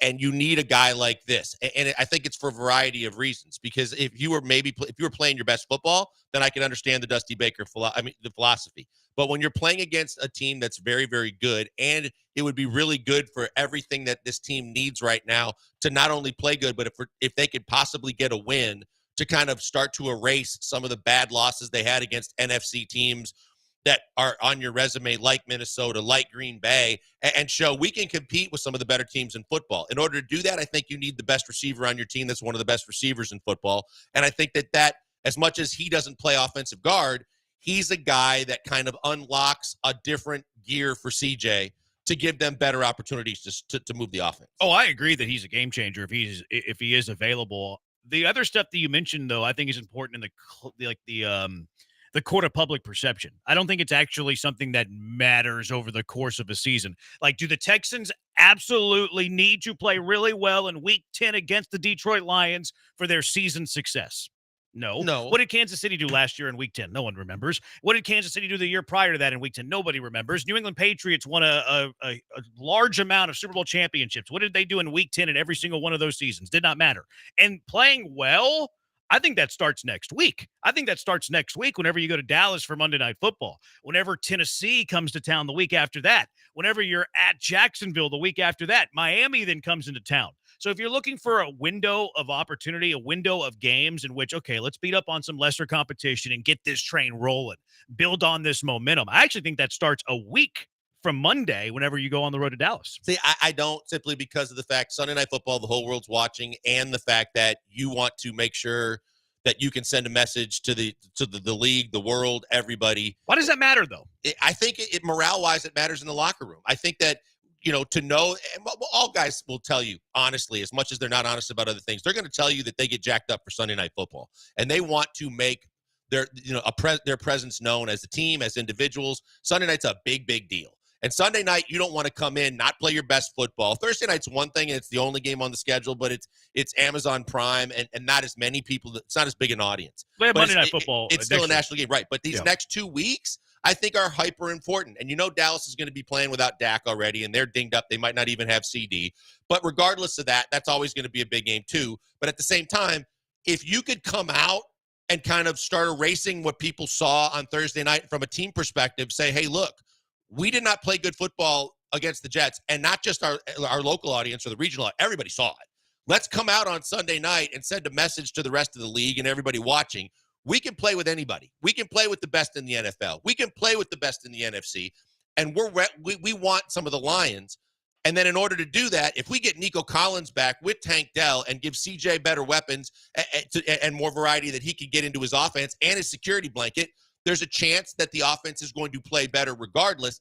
I just think that does matter. You mentioned hyper importance this game. Would you fair to say high intensity kind of rigorous game? Like if you're taking that extra step because it's prime time, which I mean, I think is something you could argue. But if that is indeed true, hyper importance, high intensity, more tenacity, why do you want to play your star receiver coming off a strained hamstring in that type of game? Well, because of the fact that he is your star receiver, because he gives you a legit chance to. But wouldn't you argue, or wouldn't you say that if you have hyper importance, high intensity, like the competition is going to be through the roof, your chance to stack yourself up against the Lions, if we're saying that it's going to cause like 10% more effort, I'm not playing my star receiver in week 10 with the fear that I could lose him for the next 8 weeks. I am. And the other thing is no one says he's got to play every single snap, and no one says he's got to play his normal workload. But the fact is that when he's on the field, he makes you better. So whether you pick your spots, you limit his snaps, you do things differently so that he doesn't have to go as far. If you believe Aaron Wilson and he's regained his speed and he is pushing at full speed and you know that he can handle that, then whether you reduce his workload or not, having him on the field gives you a better chance to win, and therefore I want him on the field. Okay. Let's put numbers on this. If it increases your chance to win by 25%, but it increases his chances of getting hurt for 6 weeks by 25%, are you taking that trade-off? It increases his chance to get hurt by up to 6 games by 25%. Yeah, like what is the ratio here that you're looking for? See, but okay. Because you're certainly not guaranteeing victory with Nico. You're increasing your chances of winning, sure. But I would also say that you're increasing his chances of getting hurt because it's first game back.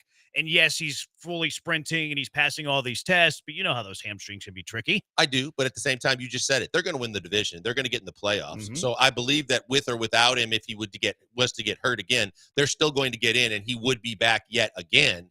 So to me, I want him on the football field and I'm willing to take the chance. Okay. I'm probably... Look, I trust their training staff, oddly enough. Like, it's not like the Astros. Yeah. So, like, I really do. Now, D'Amico in-game is somebody that I question. Like, he allowed Will Anderson back in the game, might miss this week. Allowed Joe Mixon back in the game, missed, 3 or 4 games. Allowed Azeez Al-Shire back into the game, missed 2 games. So, I question D'Amico in-game. But I do think that they do right by the player when they have a week to evaluate it. So, I actually do trust the Texans in this process. If they play Nico, I'm confident that Nico's fine. But I could certainly back them up if they're like, hey, Nico's good. He's right there. He's right on the cusp. He was 100% on Thursday because he didn't practice today. He was 100% on Thursday, but for the sake of the long-term interest of this season, we're going to hold him back. I give him the benefit of the doubt here, actually. Legit question. Is that up to D'Amico to put him back in the game, those guys? I think it probably varies. Yeah. I mean, D'Amico certainly can hold them out. Like if the training staff comes to you and like, hey, Will Anderson says he can go on this ankle, but you're like, I saw it. He doesn't look good. The mobility's not great. And of course they're telling you about his mobility. He certainly has the power to hold them out. Yeah. Okay. Because I would think in game with everything he's got going on, I just wonder how much he's involved in I think it's more like if the training staff says he's good to go, then I would think that it's more likely to be coordinators. And that's why I'm asking, because I would assume that if it's a star player, he probably has someone will get in his ear and say, hey, he's good. What do you want to do? Sure. But because I would just think with everything going on while the game's going on at that speed with the play and him calling plays, I would think it would be more on the coordinators.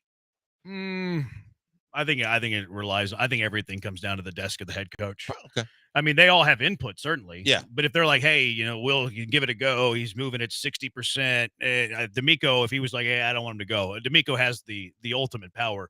7267, Branham just wants to wrap everyone in bubble wrap. Not everybody, just the star players. I couldn't care less about the mediocre players. If Jarrett Patterson wants to run out there through a concussion, by all means. By all means. If Kendrick Green wants to play through a broken leg, by all means. I only care about the star players. I have preferential treatment to the stars. 6381, come on, J-Bone, stop it. It's football. His odds of getting hurt every game. Yes, but they increase first game back off a hamstring versus like 7 days later, 10 days later. The further you are away from a hamstring pull, the less likely you are of re-aggravating the injury. Yes, there's odds of always getting hurt, but those odds decrease the further you get away from the hammy that you aggravated, and then you're rehabbing it and all that. So let's be truthful with what we're talking about here, Texter. All right, go ahead. I think that there's and getting back to the intensity thing, I think there's obviously a higher level of intensity from the kickoff with a team like the Lions. I think once you get in between the lines during the game, I'm not sure that the intensity is any different no matter who they're playing. I would agree with that, which it's a different conversation. I do think we really want to win this one. I think that it kind of always exists, and that if you need something to motivate you like that, then I kind of question you anyways. All right, 713-780-ESPN HRP listener line. Dana Brown, he had some things to say. Is Alex Bregman going to return to the Astros? Is he going to be here? Dana had a lot to say. Take that for what it's worth. It is the Killer Bees on ESPN 97.5 and ESPN 92.5.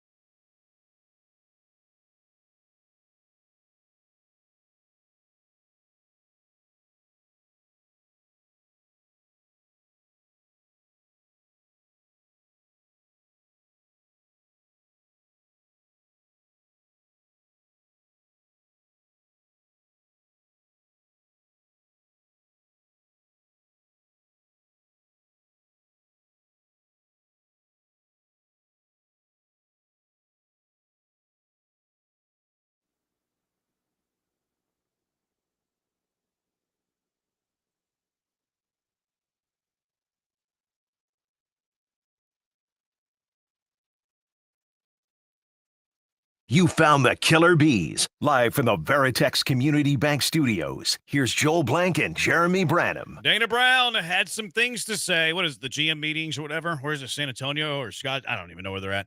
But Dana Brown was talking yesterday. Scott Boras talked today, agent of not only Alex Bregman, but also of Yusei Kikuchi. So Dana Brown, we know that Dana Brown has a lot to say. How much do you trust Dana Brown, first and foremost, before we listen to Dana Brown talk? I don't trust what he says a whole lot. I don't He either. misses deadlines. He tells us one thing and then another can be true. So, yeah, I don't trust him a whole lot. Yeah, I don't put a whole lot of faith in what Dana Brown's saying. Now, there's some things that he says that maybe it's like a mandate from above, which those are like, okay, maybe. Like when Jim Crane has his eyes set on something, they kind of get done, right? Jim Crane, after Kendall Graveman got hurt, what does he do? I want Josh Hader, go get it done. The year before, we need a first baseman. Jeff Bagwell wants a first baseman. What do? I want Jose Abreu, go get it done. So Crane, if he has his mind set up to it, I think that he will mandate, get this done, get it done quick. So there is that element that you kind of have to try to balance and try to pick up on. Here was Dana Brown talking to John Morosi, saying that he has talked to the representative of Alex Bregman, Scott Boras. We've had multiple conversations with Scott Boras. So, Alex has been great for this organization. We'd love for him to stay here. We feel like, there's a good chance we're going to get something done. And so the conversations back and forth with Scott have been quite interesting. So we're optimistic. All right. Optimism. They've talked. What is your takeaway from this soundbite from Dana Brown? It's good that they've had multiple conversations. It's good that they're not playing Astro Ball in a lot of ways where they just say that they've made an offer and then at the very end, it's kind of like they're saving grace to be able to say, hey, we tried, but they walked out the door. They got a better offer or we couldn't compete at a certain point.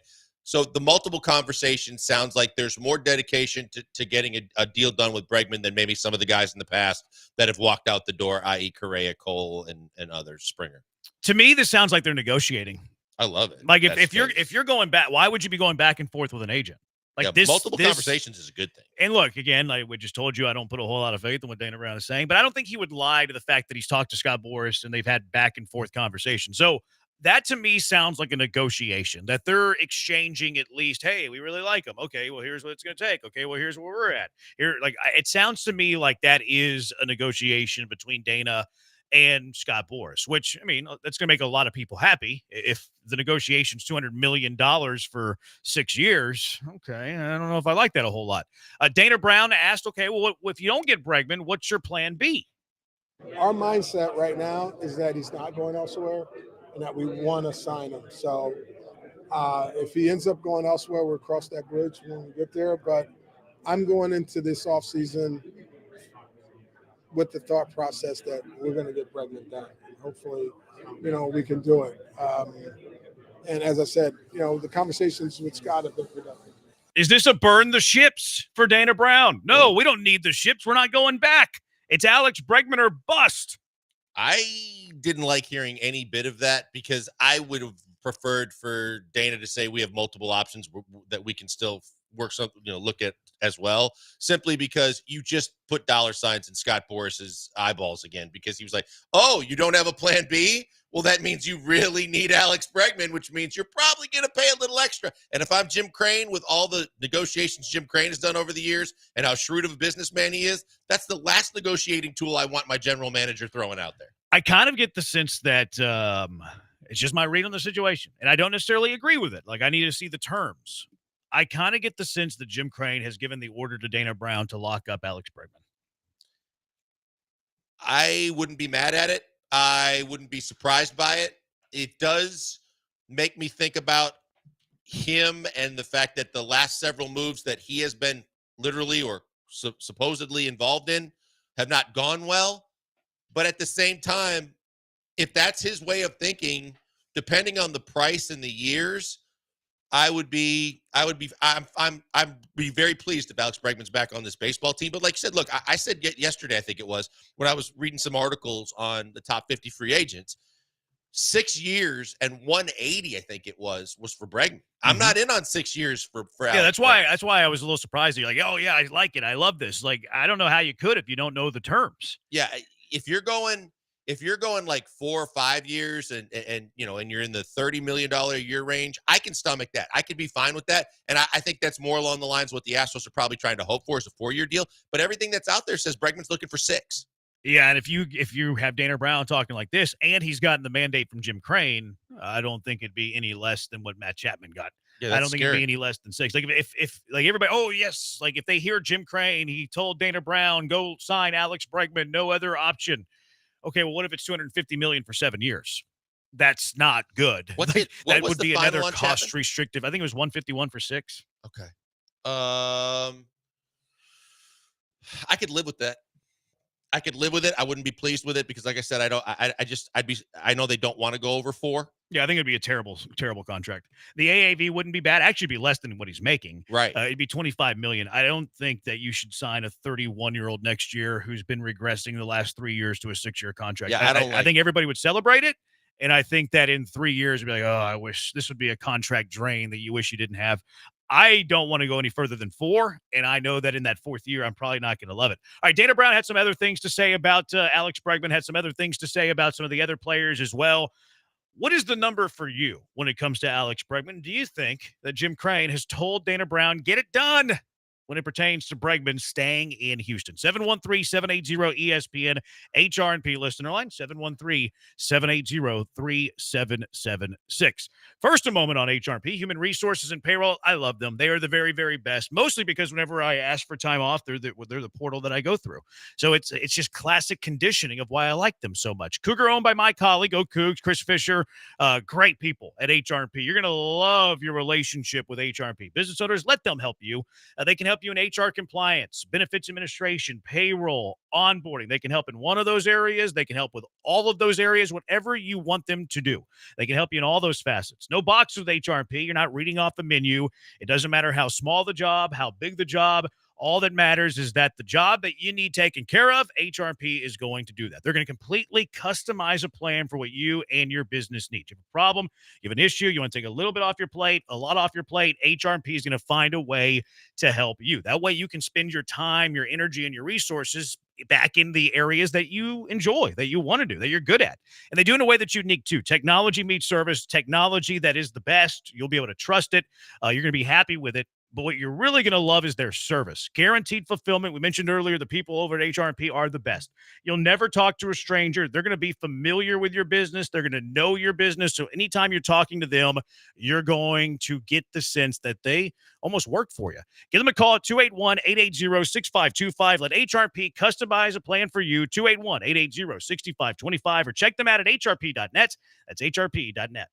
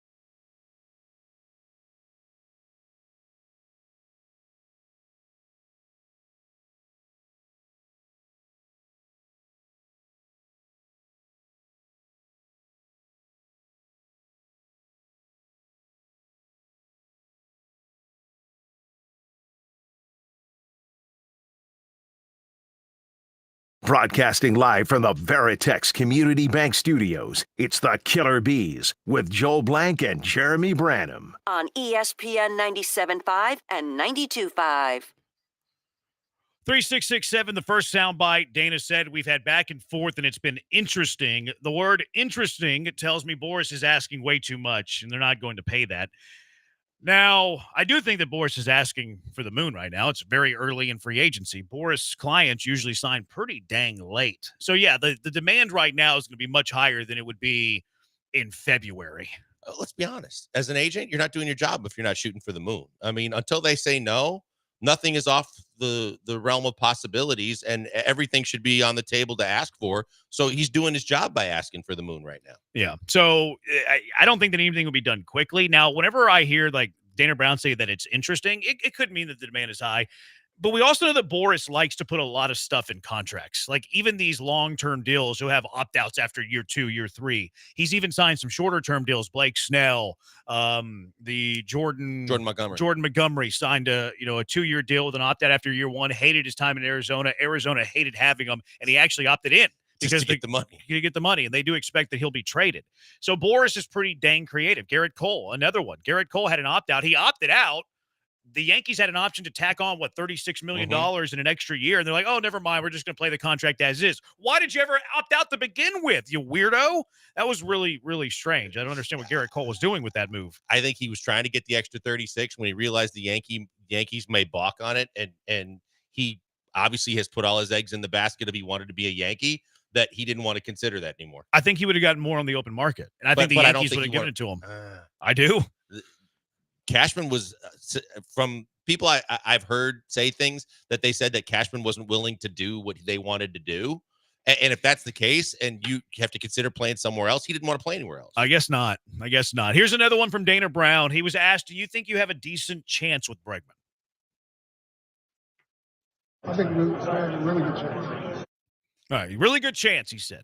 So this depends on what you think of Dana Brown and what you think of the words that Dana Brown says. I think we have a really good chance. We'll see. To me, what it sounds like is, again, Dana Brown's probably saying way too much in the media, but these seem sincere to me. They do sound sincere. That's why I think it might be a mandate from ownership. Yeah. But, I mean, there's a lot of times Dana Brown just talks and it's not true. The good and the bad of it, Jeremy, is the fact that I'm encouraged by the fact that Bregman could be back, because I don't think that the other viable options are not viable at third base that I would really like. But at the same time, I don't like the fact that if there is a good chance he's coming back, that the way Dana's handling the media is basically giving all the ammo to Scott Boras. Yeah, Dana never really plays that game well, though. Like, there's been other, like the Kyle Tucker thing. Yeah, we really want Kyle Tucker back. Like, he's done that really with everybody. And I think that's a mistake. Maybe so. I do think the number in the market's the market, though. Like, you could say, you could be in the market for a car, right? I really want this, this nice car. And then you're like, hey, I tell every dealer, hey, I really want this nice car. And like, they're going to be like, deer in the headlights. Oh, this guy, I have an attractive buyer. But then if you're also shopping the market and playing them against each other, then you're still probably going to get a very similar price to if you didn't have that attitude. So it could go both ways. 713-780-3776. I'm with you, though. I wouldn't let them see that I'm sweating. I wouldn't be talking this openly about it. I would be very private about it. I don't know how much it matters. But I would be more like you, where I'm keeping the cards close to the vest. Let's go out to the HRP listener line. John from the Northwest side. You're in the Hive with the Bees. What's up, John? Yeah, man. I love Alex to death, man. But I'm sorry, man. I'm just tired of watching Alex hit the ball to third base on a shortstop. Alex is one of the best defensive shortstop I've ever seen. But his hitting is not great at all. If I'm gonna pay superstar money and overpay and all that, and this is my wishes, but it'll never happen. Go give me a play like a Freddie Freeman or somebody like that can hit and play defense. One of them kind of guys, man. Alex was on our team when we got swept with Detroit. I like Alex. I appreciate the 2 World Series and all that kind of stuff. But man, this team here needs another hitter. Now Tucker get himself in shape this season and hit like he been hitting. I give him the money. Appreciate the call, John. Yeah, there's a lot to digest there. Freddie Freeman, you ain't getting Freddie Freeman. And you remember when Luno tried to get Freeman, though? Yeah, Luno was like hot and heavy after Freddie Freeman, and with obviously good reason. Freddie Freeman's a hell of a baseball player, and he's a great human being that would fit in any clubhouse. And he does play good defense. Look, Alex is an above-average defender. We've talked about that. Alex is not a bad hitter by any stretch of the imagination. The biggest thing with Alex is he's digressed every year, and he's also gotten hurt more. And it was interesting that he fixed his elbow problem that we were talking about to see if that was going to affect his free agency. But in the process, he's breaking down a little bit more too. So if you want to say go out and get somebody, Jeremy's already highlighted the fact that they don't have the money to play with that a lot of people think that they do. And also, you got to have guys out there that could fill the void of what you would be looking to fill with if Alex Bregman isn't your guy. And there aren't that kind of superstar guy out there. And if there was, he'd be commanding way more than what Alex is commanding. Yeah. I wouldn't pay Bregman more than 4 years, $120 million. That's never going to get done, Branham. I know, but that's my number. That's my best and final. Bregman's going to be 31 years old next year. I think that he has shown signs of decline. He is, John mentioned he's a very good defender. He is, won the Gold Glove. Obviously, his arm isn't what it used to be. The offensive numbers aren't what they used to be. You look at OPS plus, which is like the average OPS plus, 0 or 100 being the average ball player. It has declined in each of the last 3 years. It just went down each of the last 3 seasons. He's getting older. I don't think he's like this super athlete. People treat him like he's a superstar, and I really don't think he's a superstar. I think he's a solid player, really good defender. He'll work counts. He'll have good at bats, although his on-base percentage was down to 315 this year from 363. So that's kind of alarming. Why did that go down? Maybe he was trying to hit more home runs in a contract year. I wouldn't give Bregman the money. He is the epitome of the back of the baseball card guy, because of the fact that the back of his baseball card. Essentially, aside from the Gold Glove, what Scott Boras is using as extra ammunition to try and sell his client to all teams interested is the winning mentality. He's been there, done that. He's got the rings to prove it. He's done a lot in this game, but at the same time, reputation doesn't win baseball games going forward. And to the point we were both making, if he's digressing, if he's going backwards in terms of, he always slow start. It was an extremely slow start this year, slower than it's ever been. The numbers are going down. The production from a power perspective, they're down. So if you think, well, the money's going up, but the production's going down, and that's a good deal, that's not the kind of return on investment most teams are looking for. 713-780-ESPN. Scott Boras said that the Astros' interest in a reunion with Bregman, they're certainly measured to me throughout the process, that they're actively engaged. Also, it's a market, certainly, that the Astros are very aware is very healthy. Cool. That's an agent drawing up the demand of his player. The Astros really want him, and then other teams in baseball really want him. So we'll see what happens there. 713-780-ESPN. What's the most you give to Bregman? What's the longest you go to Bregman? And Dana also had other things to say. How about Kikuchi? How about JV? How about Kyle Tucker, who in a year will be a free agent unless something gets done before then? 713-780-3776. It is the Bees. ESPN 97.5, ESPN 92.5.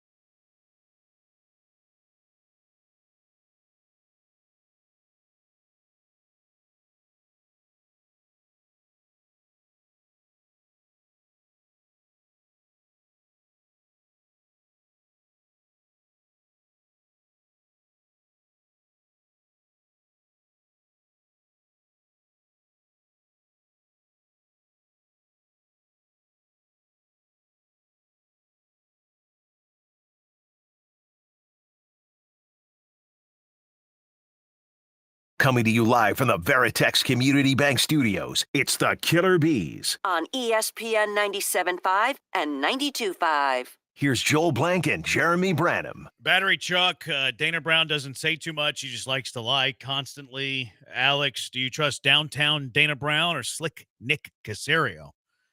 Who do you trust the most? They're both word salad PhDs. I think I trust Nick more.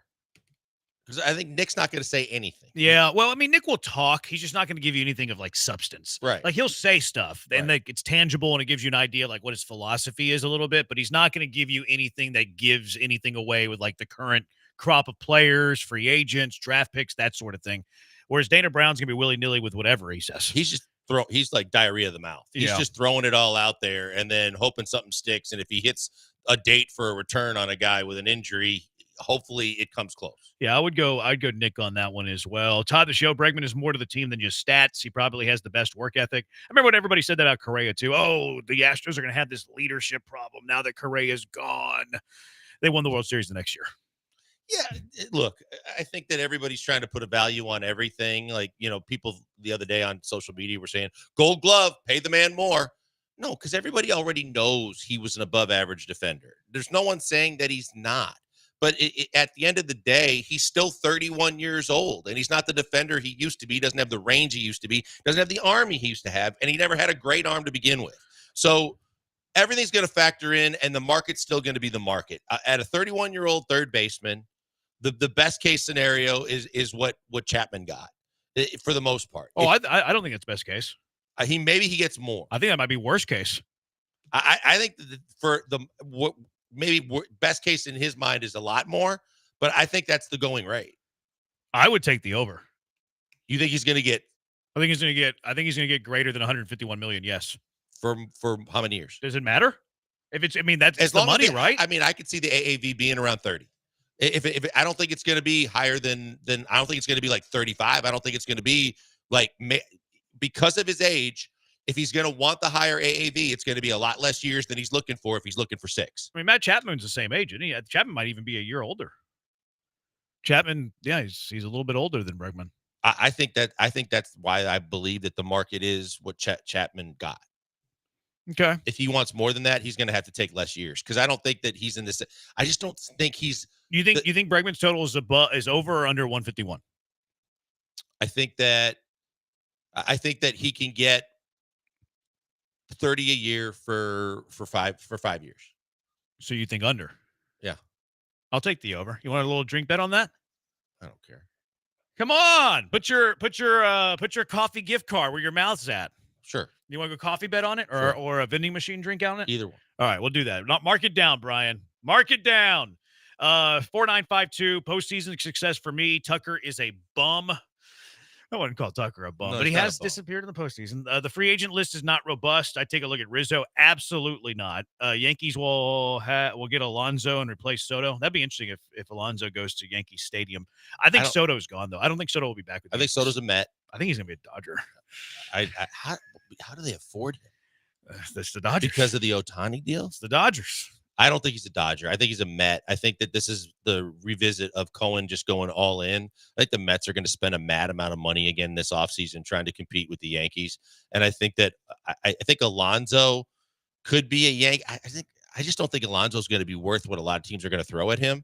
But I think that Soto's a hell of a baseball player, and I'd love to see him go to the Mets, get him out of the American League, and get him away from the Yankees. If those are the three options, Mets, Dodgers, Yankees, I would go Mets, Dodgers, Yankees. Of my where I want Juan Soto, 21-year-old Juan Soto. 6602 Tucker equals Harden. That's not a bad comp. Regular season success, postseason not so much. 4952. Go ahead. Tucker's a killer B.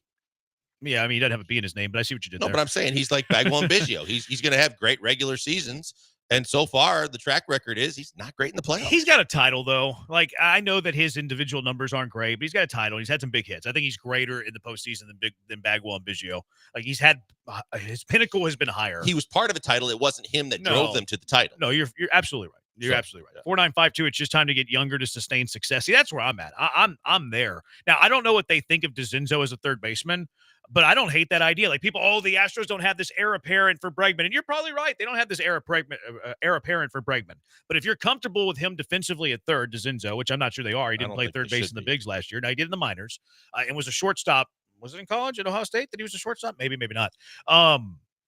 He's had better minor league numbers than Jeremy Pena did whenever they handed the shortstop job to Jeremy Pena. People lose that. Like, people forget that people they wanted Andrelton Simmons. Like, Jeremy Pena's minor league numbers were lesser than Zach DeCinzo. So if they think that DeCinzo's defense is good enough to play third, the idea that there's not this heir apparent, well, you never thought that with Jeremy Pena either. And there's the other guy, Bryce Matthews, who I think is probably the more likely of the two to be the third baseman. God, that was a blast from the past. Andrelton Simmons. Remember that? I remember People when he wanted Andrelton Simmons. And he was the Angel shortstop where everybody thought he was a really, really good defender. He was. I think DeCinzo can hit. I think DeCinzo's bat is good. And I think it's major league good. He can be a good major league hitter. He can be a decent major league hitter. I don't know where his defensive position is. I don't know that I feel comfortable with him next year at third base, because you're right. Matthews is the long-term solution at either shortstop or third base or somewhere in the infield. And I think that he will be up sooner rather than later. But do I think that either of those guys is the right guy next year to play third base? I'm not feeling it. DeCinzo better offensively than Pena was whenever he got his chance. I think he's a good offensive. I said, I believe in him offensively. And I'm with you about, I don't know what they think of him at third base. And I haven't seen him play third base. I don't watch minor league baseball. I listen to it every single time that they're on 92.5, but I don't watch it. I don't know what DeCinzo looks like at third base. Now, the fact that he didn't play there I think he played there once as like late game. They had no choice, but never started there. Like, okay, maybe they don't think he's great defensively there. Maybe they don't view him as a third baseman. So that kind of changes things a little bit. Dana Brown did mention DeCinzo yesterday when he was talking to the media. He said if he comes into camp and plays well, maybe first base will be his everyday job. We're very open to getting production from some of these young guys. I'm not afraid to go with young players. That's from Chandler Rome. So that tells me that they're not going to sign a first baseman, right? Yeah, that tells you, well, at least that's one of the options, is that they're not going to go out into the market for a first baseman. But it also tells me that Yainer Diaz is probably not going to be an alternative for you at first base either. I think there would be a better chance of Yainer at first base with this quote than a free agent at first base. Agreed, but I think that what it sounds like is they're going to give DeCinzo every opportunity to play first base, and that means Yainer's going to be your catcher, and that means Caratini is going to be your backup catcher and or pinch hitter kind of thing. And I'm not sure that that's the best option for this team. McTaggart, who I think just plugged in as anybody with the Astros, he had a newsletter 2-3 weeks ago where he says that he thinks that Yainer could eventually move to first, but not next season. So with McTaggart saying that, it gives me a pretty good idea that he will not be the first baseman next year. But with this quote, and again, how much are you putting stock in what Dana Brown has to say? But if he's saying that Zach DeCinzo has a chance to win the first base job out of spring training, that tells me that they're not interested in signing a free agent at first base. And it also tells me that they're probably going to roll out, at least their plan right now, is to roll out with a platoon of John Singleton against righties and Zach DeCinzo against lefties. Yeah. That's what I read out of it. That I would say that I completely 100% agree that it tells me they're not going out into the free agency market looking for a first baseman. That then the interesting question to me is, are you looking for an outfielder? Because is Jordan going to be your DH, or is Jordan going to be a guy that's going to platoon in the outfield as well? Because bet aside, I don't want Jordan playing anything but DH next year. And I think that's the best position for him. And I think if you're not looking at first base, but you could find a bat in the outfield so that he could be healthy and play and be in the lineup all the time at designated hitter, I'm fine with that, because offensively, I think they would be okay. The bigger question, and then the other spinoff of that is Caratini going to get a lot less at bats than last year? Yeah, that's a good point. Like, I don't, unless they're using Yainer as a DH from time to time, which I don't like, because I don't want Jordan to play left field. Dana Brown was talking about like priorities, and he talks about Bregman being a priority, but he also mentioned some of the other things on the to-do list for the Astros this offseason. Yeah, so the biggest priority is third base, without a doubt. I mean, we would love to have Alex Bregman back. I mean, it's our biggest priority. So, I mean, then if we could, do something to firm up, production at first base, and get some help in the outfield, maybe with a nice right hand. I mean, a nice left-hand bat. To work out with Myers and McCormick. I mean, that would be good as well. and then maybe add some more depth to the bullpen. And as I've always told you guys, I'm always in the market for starters. So if we have any opportunity to acquire starters, through trade or whatever, what have you, we would do that as well. So interesting there. That's a lot of money. Firm up production at first base. Now, maybe he's doing that with Singleton and DeZenzo. Starting pitching, relief pitching. He talked about trading for a starting pitcher. It makes me think he's not in the market for a free agent starting pitcher. Caught my ear that he would be looking to deal to try and add a starting pitcher in a trade, and that's interesting to me because I think that they have some guys that he would probably throw into a deal. I think that's more just keeping the eye open. I don't think that he's going to be shopping for a starting pitcher. I think if somebody comes to him with like an offer, he wouldn't refuse it. Now, I do think that they signed one reliever just to kind of bridge the gap a little bit. He mentioned also that they will tender Chas McCormick and Jake Myers. Some people are like, oh, are they going to get rid of them to save a little bit of money? No, that would be silly. It'd be foolish. Both of them are making peanuts. Bring both of them back. Now, I think they could trade Jake. I think they're going to trade Jake. That's what I was leaning towards. As part of a deal, he's making trades. I think Jake's going to be in a trade. This is the offseason that I wanted a year ago. Firm up first base production, sign a starter, bring in a left-handed bat. I wanted this an off-season ago. So Dana Brown's acting a year later. Now, I do think a left-handed bat makes sense in the outfield. I think that Jock Peterson kind of catches my attention. He's just so bad defensively. He's bad. But he also mentions the outfield part. Like, it makes me wonder if Yordan Alvarez is just a full-time DH. I hope so. I hope that this is the realization they've come to because they know how less than they are if he's not in the lineup as an offensive weapon.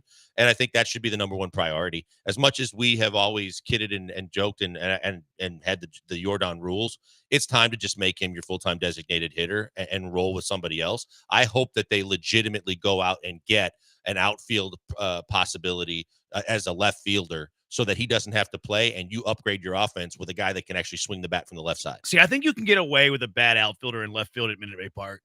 Yeah, I think that Jock is doable because Minute Maid Park is that's not an easy left field to play. It's just not very rangy. It's not very big. Exactly. I was going to say, it's not about how much ground you cover. It's about just playing the idiosyncrasies of the scoreboard and the crevices and the different, ways the walls turn. But basically all you got to do is turn around and figure out how to play the wall. Be careful who you call an idiosyncrasy now.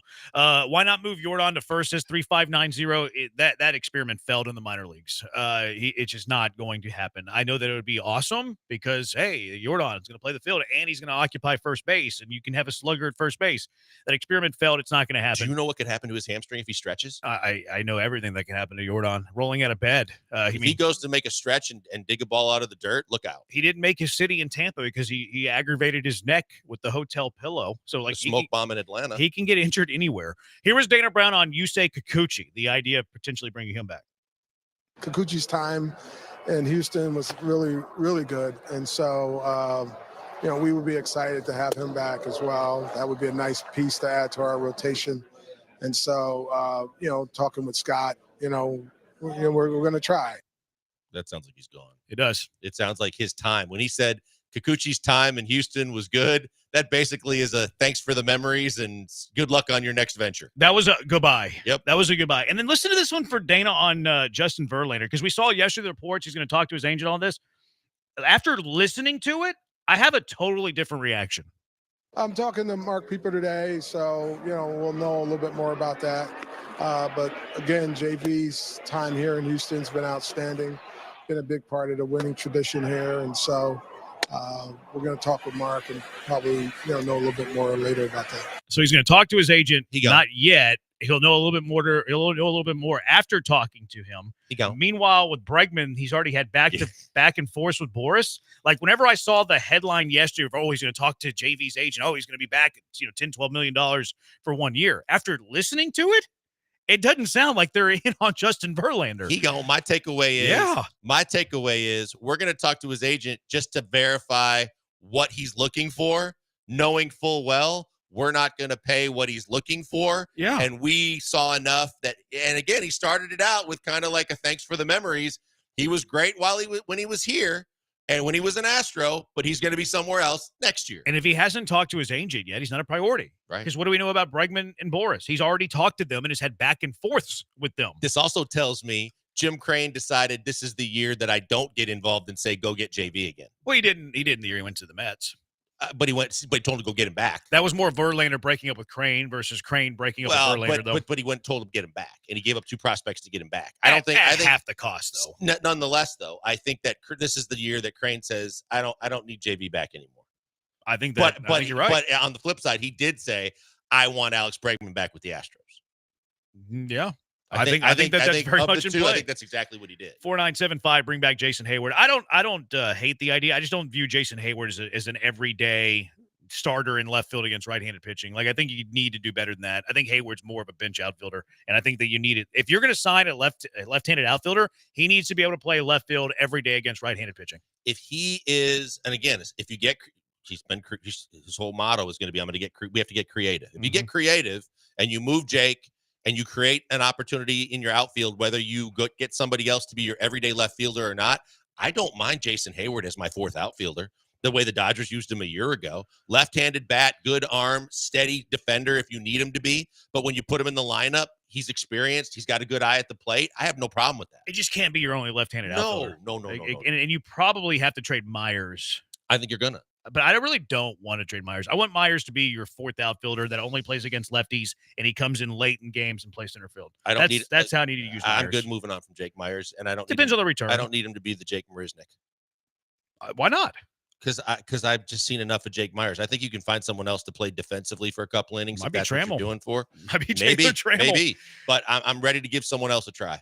Yeah, I don't want him to be my everyday center fielder. I think he's a 4th outfielder that plays against lefties, and he's your defensive reserve for Jock Peterson whenever Peterson has to come out of the game late with a lead. All right, 713-780-ESPN. College football rankings. The committee ranked them for the first time this year. What is the committee telling you? 713-780-3776. It's the Bees on ESPN 97.5, ESPN 92.5. Guys, before we go to the break, a word for Vanderford Air. You can go to vanderfordair.com right now and see all the services they offer. You want to put a humidifying system right into your AC units? They can do that. You want to repipe your house? They can do that. You got issues when it comes to getting cold in the wintertime and you need to work on your heating units. They can help you with that too. But the main thing that I'm focused on telling you about is the way they handle air conditioning problems. Whether it's your entire HVAC system or it's just a part that's needed to fix your AC, or you want to put in a new AC unit, they are the people to call because they take care of you every step of the way. And I mean that sincerely because of the fact that they put everything in writing and they back up everything with a guarantee. It's phenomenal. And with a service company, that's all you can ask for. And why so many other companies don't do what Vanderford does, because they don't want to be on the hook to make sure you're happy when it possibly could cost them more money. Vanderford makes sure they back up and they guarantee everything they do. That means they're going to do quality work the first time. They're going to use quality parts, and they're going to do a quality job for you because your satisfaction is guaranteed. From the time you call them, they guarantee within 24 hours they will be back at your door to check out what you got going on. Most companies aren't going to give you any kind of guarantee. It's going to be based on all the other people that they have to deal with. Vanderford says you call them within 24 hours, they're out to see you. And then it gets better because everything that's going on with your AC unit, they're going to put it in writing. If it's a part that needs to be replaced or the whole system. So you have it in writing and you have something you can go back to and say, this is what you said was going to be done. This is the price you quoted me to finish the job.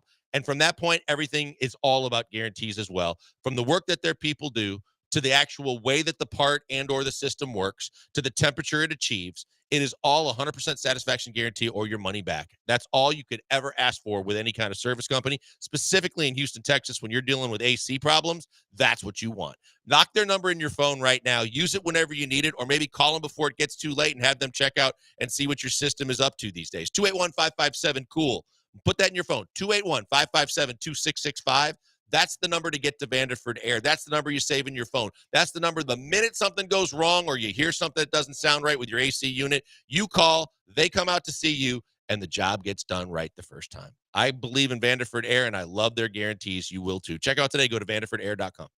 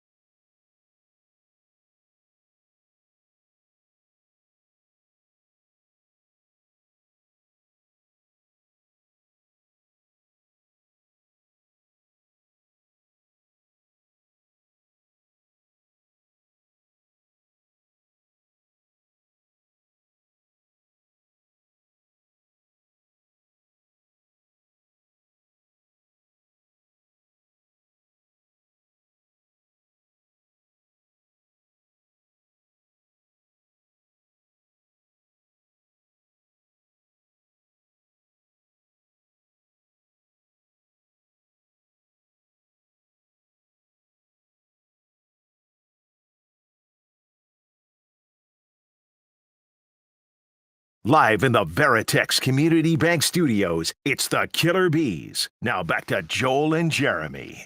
You can listen to us wherever you get your podcast. Is that true? You can find us on Spotify. Can you find us on Apple Podcast?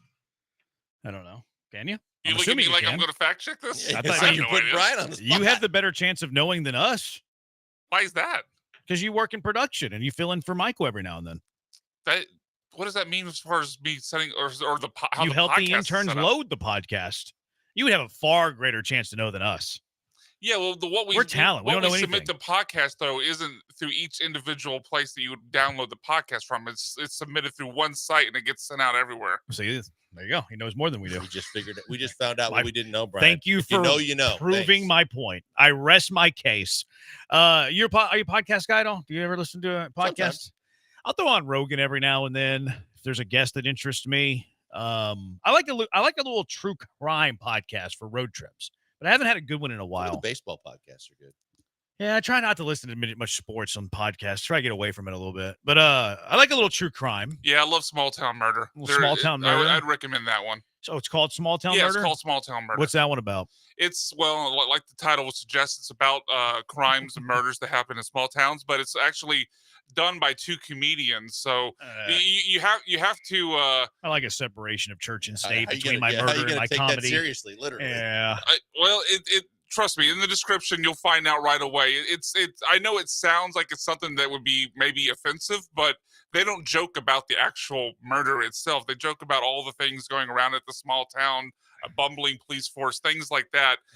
It's really funny, and it gives you the true crime fix as well. I never try. When I'm watching my drama or my true crimes, I'm not trying to laugh. You know what I mean? Yeah, 'cause Like I want a good the story. Datelines and Yeah. and the those kind of shows are great if you just record them so you can get through all the commercials. Agreed. Anytime there's a spin coming, they always go, "We'll be right back." Yeah. And you're like, okay, so you fast forward to that. Yeah, but I don't need any comedy involved. I'm with you. I like the seriousness of it. There was one about a murder at a furniture store that was really good. I forget the name of it, but it was really good.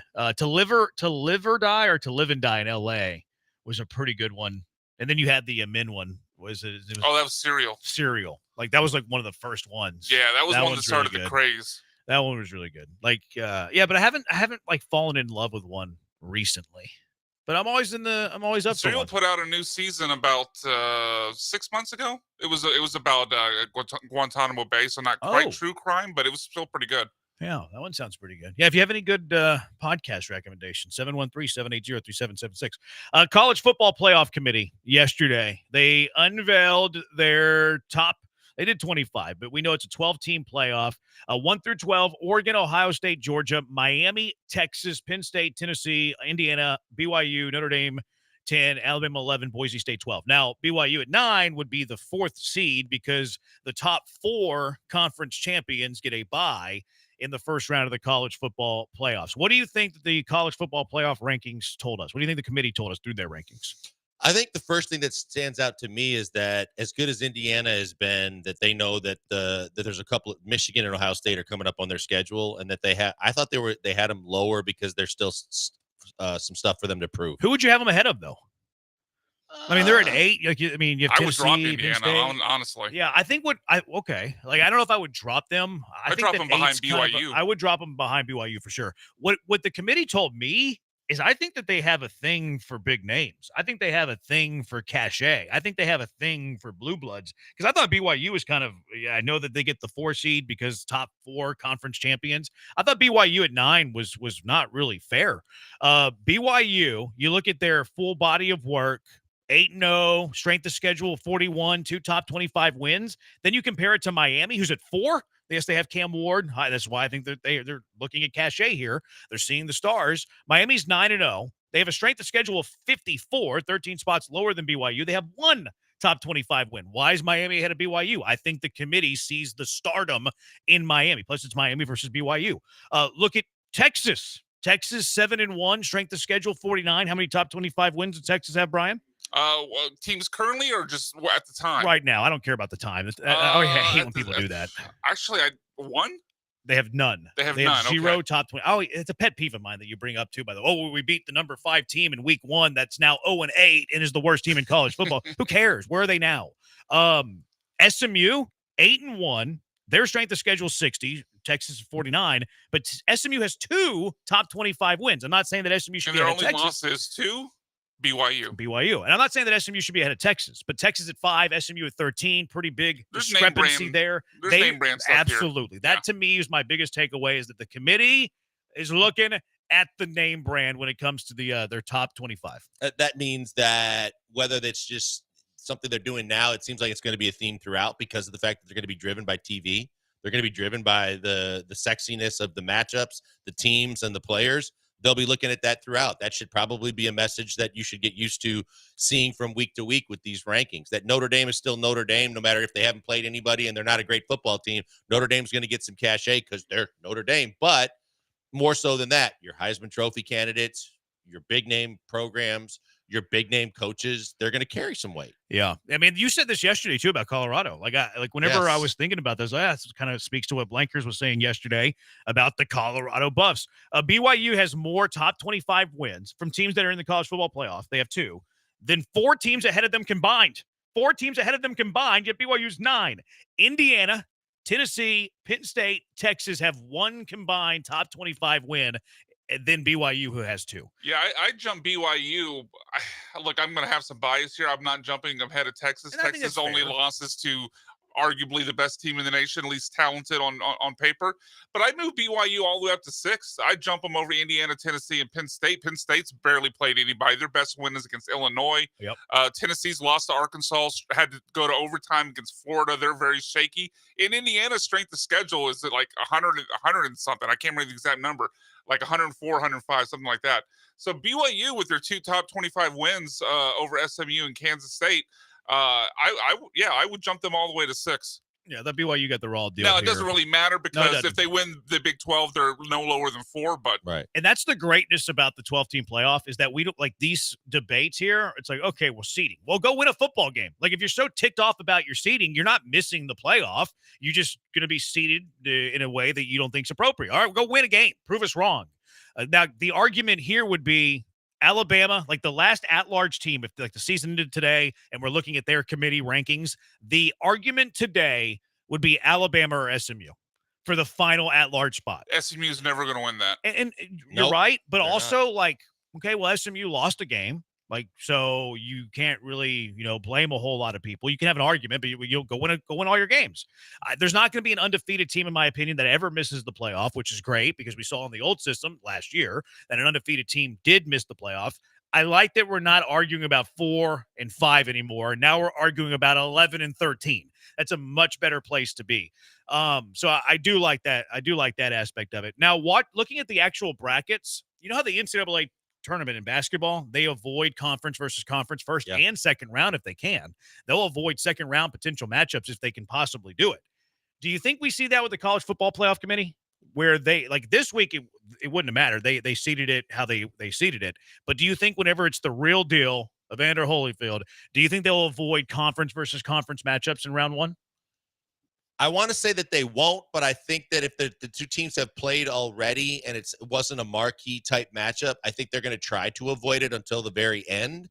But I would hope that they don't, but they probably will, because if we've already seen it once, they probably want to spice it up a little bit. Yeah, I think that I don't think they'll ever admit it, but I think that they're going to try to avoid them. I really do. If it's a sexy matchup, though, because to me, like their ultimate goal here is sexy matchups for TV, and especially since these first round games shouldn't be. Well, I know, but that's what is good. Oh, okay. Well, beyond the actual ranking, I'm saying building. If you get the right 12 teams in, to me, the rankings after that, I can live with a little bit here and there if it's to get better matchups.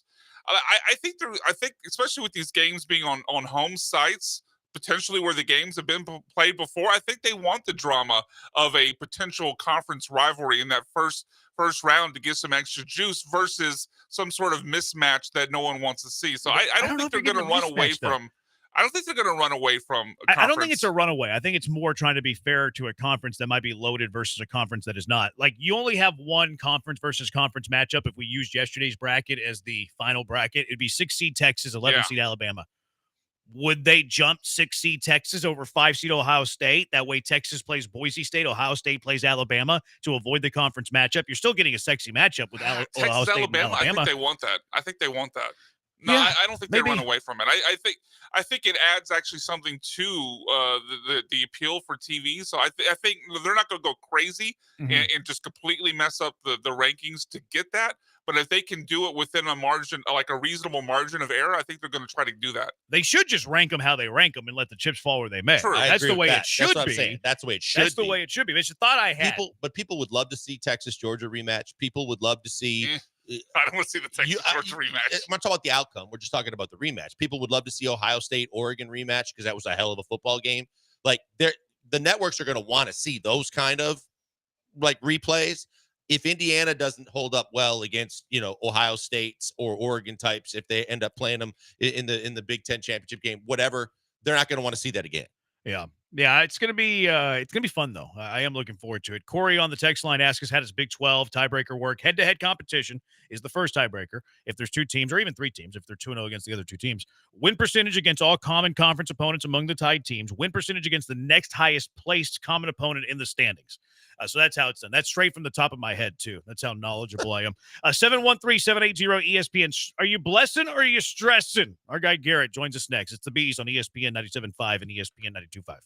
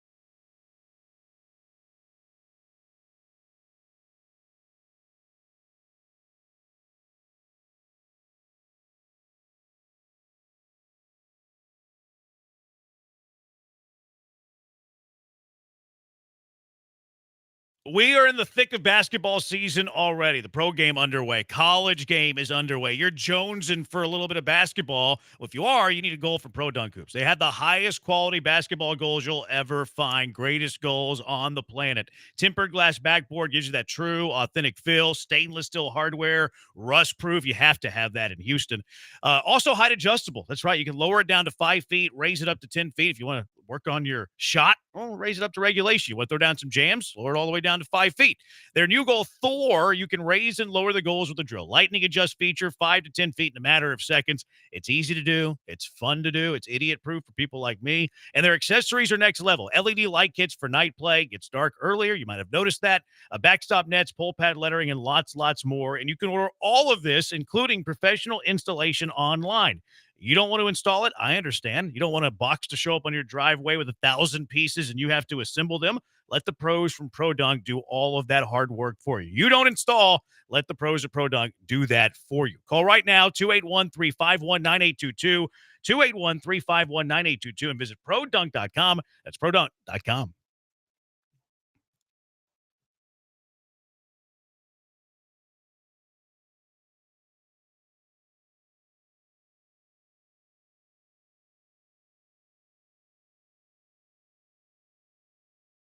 Broadcasting live from the Veritex Community Bank Studios, it's the Killer Bees with Joel Blank and Jeremy Branham. On ESPN 97.5 and 92.5.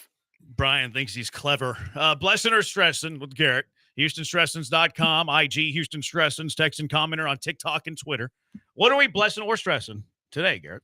Well, as always, we got a lot that we are blessing and stressing about. The first one off the rip is going to be, are we blessing or stressing the notion that the Jets' loss wasn't as bad as we think? I'm stressing that it wasn't as bad as we think. I know a lot of us saw that game before the game, 2-6 Jets team. This should be an automatic win. I was cautious of this before the game. I felt this was a team that was better than their record. Them getting Devontae Adams for them was huge. And obviously he had been on the team for a couple of weeks, but I feel like they hadn't really had a chance to get that going. And then the last part of that is, too, I mean, this was a team that was desperate. Their backs were against the wall. I thought it was imperative in this game if we didn't get out to an early lead and let them hang around and we were playing with fire. Obviously, we didn't play our best. O-line was terrible like it has been the past 3 or 4 weeks. But even then, there were still several plays throughout the game where they go the other way and, we still have a shot to win. So I'm still blessing that I think that it wasn't as bad as what we think.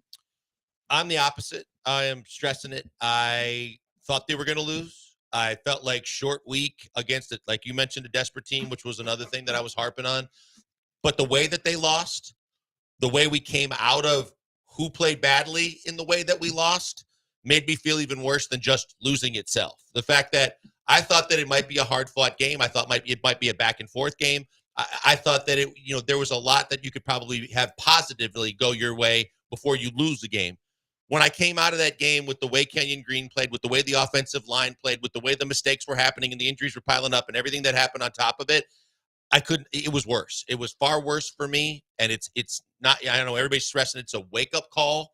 It's a punch in the mouth. It's a wake-up call, and it's a kick in the groin. And it needs to be something that changes immediately because it could be a bigger factor in this season than we think. I think it's I'm going to get profound here for a second. I think it's relative. What exactly are we talking about? Are we talking about for like a championship contender, or are we talking about a team whose ceiling is the divisional round? Because if it's a team that's the ceiling's the divisional round, no, I'm not really stressing this. They're going to win their division still at ease, 2-game lead, virtually 3 because you had the tiebreaker over the Colts, which means you're probably going to get a home game, like same situation as last year. But if you're talking about like being a true contender and closing the gap between Kansas City and Baltimore, certainly from a court of public perception, then I am stressing it. Now, there's a lot of ifs, right? You didn't have Nico Collins. You're going to have a different left guard by default because Kenyon Green is done. First time, playing without Stephon Diggs. Like, that's a factor. Will Anderson played, 7 snaps? Like, that is something that, you're not at your best. And Nico Autry, only his 2nd game. So that wasn't the best Texans team we'll see, knock on wood. Injuries play a part of that. But that's not the best Texans team we'll see from this point going forward. So I guess I'm blessing it from that point of view. But I guess I'm stressing it from the other point of view that I don't think that the Texans are closing. In fact, I think it's gotten greater. I think the divide between the Texans and Kansas City and Baltimore is larger now than it was at the start of the year. And we've yet to take that next step to have a dominant road win against a good team, which if we want to be a contender like you're talking about, now it's basically if we don't get home field advantage, a deep playoff run is out of the picture. But my biggest thing is I think the Jets aren't nearly as bad as people think. I see them making a run right now. So that's kind of like my basis behind that. Their personnel offensively, too, is, I think, problematic for the Texans, especially if you don't have Will Anderson, because you are losing the ability to get pressure on Rodgers, although Rodgers does get rid of the ball quick. But they're lining up either Garrett Wilson, Devontae Adams in the slot. Texans are playing man. Good luck. Like, you're not going to win those matchups. And I don't think that there's other teams around the NFL, certainly not many, that can do what the Jets were able to do offensively against you defensively, against anybody. And the frankly. bigger thing is that a lot of the people in the league that thought this team was a lesser than, not many lesser than teams in this league have the kind of skill position players that they have. Yeah. They've got two solid running backs, one that's really, really good in Breece Hall. You've got the receivers that have all the star power and cachet in the world. And if you didn't believe in Garrett Wilson, you saw the catch that he made to believe that he is unbelievable. And then you got a quarterback that, even though he's on the far downside of his career, to Jeremy's point, he gets it out quickly. He gets it out accurately. He makes the right reads most of the time, to where most of the lesser than teams don't have that kind of star power and talent.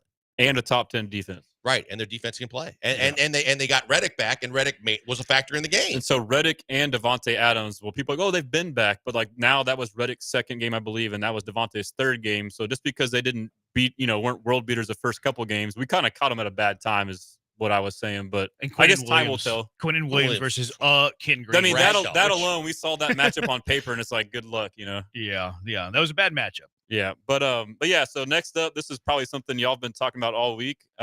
Are we blessing or stressing the fact that we did not trade for an offensive lineman and/or a wide receiver?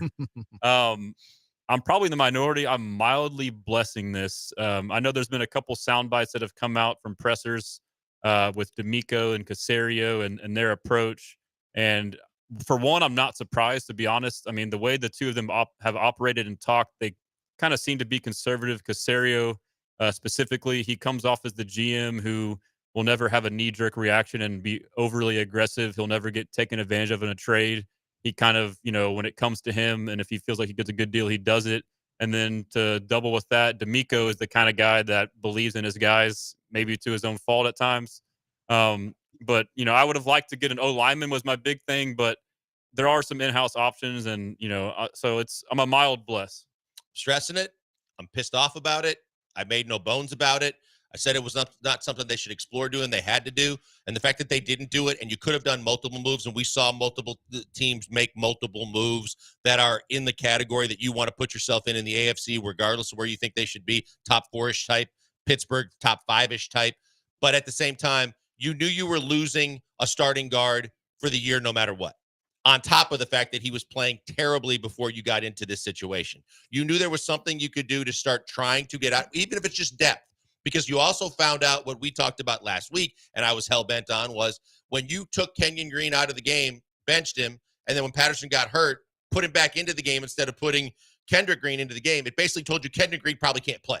So now you know that you got that. When he came into the Jets game, he showed you he can't play. Kenyon Green's out for the year. Whether you add depth or you're trying to actually add a guy that could possibly start at some point for you, the fact that you did nothing there alone is stressing beyond belief.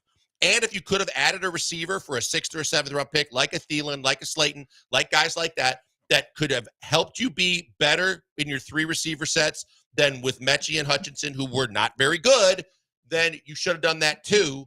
And other teams were able to do what you didn't or wouldn't do, and that's stressing. Yeah, I don't know how you couldn't be stressing it, even if you're like not that upset about it. Like, where's the bless here? Where's the win? Where's the positive that you saved like a 6th or 7th round draft pick? So I just don't understand the victory of it. Now, I'm okay with them trying really hard and then falling short. Like D'Amico today made it sound like they tried and they fell short. Which we don't know. It takes 2 to tango. So like I understand that. Like, you weren't able to get something done. You didn't want to overpay. Cool. What bothered me, and I know that you were posting about this earlier, was Nick Caserio and John Harris and Rock and Roll's kind of reaction, like mocking the idea of, helping the team at the deadline is some great idea. Like we're above the idea of needing to improve our team at the playoffs, like talking about popcorn farts and Nick Caserio, like, oh, this is, these are just players that really aren't that significant. That means you're insulting DeAndre Hopkins, the second greatest receiver in Houston Texans history. If you said these are just players in the final year of their deal and it's transactional, all this stuff, well, you're insulting some pretty dang good players that were traded at the trade deadline. So I didn't love their attitude. I thought that Caserio was very flippant about it. Yeah. So I didn't like that. So I'm stressing mostly the attitude, but also every single AFC team with a winning record that's at least 6-3 and better made a trade. Kansas City made multiple trades. Buffalo traded for Amari. Baltimore made multiple trades. Even the Pittsburgh Steelers, who are not a contender, made multiple trades.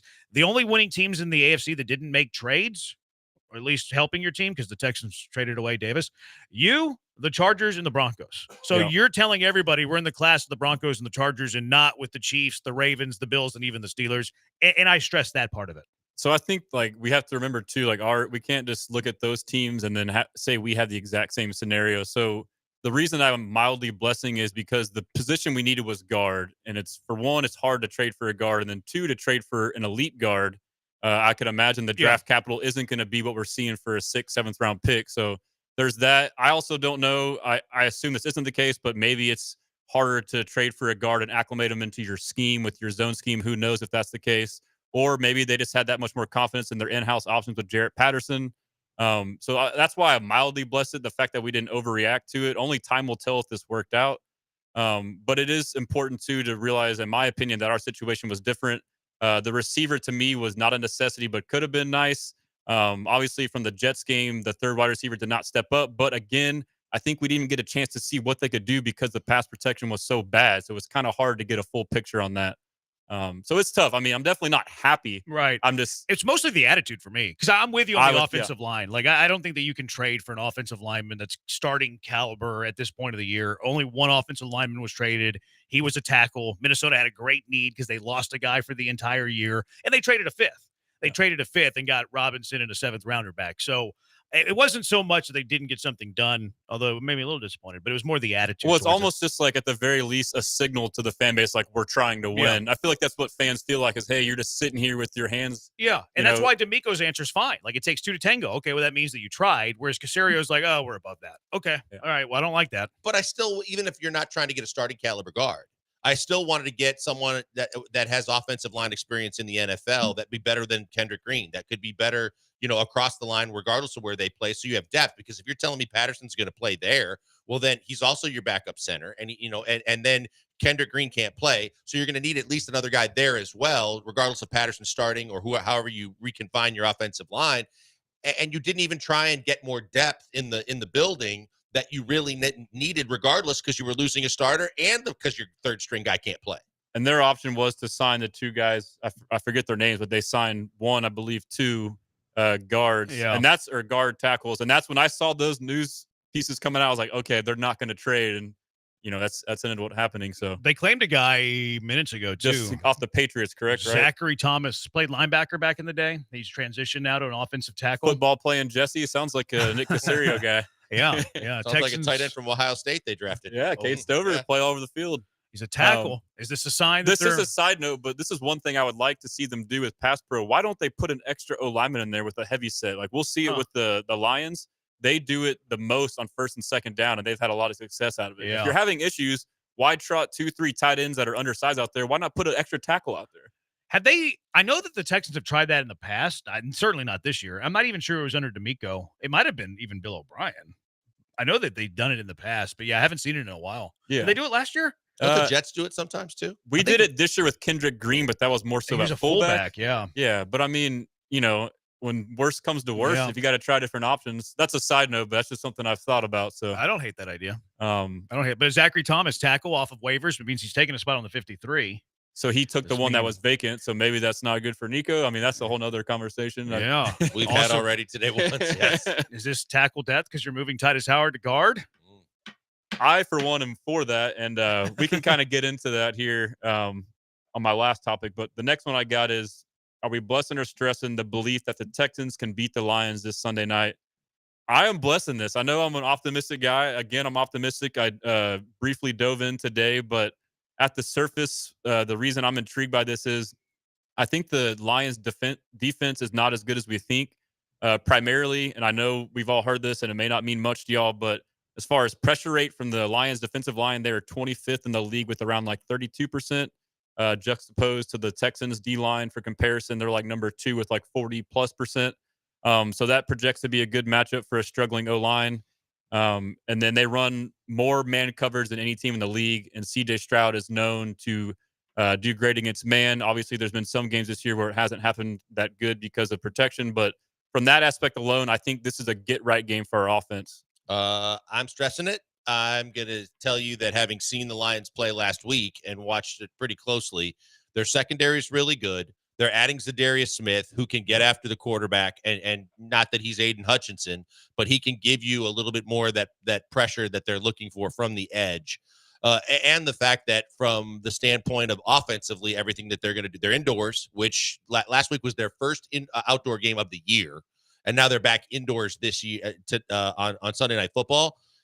The only thing you can hope for is that they're coming off that big win and that there might be a little bit of a letdown, but Sunday Night Football is probably not going to let that happen. They're extremely talented on both sides of the football. Their offensive line is huge. They have weapons galore, and Goff is playing his best football.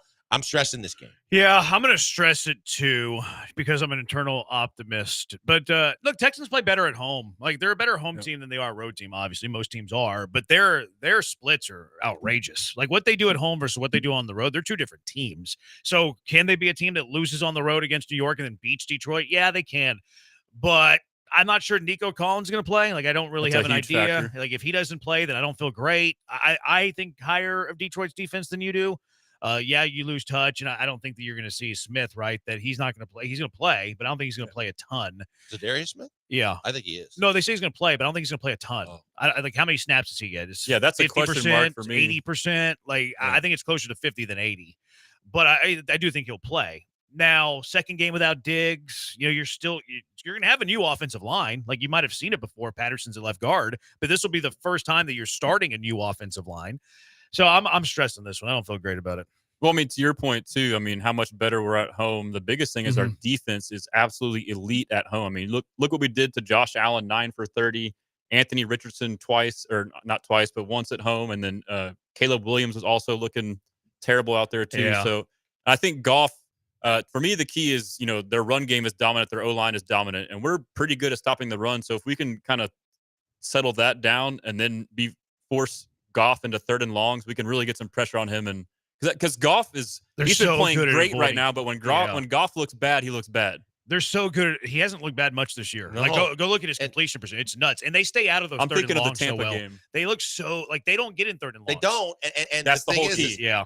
They're not afraid to take 4th down on and go for it. Exactly. St. Brown is basically his security blanket, but he's got Laporta. He's got guys all over the field. He's got so many weapons. That's the thing. J-Mo's back. Yeah, he can do whatever the hell he wants. Their and their passing running game options. is good. With the two-headed monster at running back just makes it all so scary. It's insane. Time for one more. Yeah, so this one is blessing or stressing the confidence on our in-house options for the O-line to get the pass pro straightened out. I'm neutral on this. I'll wait and see, but right now, as it projects, it seems like I assume what they're going to do is roll back out there with what they did when they benched Kenyon Green, which is put Patterson at left guard. There's definitely some options, like you alluded to, putting Titus at guard and Patterson at center. That's kind of what I would prefer, and then Blake Fisher at right tackle. But I think that's too much of rocking the boat. But that's because I think Scruggs hasn't been playing that well, and he might be a cause of more of the issues with communication. But hopefully, just plugging in Patterson at left guard, better play there, helps him at center. Yeah, I'm stressing it because the other thing that you didn't mention is the fact that Patterson coming off a concussion, if he goes down, now what the hell are you going to do, right? Because you know that Kendrick Green can't play dead, and you know that Kenyon Green is out for the year. So you need to have other solutions there, and that's when you might have to get into the musical chairs of moving Howard down the line. I don't like any of it because the depth wasn't improved. I don't like it because of the fact that Patterson's coming off a concussion, but I'm going to trust that he could possibly do it. I think Jeremy Brun made the suggestion, and to your point, if Scruggs is struggling at all, maybe it's something that I can see down the line, but not this game, to where you could put Patterson back at center to try something there and even maybe try Juice at guard. But I don't like the fact that the options you have against a team that's this good is Patterson just moving to guard. I'm blessed that your offensive line's going to get better. You just can't have another injury. Like if you're without Jared Patterson, okay, now you're toast. I think that the move is Jared Patterson to one of the interior offensive line spots. I kind of want to get a look at center to see if the coverage calls and the protection calls look different. Like if that's the answer, it's like, oh, okay, we found something here. So I kind of want to get a look at Patterson at center to see if it helps in that regard. My guess is he'll just play left guard though, and Juice will stay at center. That's plan A for me. Patterson, Scruggs, left guard center, Scruggs, Patterson, left guard center, plan A and plan B. My plan C is the Titus at guard thing. Like that's the last resort. That's the final thing that you can turn to, other than playing guys that you're picking up from other people's practice squads and off of waivers. Yeah, because we talked about, I don't want Blake Fisher playing right tackle for me. Is he one of your best five though? I think he might be. The problem is it's a limited yet. sample size, so we really don't know. I mean, he's a second rounder. It's kind of a gamble. He's supposed to be. That doesn't mean he is. Well, he was. he was struggled early on, but he's supposed to be one of your best five, is what I'm saying. And he's, I don't know that he is yet. Yeah, I'm not sure. My logic to back that up is the O-line last year was somehow light years better than this O-line, and that was with Titus Howard, who's terrible at guard, at left guard, and Patterson at center. Yeah. And with Fant at tackle. So now you have Fisher over Fant, and that's basically the same. I'd push back on that. I think Fant was pretty dang good. I think he was too. No, he was good, but like, can Fisher be at that same level? Like, can he be? Yeah, eventually, yes. Now, no. I don't think so. Yeah, I haven't loved his reps. Yeah. Well, he struggled to begin, and he's shown some promise. I mean, that would be a little bit of a gamble. I doubt they'd do that, but regardless, we got options. Yeah. Maybe not great options, but options. What are you working on at HoustonStressens.com this week? Same stuff. I got a shirt on today. It's a CJ Stroud Hope shirt. If y'all want to check it out. Why did you wear that today? I don't know. Just first thing I grabbed out of the closet. It's a coincidence, I got you. But yeah, I mean, same old stuff. Just I got a show tonight, and same old. HoustonStressens.com, Instagram, Houston Stressens. You can find them on Texans Commenter on TikTok and Twitter. Look forward to doing it again next week. Yep, appreciate it. Garrett, HoustonStressens.com. What is the biggest, most unexpected landslide in sports and Houston sports history? 713-780-3776. It's the Bees on ESPN 97.5 and ESPN 92.5. All right, guys, before we go to the break, BMAC back here with you. And I've been telling you guys a lot about Underdog Fantasy's pick'em games, but that's not the only way they have for you to maximize your fun watching games. You got to try streaks on Underdog Fantasy, where you select two players from different teams to start your entry. And if your first two picks are both correct, you'll continue your streak one pick at a time. If you get up to 11 picks right in a row, you'll win up to 1,000 times your money and achieve greatness. Right now, for tonight, I'm starting a streak entry on the Rockets versus Spurs game with higher on both 9.5 rebounds for Şengün and 19.5 points for Wemby. So join me and let's go streaking. And don't forget, while playing Pick'em, that you can cash out a winning entry early by just tapping the Win Now button to cash out your entry whenever you want. And with that type of flexibility, why would you play anywhere else other than with Underdog Fantasy? So download the app, sign up with promo code BMAC, that's BMAC, and deposit now to get up to $1,000 in bonus cash instantly. That's promo code BMAC, BMAC. Must be 18 plus and present in the state where Underdog Fantasy operates. Terms apply. Concerned with your play, call 1-800-GAMBLER or visit ncpgambling.org.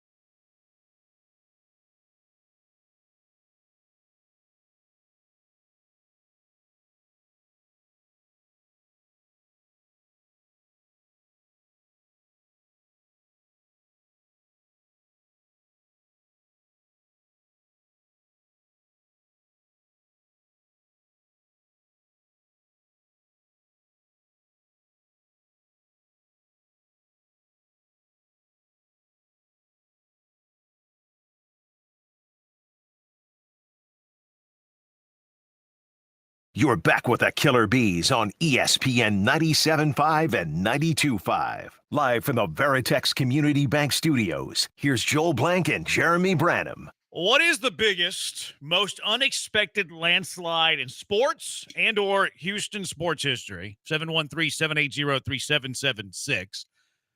I always go back to Buster Douglas beating Mike Tyson. That's a good one. Was that a landslide, though? That was a close fight. It's just that Buster Douglas was this huge underdog. Was a 36-1 underdog against Mike Tyson. So, that one maybe wasn't the landslide we're looking for.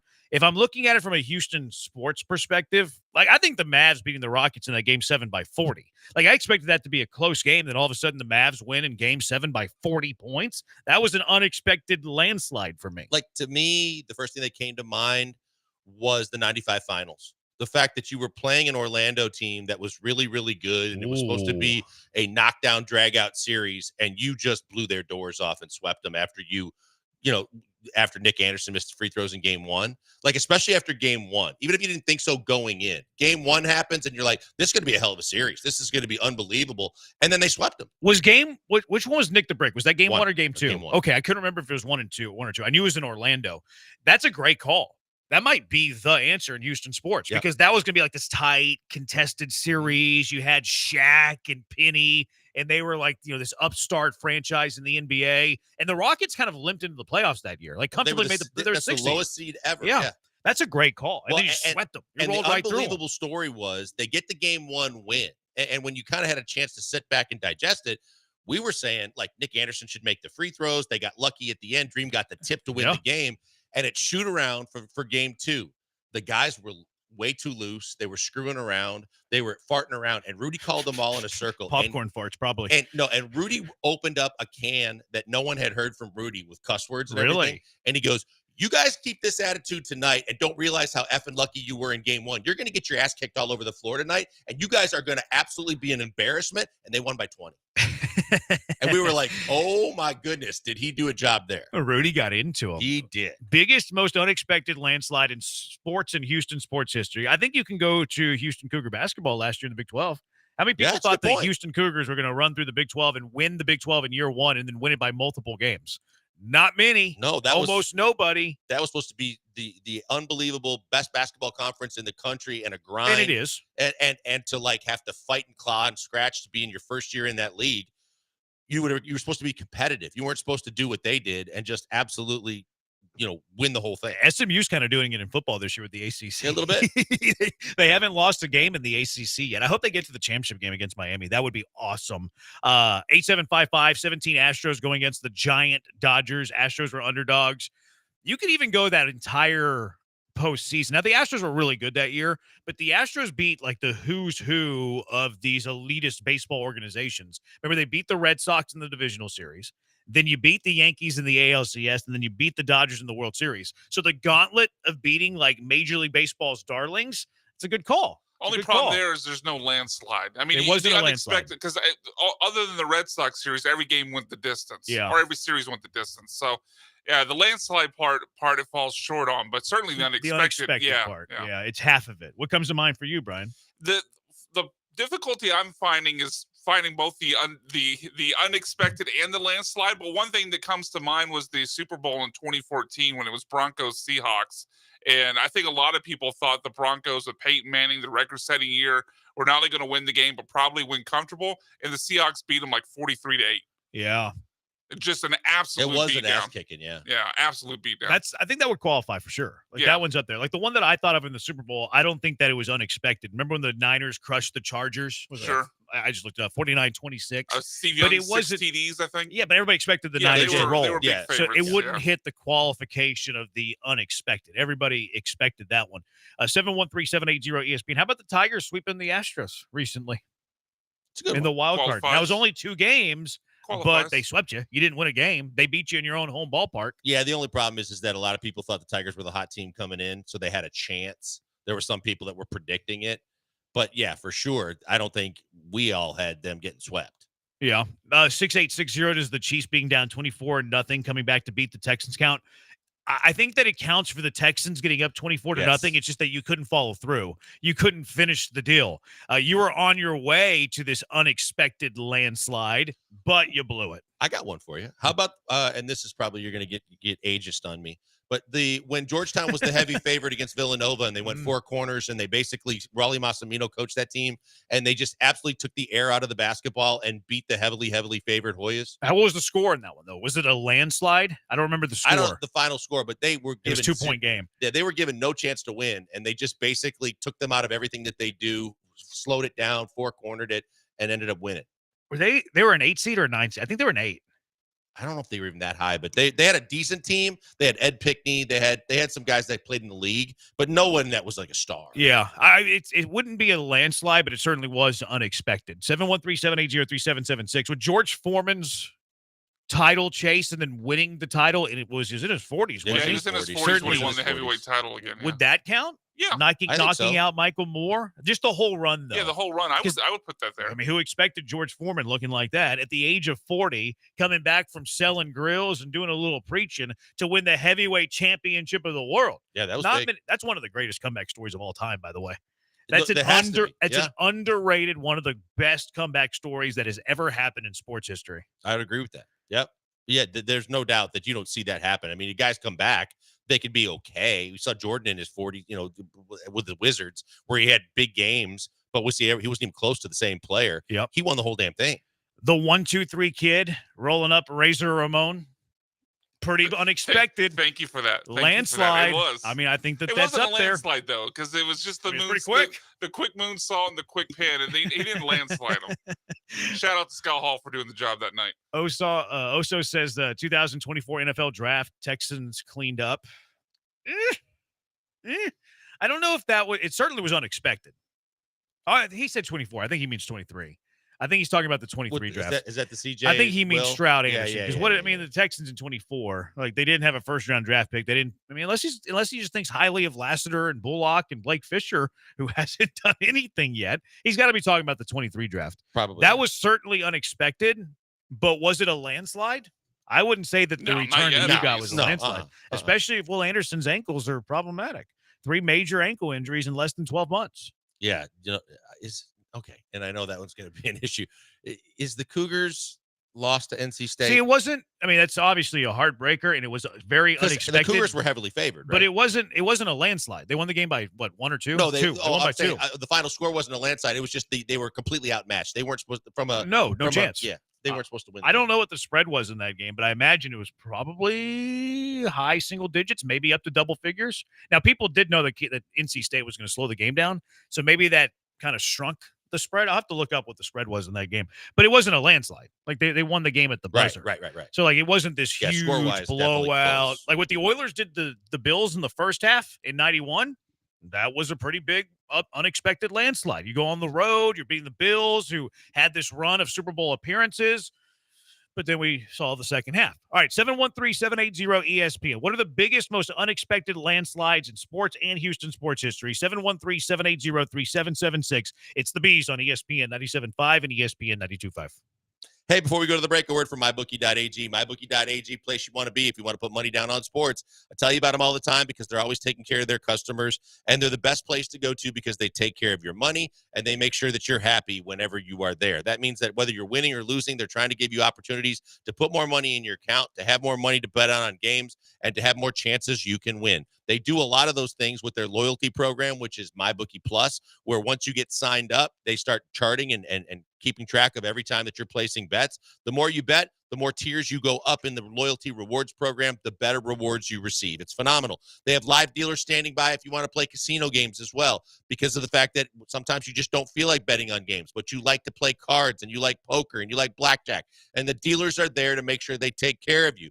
And the main thing they do is when you're betting on sports, they try to give you opportunities so that you can have as much of a chance to play as you possibly can. That means right now they're doing it again with another sign-up bonus, up to $1,000. They'll match what you put in on your first deposit. All you got to do is go to mybookie.ag and use our promo code BET975 and then put money into your account. Whatever you put in, they'll put in up to $1,000. Suddenly, you'll find out almost instantly what you put in and what they put in means you have more money in your account, more games you can bet on, and more chances you can win. All you got to do is remember our promo code BET975. Use it anytime and all the time. Whenever they ask for it, you can put it in, and you can bet you're probably going to get some kind of a bonus or reward. It's phenomenal. You sign up friends, you get a bonus or a reward. Use our promo code. You actually sign up for the first time, or you reload your bonus. Or you reload your account and you put in the promo code. You're going to get more. Check them out today. Get more and absolutely have fun while you're playing and betting on games and or poker and or blackjack. Go to mybookie.ag. Do what I always tell you to do. Bet anything, anytime, anywhere. With the only place I tell you to do it, it's mybookie.ag. Promo code BET975.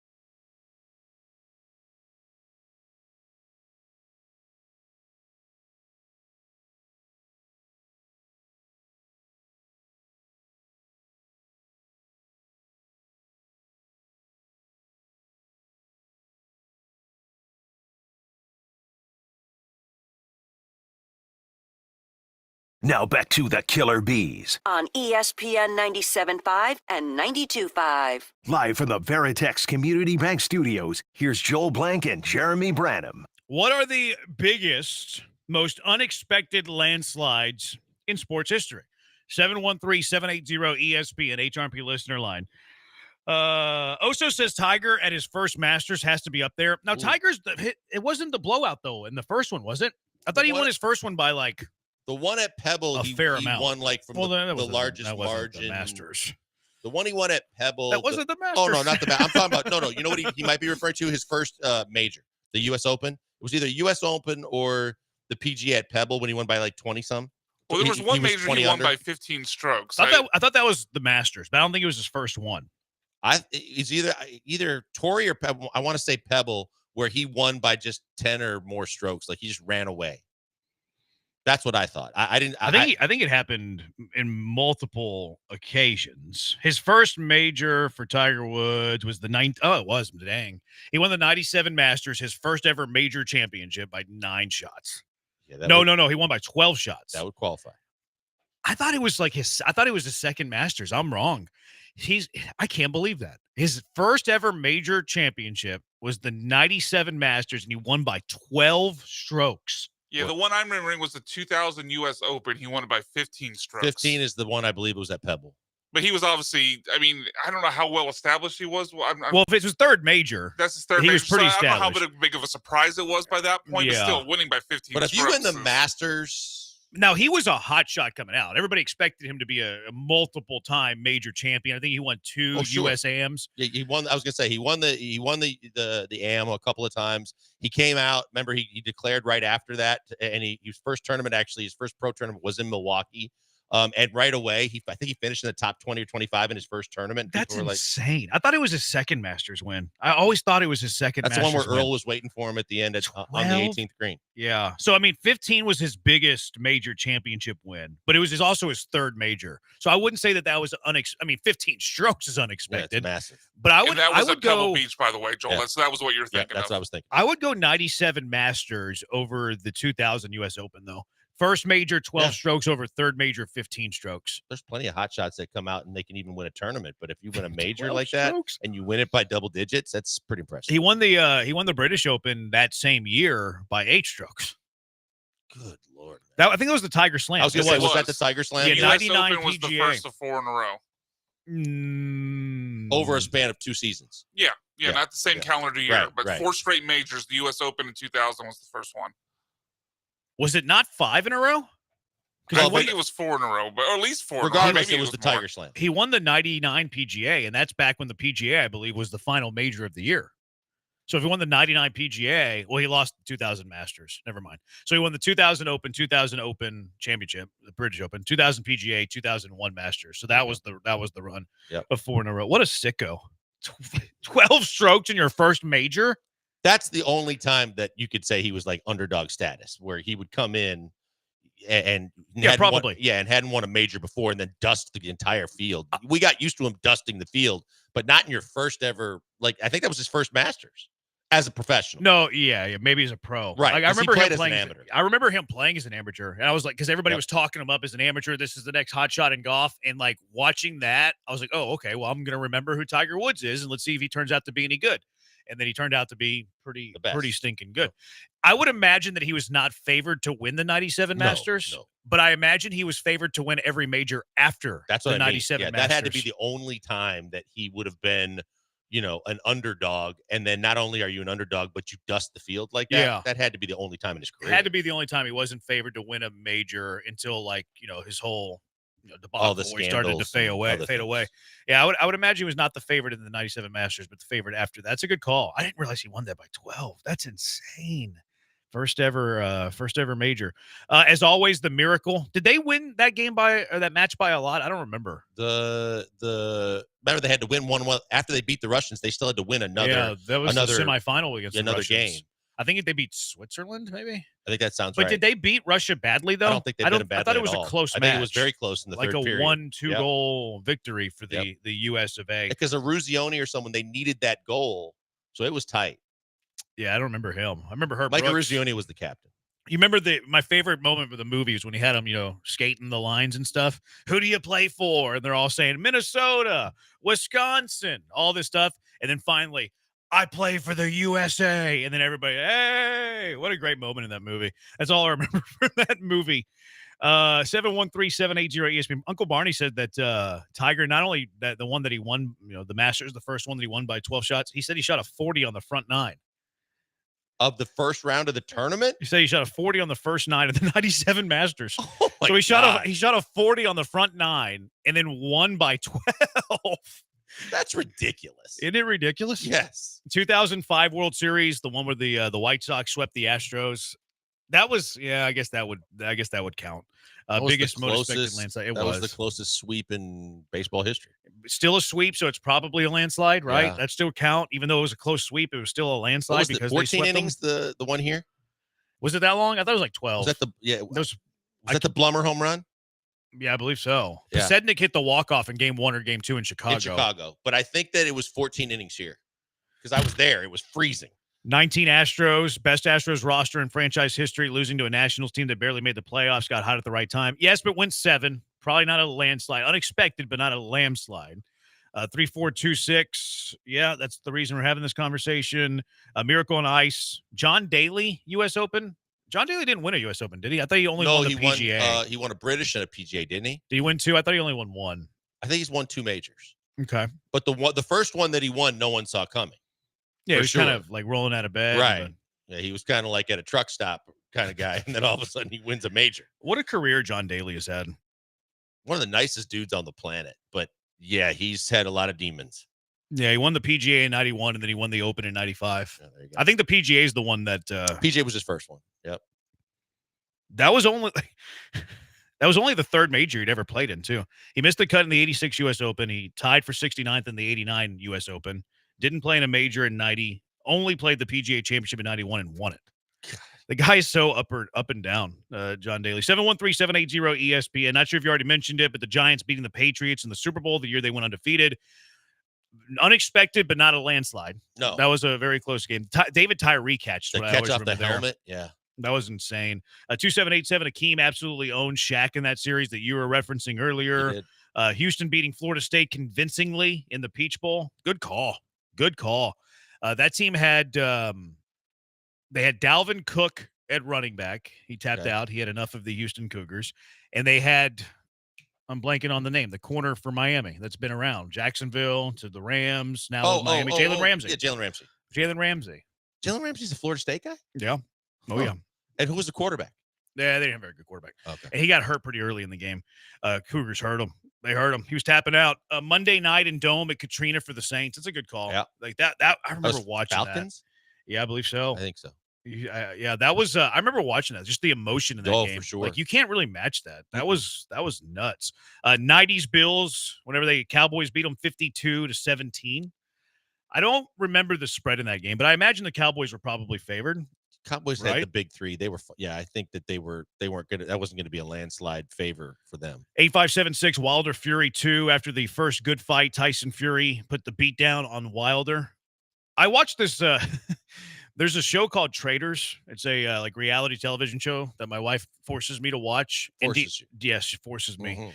Deontay Wilder was on it, and Deontay Wilder was so upset about one person being voted off the show that he had to quit because he was so like emotional about it. It's like it's a game show, man. Like really? It was really weird. I was like, that guy needs some help. He needs some therapy. Wow. Maybe he got it. Like it was odd. Like he just left it. Like, and there wasn't any like scenes of it. It was that person got voted off the show. He was so devastated by that person getting voted off the show because he was pretty vocal about like, that person was the traitor. They weren't the traitor. And then all of a sudden, like, the next day, like Deontay Wilder had to leave the show. It was crazy. Yeah, he was like incredibly. Would they make some kind of announcement like on the screen or something? No, the host said it. Like Deontay had to leave the show for personal reasons. Yeah, wow. It was weird. It was pretty crazy. The 60 World Series, you might remember this one, Blinkers. The Pirates defeat the Yankees 4-3 on the Bill Mazeroski home run. That wouldn't be a landslide. No. Yeah, that wouldn't be a landslide. Tiger wasn't Tiger yet. All the other pros were shocked at the Masters going, who is this kid really? Yeah, really. But a lot of people knew who Tiger was. Like, they knew he was the child prodigy that everybody was talking about, from Stanford to the USAMs to everything. They knew he was going to be, he was rumored to be the next, big deal in golf. 3209 Boise State Tostitos Bowl win. Problem with that is it wasn't a blowout. That was the Statue of Liberty, and then he proposed in the end zone. Yeah. Was Johnson? Johnson was the running back. Right. The quarterback, I think, started with a Z, right? Was his like it wasn't Jordan something like that? Yeah, something like that. I knew the punter on that team. Was it Jordan Zambrano? I want to say it was Zambrowski. Maybe. One of them played for the Texans. One of the Boise State quarterbacks that was pretty good was on the Texans roster for a year too. Really? Yeah. I don't remember him. Kyle Stringer was the punter on that Boise State football team. Went to high school with Kyle Stringer. 713-780-ESPN. UMBC upset Virginia by 20. Yeah. That was the 116 matchup. They beat them by 20? It was pretty bad. That might be the answer. Yeah, that was pretty bad. Because there's only been one 16 seed to ever beat a 1 seed in men's basketball history. It's happened on the women's side, I think, once or twice. But I didn't realize it was a 20 it was game. The Maryland-Baltimore County win for sure, and I want to say they blitzed him pretty good. That's insane. Yeah, that might be the answer nationally. I like your answer with the Houston Rockets over the Magic in 4. Uncle Barney said that John Daly, when he won the PGA, was the 9th alternate. How do you get in for being the 9th alternate? Like, how many people had to get food poisoning to drop out? Were you injury withdrawing and travel problems? 9th alternate? Like that, I don't feel like that happens anymore, right? Like maybe like the first 2, maybe first 2 to 3 in a major too. Right. Because like guys, like if everybody wants to play on. If it's the John Deere Classic, like people, well, whatever. I have a sprained wrist. I'm just gonna sit this weekend out. But a major, and you get to the 9th alternate, and then the 9th alternate goes off and wins the darn thing. We were close. Jared Zabransky. What, we got the first name right? Yeah, we got the first name right, and then you had we had the first 2 letters, and you had the ski part of the second name right. What was it again? Zabransky. Yeah, I remember what he looks like. He had the Z too. Yeah. Wore 15, kind of looked like he kind of 15. squatted down to throw. He looked a little bit like Jeff Garcia. I remember, like his slender and how he threw. because there he is. Right Yeah, there. I want to say Red like his hair, yeah. throwing motion too. It reminded me a lot of Garcia. All right, 713-780-ESPN. Who is worst at adjusting in game, D'Amico Ryans or Bobby Slowick? Also, this Christian Harris news is weird. It is the Bees on ESPN 97.5, ESPN 92.5. Hey, before we go to the break, a word for all the different ways that you can get the unbelievable Stella Rosa wines into your party atmosphere. If you're having people over to the house, yeah, we know you're going to serve great food. You're going to serve the wings and the pizza and the chips and the dips and all the great foods that make a great party. But a lot of times with the beverages, you may stick to just beer and hard liquor. Give your guests a little bit of an extra alternative with some Stella Rosa wines. They're perfect. They're semi-sweet, semi-sparkling wine with all natural fruit flavors with a little spice to them that go perfectly with no matter what you're serving from a food perspective. All your favorite game day foods are going to go well with Stella Rosa wines, and they have just the right amount of alcohol. Not too much, not too little, so you don't have to pace yourself because the drinks will actually do a lot of pacing for you, and they are delicious. You serve them chilled. They're refreshing. They taste great while you're watching the games, no matter how many games there might be. And right now, Stella Rosa Wines is also offering you a chance to get tickets to the biggest college football game of the season. All you got to do is go to ESPNLADreamTicket.com and register for your chance to win. And whether you go to the game or not, win the tickets or not, when you have your next gathering, consider serving some Stella Rosa wines with all the other drinks that you're serving. They're found at your local retailers, and they are absolutely delightful to drink, served chilled. Remember to enjoy them that way, but also remember to please celebrate responsibly.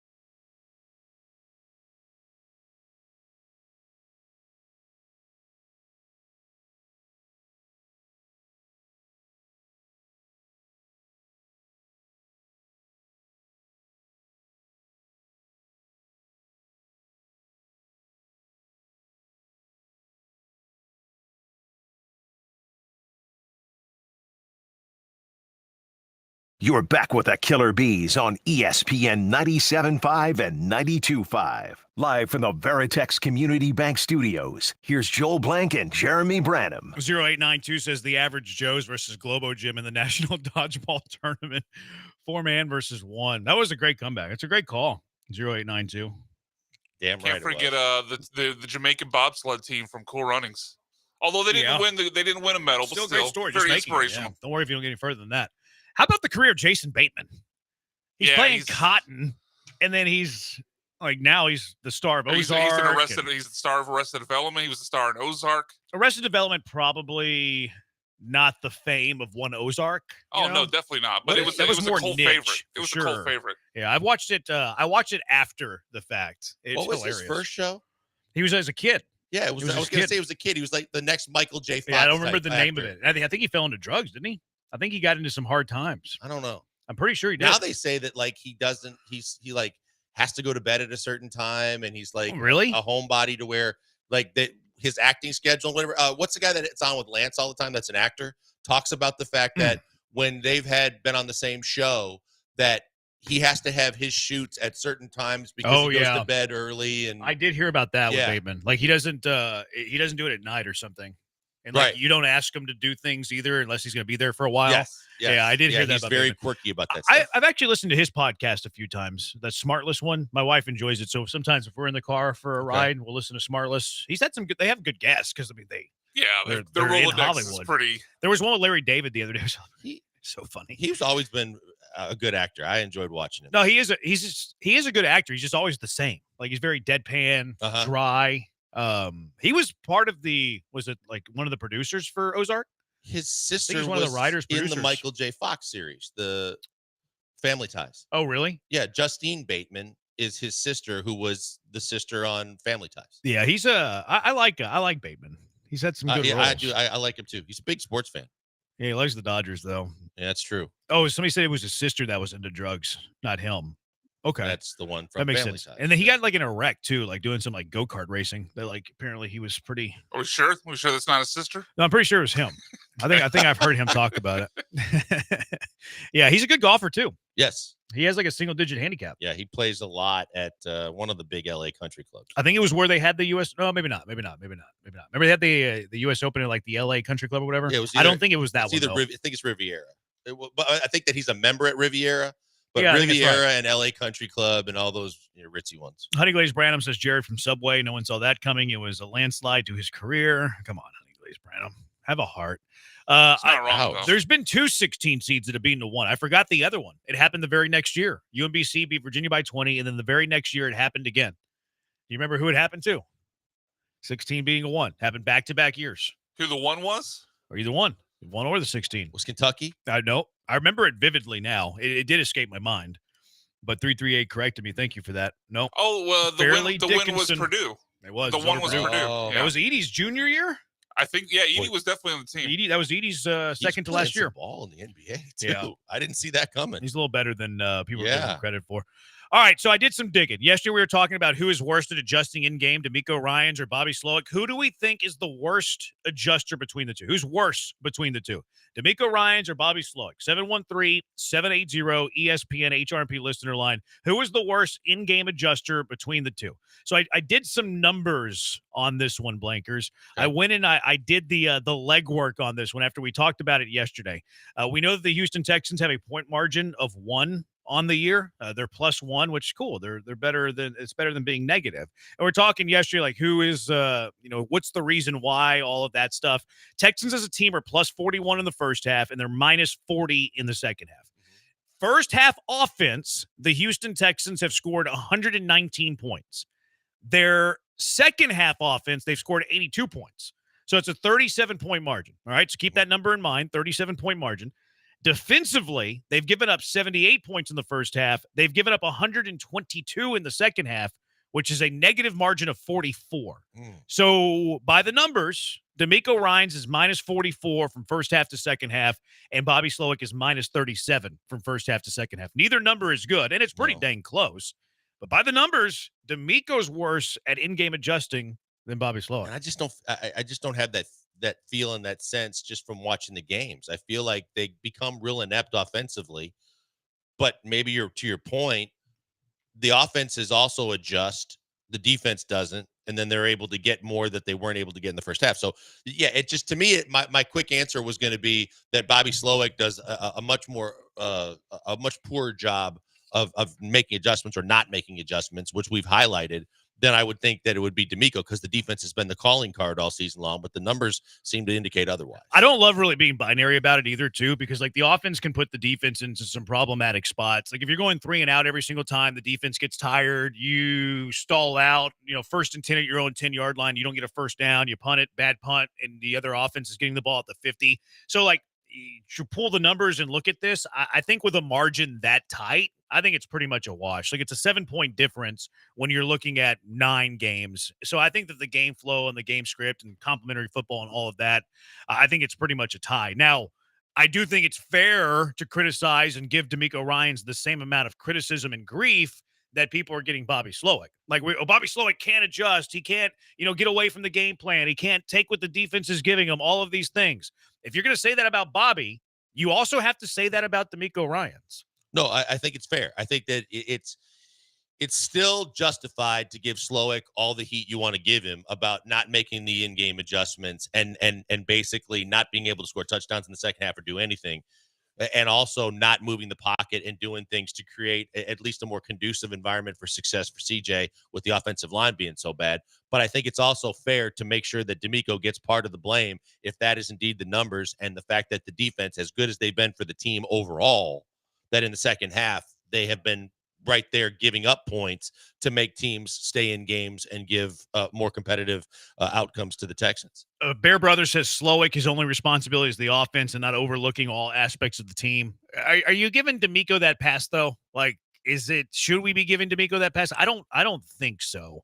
I don't think you should be giving D'Amico a pass when he's been worse points first half, second half than Slowick has, just because he's the head coach. I feel like you're letting D'Amico off the hook there, Bear Brother. Then stop calling plays on defense. If the coaching priorities are too much for you, I don't give him a pass for that, because he signed up for that. He said, I'm going to have a defensive coordinator in Burke, but I'm going to be the guy calling the plays, and I can handle both. As long as he's responsible for handling both, then he should own up to failure on either side. And in this case, from a defensive side, he has to own that. Alex says, bring back Kubiak. I wouldn't hate that. I think Kubiak with CJ Stroud would be dynamic. With it. A little of the play action stuff. Mixon is his running back.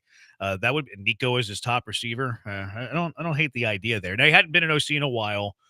His son might be available after the end of the year because he's the Saints, on right? that falling ship in New Orleans. Yep. First year OC. Poor guy. His first year OC, and then, I guess he's not a poor guy, making plenty of money, but whatever. 713-780-ESPN. John Alexander does this mailbag on Houston Chronicle, and he was asked a question about when's Christian Harris going to come back. John Alexander said he expects to see Christian Harris back until week 15. It's after the bye. The week 15 game, I looked it up, is December 15th. So it's a very weird date to throw out as the game that Christian Harris is going to come back. So there's like two things here. One is, what in the world happened to his calf?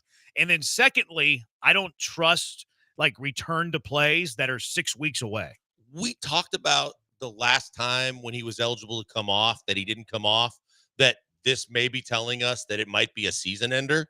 But when you go back and think about it, if we were talking about Christian Harris being on the opening day roster or not, and what was the severity going to be like, and at the very worst, that he would sit out the first 4 games, but he'd be ready for the long haul. If he doesn't play till December 15th, what in the actual hell happened to his calf, and how did we get here? Because I don't know that you pull it, tear it, do whatever. The fact that you're going to miss almost the entire season because of your calf, and they never told us that they gave no indication it was going to be that serious. Like, what did we do as Houston sports fans to be blessed with Kyle Tucker's shin and Christian Harris's calf muscle? It feels very Luis Garcia, Lance McCullers-y to me. Because, remember that day he came to practice at training camp? And, he was just moving around doing very normal. It wasn't even before they started practice. He was, stretching and jogging. How does he go from having an injured calf to re-aggravating it when he was stretching and jogging, and now he's not going to play until week 15? I don't think he's going to play this year.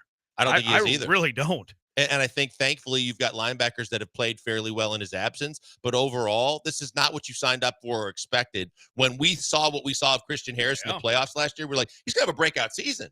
And so when you heard the calf muscle, you're like, oh, that sucks. But, hey, it'll be a couple of weeks. We'll get him back. He's going to be a part of the defense for the long haul. It's going to be fantastic. Now we're talking about potentially him not playing at all this season. I thought he had a chance to be a top 15 linebacker this year. What kind of pillow did he sleep on? Do you put the pillow on your calf? I mean, an exploding pillow, I guess. Sleeping on a pillow give you Tommy John surgery? It's so weird. How the hell did we get here with some of these medical diagnoses? Because even if you go new injury for whenever it happened in training camp, that was probably before they even played a preseason game, right? Maybe a month before the start of the year. Absolutely. So if he's returning in week 15, that's about 4 months. That's 5 months after re-aggravating an injury in training camp. From the time it happened What till kind the of time calf he strain? actually plays, yeah, we're talking about months and months and months of significant time. 4 to 5 months on a pulled calf. Yeah, like what do calf strains last 4 to 5 months? Not that I've ever heard of. Right, that's like a 2-month injury at Even worst. when you tear it, I don't think it lasts that long. No, like it's kind of like is it an Because Achilles? a tear is a severe pull of a calf muscle. Like Christian McCaffrey's got these like bad Achilles. He's playing this week more than Right. likely. Yep. I don't get it. So we should have sent Christian Harris over to Germany like Christian McCaffrey Yeah. did? Should have First sent flight Kyle Tucker to during Munich. the year on that same plane or a different plane, but get him to the same people because it might have helped him come back sooner. It's bizarre. A mild calf strain 2 to 4 weeks. Moderate calf strain 4 to 8. Severe 8 to 12. So we're talking severe for sure. So it's like severe plus a moderate. Plus, yeah. It's a grade Better 5. than just flat out calf lying strain. to us about what the injury was. But he's like on the sideline. And if he's on the sideline, he probably doesn't have a torn Achilles. And if they're reporting that he's going to be back at week 15, If he's going to be back What is by the if injury? he is back by week 15, then there's no way he tore his Achilles. no. Like, yeah, it would just be And he that it wouldn't would be on be seen on the sideline either. I don't No, think. I haven't seen him on the sideline. No, You saw him on the sideline? yeah, they've shown Okay. him. The severity of a pulled calf muscle still doesn't seem like it should be 4 or 5 months. Unless he kept trying to ramp it up a little bit too early and re-aggravated it more than once. So it's a re-aggravation since training camp. I'm guessing that's what it. I mean, it has to be what it is. That's what I believe was reported, that from the initial time when he was stretching, he was ready to come back, and then he re-aggravated it. It was that the reporters that were there said, what was he doing to put the kind of strain on his calf to re-aggravate it if he was just stretching? It's weird, man.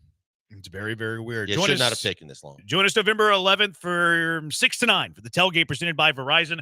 The tailgate celebration of Houston sports and the fans that cheer them on. You'll savor sports-inspired bites from top Houston restaurants, including Big City Wings, Loro, Pizarro's Pizza, and Uchi, and many, many more. Plus, sip on premium cocktails, bid on memorabilia, and enjoy plenty of game day fun. Upgrade to VIP to meet and greet Texans legends Brian Cushing and Travis Johnson, courtesy of Verizon. Tickets include all food, all drinks. Great time. You're going to love it. I love it. Get yours now at tailgate.culturemap.com, tailgate.culturemap.com. Use promo code ESPN for $10 off any ticket type.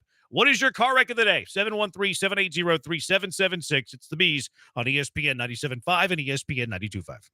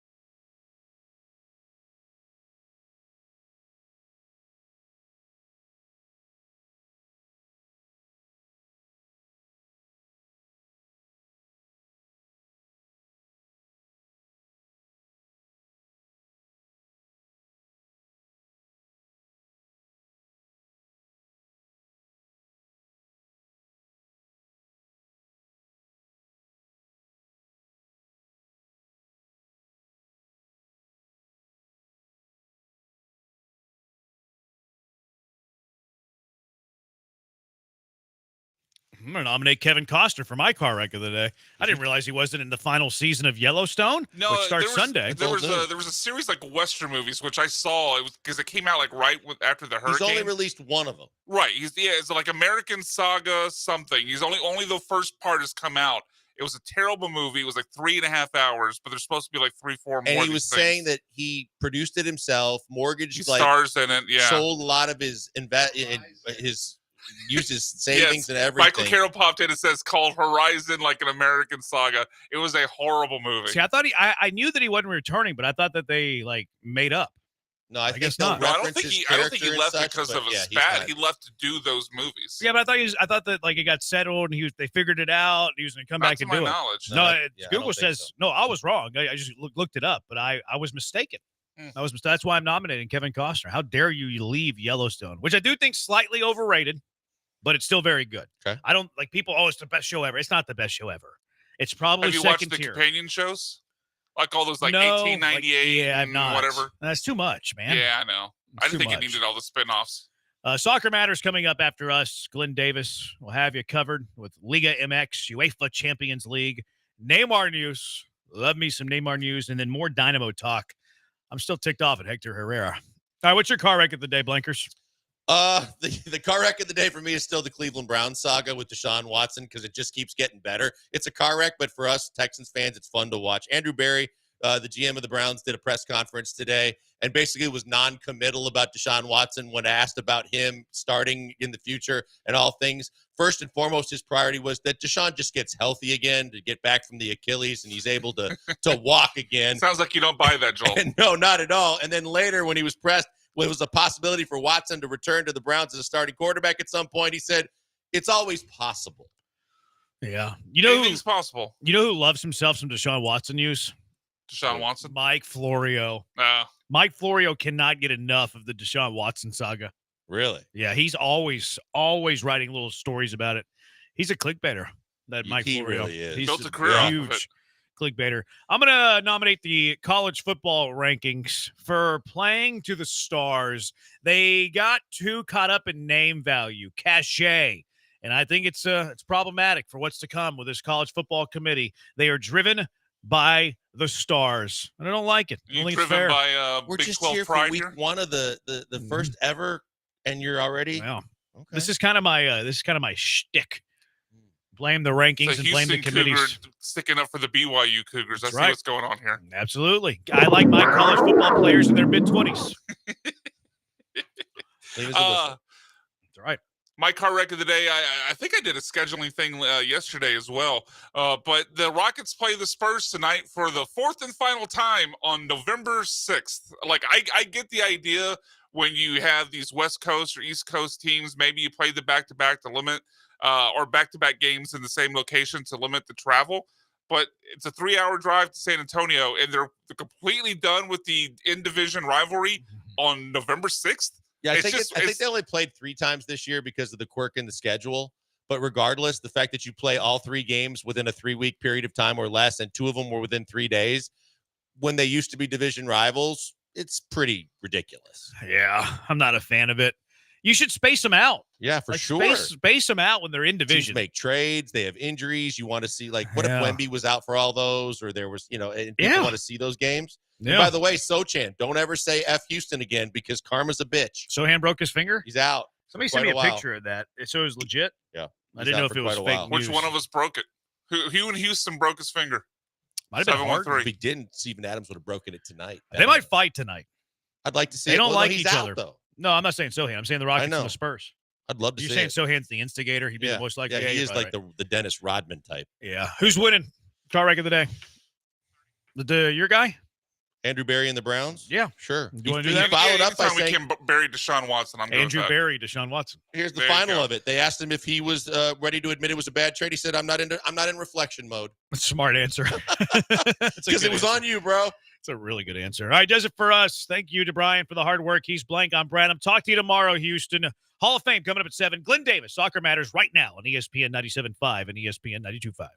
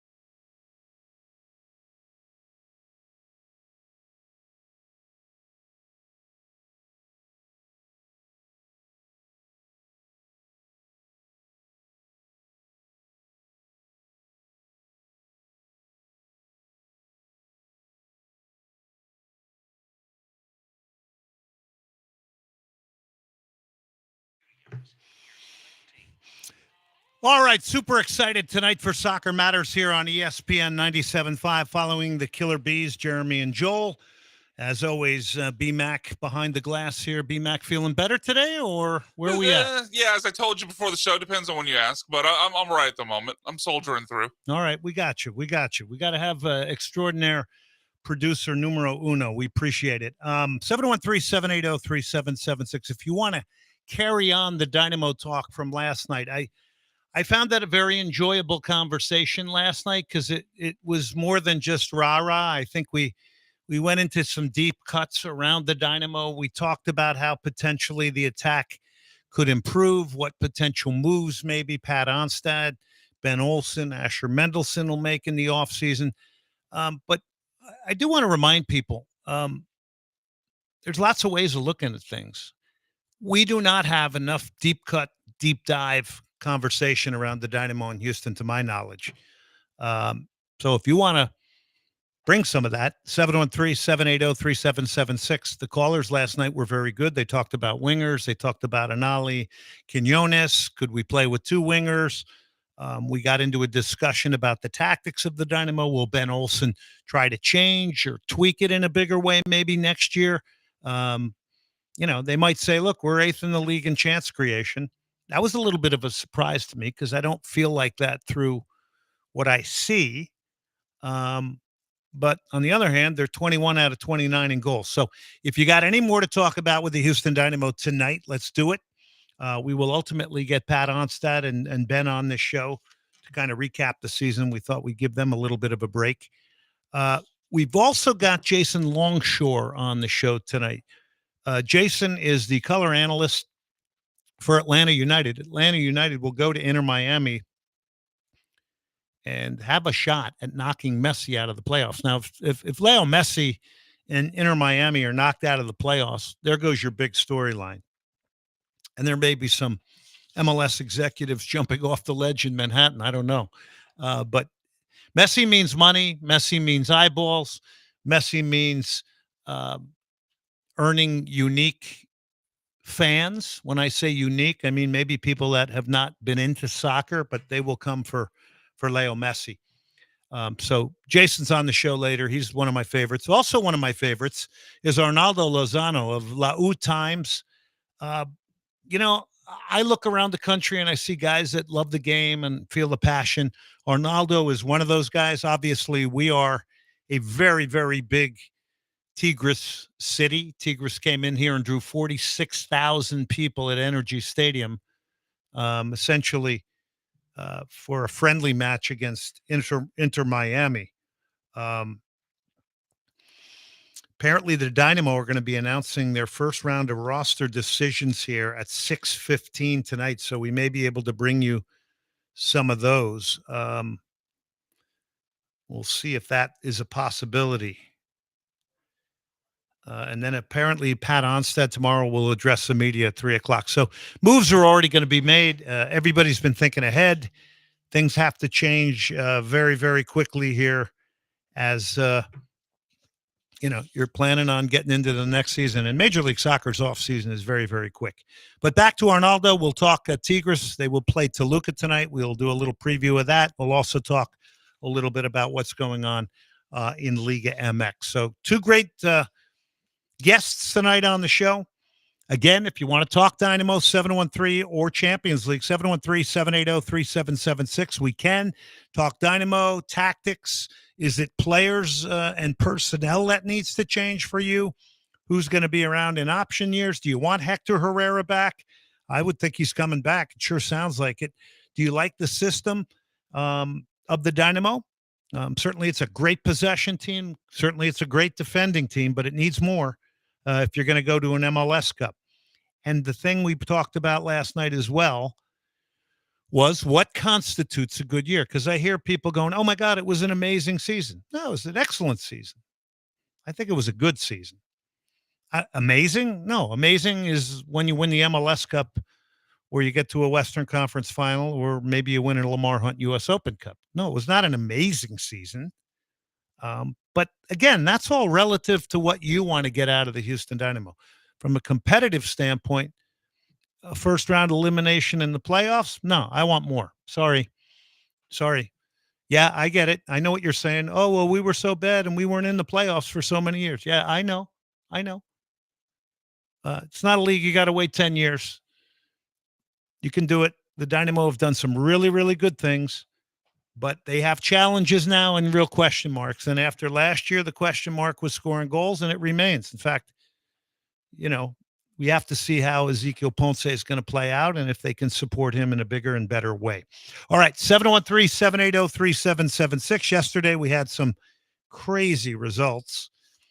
AC Milan, karma is tough. Went in. Great performance from Christian Pulisic. AC Milan goes into Real Madrid in the Bernabeu, gets a 3-1 victory over Real Madrid. So in 2 games against Barcelona, in El Clasico, and then against Milan in the Champions League, they concede 7 goals. Mbappe is struggling. You got everybody and their mother coming out, from Patrick Kluivert to now Karim Benzema saying he's not a number 9. He doesn't know how to play that position, on and on. So it's pretty interesting. So we got Champions League results here today. Bruges with a 1-0 victory over Aston Villa. Atalanta, Lukman had one of the goals in a 2-0 win over Stuttgart. Inter Milan 1-0 over Arsenal. Kalinoglu, the Turkish player, getting the goal. Barcelona 5-2 over Red Star. Martinez, Lewandowski, 2 goals from Rafinha, 1 from Fermin Lopez. PSG 1, Atletico Madrid, the man in black, 2 with Angel Correa in a stoppage time game winner. And then Bayern, a 1-0 victory over Benfica. Jamal Musiala in the 67th. Bayern was 73% of that possession. All right. 713-780-3776 phone lines. Let's talk to George in Southwest Houston. George. Hey, Glenn. Show last night with Victor. I think you guys covered a lot of the Dynamo postseason and in-season things. But apropos to your question, what did I think of their season? I think they were just average. And I think they need to shake up some things. I don't think this is the recipe for success. They can't score goals, and that to me is shameful. And I don't know the product that some of these fans want to see on the field. There's some folks that I thought I respected their opinions, but they all start blaming refs and all this. I'm like, when are these fans going to grow up? That's ask for some accountability from your team, from the front office. I'm a little frustrated because everybody is just so happy and so jolly. Woo, we just won. You regret from last year, okay? So you want to spin it and make you feel better at night that you're a winner and you're a champion, then knock yourself out, but you're not. You are below average and nobody cares about you in the MLS. That's who the Houston Dynamo are. I'll hang up and listen. Okay. Well, I don't, George, I don't think they're below average. I think they ended up 5th in the Western Conference the year before. I think it was 4th. So, no, not below average. But I do think the question of goal scoring has been there since last year. I mean, that was very vivid in getting knocked out in the Western Conference final, that something had to happen. Now, I think what the Dynamo did, 713-780-3776, I think what the Dynamo did was they went to obviously hoping that the signing of Ezekiel Ponce and then Lawrence Anali was going to make a difference. Anali got injured. Nelson Quinones got injured. Now I'm being a little bit of an apologist, but the season wasn't equal to last year. And I do believe we went into it pretty deeply last night. If you want to hear the podcast of the show, we talked a lot about the tactics, what gets altered here now for this to become a better goal-scoring team. I think it's more than simply just saying, you got to take your chances. I think that's an easy way to talk about it. I think there's a way to get clearer chances. Does that mean moving off of a game model that the Dynamo have worked hard to implement? Do I think they overpass it at times? Yes, I do. Do I think the Dynamo don't have a transition game? That would be a wonderful alter ego to the great possession game. with a little bit of a higher tempo at times, yeah, I think that would be beautiful. I'd love to see that. I'd also like to see in the front five or the front four alongside Ezekiel Ponce, a player that can run at people and beat people off the dribble, goal dangerous, that can attract attention, that can get into a channel off the dribble, beat somebody, and all of a sudden draw 2 or 3 guys and create some space for Ezekiel Ponce. So there you go. Look, we all have different things we want to take out of the team. Maybe people are, are saying, look, it's been so bad, we're really happy now. Or maybe people are going like us, that the bar needs to be raised. I think George wants the bar raised. I certainly always want it raised. If we didn't get to the Western Conference final this year, we didn't do as good as last year. I don't care how many points we had. I don't care what place we're in. I want to raise the bar. I want to have this conversation be like the NFL and the NBA and Major League Baseball. I don't want it to be a kumbaya all the time. Oh, my God, great season. No, I want to talk about deeper cuts, deeper things about the Houston Dynamo. We did that last night. This is how we can also grow the game, I think, as well, and make it more interesting. I can't stand when social media comes out. Let us mourn the game for a day or two before we start. What a great season it was. We all know it was a hardworking team. We all know it has players we really adore and like, the Dorseys, the Sviatchenkos, the Arturs. But come on, let's be a little bit more real, and let's at times allow ourselves to suffer, think about the team, and maybe discuss and debate it. And maybe we don't have that many of those fans out there. I think they're out there. They're out there. 713-780-3776 is a number. 713-780-3776 is the number. This is called I Need You by Lynyrd Skynyrd. It's one of my favorites. Great blues song. I think Skynyrd and the Allman Brothers, per Cactus Music, they would love that I said this. I think they brought the real Southern rock scene. They certainly did to a bunch of young kids in Jersey. Yeah, when I think Southern rock, Lynyrd Skynyrd is the first band that jumps to mind. Yeah, but you're a little younger than me, and they came a little after the Allman Brothers. Fair. I Would you put CCR in the class of Southern rock, or is that more folk to you? Yeah, I don't think so. I'd put more like a 38 Special, Okay. Molly Hatchet. That's a Sure. lot of the Southern rock, I think. And I know I'm missing a bunch. The Allman Brothers, the Allman Brothers and Skynyrd, I think, are at the top. But somebody might call in and tell me something differently.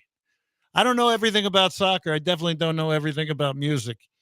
Anyway, it's been great conversation last night, and tonight we're going to keep it going. Arnaldo Lozano of La U Times is going to come in here. We're going to talk Tigres Liga MX. Neymar's out 4 to 6 weeks. Hamstring injury. Just came back for Al Hilal. Get this. His contract ends in June. He's played a total of 7 games. He's on a $90 million contract. If that is not blank backwards, I don't know what is. Good work if you can get it. Unbelievable. All right, we'll take a break.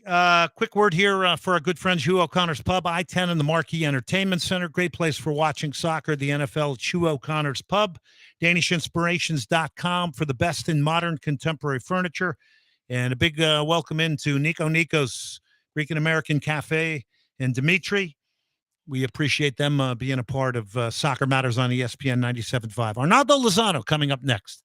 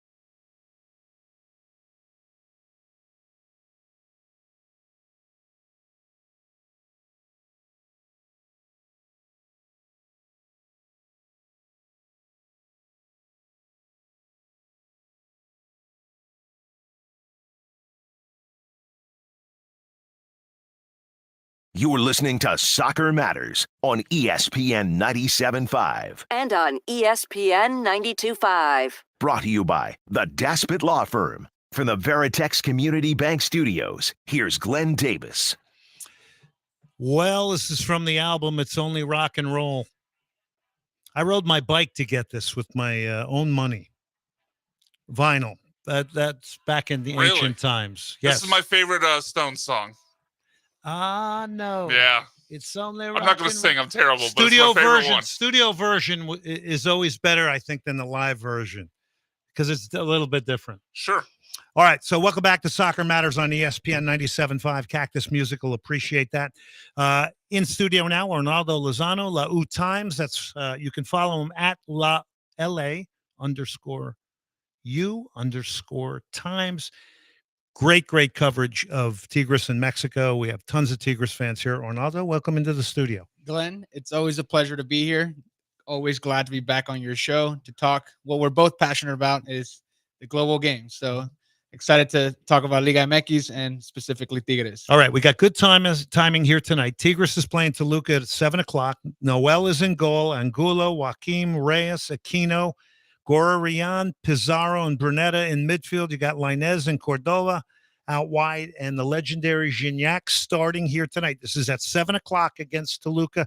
Take me into that lineup and what you think about it. Well, he's finally trusting, and this is Paunovic, trusting the Cordova and Brunetta pairing. He sort of got away from that for a while, and it was because he was trying out so many wingers, and he still continues to try wingers. Osiel Herrera has had the starting nod, but tonight Lainez gets the starting nod. Cordova will be more of a floater, towards the middle of the field, not so much, and Aquino will push out wide in that spot. But ultimately, Gignac comes back into the lineup after he took off the game against Tijuana, where we were able to pull off a victory at 3-0, where historically we haven't been doing well there because of the turf and, other circumstances. But ultimately, I like the lineup. I think my only question always is Diego Lainez in the lineup? But I think that I've come to terms that our wingers are not as productive as they should be. Yeah, you and I were discussing this before coming on. Arnaldo Lozano, La U Times, on the show tonight. By the way, Toluca is number 2 in Liga MX standings. Tigres is number 3. It's a great matchup. It's on at 7 o'clock tonight. I know there's going to be a ton of Tigres fans here. That's a Freudian slip. That will be watching this game here tonight. Did you get any more feedback? And I know you probably did, but I haven't seen you in a while. 46,000 came out here in Houston for Tigres. Give me a little bit more of the feedback about that and maybe some other things you might have learned from that, because that was an incredible crowd that day at Energy Stadium, and that was for a friendly against Inter Miami without Messi. I think realistically, we like playing in the States and more specifically in Texas. After that, we had a game also in San Antonio against Rayados. I think the only thing that didn't favor that is that it was a friendly match before the Rio Clásico 7 days later. Yeah, that was weird timing. Yeah, but we were able to get 23,000 people, collectively as fans in San Antonio Alamo Dome. But I think overall, as fans of Tigres, and we sort of hinted at it the last time we were here, is that we are always supportive of our club, and being in the States, some of these fans don't get the chance to go back to Mexico, and so having that opportunity to see the team, and at the time, the chance to see Lionel Messi, it was a big showdown. And ultimately, the fans in the stands also took away a lot by being the sole attention by bringing in so many fans. And it was Tigres week here in Houston. I mean, Tigres really activated here in Houston. It was really pretty cool. Again, we're talking to Arnaldo Lozano. Okay, so let's just go back to Veljko Paunovic, because at the time he was here in Houston, we had him on this show, the manager of Tigres. It was all coming off the whole situation with Robert Sibaldi, and the fans didn't like the way the club maybe dealt with that situation. Where is Veljko right now? I mean, third place, I'm looking here. Just by looking at third place, that's not a bad place to be. Yeah, I mean, and I think that most people would be very happy with that. 30 points, 15 matches. It's a tough task in Liga MX when you have 6 competitive to 7 competitive teams always, fighting for top positions. But ultimately, I think that, I'm not very happy with what's going on the field. The results have been there, and we've had a successful season in terms of points, earning some victories and some ties along the way with some teams. But against the bad teams, we've done pretty awful systematically on the field. We have not looked good. He's persistent on, extending the wide play. But I think ultimately what I'm more upset about what Paunovic has is what's wrong with wide play? I mean, don't you need wide play to set up other aspects of your game? Well, we do need the wide play, but I think that if you're so reliable, we become too predictable. And when you have wingers who I consider, you're over relying on the wide game. Absolutely. And when what I call these wingers that we have still in development mode, you have a guy who's like Linus, who came back from Europe at a very young age, after leaving at a young age, who's 23. You have Cordova, who's about 26 years old, playing attacking mid. You have Osiel Herrera, another youth player who goes to the national team at 23. Uriel Antuna, Marcelo Flores. These guys, besides Uriel Antuna, these other guys, and Cordova, these other guys are still finding themselves on the field and developing their game. And so when you're so reliable on playing wide and these guys haven't fully developed to really be those special players, you become too predictable and you just become a team that's just sending crosses into the box. And then you have a guy like Gignac who's not getting the ball or good crosses coming out of the box where he's clinical at and getting frustrated. Delivery with purpose or aimless crosses? Aimless crosses. Aimless crosses. I've heard that term before. All right, we're talking to Arnaldo Lozano. I want to take you into the pressure that is in Monterrey on Tigres, right? We're talking about a team that's in third place. I was just talking earlier about the Dynamo, who made the playoffs for the second year in a row. How much pressure is on Tigres, not only for the results side of it, but the aesthetic side of it, and how much discussion and debate goes deep down? Is it like the NFL here in the United States? We don't have that with MLS here in Houston. This is what I'm trying to conjure up here. I'm trying to get more debate, but going deeper, the deep cuts of the team. Tell us a little bit about that and how much discussion goes on, not only on your show, but in Monterrey with Tigres when it comes to, a lot of the deeper stuff. Absolutely. So in Monterrey, there is about 3 to 4 shows daily that gets talked about Tigres and Monterrey specifically. And so the rivalry that creates and the people who follow this media network in Monterrey, who I don't necessarily agree with the, clickbait approach that they may have, but it ultimately lures the fan who, goes about their day and spends a lot of time working, listening to these radio shows, and ultimately creates that closeness with the squad at all times, and creates even at times, odd topics of discussion. Like Gignac did not travel to Tijuana in this past game because we have a game tonight, Wednesday, and then a big game against first place Cruz Azul, who's on a tear this season in Liga MX. Yeah. And the whole topic was like, how can we turn this into a discussion and keep a discussion alive about Gignac? Well, wasn't a lot of that about the fact that they probably didn't want him on artificial surface? Absolutely. But the topic was he's rebelling against Paunovic because he's not getting the starting nine. Got turned into that. I got it. So it's a very passionate fan base on both sides, with the Rayados and Tigres fans. And, it's due to every day, the commitment and the willingness to listen to the networks. Can I take you back to that? Because as I'm sitting here, I'm thinking of something. Did Paunovic and Tigres come out and say, hey, we're not taking Gignac because we don't want to risk him on the artificial surface? I mean, if they make themselves clear, people can make up whatever they want, but this is what came from the club. No, it was not communicated in that way. It was just reported by the media that he was going to be reserved for the big games against Toluca tonight. So maybe they didn't want to show their hand and say that he wasn't going there so that Tijuana didn't get a competitive edge early. And ultimately what leads into what's been happening with Paunovic this season is he's had a ton of rotation up top. He's switched so many wingers.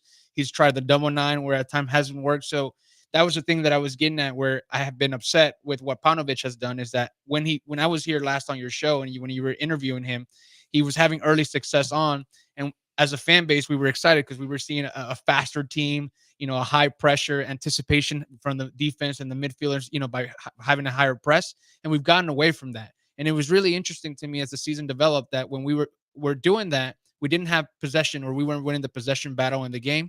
And then once we stopped doing that, we gained the possession back. It didn't look as good on the field.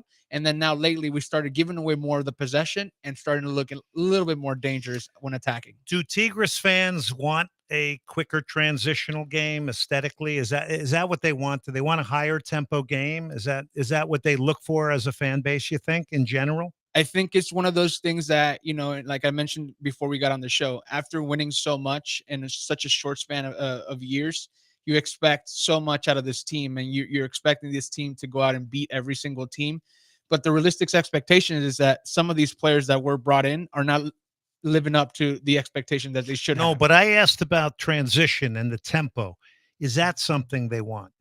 I would believe so. You Yeah, know, like you want for something me, more when I glamorous. watch a game now, I'm not putting myself in the coach's shoes anymore. I want entertainment. I want transition. So when New York City FC played FC Cincinnati the other night, it was up and down. It was exciting. Chances on either end. And I know that's not from the coach's perspective. Same thing with the NBA. I think it's a boring product. You lumber up the court, toss the ball around, somebody hoists up a three. I like when somebody pulls a rebound off the glass, hits somebody on the wing, and we're off and running. This is exciting. This is why Caitlin Clark's one of the most, watched athletes going here, if not the most watched athlete, because of the way they play the game when she's high tempo in transition. That's exciting. Is that what the Tigres fan wants? I think that they just don't want to see a very still build up and a slow build up. I think that they're ready for that transition of not only, on the field being quicker, but also player wise and having all these players live up to these expectations, like I said. All right. Take me into Liga MX. Decline of interest? Absolutely. We've seen it all across the board, probably except in Monterrey with the two teams there. And maybe even Guadalajara at times, but ultimately some of these stadiums have very little people. What's happening? I think the product, the scheduling aspect, a lot of people, are tired of going to see a very still product. You talk about scheduling after we finish this season, which we end on Saturday with being the last game of the season. We have 3 weeks off until the playoffs start. Jeez. Explain me that to a team like Cruz Azul, who's had 40 points out of 45 possible points this season. Where does promotion and relegation? I mean, because I like that. I like the battle at the bottom of it. That's kind of been a point of contention in Mexico. What about that? Would that be better? Because I can't stand the two champions, to be honest with you. It's too short. Yeah, and there's no promotion and relegation for the people out there listening. That does not exist in Mexico anymore. I guess the negative aspect of you finishing last would be a fine that we're not even clear if that actually goes through. Are they fining these teams because nothing is being changed to where the bottom tier teams are pushing for higher level of play and getting people in those stands, and rightfully the fans is not happy, so they're not attending these games. Well, here's some great data to back that up, because the teams that are outside of the playoffs right now, Puebla, Necaxa, Pachuca, Juarez, Santos, and Querétaro, have in their last 30 matches have only won 4 games. That's incredible. Ridiculous. No wonder nobody goes. And Puebla being hosted World Cup matches, for Mexico, and a beautiful stadium, beautiful fan base. It's getting 1,000 to 2,000 people in when it used to be a full stadium. And so I think that it's really unfair for what's happening, with the product in Liga MX. Arnaldo, you're an excellent guest. Really love your knowledge about Liga MX and Tigres. I know we got to let you go because you got to get ready to watch Tigres and Toluca. I'm going to get home and do the same thing after my interview coming up with Jason Longshore. He's Arnaldo Lozano, LAU Times, LA_U_Times